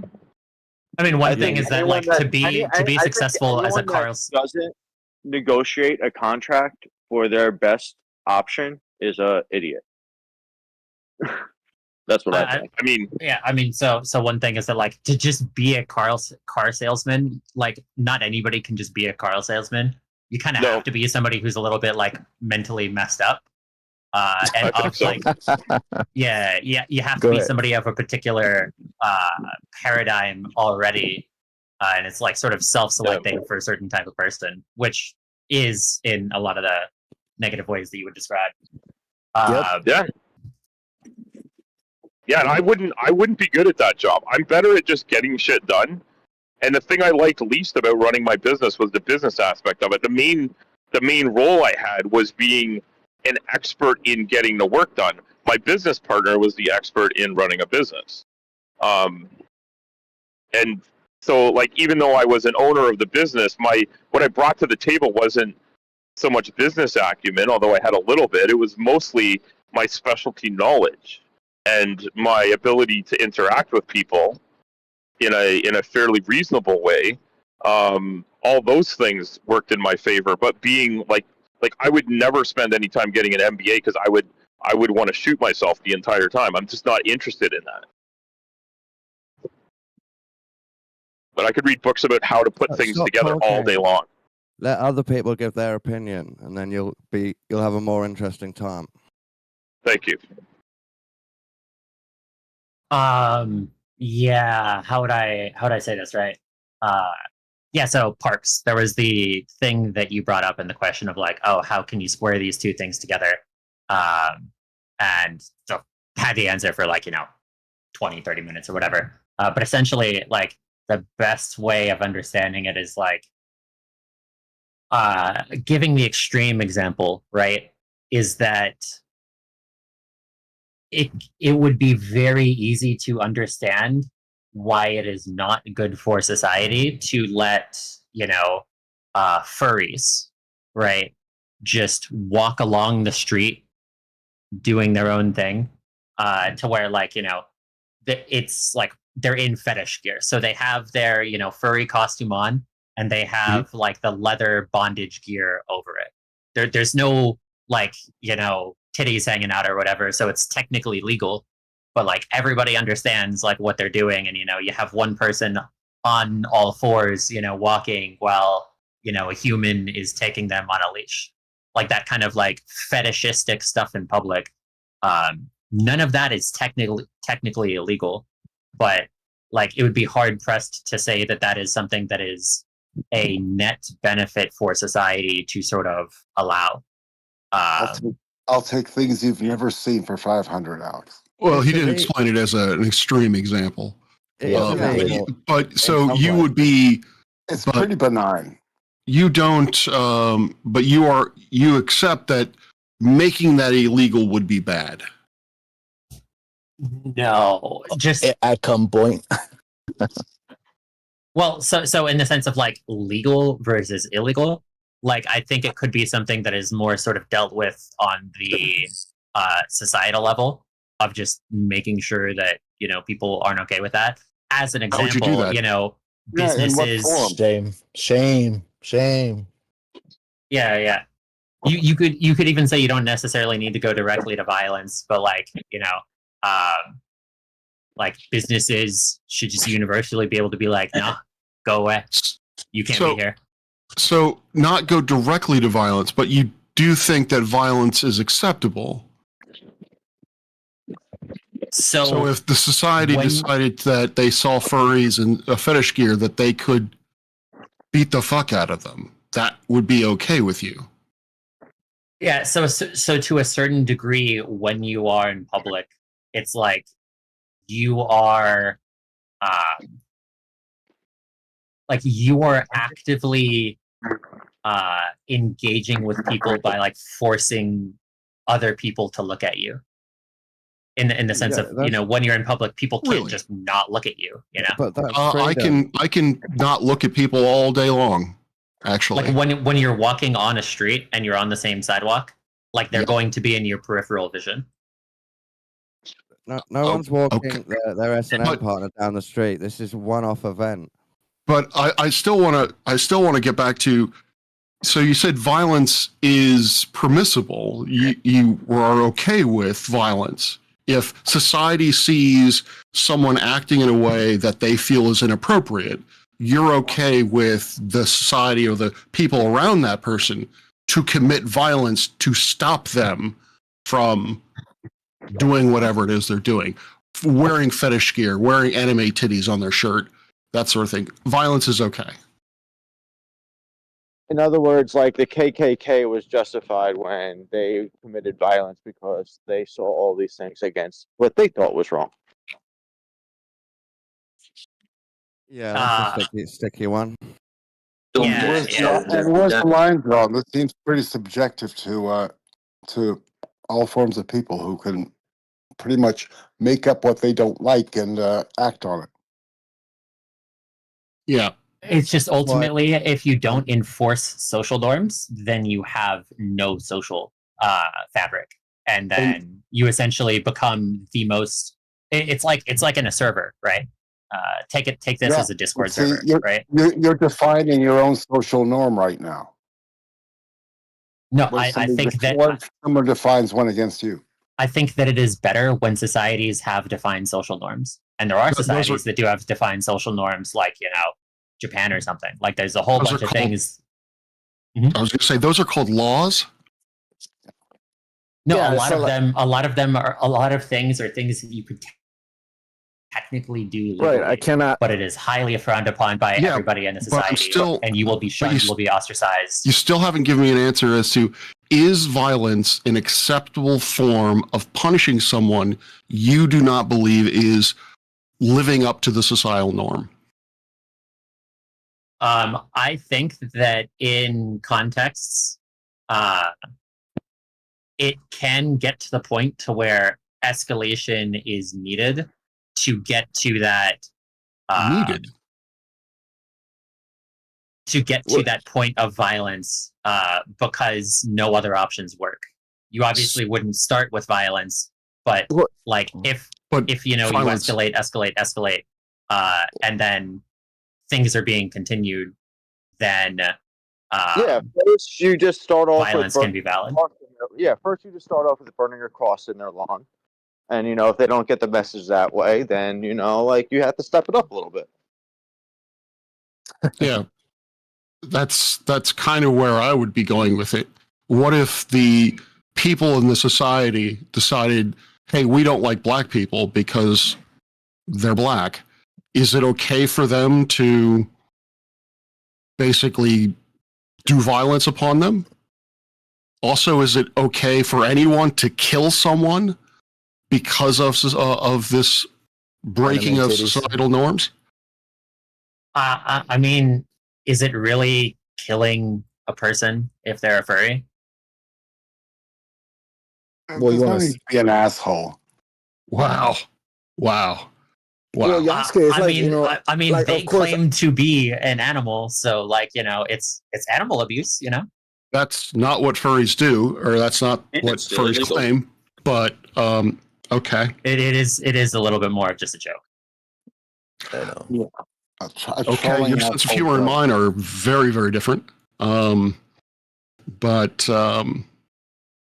you also are avoiding the question of if the societal norm that is being violated is based on race, is it okay for the society to do violence upon that person?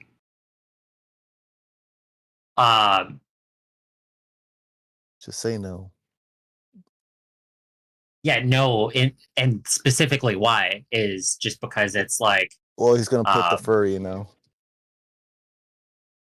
So if no, it's sort of a sense of like behavior based, in the sense of like, if you had like, if you are in a society that sort of accepts like these are people that exist in your society and you guys are part of the same like society, there's a certain like understanding and rules that come with that, and you could say like these people have these rules and other people have other rules. Yeah, like, in the same way that like Japan, like businesses will say like no foreigners allowed. Like if you are a foreigner, you are not allowed in this business. You can't discriminate against black people. We have these rules. There you go. You're getting there. Yep. Yeah, so like in Japan, right? If you are a foreigner, if you are a non-Japanese person, even if you speak Japanese, like there are a lot of businesses that will just not allow you to be in there, and that should be perfectly fine. It should be perfectly fine for these businesses to want to be Japanese only. We are still not addressing my question specifically, which is if there is a society that looks upon a person and says they are violating the norms of our society, is it okay to do violence upon them to the point of murdering them?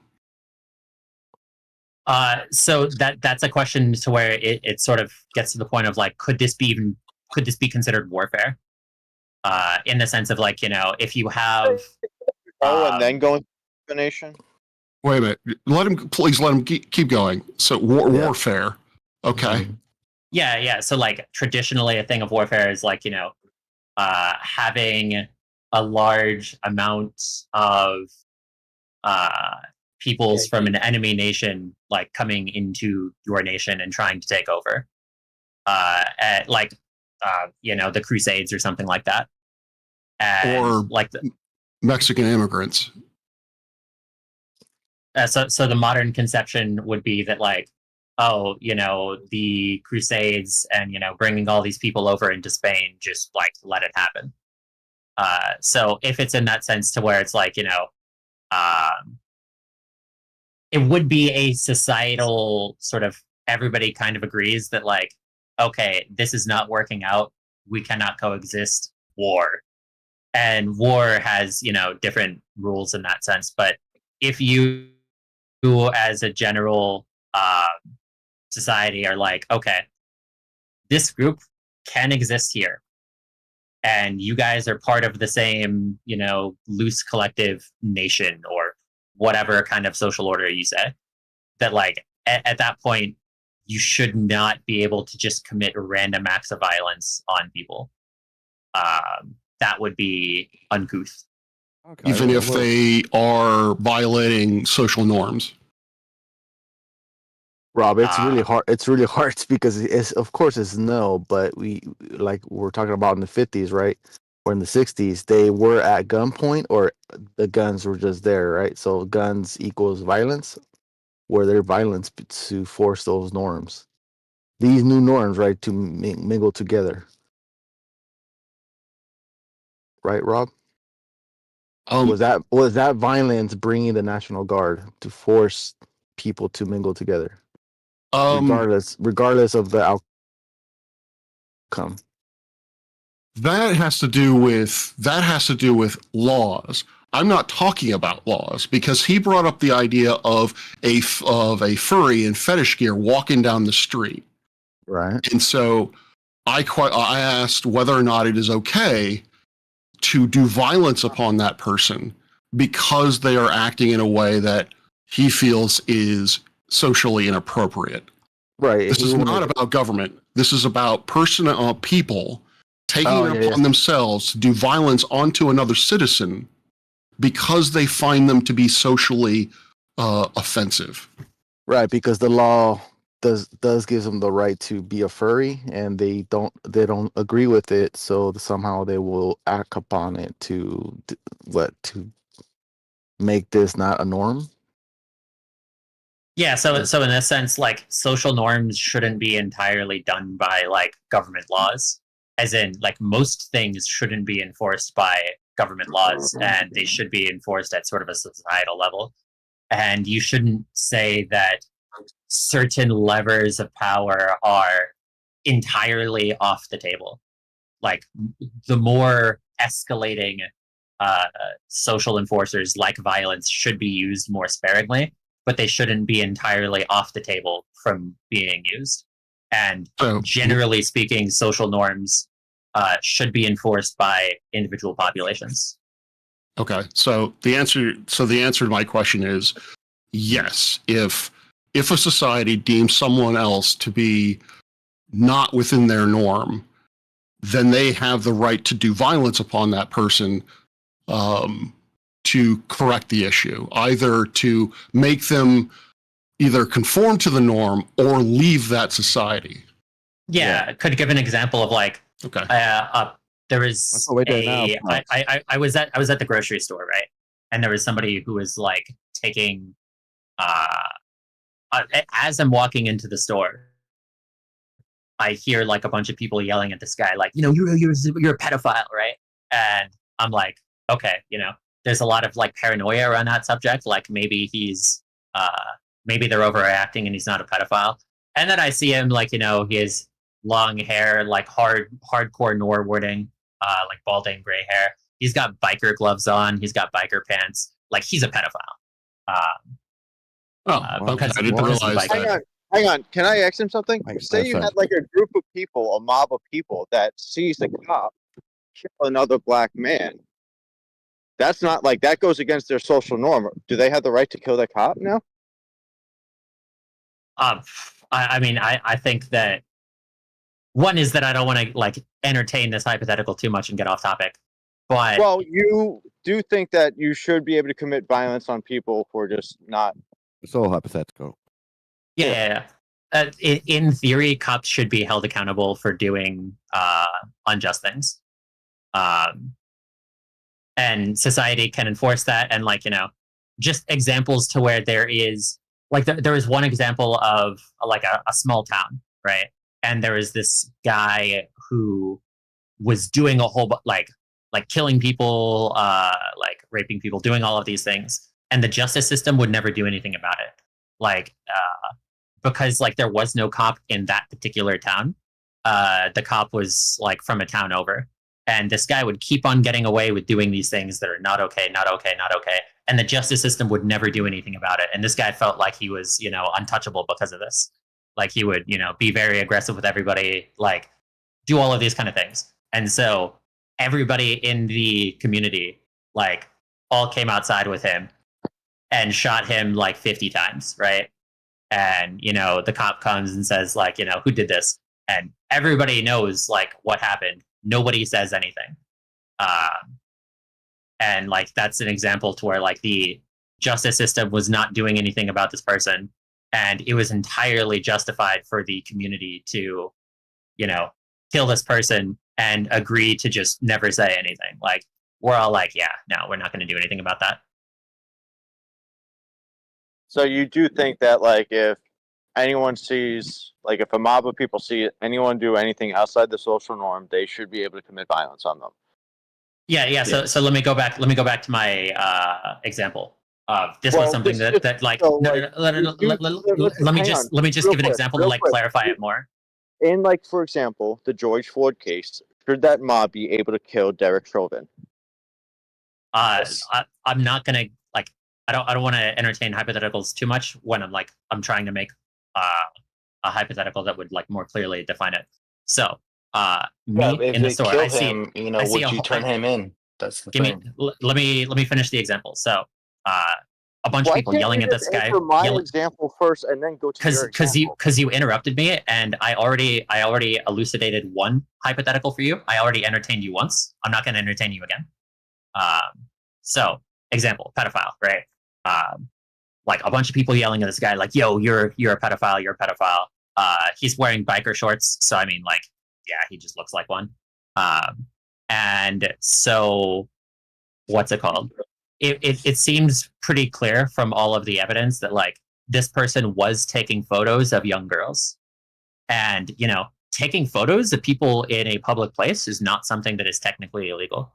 And even if that was illegal, like let's just say this guy was like, you know, looking at young girls in inappropriate ways, like that is something to where like it is not technically illegal what that person was doing. I don't think the guy, like the police came and I don't think the guy got arrested, despite, you know, taking photos of young girls in public.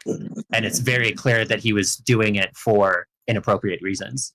Like it is not good for society to sort of let something like that happen. And while I don't personally like have that like vindictive urge to do mob justice, I understand why people would want to you would turn the blind eye against that person. Yeah, you will turn a blind eye. Yeah, because also in this example, like I'm not 100% sure, but like the police did not do anything, and it seems pretty clear that this guy was taking photos for the purposes of like sexual gratification. And so if in this situation the police aren't doing anything, this guy can just do it again. So like nothing will actually happen unless there is mob violence against this person. But you can rationalize a lot of things by that logic. Yeah. Yeah, I know, but then once we replace uh, that biker with like an official officer or a politician, they're very protective as well. It's like some people want to kill these people or officers, like as he brought the example. Yeah, you can make the example is that I live in a Jewish neighborhood and there's like a Nazi, an open Nazi with the swastika armband and everything marching down, goose taping and Heil Hitlering all around, right? And the police doesn't do anything about it because they're sympathetic to it. I'm perfectly fine if those Jews just killed a Nazi and nobody says anything. They'll be perfectly fine because he presents an existential threat to them, essentially, his ideology. Yeah, I agree. This goes both ways, I agree. Well, yeah, I mean, it's just a question of like...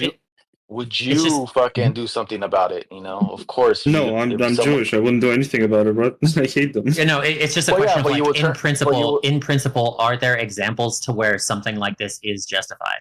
Which is like using this extreme example to where like where the police are not doing anything about this. Yeah, of course. The police is sympathetic towards the Nazi in my hypothetical, therefore they're not going to do anything about it. So it's up to us, the Jews that live in this community, to eliminate an existential threat. Yeah, but no one's going to do it. But if someone does do something, you're not going to turn him in, right? Are you going to rat him out? No, of course not. Another person. Well, is that wrong for you to do that? If you know that your neighbor kind of, killed him or slashed his tires. What would it be wrong for me? Like the Nazis are just infected with this mind virus that makes them like basically zombies, right? They believe in this like repugnant ideology. They just want to destroy and consume anything. Why would I care? Like they lose their humanity as soon as they get infected with the Nazis and mind virus. Yeah, it's just like this is why I'm specifically using a pedophile example, because it's like a singular individual who's doing something that we all agree.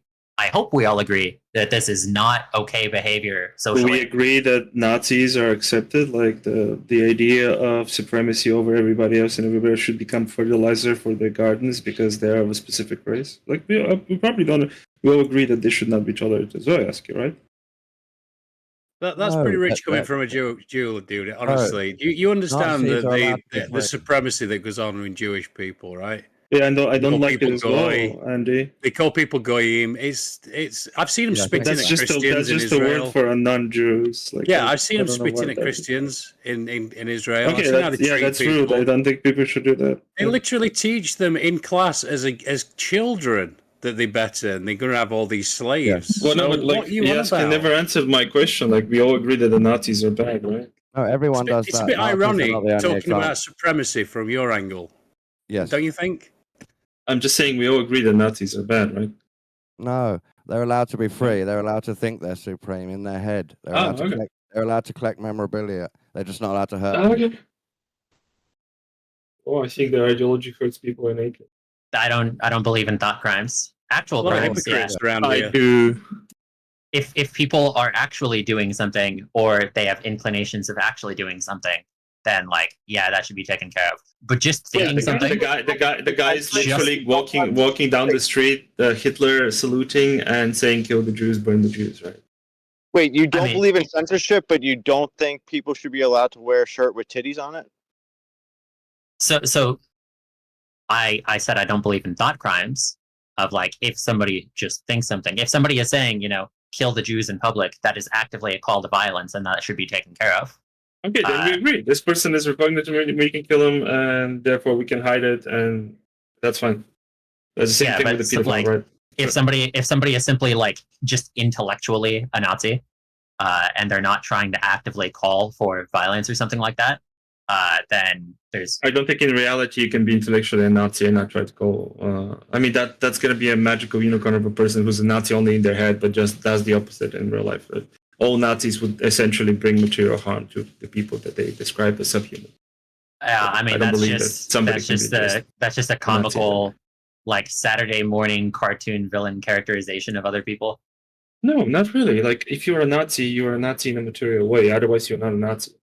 What's the point of being a Nazi only in your head when you actually like do the opposite of what a Nazi does in reality, or you do nothing? Then you're not a Nazi.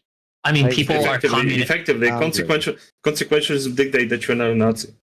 People are communists who think that the bourgeoisie should be like, guillotined in the street, like intellectually, but they don't actively go out and say, kill all the bourgeoisie. They don't actively. No, they do that, and they say that, and they work towards their communist goals. No, but somebody can believe that as an ideology and say like, yeah, this is what should happen, without actively going out in public and saying these things all of the time. The mere fact that you're engaging in a dialogue and trying to push your ideology is harmful enough. That's literally stated that Nazism is a mind virus.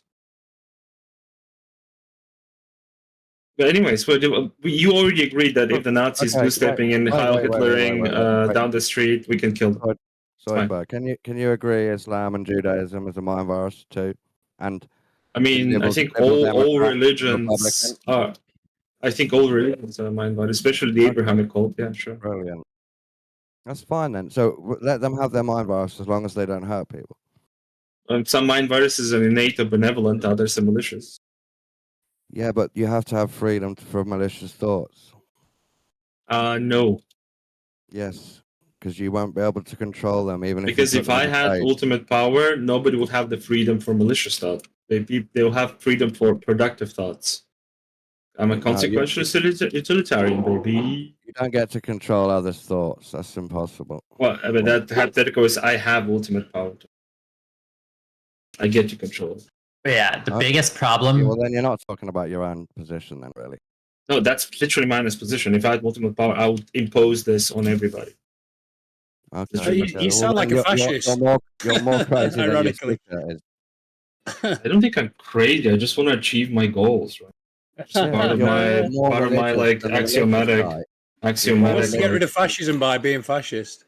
Nobody says I want to get rid of fascism. If in the process of what I'm doing gets rid of specific ideologies, so be it. I just want to achieve like certain standards for humanity.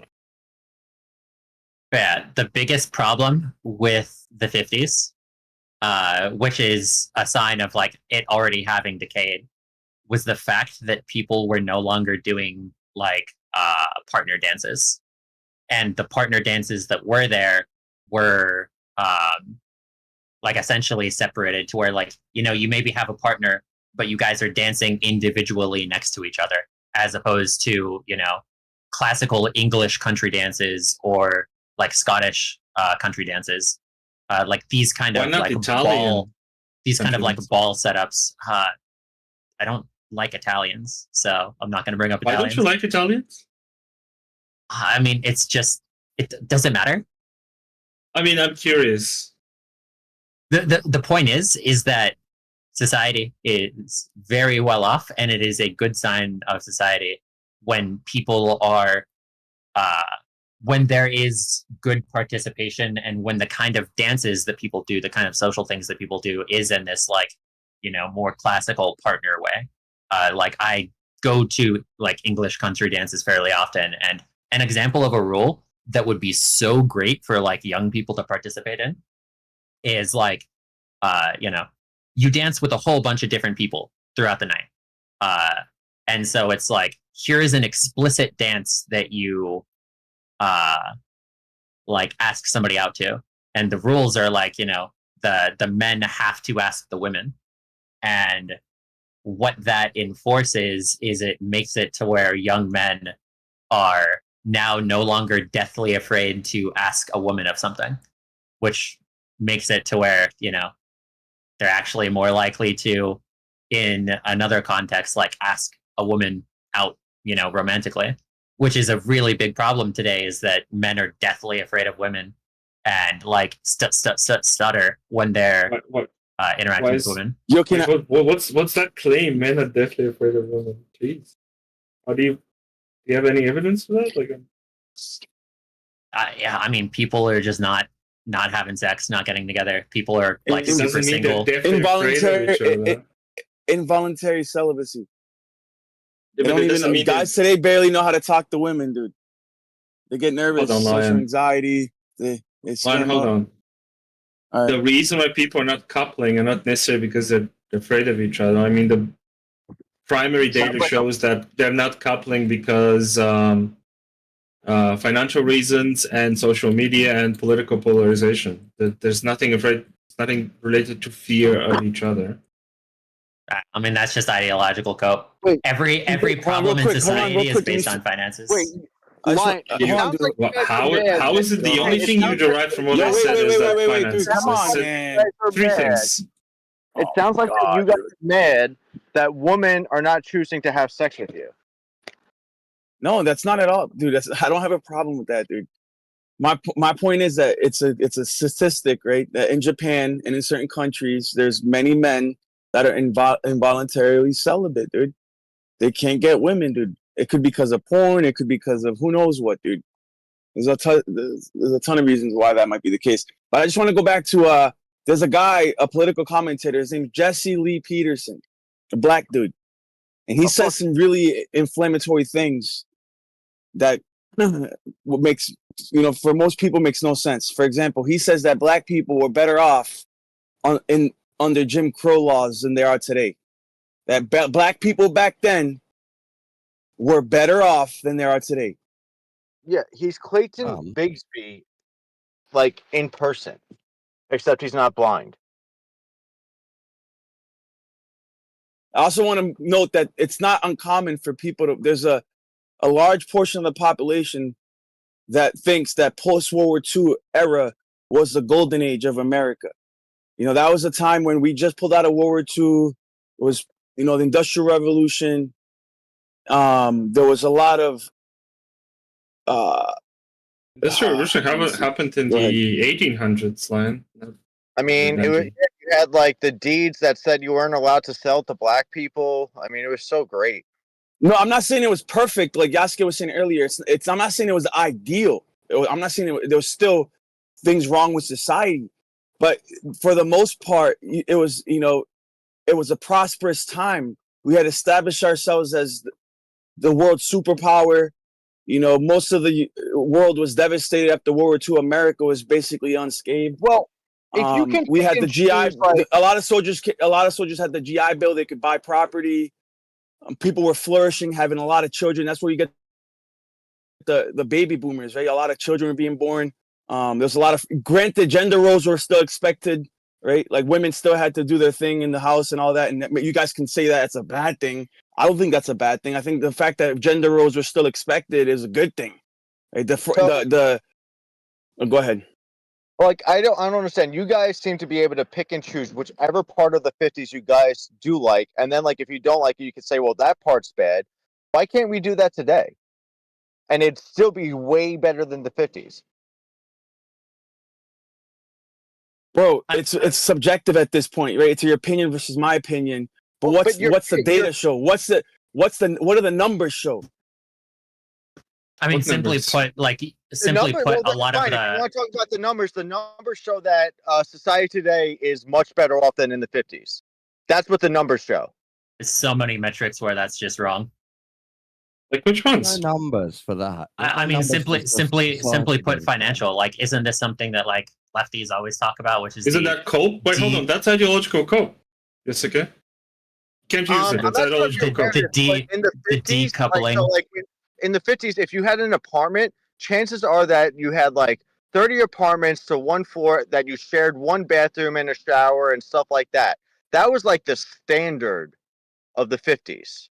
I don't think that was good. Like that's like, whereas like now the standard apartment is much better. The decoupling of like wages from productivity is something that's like very famously talked about from like the 70s onwards. And you have it to where like the proportion of income that it costs to do certain things is dramatically different in terms of like, buying a house, buying a car, going to college.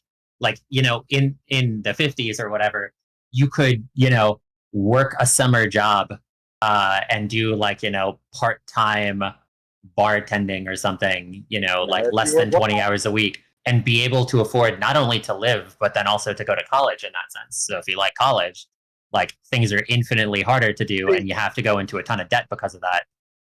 See, the problem, Yusuke, is saying like, when you say like, oh, in the 50s, you could do this.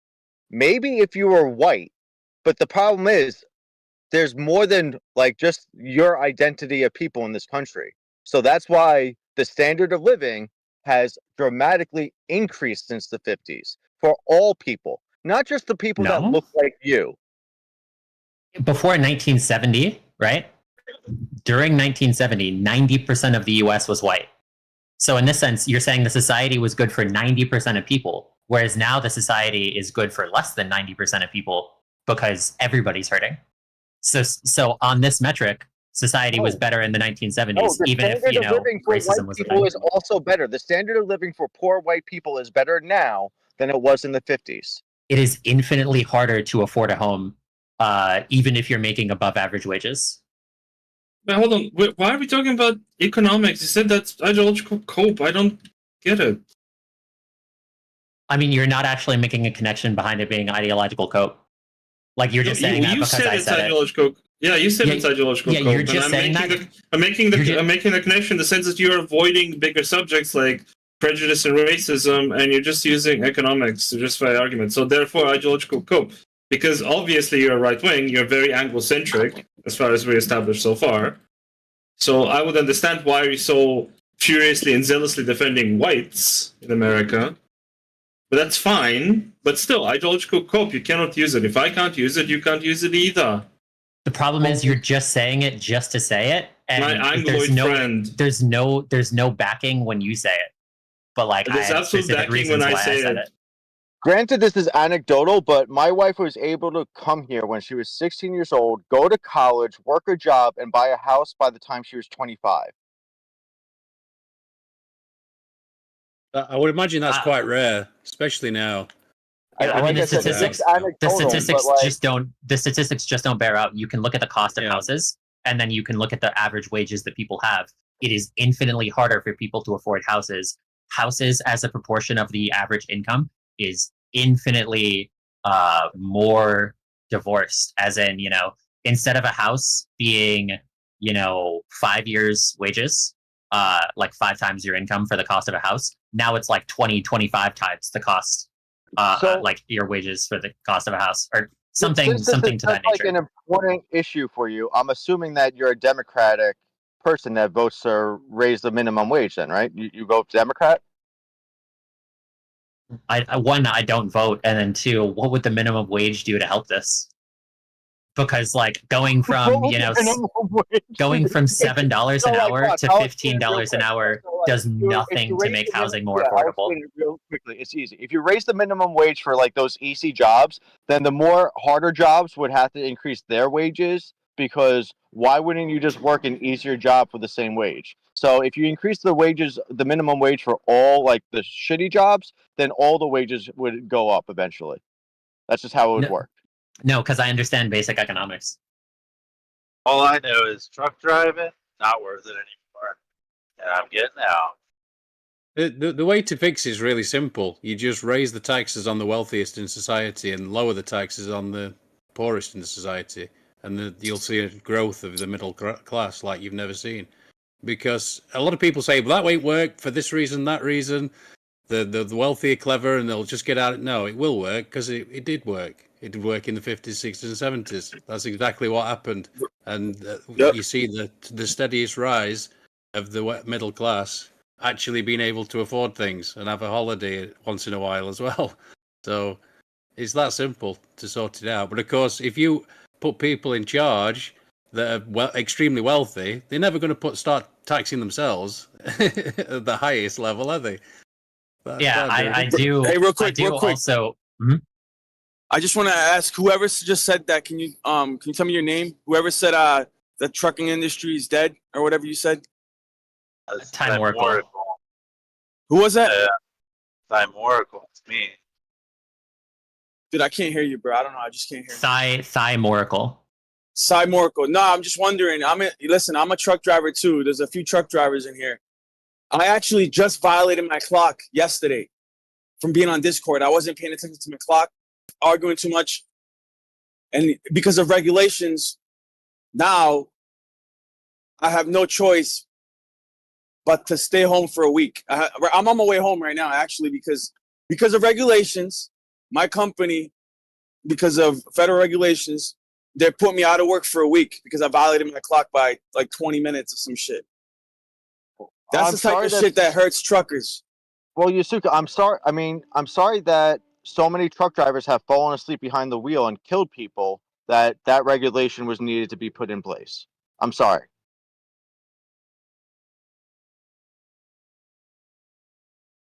Yeah, actually, you can make a case that regulations has not helped the falling asleep at all, but worsened it.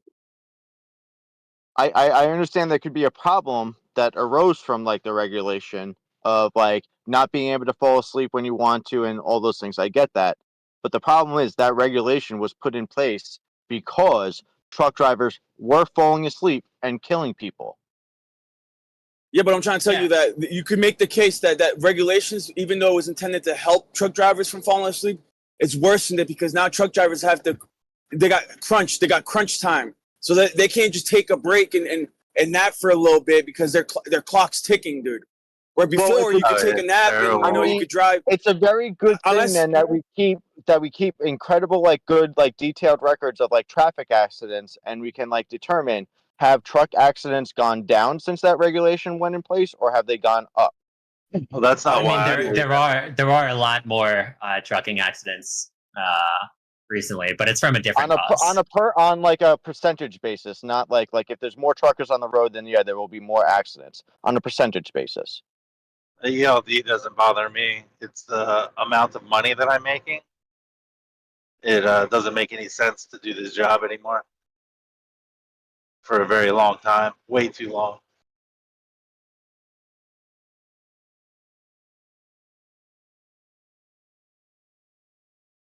Yeah, no, a regulation can have, benevolent like causes for why it was started, but that doesn't mean that it actually has the intended outcome. Because very often the intended outcome is not what is the actual outcome. In fact, that's, if anything, most of the time what happens.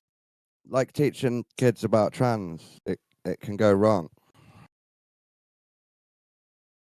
I'm selling it. I mean, I think there would be better examples to use. Studio Sleeper, if anyone's interested. Go on. No, it's benevolent, Yasuka, to teach kids about progressive sex, but it goes wrong and has a backfiring effect.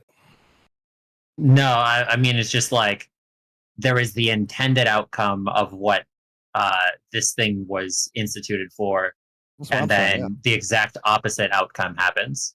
That's what I'm saying, yeah.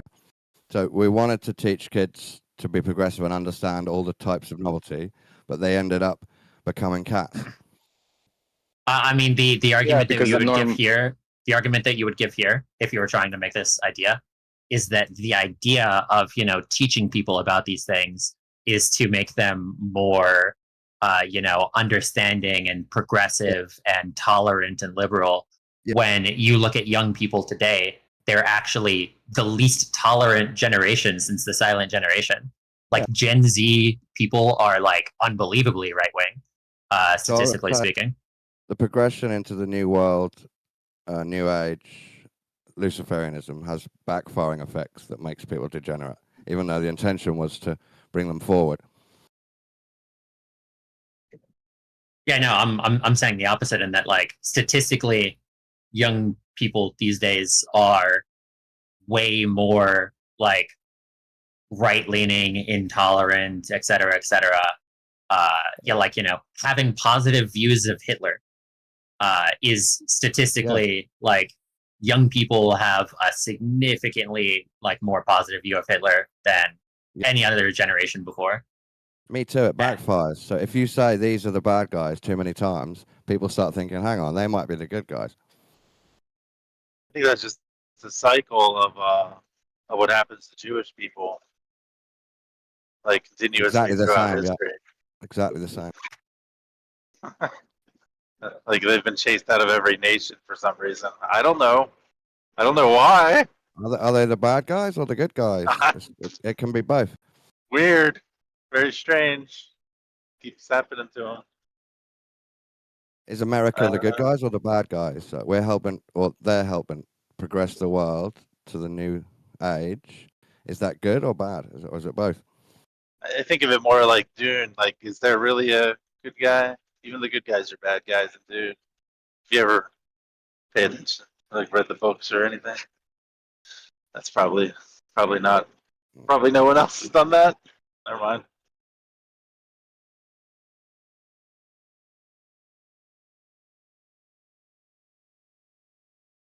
Maybe I took it off track. What was the point before I brought up trans?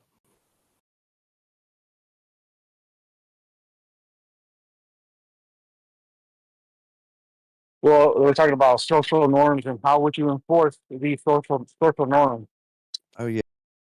Well, I think that's because what Yusuke is calling for is already done. It's just not done by him. It's done by a different group of religious people. So it's not that different to what he wants. There's a balance between individualism and collectivism, right? Yeah. One focuses on the individual, compromises the collective, right? Instead of loving thy neighbor, it's all about me, right? So you don't care about the society, the neighborhood, your town, your city. Really, it's all about me. And then the other side, if you focus too much on the collective, compromise the individual, you end up with communism. You have to give away your house. Theoretically. You know, yeah. It's all about the collective. No, you want to break down individual rights, individualism. Everybody wears the same uniform. Everybody, you know what I'm saying? And that can be problematic too. So there's a happy middle ground. Yeah. That we, you know, it's hard to keep that middle ground though. Go ahead. Yeah, I mean, I think it depends on your population in that, like, Japan and Korea, highly collectivist societies. Like, there is no idea of, like, going outside of the norm. Like, I come from a esports background or, like, competitive gaming, right? Like, I've done a lot of work in that space. And, like, Koreans are the best at computer video games, right? But, like, a big thing is that they are, like, they have a culture to where essentially just everybody does like the same thing, which allows them to have like sort of a collectivized like hive mind. They're very hive mind oriented. But a big problem with that is that they're very blind to anything that is outside of the hive mind. If there's like something new that pops up of like a new strategy that could be really good, like the common thing that you're always going to hear from, like, you know, the second best player will say, well, this new strategy that is there, I'm not going to do it because the first best person isn't doing it. And so they are so unable to change, unwavering, because anything that goes outside of the social norms is like death, essentially. That's why I would say we need to keep a few radicals, one on each street, so that we can have a dynamic system.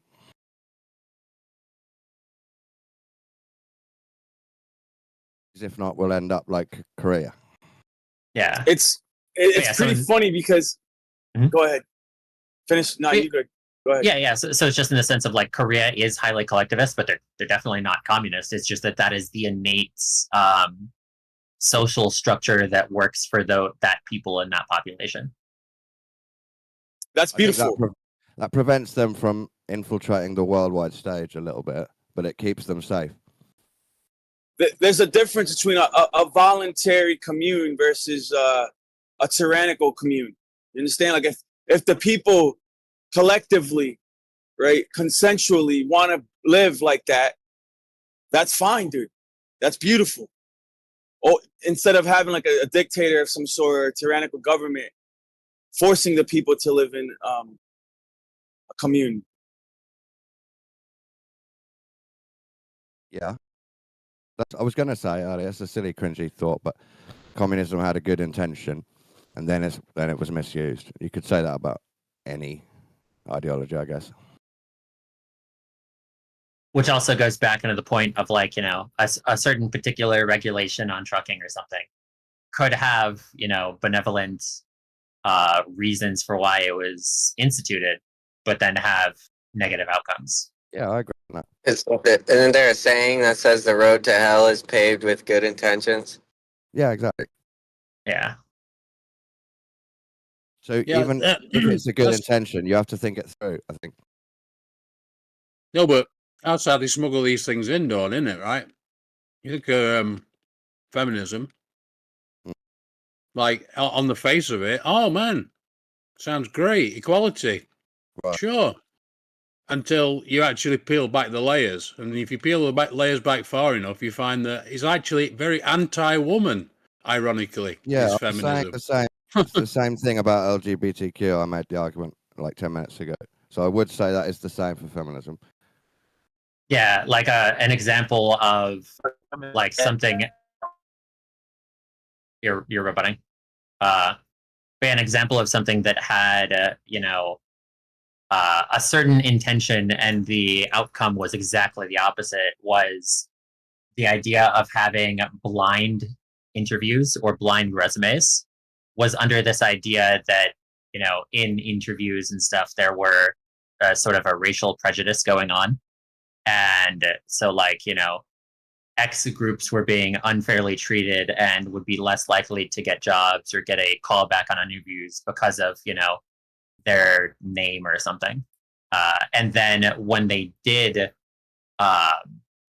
blind interviews to where, nothing about the person, nothing about, their character identity, those groups were actually, picked even less. So in that sense, that is something to where the idea was, oh, hey, we're going to make things more equal by making it blind and meritocratic. But all that did was just have the opposite of the intended effect. So that's why nobody pushes for the idea of blind interviews anymore. I would go to say the idea of separating church and state and taking church out of the schools and putting a dampener on Christianity, even that backfired for the atheists and the secular Freemasons or whatever. Yeah, I've seen a lot of the, the sort of, I would say, social commentators, and I think they put there on purpose personally, but that's just my little conspiracy theory. I've noticed that a lot of the content at the minute is saying, over the last, say, 10 months, is like new atheism, the movement's dead, basically. Yeah, which is interesting. They're having a meaning crisis, Andy. Yeah. That's Yeah, what they I would call agree it. with that, Dylan. We killed Christianity, and now we don't know what anything means. It's like, that's your fault then. There's a painting I like bringing up a lot when this topic comes up. It's a woman leading the charge. Lady Liberty is leading the charge in the French Revolution. And even though the painting was painted much later, or maybe around a century later, it's showing Lady Liberty topless, leading the French Revolution, leading the rebellion, overthrowing the monarchy, overthrowing King Charles the Sixth, and also just doing away with the old system, with doing away with Christianity. And actually, there was a lot of churches that were burned down and statues that were destroyed, and they're trying to uproot. And there was an upheaval trying to uproot the old system, and focusing on the individual rights of the people. And honestly, they had it was enough was enough. There was a lot of injustices going on because of the monarchy. The monarchy became tyrannical, became evil, wicked rulers. I don't think that's true. I think they protected the people too well. There was a balance. You can go one way or the other, and I do believe they were abusing their power. We can see that in history. But then to go the other way, to go to the extreme other side, or revert the other way, is just as bad, right? Focusing on the individual rights and tearing down society and all the social fabric. That was literally the propaganda. That's why they said, let them eat cake. But she never fucking said that. She never said that. Is that picture in the Louvre? She said brioche. It's a sweet bread. Oh, that's but even yeah. more base than cake. Man. Yeah, she said let them eat Painting in the brioche. Let them Let them eat Allah. Let them drink blood. I want to hear Rennie's story about being in China for 7 years, dude. That sounds pretty fucking awesome. Yeah, Beijing, Dongguan, Hong Kong, Shenzhen. I played sports there for 7 years. That's Won 2 crazy. championships. That was awesome. Did you eat lychee? Did you eat the fruit called lychee? Yeah, lychee. Yeah, I didn't like it. It's good, but like I just didn't like it. I didn't like it too much, but it's good. It's tasty. It's just I just didn't like it too much. I just got a whole bag of them from a customer. Delicious. Oh, they're good. Yeah, they're good. I just I try to avoid like sugary stuff, and that just, it just has a lot of things in it that I could get other places that I feel will be better for me. I don't know too much about China, but I watched a YouTuber a little bit who lived there. I think was he European or is he American? I forget. I think he was European. And oh, wait a minute. I think he was South African, you know, as I think about it now. And it's ironic. I mean, think about that coming from South Africa as well. But he was like saying how overreaching the government were. And he was like, at some point, his videos just became about freedom and about the lack of it in China, sort of thing. Yeah, like if you go from like there's a place called Shenzhen in Hong Kong, they kind of border each other, and like you go across the border and you look back to Shenzhen, it looks like a wasteland, and then you look over to Hong Kong, you see like plants and birds and people smiling. I mean, the CCP is a very, very overbearing government. While I was there, I have a tattoo on my shoulder and it has a Chinese symbol on it. It says "Ni." When I got it, I was 16, drunk in Cancun, and it rebel. You know, I'm from the South, and I was like, "Yeah, we're rebels." So we got that put on there, me and all my friends. And then when I played over there, they'd make me cover up that tattoo because that's the symbol they used during the 1988 uprising. Oh. And what was some norms that you kind of like had surprise of? Because you know sometimes even the toilets thing, if like you have to squat to Squat. shit. Oh yeah, yeah, yeah. That's Squatting interesting. sucks. That's the thing. Like you find it's very westernized, but the second you throw a rock outside of your compound, you're in a third world country. I mean, I'll even make that statement in Beijing. But yeah, there's a lot there. It was a lot. I loved it. I went to the Great Wall of China. I actually smoked weed on the Great Wall of China. Pictures of it. Nice. Yeah, rebellion. Be as big of a rebel you can. Oh no, this was. I got lucky and had a friend that had a passport that didn't let them check her bag. So, I saw a stat on one of those. Sorry, I think you cut out there. I don't know if you just finished or cut out. But anyway, I saw a stat on one of these Jeremy Clarkson shorts where I think he was in China, and he was saying like they're making 6,000 miles of motorway every day in China. That's crazy. Hey, can I ask you, how do you get a passport where they don't check your bag? I'm just curious. It's called a diplomatic passport. You're a diplomat. Wow. That's what's up, dude. Yeah, diplomats, like that's why, like when you saw, like when Russia assassinated the people, they kicked all the diplomats out because they don't know what they have. You know what I mean? They'll every time we lose relations with the country, we kick their diplomats out because of those rights. Well, I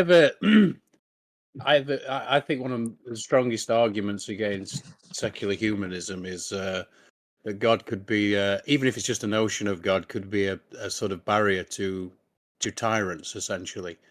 And you sort of had to break that down a little bit, which I can't be bothered. But the point is, I wanted to ask you, what is it?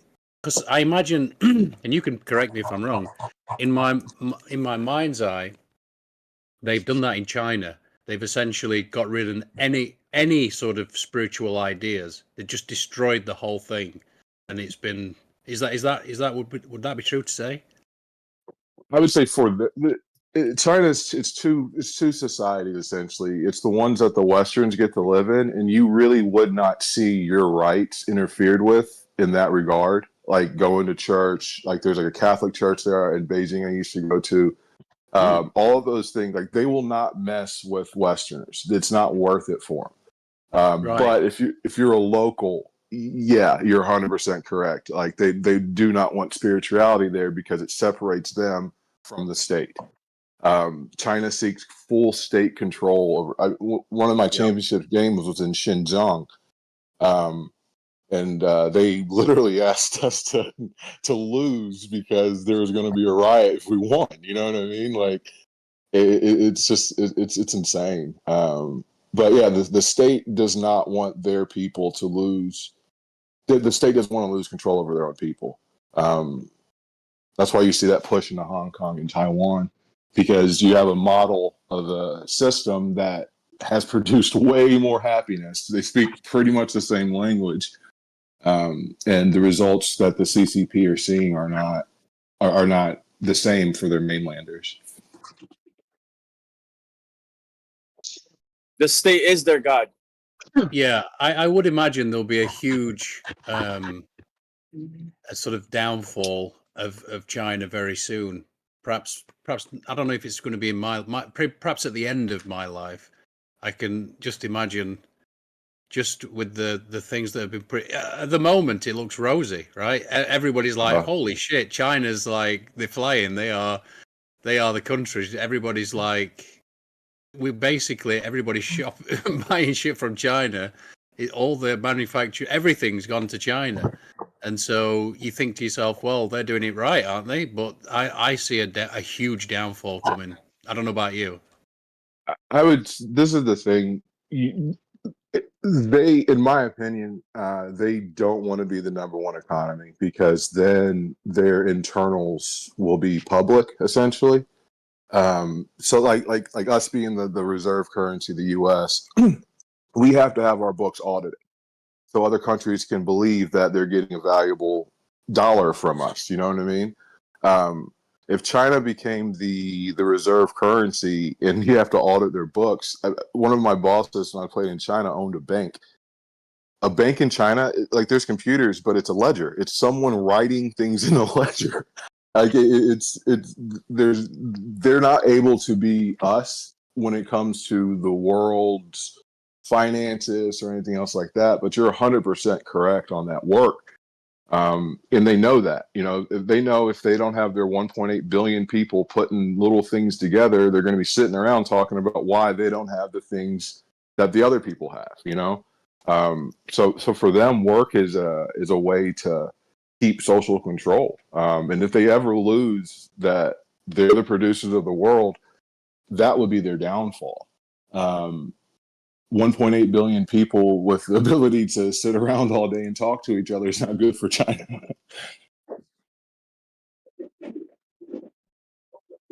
Did you get any insights into Buddhism at all, as well as politics? Buddhism there is not like it's like a different sect. Like they like have their own. It's kind of like when the Pope, you had like the French Pope and the Italian Pope. You know what I mean? Buddhism there, they have like it's a state ran one, so they pick their own leaders, they do all of that other stuff. So it's not really Buddhism, but Buddhism is, if you want to call it, like as an American, a lot of people here aren't Christians or like that regard. But I would say I'm 42. I would say almost everyone my age was raised in a church setting. Very similar to China with their Buddhism. Their families practice it, but they don't teach it formally because they can't unless they use the state option. Right, they've got it in the home as a lifestyle more than an education. Yeah. The craziest thing I learned about China was there's a brothel pretty much in every hotel you go to. So that was the craziest thing I learned. They have like a massage room, not just a sex massage room, in every hotel. Straight brothels almost in every hotel. I didn't realize it till one night I had to move rooms because of all the noise. But like, I mean, it was like almost every hotel. There would be some sort of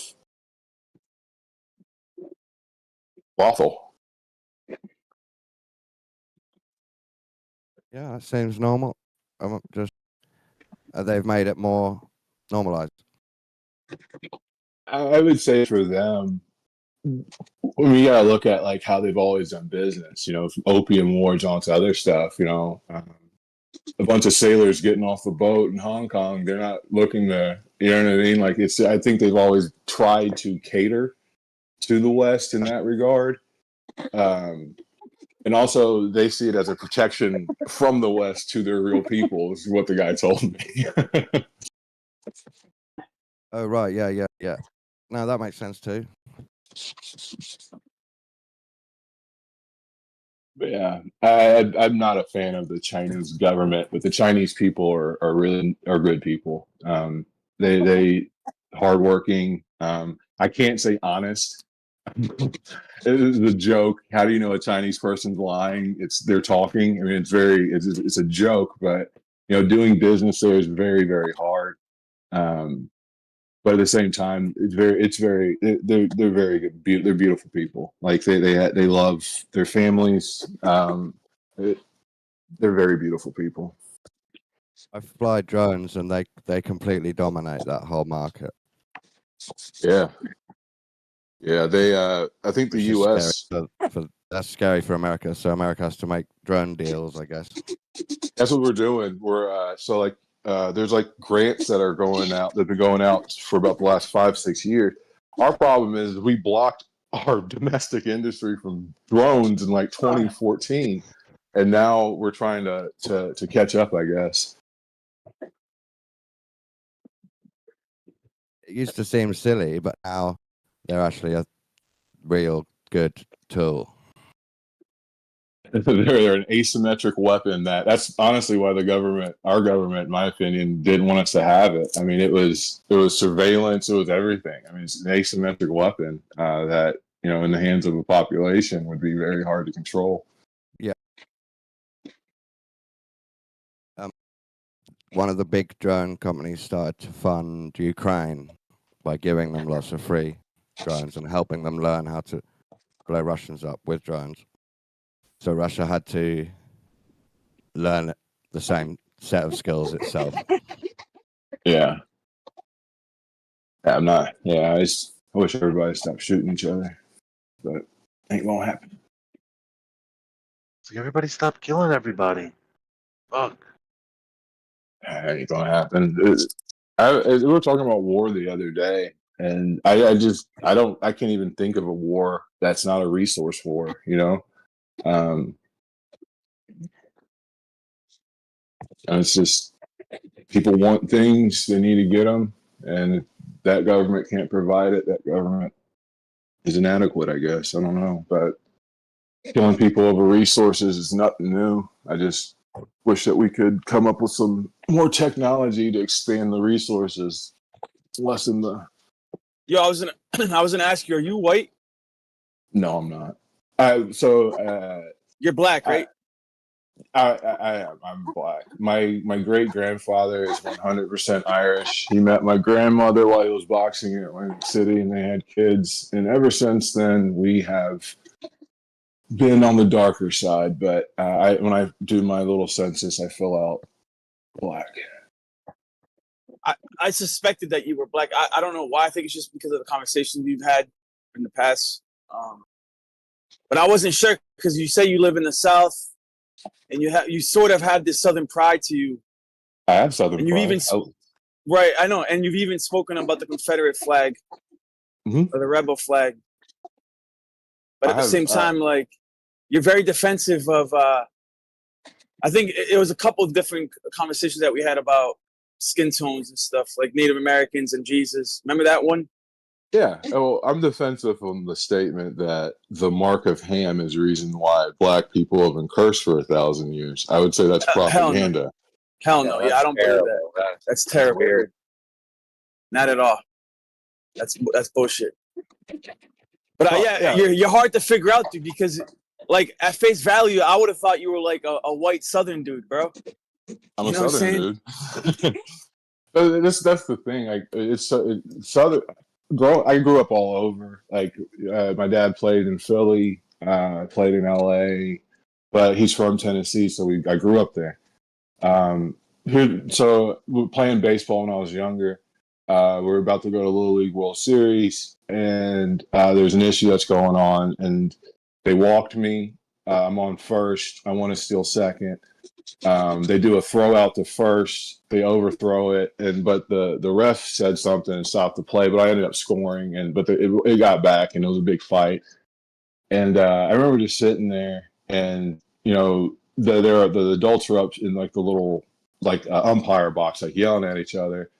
And I'm on first because I had to go back to first base, and the second baseman comes over, and he starts just talking shit. And I don't give a fuck. I'm just like, whatever, dude, whatever, And then he starts calling me racial slurs and stuff. I didn't even really understand what the word coon meant. Like, I didn't know what any shit he was even saying to me. Damn. My buddy Marty Abbott, white guy, grew up with them. All my friends I grew up with, they beat the living shit out of that kid. So it's like I've experienced racism, and but at the same time, I've always equated the race differentiation to socioeconomics more than anything. But yeah, I have a lot of Southern pride. I don't want to work on a plantation for free, but I respect anyone who's going to fight for a cause.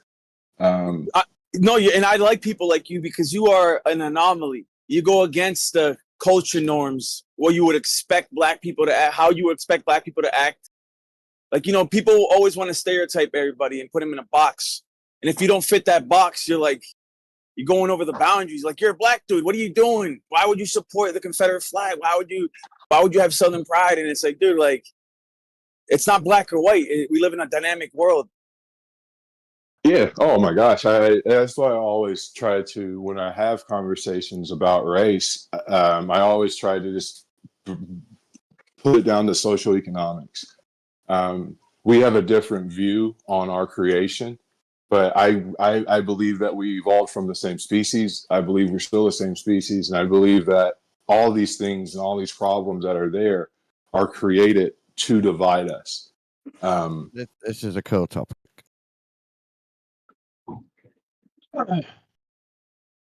Because I'm still torn how we became different and what that means, and were we one or different before, or was it both? Well, I would say the main thing about it, the melanin in my skin is closer to the surface than yours is, and that's because the majority of my ancestors lived in a place where there was more sunshine. And yeah, but let's go back before that. That's cool info, but what started? Do you believe in out of Africa or not? I do, because I believe in evolution. So if I do that, I do believe that there's an out of Africa walk for people. A walk, yeah. Not come on. I was talking about the sailing bit earlier and arguing that flat Earth Africans used to celestial navigate, but that's another topic. Yeah, so that's interesting to me. Have you ever considered the opposite? So walking out of the north? I would say that's possible. I even think, because of continental drift, you could even show Antarctica potentially to be the starting place. But the difference is that you have archaeological evidence of early primates in Africa, and you do not have the same in Europe. Right. But that leads to racism, doesn't it? To say that white people are more evolved. Well, technically, so there's two marches out of Africa.